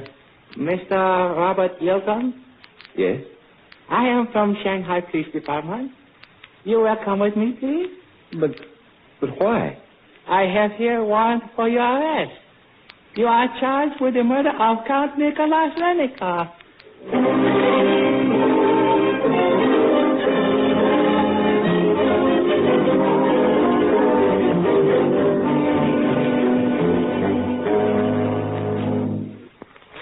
there something I can do? I'm afraid not, Mrs. Wilton. All we can do is wait. Oh, and Bob in that filthy cellar. I can't bear it any longer. Please try to control yourself, Mrs. Wilton. You make it very difficult. I'm sorry. As your lawyer, I assure you I've done everything possible. But, well, to speak bluntly, the law must take its course. But Bob didn't kill Renikoff. I know he didn't. Of course he didn't, Mrs. Wilton. But I assure you there's nothing further I can do. We can only wait. Wait. I'm going crazy waiting. Day after day in that hotel room. I tell you, I can't stand it anymore. Why won't they believe Bob? He didn't kill that man. Everyone knows he didn't. Unfortunately, Mrs. Wilton, the evidence in the case indicates otherwise. What? Now, please understand me. I'm not saying that I believe the evidence, but there it is, and it's quite damning to say the least. Your husband was overheard quarreling with Count Renikoff. He threatened the man with bodily harm, unless he ceased his, might I say, unwelcome attentions to you. But that doesn't prove anything. No, perhaps not. But a few hours later, Count Renikoff was found murdered, a knife in his back. And on that knife were the fingerprints of your husband. Oh, no. I assure you I'm telling you the facts, Mrs. Wilton. Your husband's fingerprints were right there on the handle of the dagger. I saw them there myself. But that's impossible. Quite. And yet it's the very evidence that'll put a noose around his neck. Oh, no. Oh, I'm sorry. Wait. It's best to face it now, I know. Bob will hang unless we do something. I know he will. Those fingerprints on the dagger. I tell you, it's almost as if some power of evil had put them there. As if some supernatural... Why, Mrs. Wilton, what's the matter? I just remembered. What? Speak up, child. It was nothing at all. Oh, let's say you gave me a bad turn for a moment there. Your face went so white I thought something was wrong. I say you had a pretty rocky time of it, haven't you? Look here, my child, why don't you appeal to the American consul again? Perhaps he can do something. I just came from the consulate. Oh? He says there's nothing he can do. Yes, I expected that. Count Renikoff is a very influential figure in Chinese nationalistic circles. An issue, you know. If the American authorities try to interfere, well, all sorts of international complications might arise. International complications? What do they mean to me? It's Bob I want.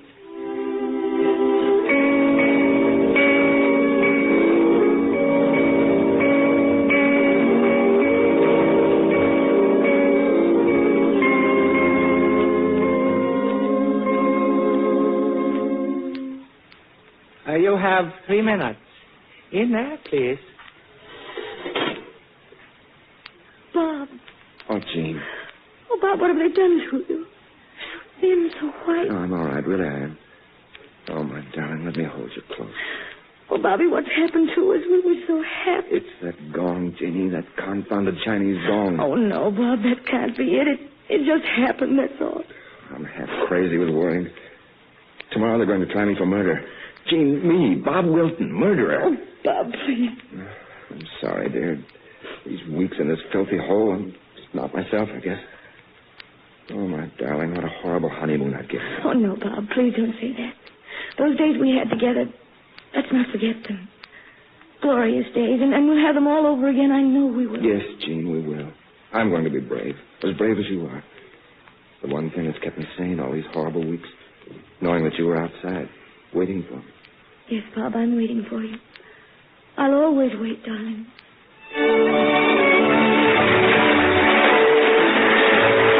And the curtain comes down on the second act of tonight's play in a little theater off Times Square. Smoking downstairs or in the outer lobby, please. Everywhere you go, women are doing extra work, subjecting their hands to extra punishment. Yet have you noticed how some women keep those busy hands well-groomed, soft and youthful looking? You can do it, too, by choosing original Campana Balm when work and weather threaten to make your hands look coarse and unlovely. Begin tomorrow using original Campana Balm before you start work as protection against dirt and grime. And be sure to use it every time after your hands have been in water also to help bring back the soft, adorable smoothness that your skin loses when you scrub it frequently with soap and water. Original Campana Balm acts so quickly and with such positive results that you, too, will soon be calling it the before and after lotion. Remember that smooth, protected, unchapped hands add to your efficiency, bolster your morale, and please the man who holds them. Lack of certain basic ingredients for a while caused a shortage of original Campana Balm. We're happy to say that these ingredients are again available, and your dealer can now obtain supplies of original Campana Balm. If he does not have it, ask him to order it for you from his wholesaler. If you prefer a lighter lotion, ask for the new Campana Cream Balm, the creamy lotion with lanolin. Be sure you get either original Campana Balm in the green and white carton or the new Campana Cream Balm in the yellow and white carton.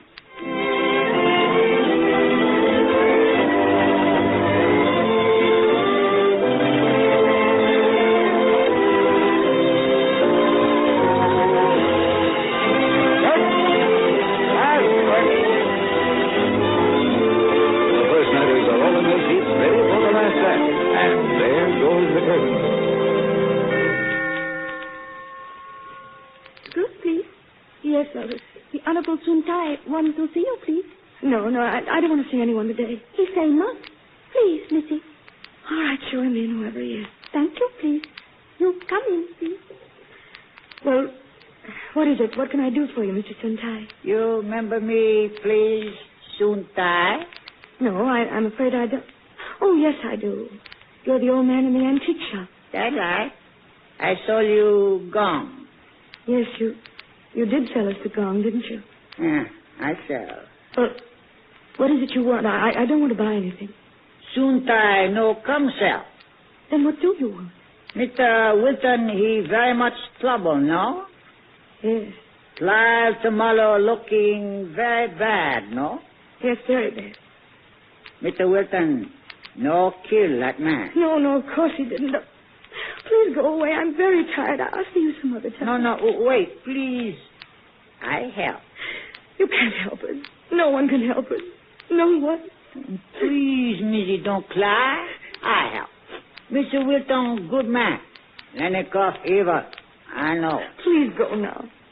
No, Missy, please listen. Suntai, very old man. He know many things. He know Mr. Wilton no kill man.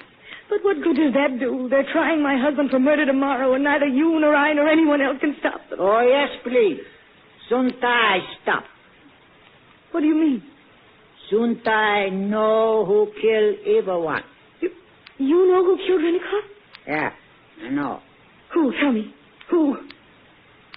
My son. Your son killed Renikoff? Yeah. My third-born, Wang. Wang Lenikoff 7. Lenikoff evil man. He beaten Wang many times. Wang killed him. But my husband's fingerprints were on the knife. I know. Wang tell me. Mr. Wilson come talk Lenikoff. Mr. Wilson very angry. He pick knife up from table while talk. Put knife down. Go away. Wang wear kitchen gloves. No show a knife. Oh, I see. Bob handled the knife while he was talking to Renikoff, but in his anger he didn't realize it. Then when Bob went away, Renikoff hit your son. Your son stabbed him. And since your son was wearing gloves, only Bob's fingerprints appeared on the knife. That lie. Oh, but what's the use? The police will never believe that. Oh, yes, police believe. See, Wang like everything down on paper. You mean that's a confession? Yes, please. Wang like everything. Chinese. Police savvy. But I don't understand. Your own son, they'll hang him. No hang Wang. Wang, good boy. China so big, won't go far away. But why are you helping me, a stranger? My family very old, very humble. No can see good man die.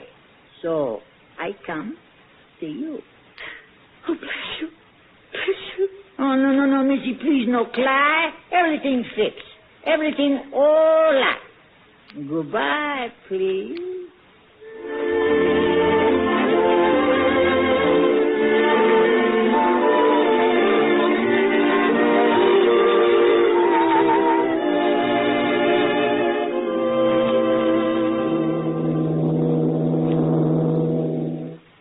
Well, Jim, we're on our way. a grand word, isn't it? Oh, Bob, dear, put your arm around me. I always want to remember my last glimpse of China like this. You beside me, your arm tight around me. China. I suppose I should hate the place after what happened to us there, and yet somehow I don't. Of course you don't. We'll always remember China. Not for those terrible weeks, but because of what we've been through. It's brought us so very close together. As if we'd been married for many years instead of just a few weeks. Yes, I guess that's right, isn't it? We are close together, aren't we? Oh, yes, Bob. We're going to stay that way forever. Oh, dear, I forgot to ask you, that gong. What did you do with it? It's down below in one of the trunks. You mean to say you didn't throw it away? Well, of course not. Why should I throw it away? Well, because of the bad luck it brought us. Don't tell me you've forgotten already. The gong didn't bring us any bad luck, Bob. It was a stroke of good luck, our buying it. How do you figure that? Well, if we hadn't gone to Sun Tai for the gong, he'd never have known who we were.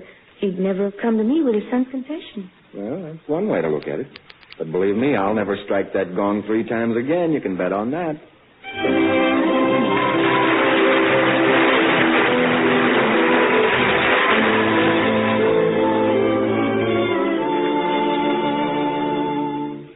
So there's the story of the gong, folks. From that day to this, neither Bob nor I have struck it 3 times. We're not superstitious, No, but we know when to leave well enough alone. Hi, George. That was an interesting story. Oh, wasn't it, though? Oh, John, just think what might have happened if you'd hit it a 3rd time. Yes, I'll have to admit, Mrs. Wilton, that I'm glad you stopped me before I struck this thing. It certainly was a close call. I had my hand raised like this. John, you hit it. I didn't mean to. Good heavens, that was the 3rd time. What will happen now? Well, I don't know, but... Bob, it happened. Just like that night in Shanghai. I'm going to faint. Come in. Well, what is it? Just for heaven's sake, speak up. What is it? What's happened, Jenkins? Beg pardon, madam, but dinner is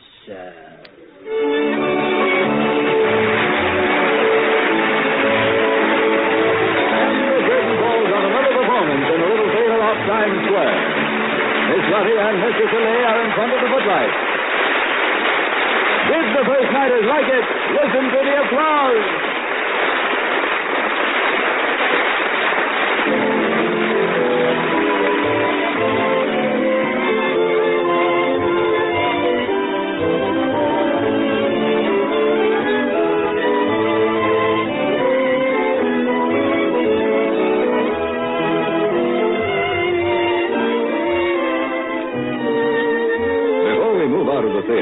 Let me invite you to be with us again next week at the same time. By special request, we are presenting next week a beautiful play about Easter. It's entitled The Third Day. Special Easter music will accompany the drama.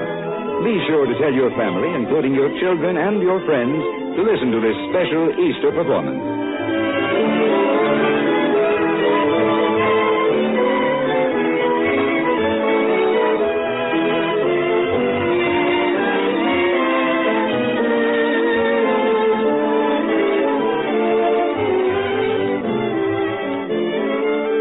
Are you saving old newspapers, magazines, paper bags, and boxes?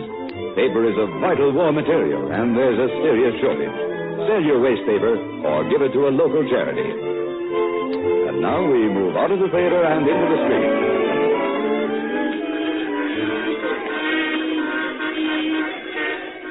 What do you say we stroll down Broadway? Good night, Mr. First Nighter. Good night.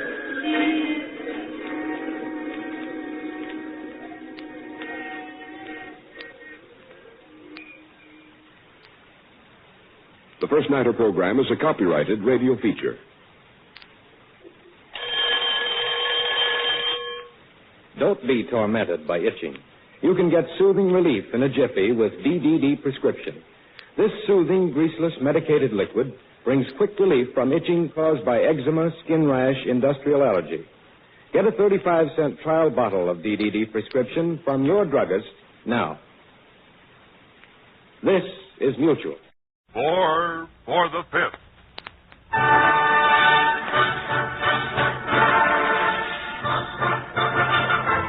Four radio programs for the 5th War Loan, produced by Arch Oboler and William N. Robeson for the United States Treasury.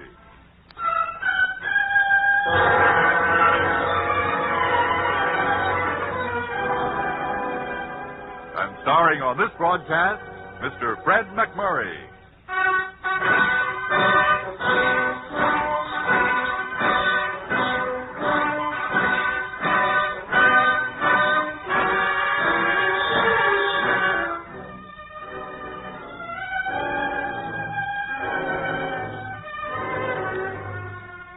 This is a war not only of men and machines, but of ideas.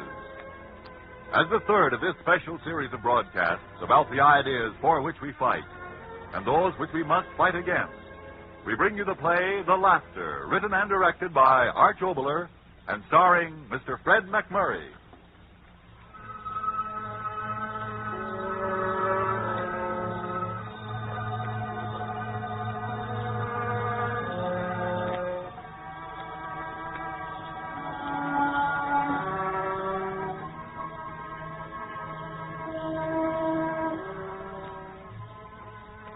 Mr. President, my name is Don Williams, Staff Sergeant Don Williams. And I want to tell you what happened to me when I was home on leave. Home because I got a little bunged up on that beachhead. I know, so many things are happening, big important things, but I think you should know about this. This happened to me in the last few days. Maybe it's important, too. Maybe it's happened to other people and they couldn't understand it. And maybe hearing about this, they'll understand what happened to them. It started just after dinner a couple of days ago. It was one of Ma's better dinners when she puts her whole heart kind of in it because it's a special occasion. Well, it was special, very. You see, Jean, she's my friend, was getting inducted into the wax in the morning, and this was Ma and me and the rest of the family giving her kind of a send-off. Now, quiet. Everybody quiet. You listen to me, Jean. Yeah? When they put you on the kitchen police, you tell them for me that I said you weren't to wipe any dishes. Or inside of a week, the Army won't have a dish or a plate or a cup to its name. Oh, Ma!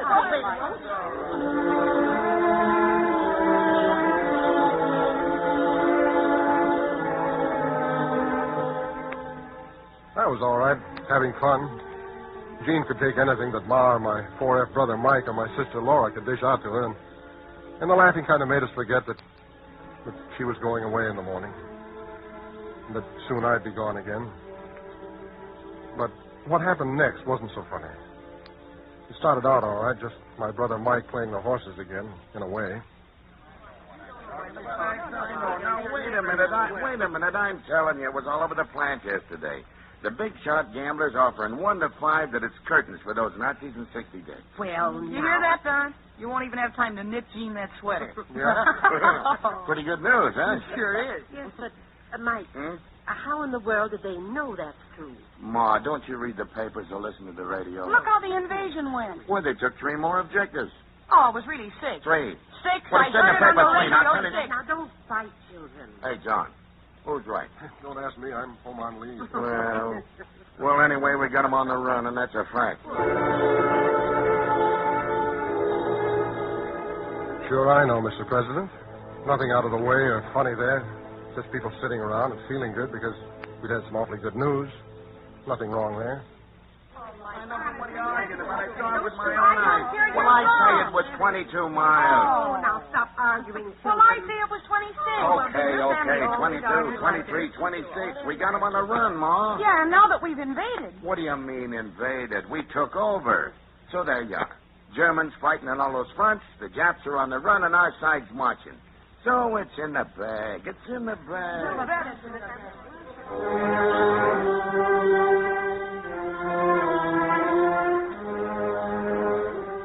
Mr. President, my brother said it's in the bag. It's in the bag. And all at once, something funny in my ears. I didn't know what, just a funny sound. John, what is it? What's the matter, dear? Jean, do you hear anything funny? Of course. You do? Yeah, your brother Mike. Listen to So him. I says to the guy, okay. Okay, I'll take $10 of that bet on credit. Now, Mike, you're fooling. You didn't bet any money. But I told you, Ma, on credit. That ain't money. On credit, you know. Try and collect. But that funny sound I just heard, it was still in my ears. I could still hear it. I looked around the room. Ma was talking, and then, as usual, Mike talking. My sister Laura, Jean. But that sound I was hearing wasn't any of them. I thought, oh, well, it's something from outside, something from out in the street. It does make a difference. Listen, everybody. War or no war, I'm going to bed. Oh, so early? Well, what's the matter, Ma? No matter at all. I'm tired. Anyway, maybe Don and Jean would like to be alone. Oh, sure. Come on, Mike. I'll treat you to a movie. Okay. Go on, get your hat and coat. Sure.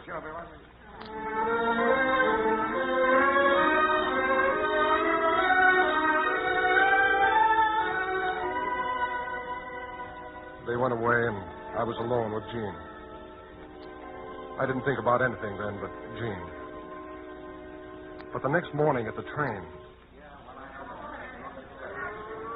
Hey, there. There she is in the last car. Yeah, it's all right. Jean. Hello, Jean. Jean? Hey, here's Don and me. Jean. Goodbye, baby. Goodbye, Jean. Goodbye, honey. Hey, right. You were golfing with you. We'll run in the wall about it. Get something to eat on the train, Jean. Goodbye, baby. Oh, gee whiz. Well, that's I got to get to work. Don, I said I got to get to work. Okay. Oh, come on, Don. She'll be back soon. Yeah. Yeah, but I won't be here. Don, for Pete's sake, what's the matter with you? Don't you know the war's going to be over inside of 2 months?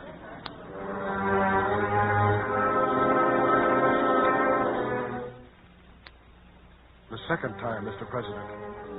The minute she said that was when I heard that sound the second time. The station crowds with people talking and laughing and crying and the noise of trains, but over it all, that sound. Just a little sound, yet so clear.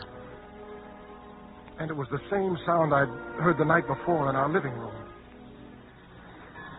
Don, what's the matter with you? What are you listening to? I don't know, Laura. What do you mean you don't know? All at once your eyes pop and your mouth hangs open? What's this? I don't know. I really don't know.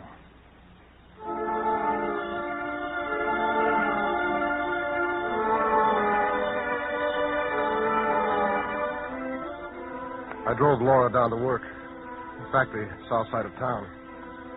She'd worked there ever since she left school. I did, too, before I joined up. They made parts for automobiles and shipped them to Detroit. But now it's parts for planes. I went into the plant. I knew most of the girls and fellas. It was good to be there. I would stop thinking about what I'd heard. Don! Well, how surprised the infantry? Hiya, Mary. How do you feel? Wait till I turn this thing off. Your sister said you weren't feeling so good this morning. Oh? Why, I'm fine. Yeah? How about a date now the team's gone? Well, I Oh, come on. What's wrong with me? Nothing. I'm only kidding. You know, you shouldn't feel so bad about Jean. Why do you say that? Well, my dad says now that we're, getting all those island bases, they'll bomb Japan out of the war inside of 2 months. And then Hitler will be on the run. Well, you know my brother Dan. Dad talked him into cashing in his war bonds and investing the cash in... Oh, what's the matter? Did I say something wrong? Again. That sound again. Only louder this time. Scaring me. I couldn't take it. I left the place. My head. Was something wrong with my head? Well, now, really, Don, I don't find a thing constitutionally wrong with you. You've recovered completely from your injury. Eyes perfect, hearing perfect. As to those sounds you hear, presumably they're head noises. Since I find no physical defect, it follows that it's purely mental, due to perhaps emotional trauma from battle fatigue. Yes, some sort of emotional trauma.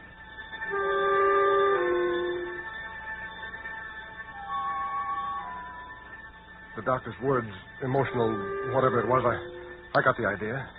But he was wrong. That sound, I'd heard it. I knew I'd really heard it. By the time I got out of the doctor's office, it was lunch hour. Kate's lunchroom a few blocks from the factory. My brother Mike and I, he was working in the paint shop at the plant. We always had lunch together at Kate's when I was home, so I went over there. Don! Hey, Don, back here. Hey, where you been? Oh, I got tied up. Well, sit down, sit down. All right, for a minute. What do you mean, for a minute?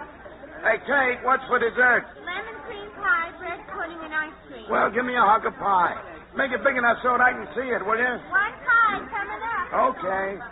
What do you have, Don? I'll sing it out or you'll never get waited on. I don't want anything, Mike. You don't, what? I don't feel it. I think I'm going to go home. Sure. I know how it is. Jean going away and all that, but why go home? What? I'm taking the afternoon off, too. I tell you what I'll do. Seeing as you're down in the dumps, I'll treat you to a show. Oh, no, Mike, I couldn't. Come on. It's on me. Do you good.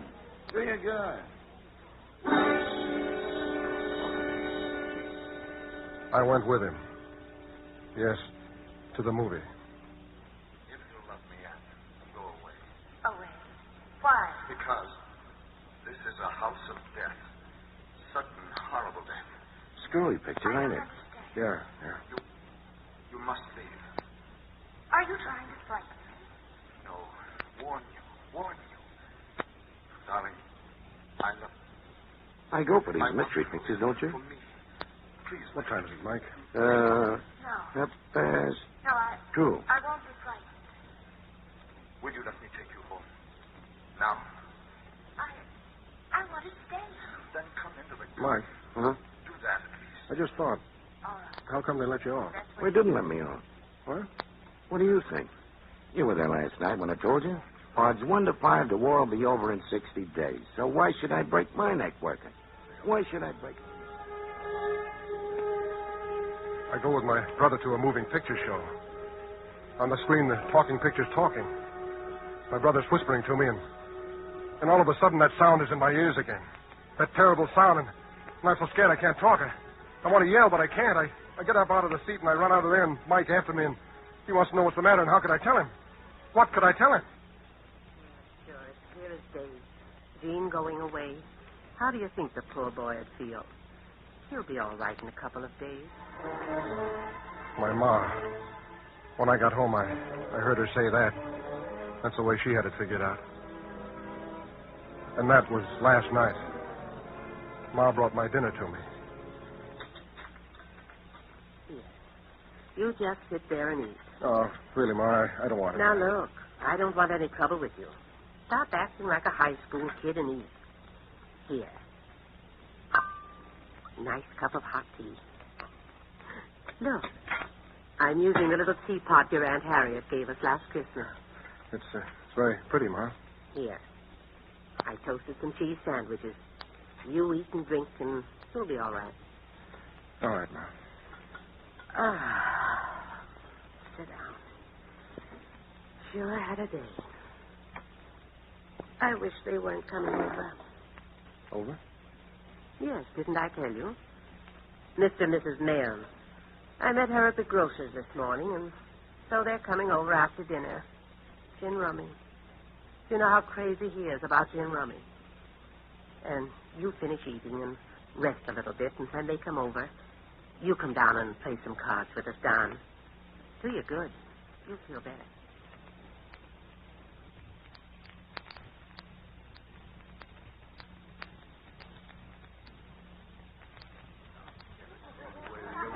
Stop. Leave me alone. Now, wait a minute. Who's playing this hand? You or me? Oh, come now, Mr. Mayor. Your wife is only giving you some good advice. But the more advice she gives me, the more points you win. Oh, will you listen to that man? I told him distinctly not to try for those queens, seeing as how a child knows that 10 points is more than 3 points, and those threes are what add up. Here's Don. Hello, Don. Hello. How are you feeling? Mother said you were resting. Oh, will you look at that man in his uniform? I wish I was younger. Oh, do you now? Hello, Mrs. Mann. Mr. Mann. Well, how about you and me going dancing now that Jean's gone? Hannah. Don't worry. Any night, Mrs. Mann, till my leave's up. You hear that, Fred? Well, he's just polite. Oh, is that so? Here, you sit by me, Don. Maybe you'll bring me a little luck. Oh, you don't need any luck. You need a new hand. Oh, no, for heaven's sake, Look, let Don, look. 3 games I've won from this expert. Oh, I'm just warming up. Oh, yes. Now that Don's sitting next to me, watch my steam. Come on, deal the card. I sat there. Mr. and Mrs. Mann, knowing them ever since I was just a little kid. It was good to be among people that you knew, safe and sure. The strange sounds I'd been hearing, now it was good to be with them. The way I said, safe and sure. And then my brother Mike came home. How do you feel tonight, Don? Okay. How do you like this guy? I treat him to a movie and he runs out of me. Now, leave him alone, Mike. Oh, I'm only kidding. Hey, how about dealing me in? Oh, no. Oh, no. I've got to have revenge on your mother yet before this evening's over. And this time, I'm dealing first. Go ahead. Well, at least I'll give it. No. Look, Mike. Now, why don't you get another deck of cards and play with my wife like a good boy? Oh, no. We'd rather sit here and watch the expert, wouldn't we, Michael? Sure. That's enough shuffling. Deal him up. Sure, go up and box off of her. Hey, feel okay, Don? Yeah. Oh, look, what a hand. Well, you can take the first one, Mrs. Clark. I don't want it. I do. Well, Michael, what do you think of the war news? I like it fine. Won't be long now. Michael says it'll be over in 60 days. Oh, not that soon. No? I should say in 90. 90? How do you figure that? Well, the Japs will take a little longer, but the European thing will be over by then. Oh, no, not just... They began talking about the war again. And suddenly I was afraid. Because suddenly I remembered that it was only when I'd been listening to people talk about the war like that I heard that sound. And now they were talking about those things, and I waited for it. But it didn't happen. I know, but I don't care what Oh, you say. no, You you can make it- disagree with me if you want to. But my money's still 1 to 5 that the Nazis will fold up in 60 days. From the inside, mind you. From the inside. And about time, too. If it kept up any longer, we'd all be standing in a bread line. Oh, it's not quite as bad as all that, is it? Well, I'm a man who likes to keep his money. Oh, now, don't go off on that, Fred. And why shouldn't I? We'll win this war a heck of a lot faster than those politicians say we will. Watch your card. I think you're right, Mr. Mann. Well, I'm dead right. And there's a way to stop all these high taxes and rationing and sacrifices we've had to endure. Oh, how's that? By giving up the idea that we've got to march right across the whole of Germany. Yes, sir. There's one certain way to end the war mighty quick. And that is to talk to the businessmen of Germany. Not to Hitler, but to the businessmen. Hey, that's an idea. Oh, don't encourage him. He'll talk all night. Don, what is it? Not feeling well again? I'm all right. You know, Mike, what you said before, it's right. Now that we've really started in on the Germans, I've got a notion that they're all ready to fold up like a tire without air in it. Sure, that's common sense. They know their lick-bearer production. Yes, sir. So why not make a deal now? Say to the businessmen, let's make a deal, let's call it off before your whole investment's shot to pieces. But isn't that just what the German General Staff wants? So what? 50-50. Take and give. Get the boys home before Christmas. I don't know much about these things, but like they say, wouldn't that mean another war in 20 years? Rumors. Propaganda. I say throw Hitler out. Give the good Germans a chance. But who's got the right to judge the good Germans? You? I? Well... How about the millions who suffered twice in a couple of generations at the hands of the Germans? How about the Czechs, the Russians, the Poles, and the French? And our own dead soldiers who fought to win a final victory. Not a patched-up compromise. Hey, will you listen to that guy talk? Well, Don, you're in uniform, and I'm not. Too old, of course. But that very fact means that I've lived longer than you have. I've studied these things out. Common sense. I say make a deal. Why keep on spending millions and billions when the Germans know they're licked right now? Yeah, the way them flying fortresses are bombing the German factories, I hear we're outproducing them already 4-1. Yeah. They can't get the Czechs or the Belgians or anyone else to work for them. And if they do work, they ruin more than they make. But it did happen. Then, just then, that sound in my head, and it was louder and louder, and I couldn't tell what. Then suddenly I did. I knew what it was. Laughter. Terrible laughter. I covered my ears, but it wasn't in my head. It was in the room, filling the room. Louder and louder. And they, my brother and my mother and those people, they weren't hearing it. They just kept on talking. Louder and louder. Terrible laughter. I couldn't stand it. I cried out. No! Don. What is it? Well, what's Don? What's the matter? Cried out. Don, why? Why? Why did you cry out? What was it, Don? Tell us.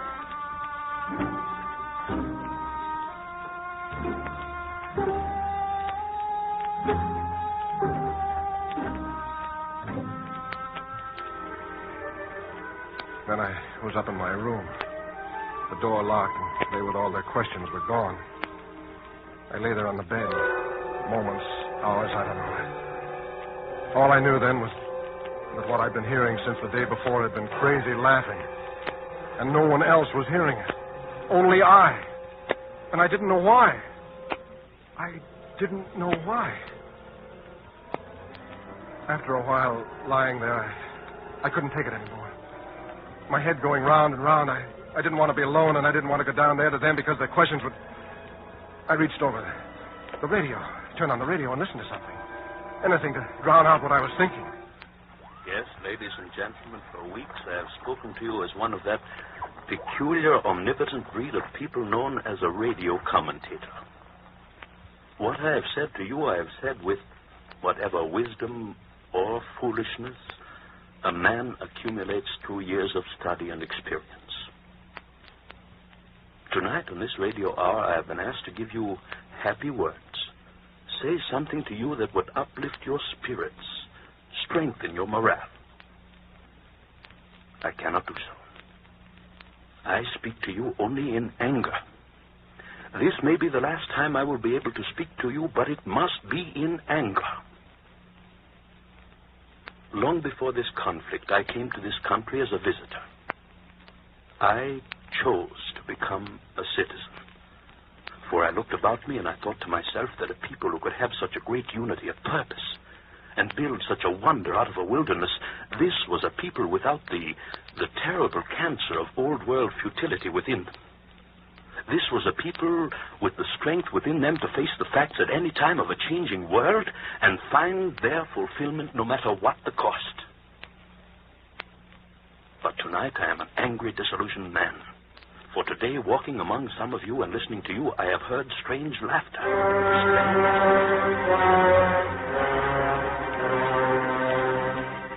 Laughter. Up to that moment, the voice on the radio had just been talking. I hadn't been listening. But now he had said strange laughter. Had he, too?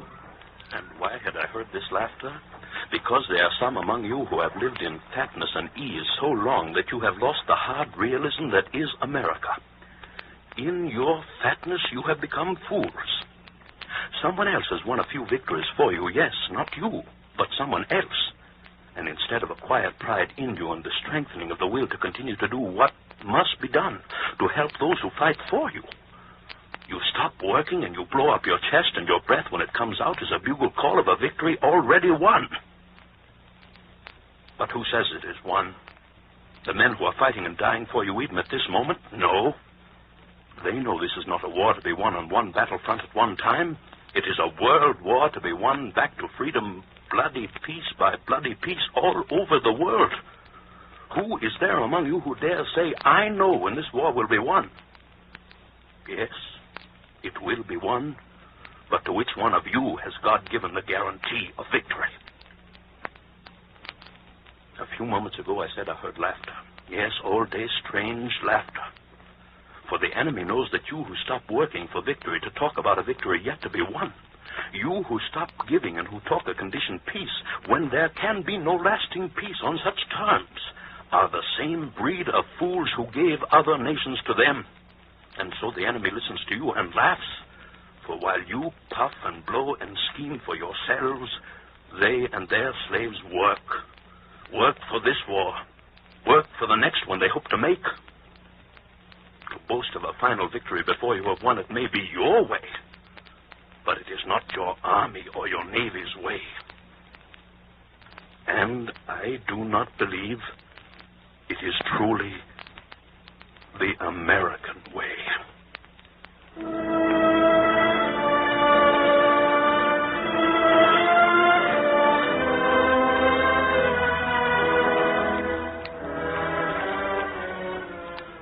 And then he stopped talking, Mr. President. And I turned off the radio, and I lay there in the dark. And I wasn't mixed up anymore. I knew why I'd heard laughing while they had talked. My brother and my sister and my friends. But knowing, understanding, didn't make it any less frightening. For it's a terrible thing, isn't it? To sit in your own home, at your own table, among your own family and friends, and hear Hitler laughing.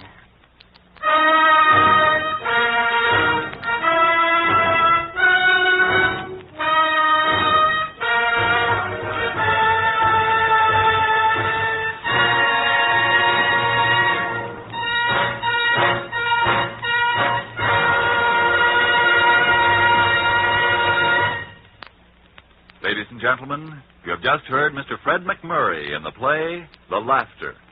This program was written and directed by Arch Oboler. The original musical score was composed and conducted by Gordon Jenkins. Included in the cast with Mr. McMurray were Bea Benaderet, Gloria Blondell, Ken Christie, Verna Felton, Norma Field, Frank Graham, Joseph Granby, Catherine Lewis, Mercedes McCambridge, Lou Merrill, and Frank Martin.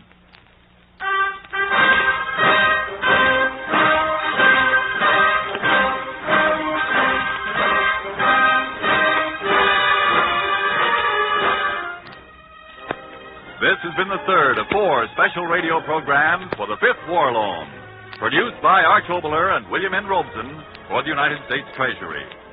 Consult your local newspaper for the time of the next broadcast in this series, which will present the facts behind tonight's play in a stirring radio document by William N. Robeson entitled E-Day.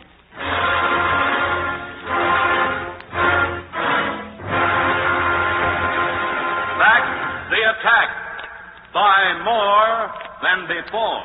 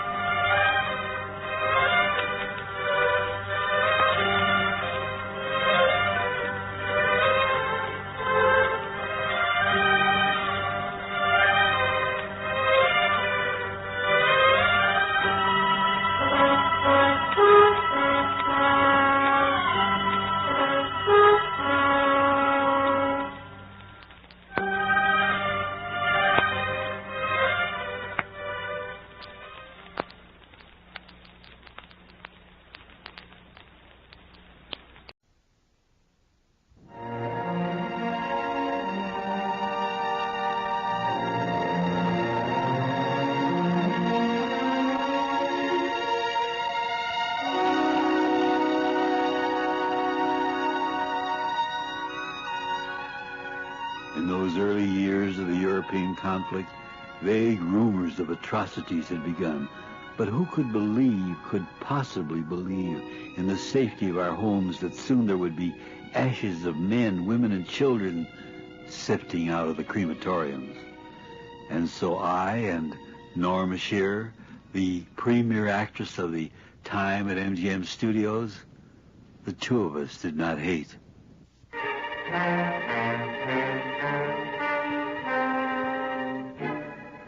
Everyman's Theater, written and created by Arch Oboler.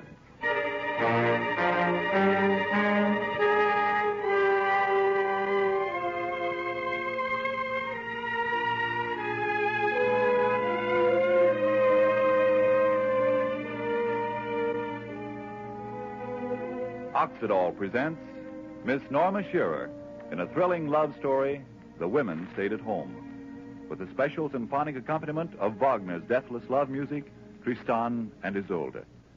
And here is our writer-creator, Arch Oboler, who will introduce tonight's play. The scene, a windswept coast. It is night. For once the sea is calm. It waits ominously upon the edge of shore where sits a woman and an old man. For a long time they've sat quietly, but now the woman speaks to the old man, and her words lift out to the sea on the rush of the wind. Lonely?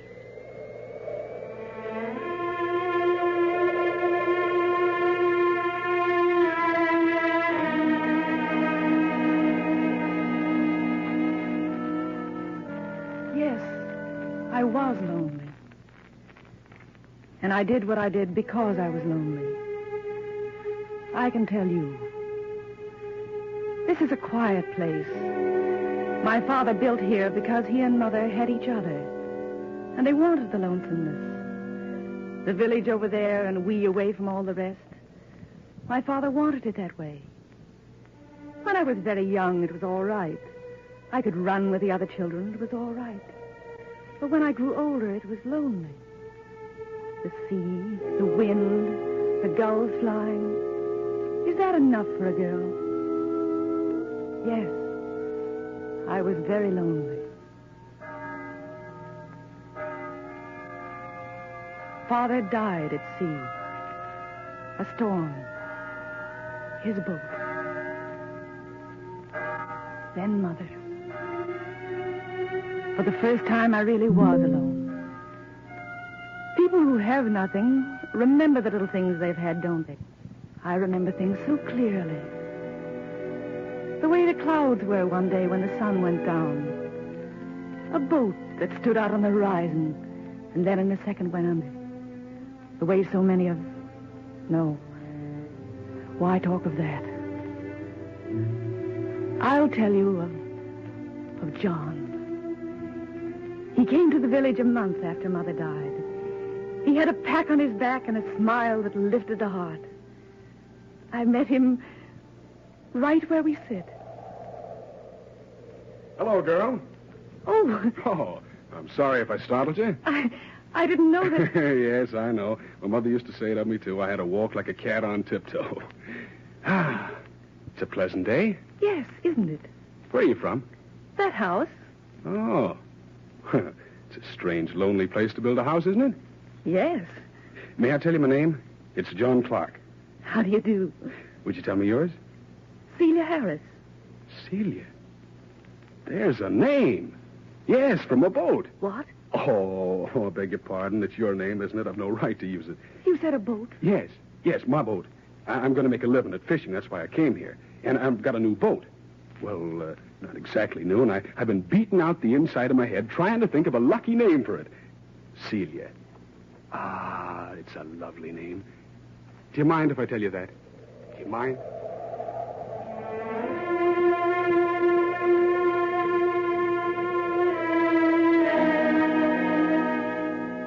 I didn't mind.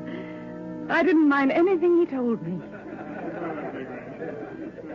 The village was so happy the day we married. It's good to remember. Seal. Yes, darling. Now's the chance. What? To get away from them. Oh, but John. Shh, now, quiet. Now, slip easy as a ghost around the corner. Now, come on, run. Oh, they'll never forgive us. Go on now. It's the dancing and the drinking that they're after. Now, come on, faster. I can't. Yes, Oh, you really? can, Seal. Come on now. Oh, no, John, no. What? I can't. Not another step. Oh, it's beating so. My heart. My heart. John, Oh, I want you. I'm yours. Always mine. Always mine.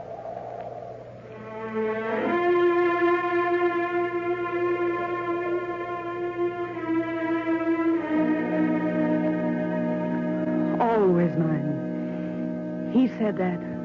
Always mine. Tell me, how long is always? Is always the moment he held me, and his lips were tight on mine, and his arms held me, and he... No. Why should I ask? I really know. Always with him was that night. Because the next night... Stop! Aye, aye. Celia, goodbye, darling. I'll be thinking about you. I'll bring a good catch home for you. I'll see you in a fortnight, darling. Just a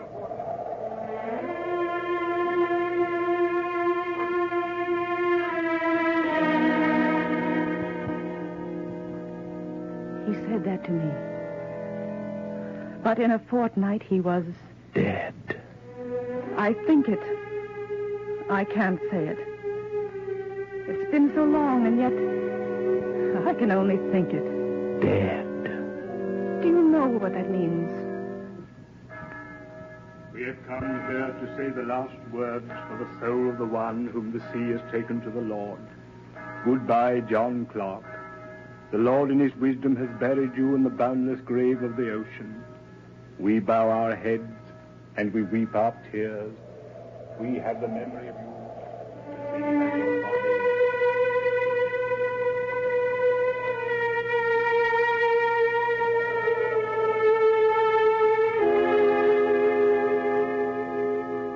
Do you know what that meant? I was alone again. Yes, alone again. The Widow Clark. Hi, the Widow Clark. I ran from the village, back up the long path to my house, and all the way it was tearing at me. I was alone again. Alone again. But a new loneliness, a horrible loneliness. When you've had nothing, all right, you know nothing. But I'd known something now. His look, his laugh, his lips, his arms, the crush of his arms.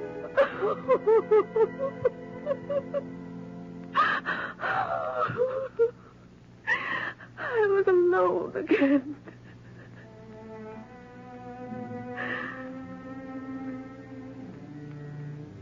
A day and a night. A day and a night. One after the other. An empty day after an empty night. That's what was ahead of me. And that's what I had. An empty day and an empty night. An empty day and an empty night. Over and over and over. And there was no end. There could be no end until there was an end of me. No end to it. Until there was an end of me. And then... I heard it from far down the village. I couldn't quite understand. One of the men waving his arms at me and shouting. War! War? War? But everybody had said... But wait. If war had come, there'd be something for me to do. Yes. Fill the emptiness in me with something to do. Yes. I'm sorry, Widow Clark, but there's nothing for you to do. Everything's being taken care of in the proper manner. Sorry, Widow Clark, there's nothing for you to do. Nothing for me to do. Nothing for me. Nothing for me. Navy blockade them. You are to naval battle, submarine, army, navy, army, navy. But nothing for me. War means something to those who have something to live for, to fight for. But when you have nothing... Empty days after empty nights. Over again, over again. And again I began to think. No end to it until there is an end to me. Why not? Walk into the sea. Let the sea fill my emptiness. Cover my loneliness. Why not? Why not? I left the house and walked toward the sea. The sand crushed beneath my feet the way it did that night. That night he ran with me. The water was dark. I was at the edge and into it. Deeper and deeper into it. Cold against me. Cold as the days and nights. But this coldness would end, and with that ending put a finish to the ache in me. And then something touched me. I looked down, white in the water. A hand. John. The thought echoing in my head, and then no. A stranger. Someone. I dragged him out of the water to the beach. A stranger drowned in the sea. Dead, yes. But no. My ear against the wet of him. His heart, yes. The beat of it. Faint, but the beat of it. Dragged him, carried him to the house, warmed him, hour after hour, and slowly the beat lifted with the blood in him. Stronger and stronger.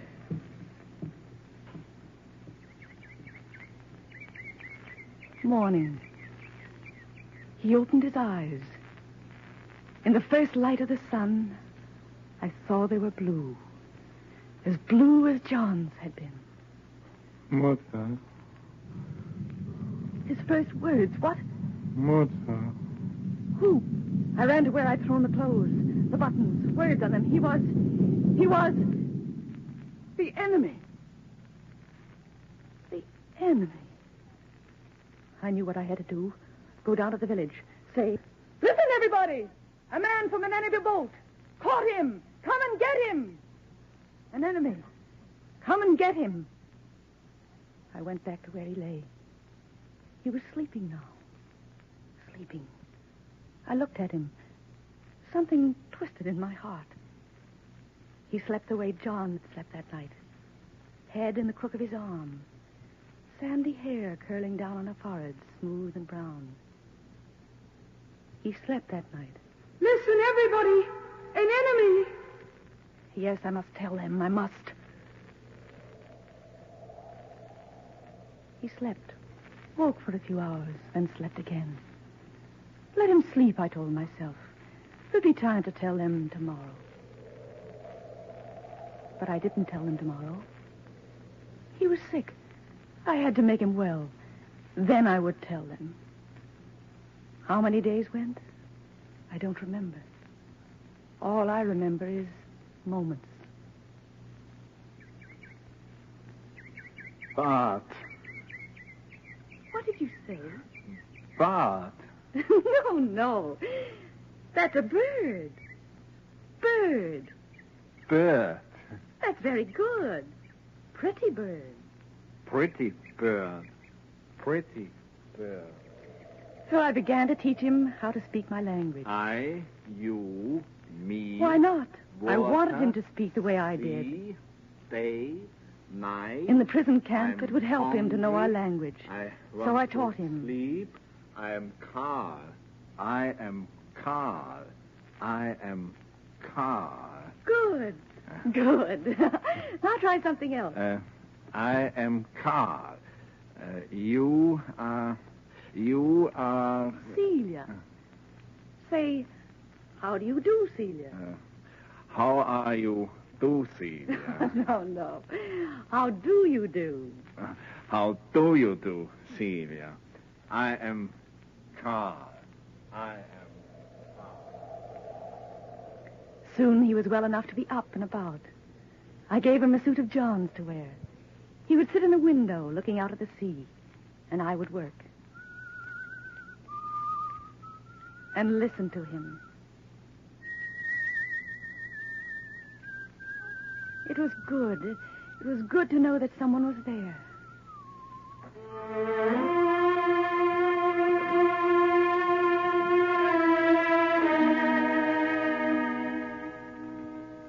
Suddenly, I realized something. I wasn't lonely anymore. Not lonely. Can you understand what that means? To have had nothing and then to have something. Someone to talk to listen to laugh with, to... Naval battles, submarine, army, navy, army, navy, army, navy. But I had to tell them. I had to. Had to? And then I began to ask myself why. What had I to do with war? What had I to do with enemies? Sorry, Widow Clark. There's nothing for you to do. Everything's being taken care of in the proper manner. Sorry, Widow Clark. There's nothing for you to do. Celia, you are very good to me. He was no enemy to me. Just Carl. And his eyes were blue. And his face was gentle. And when he smiled, his lips... No. How could I tell him? And then...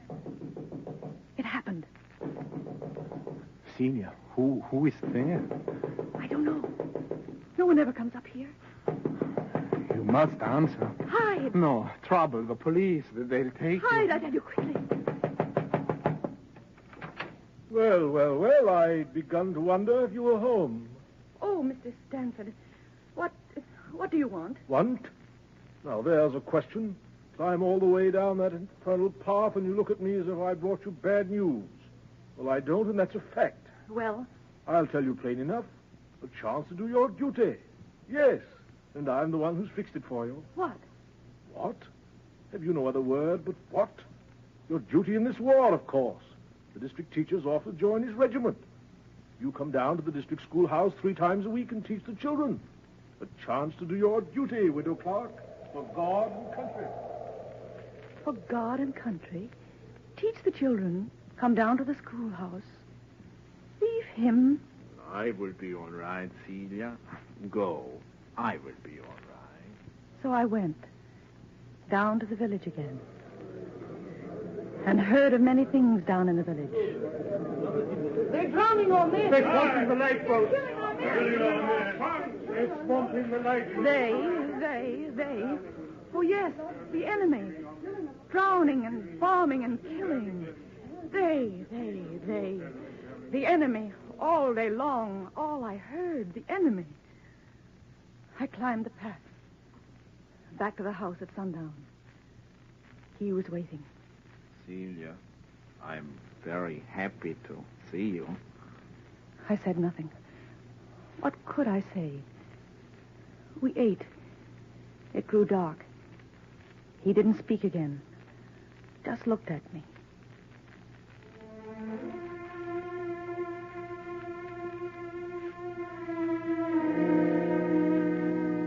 And then, suddenly, it was as if he were gone.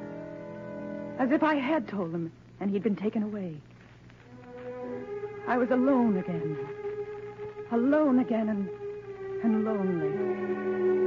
No one near me. No one to talk to. The emptiness of the days again. No. I couldn't go back to that again. I couldn't.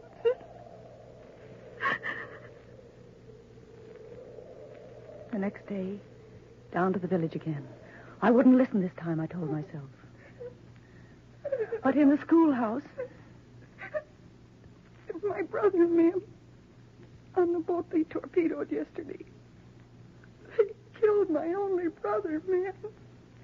They again. They're drowning our men. They're killing our sons. They're killing our fathers. Drowning our men. Hey. No. I ran. Away from them. They. No more days. He was only one. Only one. And he was in my house. And he was in my heart. All right, I said it. In my heart.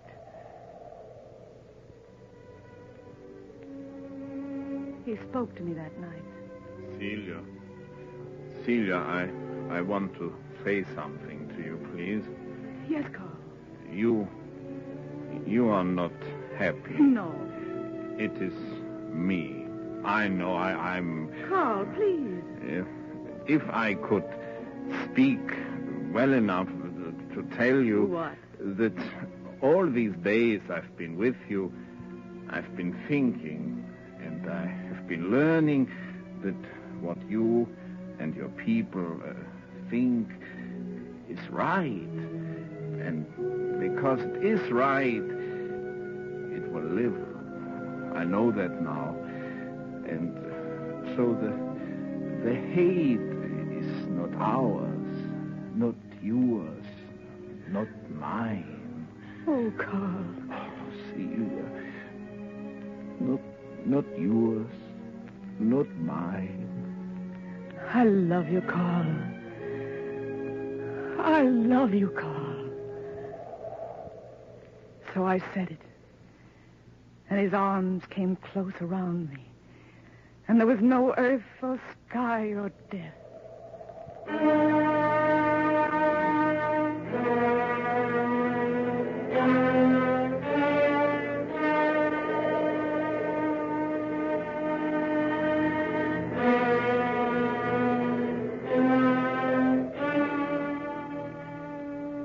The days after that, days that stood still in wonder, and then in rush were gone.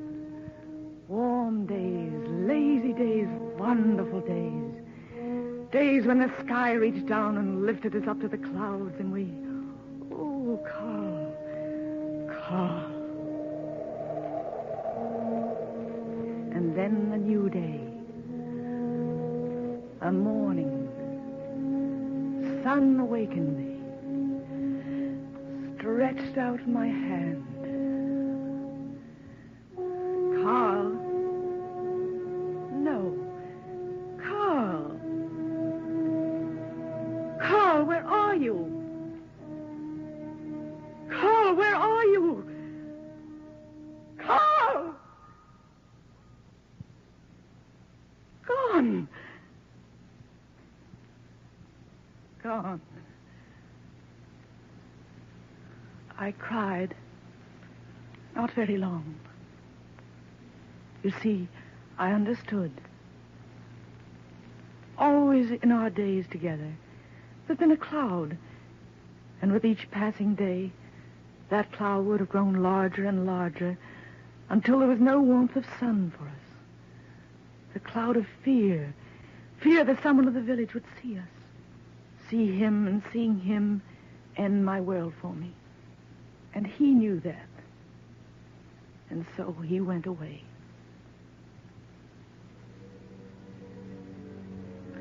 Where? I don't know.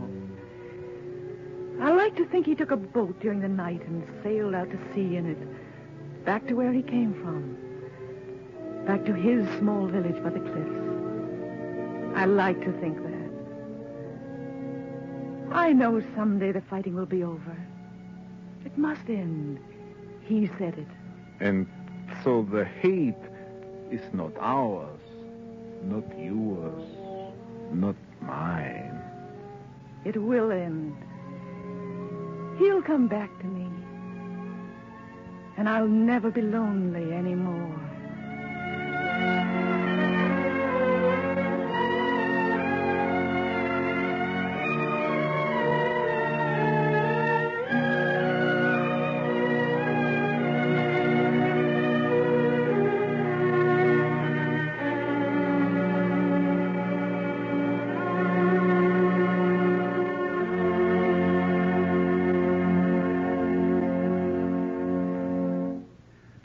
This is Arch Oboler. Tonight it has been a great privilege to bring you Norma Shearer in my play, The Women Stayed at Home. All of us here, and I know you out there, are grateful to Miss Shearer for her stirring performance. With Miss Shearer were Hans Conried and Howard Duff. The special arrangement of Wagner's Tristan und Isolde was arranged and conducted by Gordon Jenkins.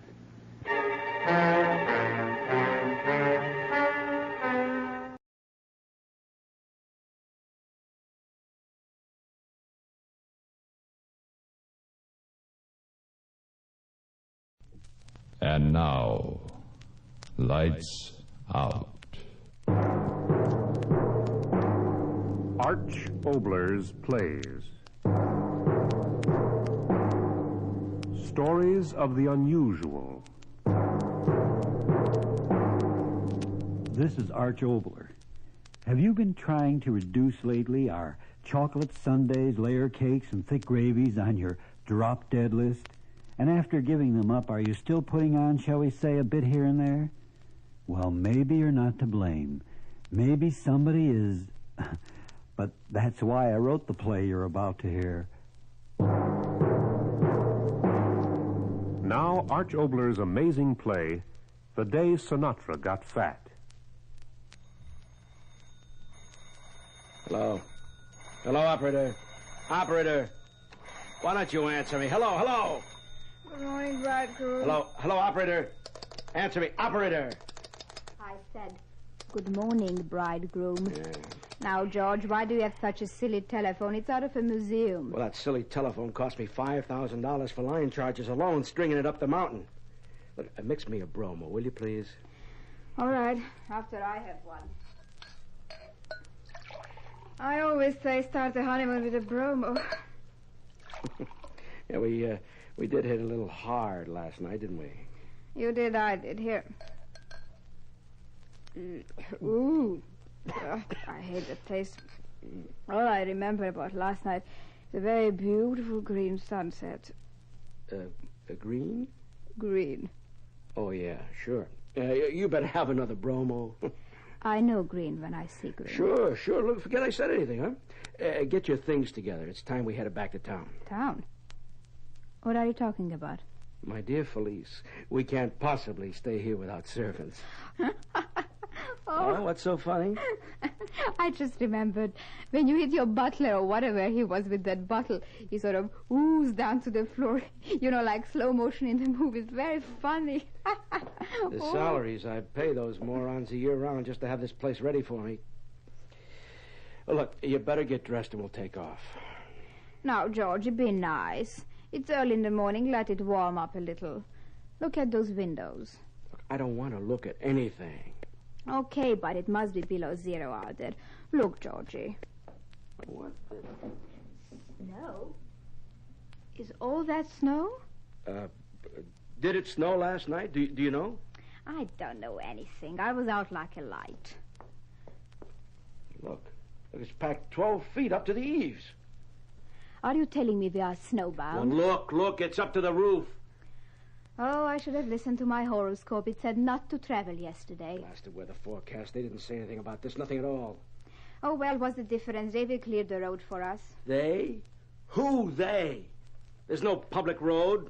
Look, where do you think you are? Park Avenue? A tractor. Don't you have a tractor? Sure, I got 2 of them. But I don't know how to run them. I hire people to do that. Oh, brother, a gentleman farmer. Oh, what the devil you want me to do? Carry out of here piggyback on skis? That I would like to see. Well, you think I couldn't, huh? Look, I've got the physique of a man 20 years my junior. That I wouldn't know, bridegroom. I was drunk. Yes. Now, listen, you. I'll take your neck. Let go of me. You listen to me. Don't you ever lay a hand on me like that again, or I will tear your eyes out. Oh, like a cat? Huh?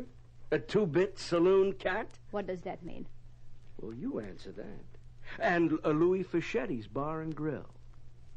You lousy rat. So you did check a bit after all.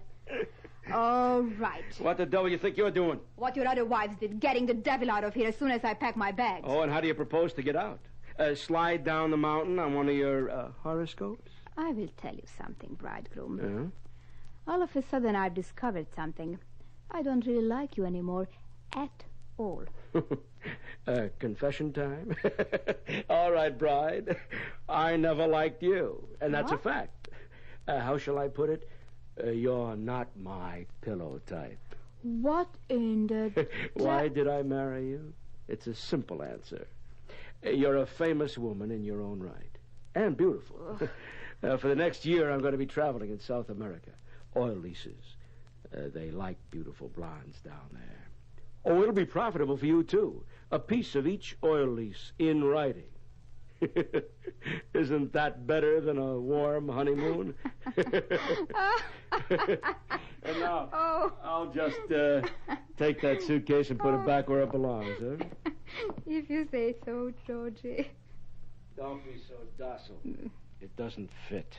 We are a matched pair, Georgie. Only I am more expensive than you. And when you want to get rid of me, you and your bank book, remember that I also know that...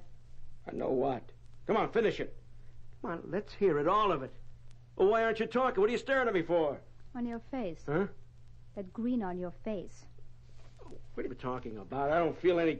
On the other side. Look at your hand now. It's green dust, so what? The sunset last night. What are you talking about? Remember I called you to see it, but you were too busy fighting with the servants? The sky was green, all green.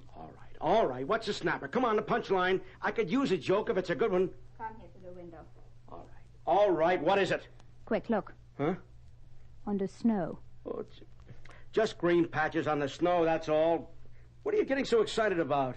Green? Well, so what? Some sort of vegetable growth. Lichen, moss. How should I know? Hey, wait a minute. What's the matter? Green stuff on your face, too. Oh, get me out of here. Will you please get me out of this place?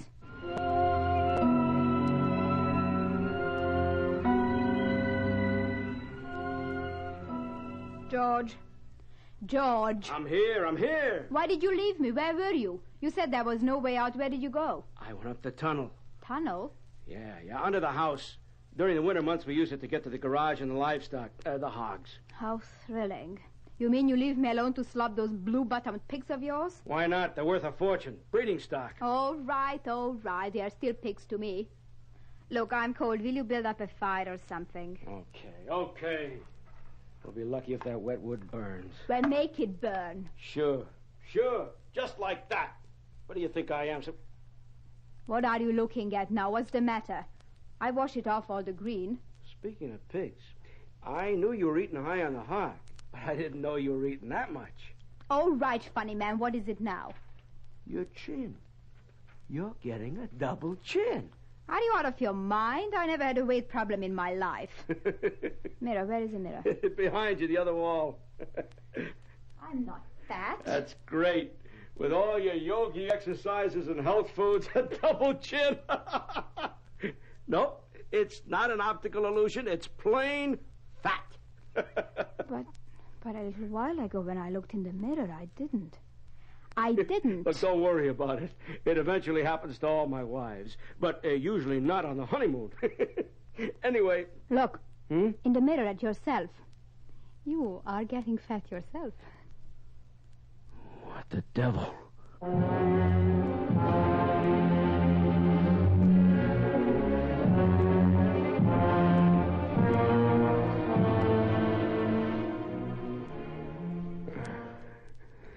I wonder what time it is.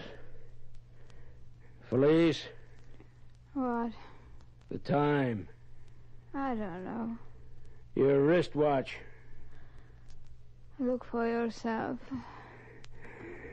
It's buried in the fat of your arm. I want to cry. I can't cry anymore. It's so dark outside. The lights. They have gone out, George. I know. Get me some light. Oh, stop yelling. What do you think I'm doing? Candles. Here. What is it? What happened? Generator plant quit. That's all. Fix it. Can't fix it. I'm no mechanic. You are nothing. You hear me? Nothing. I want to get out of here. I don't want to stay here. Police. What? Your face. What? I just realized something. Your face bloating like a pig's. No. Fatter and fatter. Yours, look at yourself in the mirror. What's happening to me? What's happening to me?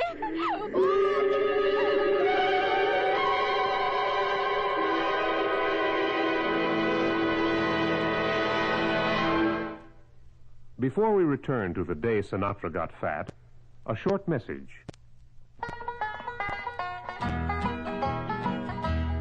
land is your land. This land is my land. This land was made for you and me. One of our 50 states owes more to its spirit of religious tolerance and freedom of belief than to any other factor. The state, of course, is Utah, and the settling of Brigham Young and his followers in the Beehive State shaped its future more than any prior event. The Mormons taught those who dwelled in the arid region that is now Salt Lake City the miracles of irrigation, and the area flourished and prospered. The lasting influence of the Mormons is evident in the state's agricultural prosperity. And visitors to the Temple of Queens, the Rainbow Natural Bridge, the copper mines at Bingham, the sheep ranches of Duquesne, or the richly colored sandstone Navajo Twins and Needle Rock, see what the first Mormons saw over 100 years ago, that Utah is the promised land. And now we return to Arch Oboler's amazing play, The Day Sinatra Got Fat. Buried in the folds of their own fat, the honeymooners sit in the snowbound cabin.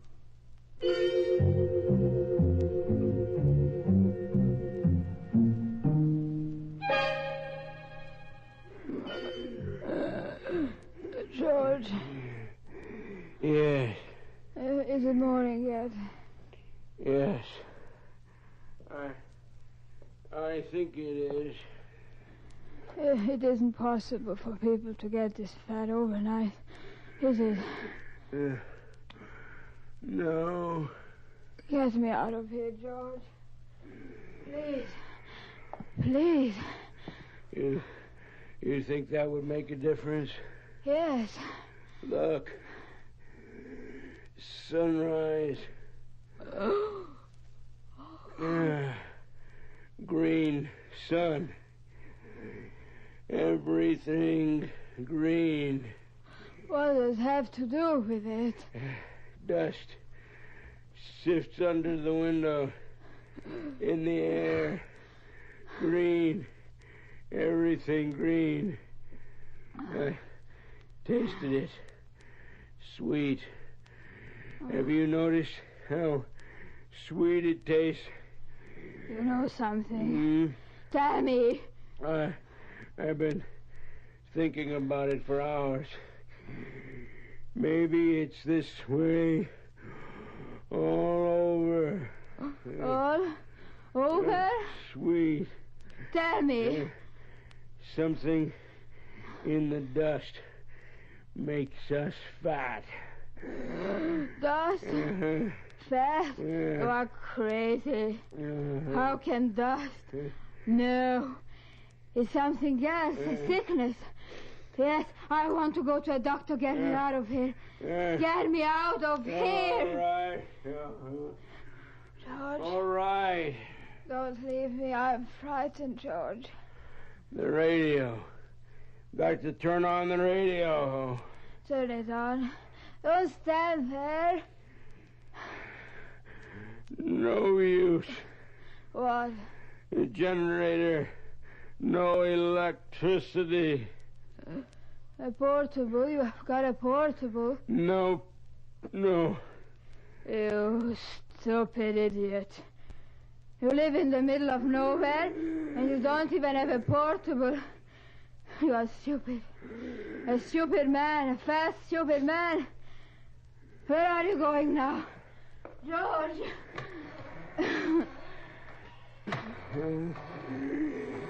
George? Why are you opening the door? Where does it... All the cars. You are taking me away. Oh, bless you. Bless you. Fool! I told you. There's no way out. Then why are you getting in that car? The radio. Yes, maybe they are sending her a snowplow. Dead. No, ignition. Turn on the ignition. Ignition. We will hear. We will know, won't we? It will be all right. It will be. Be still. It's warming up. Fat. Mash national emergency. Washington reports chemists are trying to analyze the green dust. Believe it is not of earthly origin. From interstellar space. Fat. Get it back. Get it back. Why doesn't it play, George? Battery dead. Finished. He said fat. I heard it. I did. What did he mean? Answer me. You heard it. It's same all over. You are crazy. You are insane. It's a sickness, you hear me? A terrible sickness, and you have got to get me to a doctor. Now, George. Where are you going? A doctor? You must get me to a doctor. I'll be back. Don't leave me alone. Don't pull at me. I got to see about something. Where does this floor? Another tunnel? Where does this one lead? To the outside, George. Answer me. To the outside, eh? Yeah. Ouch. So dark. George. Glandular. That's all my trouble is. It's only glandular. The doctor will give me shots. I will be all right, I know. I will be all right. Oh, my clothes. So tight, they hurt. Got to get out of them.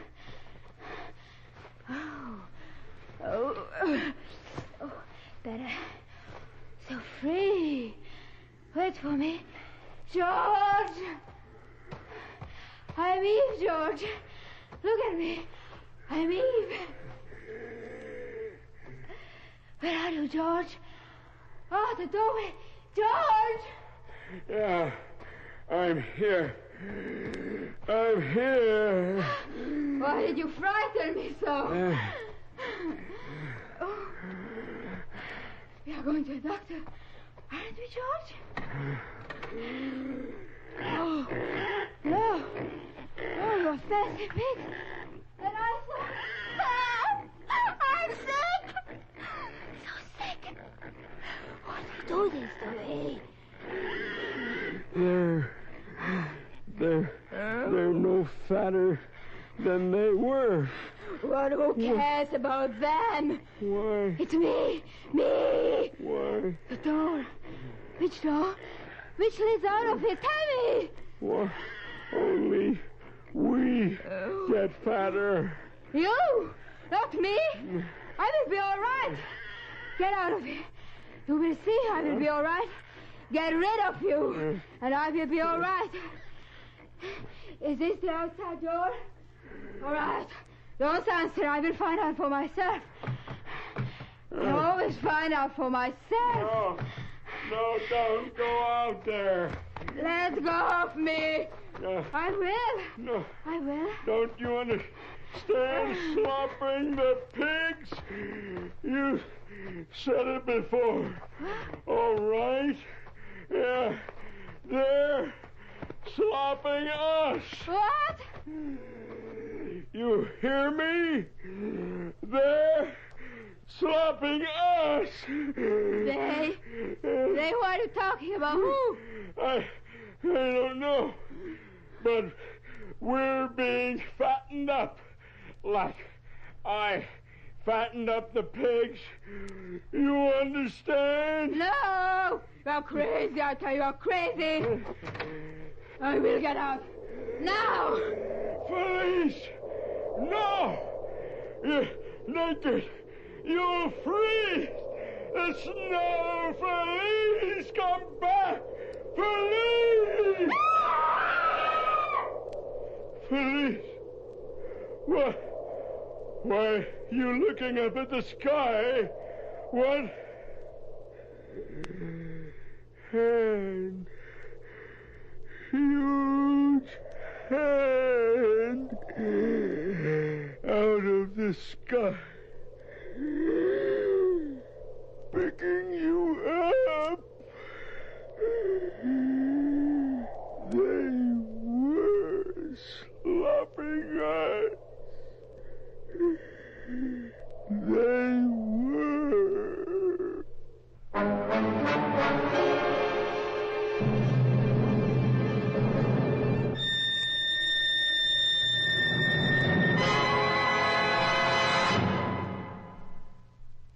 this is Arch Oboler again.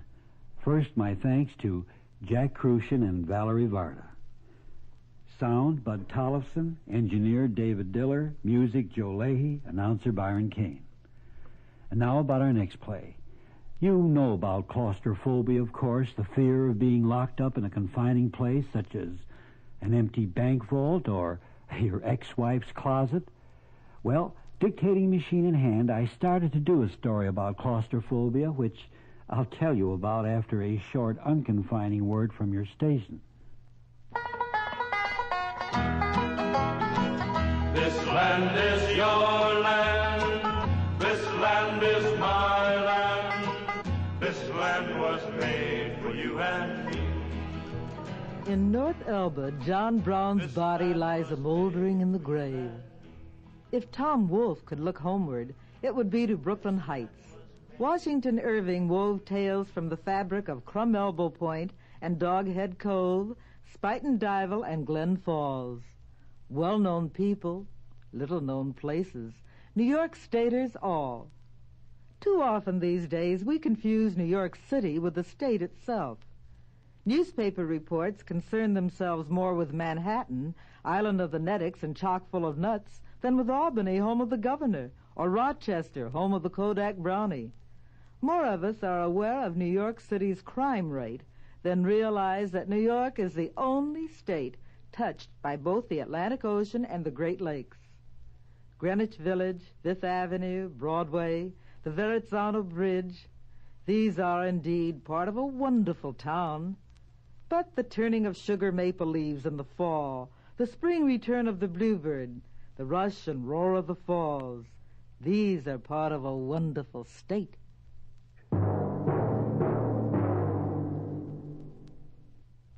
Oboler again. I was telling you about my claustrophobia play. Have you ever dreamed of walking through walls, especially bank walls? Well, even if you haven't, you must meet the man who did on our next broadcast. Arch Oboler's Plays. Stories of the unusual.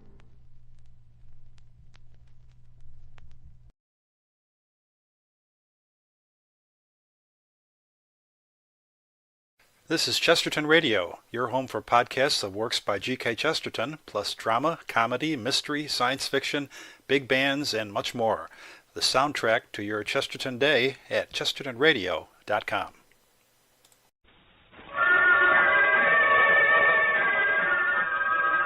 Arch Oboler's Plays.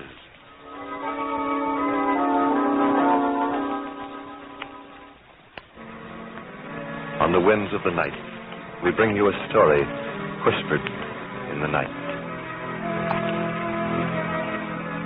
3 short plays of the ways of men, past, present, and future. First, the past. The time, one of our yesterdays. The place, the main square of the village. It had once been a tree-circled gathering point for the women and old men to sun themselves. On its clean pavements, the children had played.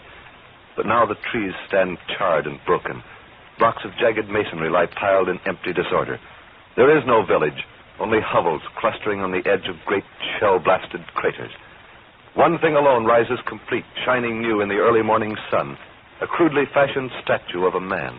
And before this statue stand a small boy and a bent old man. The boy speaks.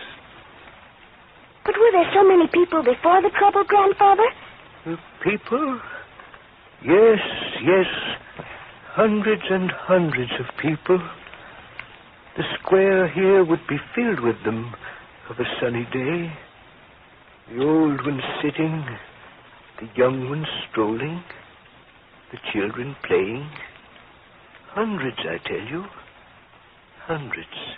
And were there many boys like me in the village then? Aye, that there were. Playing their games, marching around and around to the music of the band. Band? Aye, band.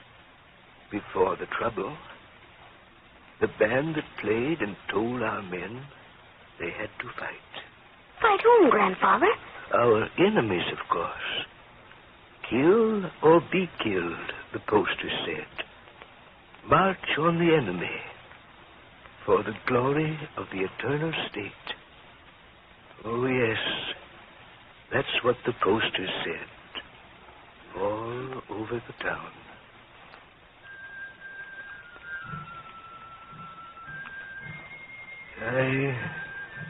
It's as if I hear them now. The band playing here in the square, the women talking war talk, the men seizing their guns, aye, guns. All but one, Jan Pero, and him they hated.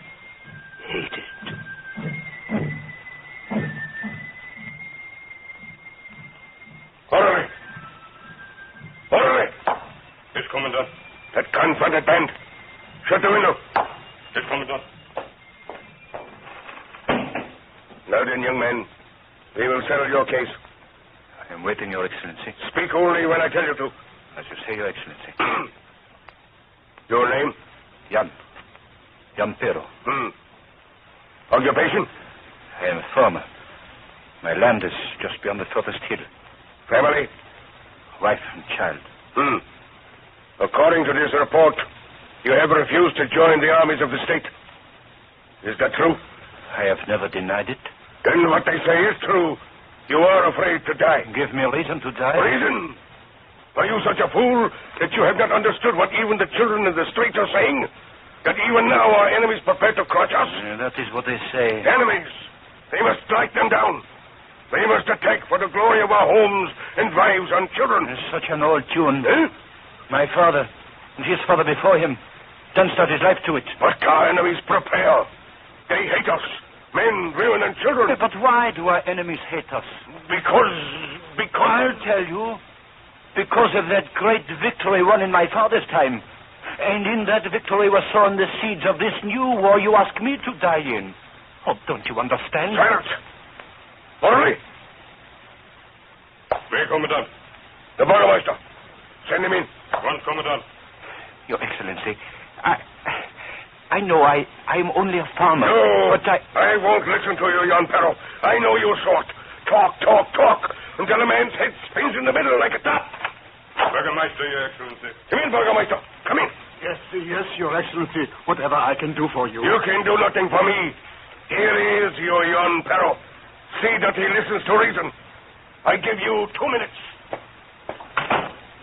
Well, Jan. Burgermeister, Oh, you won't disgrace us, Jan. Why won't you listen to me? If we fight, there will be no victory. Oh, we'll win a glorious victory. I say win or lose, there will be no victory. The hatred fighting breeds does not die with a victory.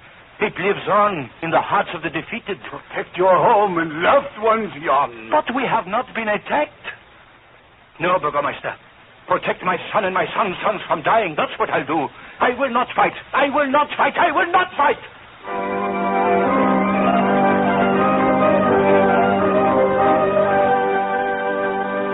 Oh, Jan. Do not weep, little wife. But I heard. What you heard were only words the Commandant squealed to frighten me. I spoke only the truth, my wife.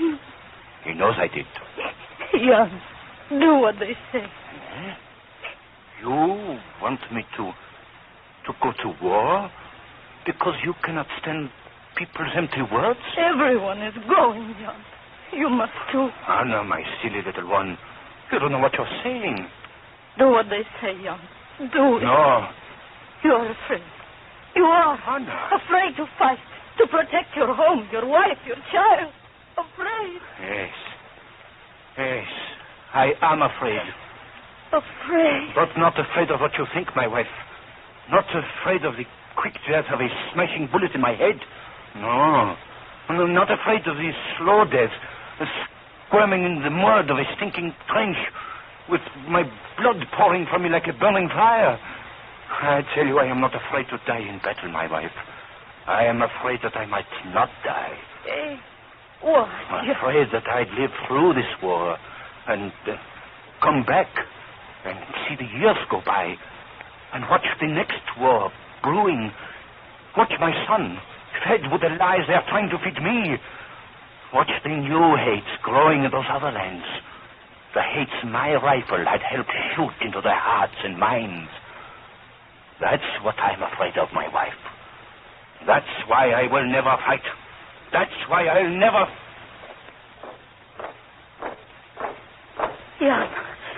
Jan, they're coming for you. For me? Oh, no. Young fellow. What? By order of the Emergency Military Tribunal, you are to be executed on the charge of high treason. That execution to take place at once.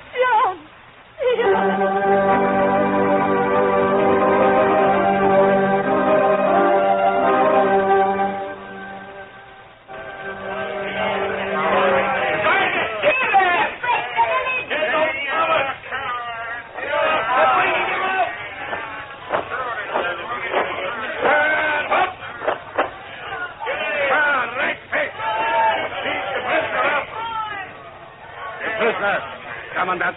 Well, young fellow, will you fight for peace and glory? You mean to shoot me? In 3 minutes by the clock. The wall behind me. All of my troops. Blindfold the prisoner. No, wait. I want to see them. The crowd there. Look, they were my friends. You there, Eric. I see you. Why do you call me names? We were in school together. You were my friend. Please understand me. You there, Hans. Remember the long talks we had together of beauty and a brave new life? You, Hans, tell them what I mean when I say that word. No, they will not listen.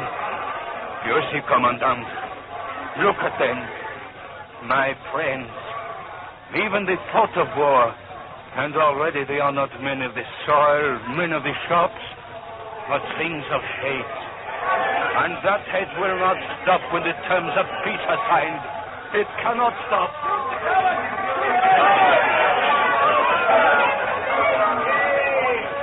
Show lamps! Sport ready! Hey! No! Another moment.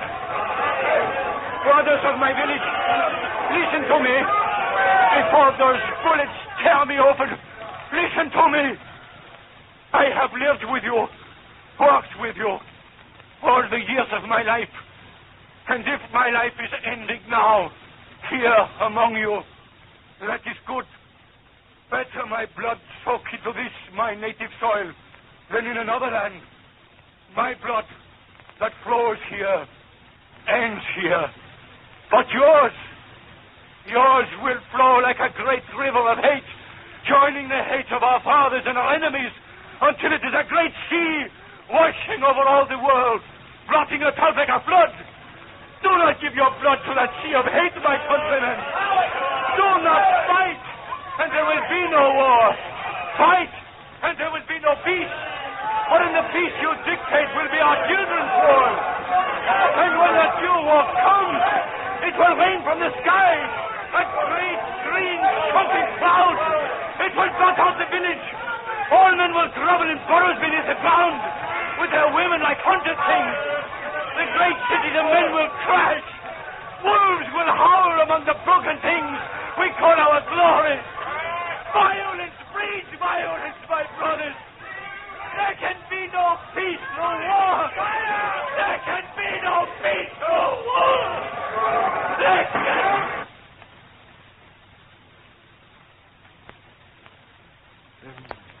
So he died, young Pharaoh, many years ago.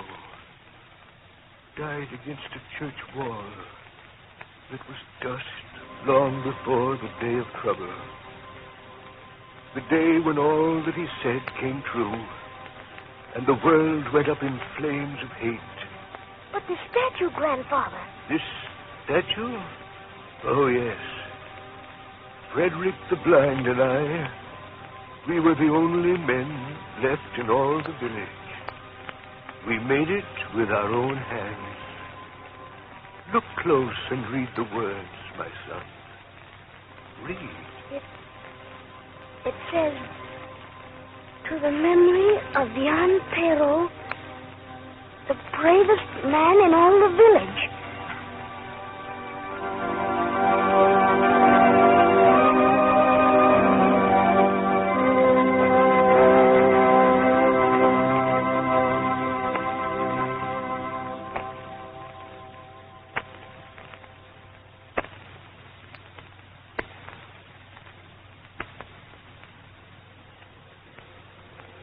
now the second in our short plays of the ways of men.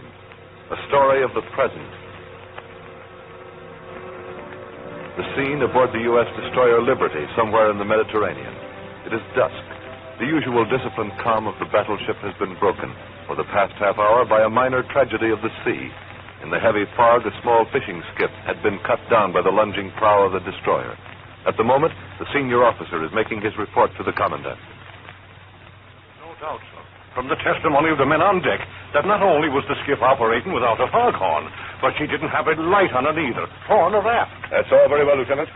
But what I want to know is, how about the boy? Oh, he's all right, sir. Not a thing wrong with him. Raising the devil good and proper, that he is, sir. Eh? What do you mean? Well, sir, it's a boat he wants. A boat? Aye, sir, a boat. The minute he hit the deck, he began yelling for a boat in place of the one we ran down. Put him below deck until morning. Oh, but that won't help, sir. It's the baby that's got us worried. Baby? Aye, sir, baby, sir. The one the lad brought with him. 10 or 12 months old is how I rate it. Lieutenant, perhaps you're not aware that I saw the boy brought over the side. He was alone. Aye, sir, alone, but all the time he had this kid. I mean, this baby, wrapped up snug under his coat. Didn't know it was there, we didn't. Until all at once he takes it out and starts dressing it in the dry stuff we gave him. Well, I'll be... Aye, sir. Whose baby is it? Who's the boy? What was he doing out here in the fog in a small boat without running lights? Well, that's just it, sir. He won't tell us. Eh? Just keeps yelling for a boat right away, quick. Kid under one arm and waving his fist, yelling to see the captain. It's one hell of a mess, sir. There, sir. Do you hear him? Send him in. Aye, sir. You boy. The commander will speak. In here. In here. This is him, sir. I mean, them, sir. Very good, Lieutenant. Aye, sir. Come closer, boy. Boy, can't you do something about that child? You are the captain, senor? I'm Commander Roberts. Now, that baby, can't you do something about him? Hurt. Huh? Quiet, little flower. This is the captain. He will help us. Quiet, little sister. Well, he certainly listens to you. You will listen to me, captain. A boat. You will give me a boat. I must have a boat quickly. Do not stand there. All right, boy. It's about enough of that. You'll be taken care of. You mean that, senor? Certainly. Then you will give me a boat now? Boy, try and understand. This is a government ship. I am sure proper compensation will be made for your loss. The words, senor. All of them I do not understand. This I know. A boat. Give me a boat, senor. There is no time. We must go. Stop that. Did you hear me? I said you'd be taken care of, you and your sister. We'll get you back where you belong. Is that clear? A hole in the ground. Eh? A hole in the ground is good enough for me, senor. But my sister, I do not think even you would want that for her. What are you talking about? You said you will take us back where we came from. Well? The bombs made great holes, senor. Where are you from? Aguila. Oh. My sister asks you to. You will give us another boat, senor? Your family? I told you, senor, I told you. Hole in the ground. I'm sorry. Aguila. It's 200 miles from the sea. Battle area. Boy, how did you manage to... You don't mind answering a few questions, do you? Questions? Questions, senor? You ask me? No. I have questions I have wanted to ask for many days. You have gray hair. You are old. They always tell me the old are wise. So now you tell me, senor. What? Senor, why did they die? Oh. Well, it's a war, boy. Difference of ideas. Someday you'll understand. Understand, senor? What is there to understand? That they understood to milk the cow. Jimenez understood how to make baskets to sell in the marketplace. Teresa, she understand how to beat the clothes white on the stones of the river. Juana, how to take care of her 5 children. But war, senor. It was so good in our village. The sun so bright, the air so clear. What had we to do with war? Make me understand, senor. Why are they all dead? Well, Civil War, as I said, difference of ideas. How can I explain? My papa tells me many things. He talked to me of a world where men think free and talk free, where everyone has his own land, not too much, and men are like brothers. Is this why my papa is dead, senor? Is this why bombs drop from the sky? Boy, listen to me. No, senor. You do not know. You are not wise. No one who is old is wise. I must go. Hey, boat, senor, give me of my boat. Boy. Listen to us, senor. Our village was full of such laughter. Where is it now? Only Maruja and me. But her I take away to some place where there is nobody old and wise to drop bombs on her. So that's where you were sailing. See. We came so far until I found the boat. Then the sea. We were so happy. All at once your ship, so fast, I could not get us out of the way. She is so little, senor. So pretty. When she is afraid, she never cry. Just look at me like she say, brother, you take good care of me. And I will take it. I will. Give me a boat, senor. Give me a boat. All right, boy. It'll be all right. Senor? This is your boat. Mine? I'll take you to a place where God willing, you and your sister will be safe. You know such a place, senor? Yes. We're not so old there. We haven't forgotten that liberty is not a gift, but a victory. Look, senor. She has gone to sleep, my sister. It was because now she knows I can take care of her. Take her outside, boy. The lieutenant will give you a place to sleep.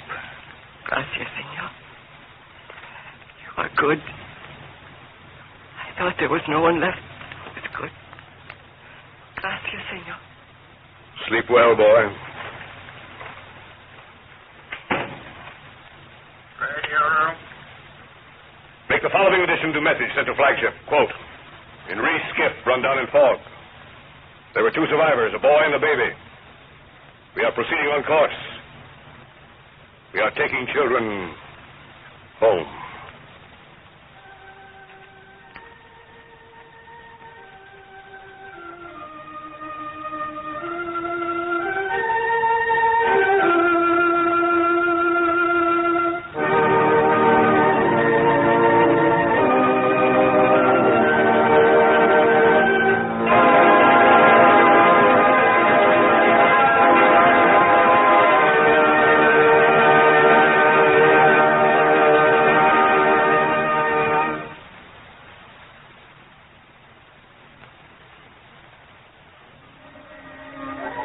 And now the third play. The time, 20,000 years from tomorrow.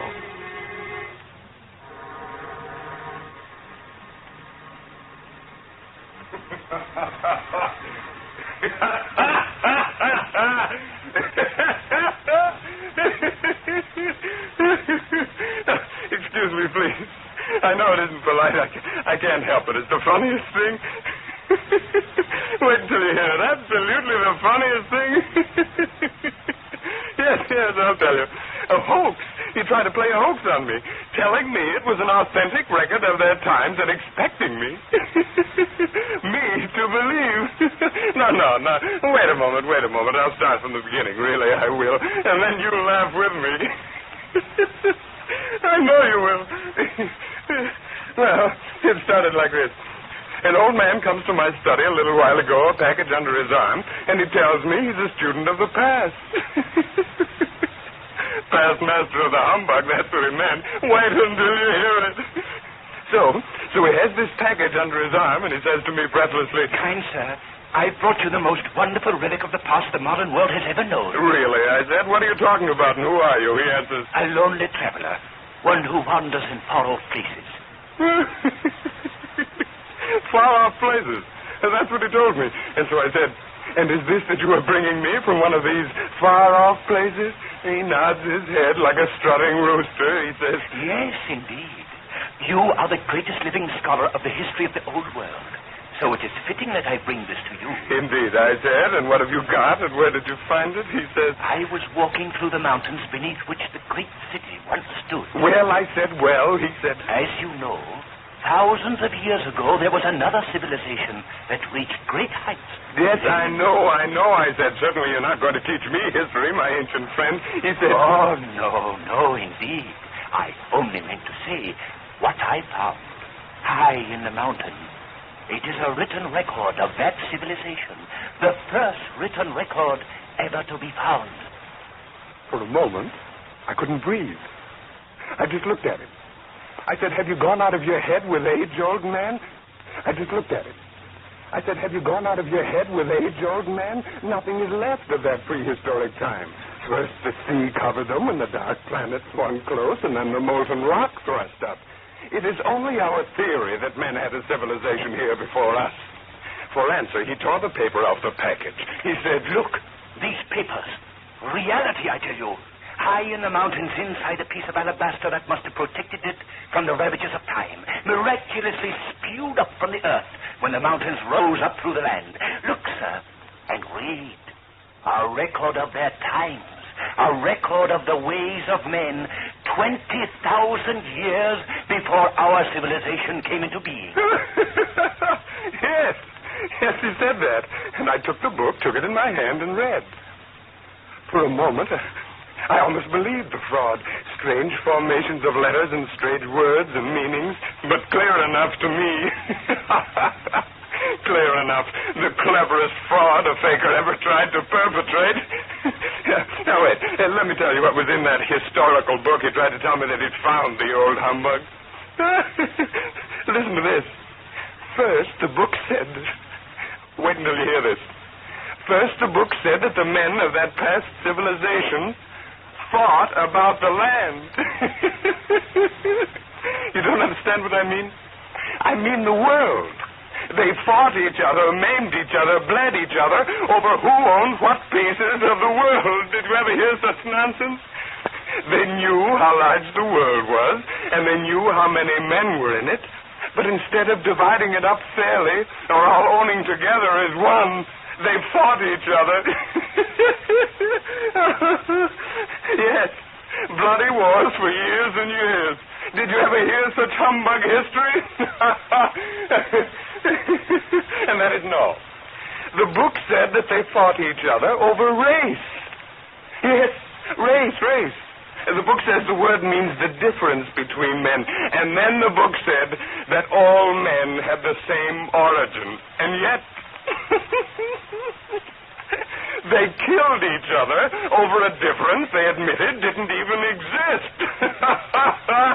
Oh, what a fraud, that book.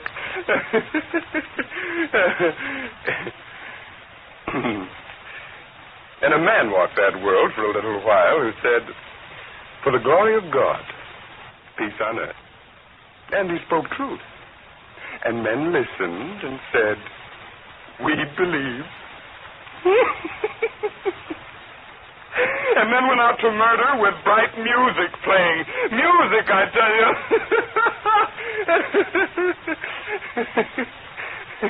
And then a little man arose who said, for the glory of the state, war on earth. And he spoke lies. And men knew they were lies, and he knew they knew. But again, they went out to murder with the music playing.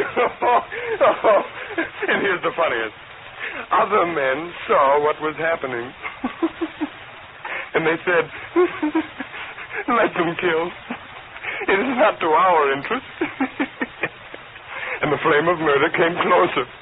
And still they said, it is not our interest. As if the house were afire, and they said, we will not use water until we ourselves are burning. And here's the climax. The preposterous book said that these crazy people who filled the earth in those days had machines. Machines with which to fly through the air. Yes, really, through the air. But imagine the wonder if it were true. speeding through the air like the birds' great glistening machines to carry men to new wonders. Guess what the front of the book said they did with him? You'll hold your sides when you hear this. They loaded them up with horrible tearing things and flew up over the crowded places and dropped them. Yes, believe me. The humbug history tried to make me believe that was the truth. They struggled for centuries. Men studied, toiled, rivers of heartache, said the book, trying to make a healthier world for their children to live in. And then they threw poisoned clouds down from the sky and killed them off in tens of thousands. Killed the children.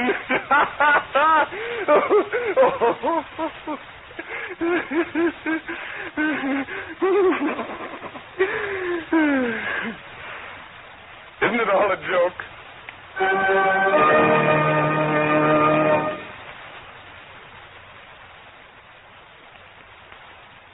These three plays of the ways of men were written especially for radio by Arch Oboler. The first play, Memoriam, featured Bill Johnston. The second play, Soul Survivors, Jack Kelk and Ray Collins. And the last play, Humbug, featured Raymond Edward Johnson. Next week, we bring you Mr. Important, a sentimental fantasy with Mr. Martin Gable.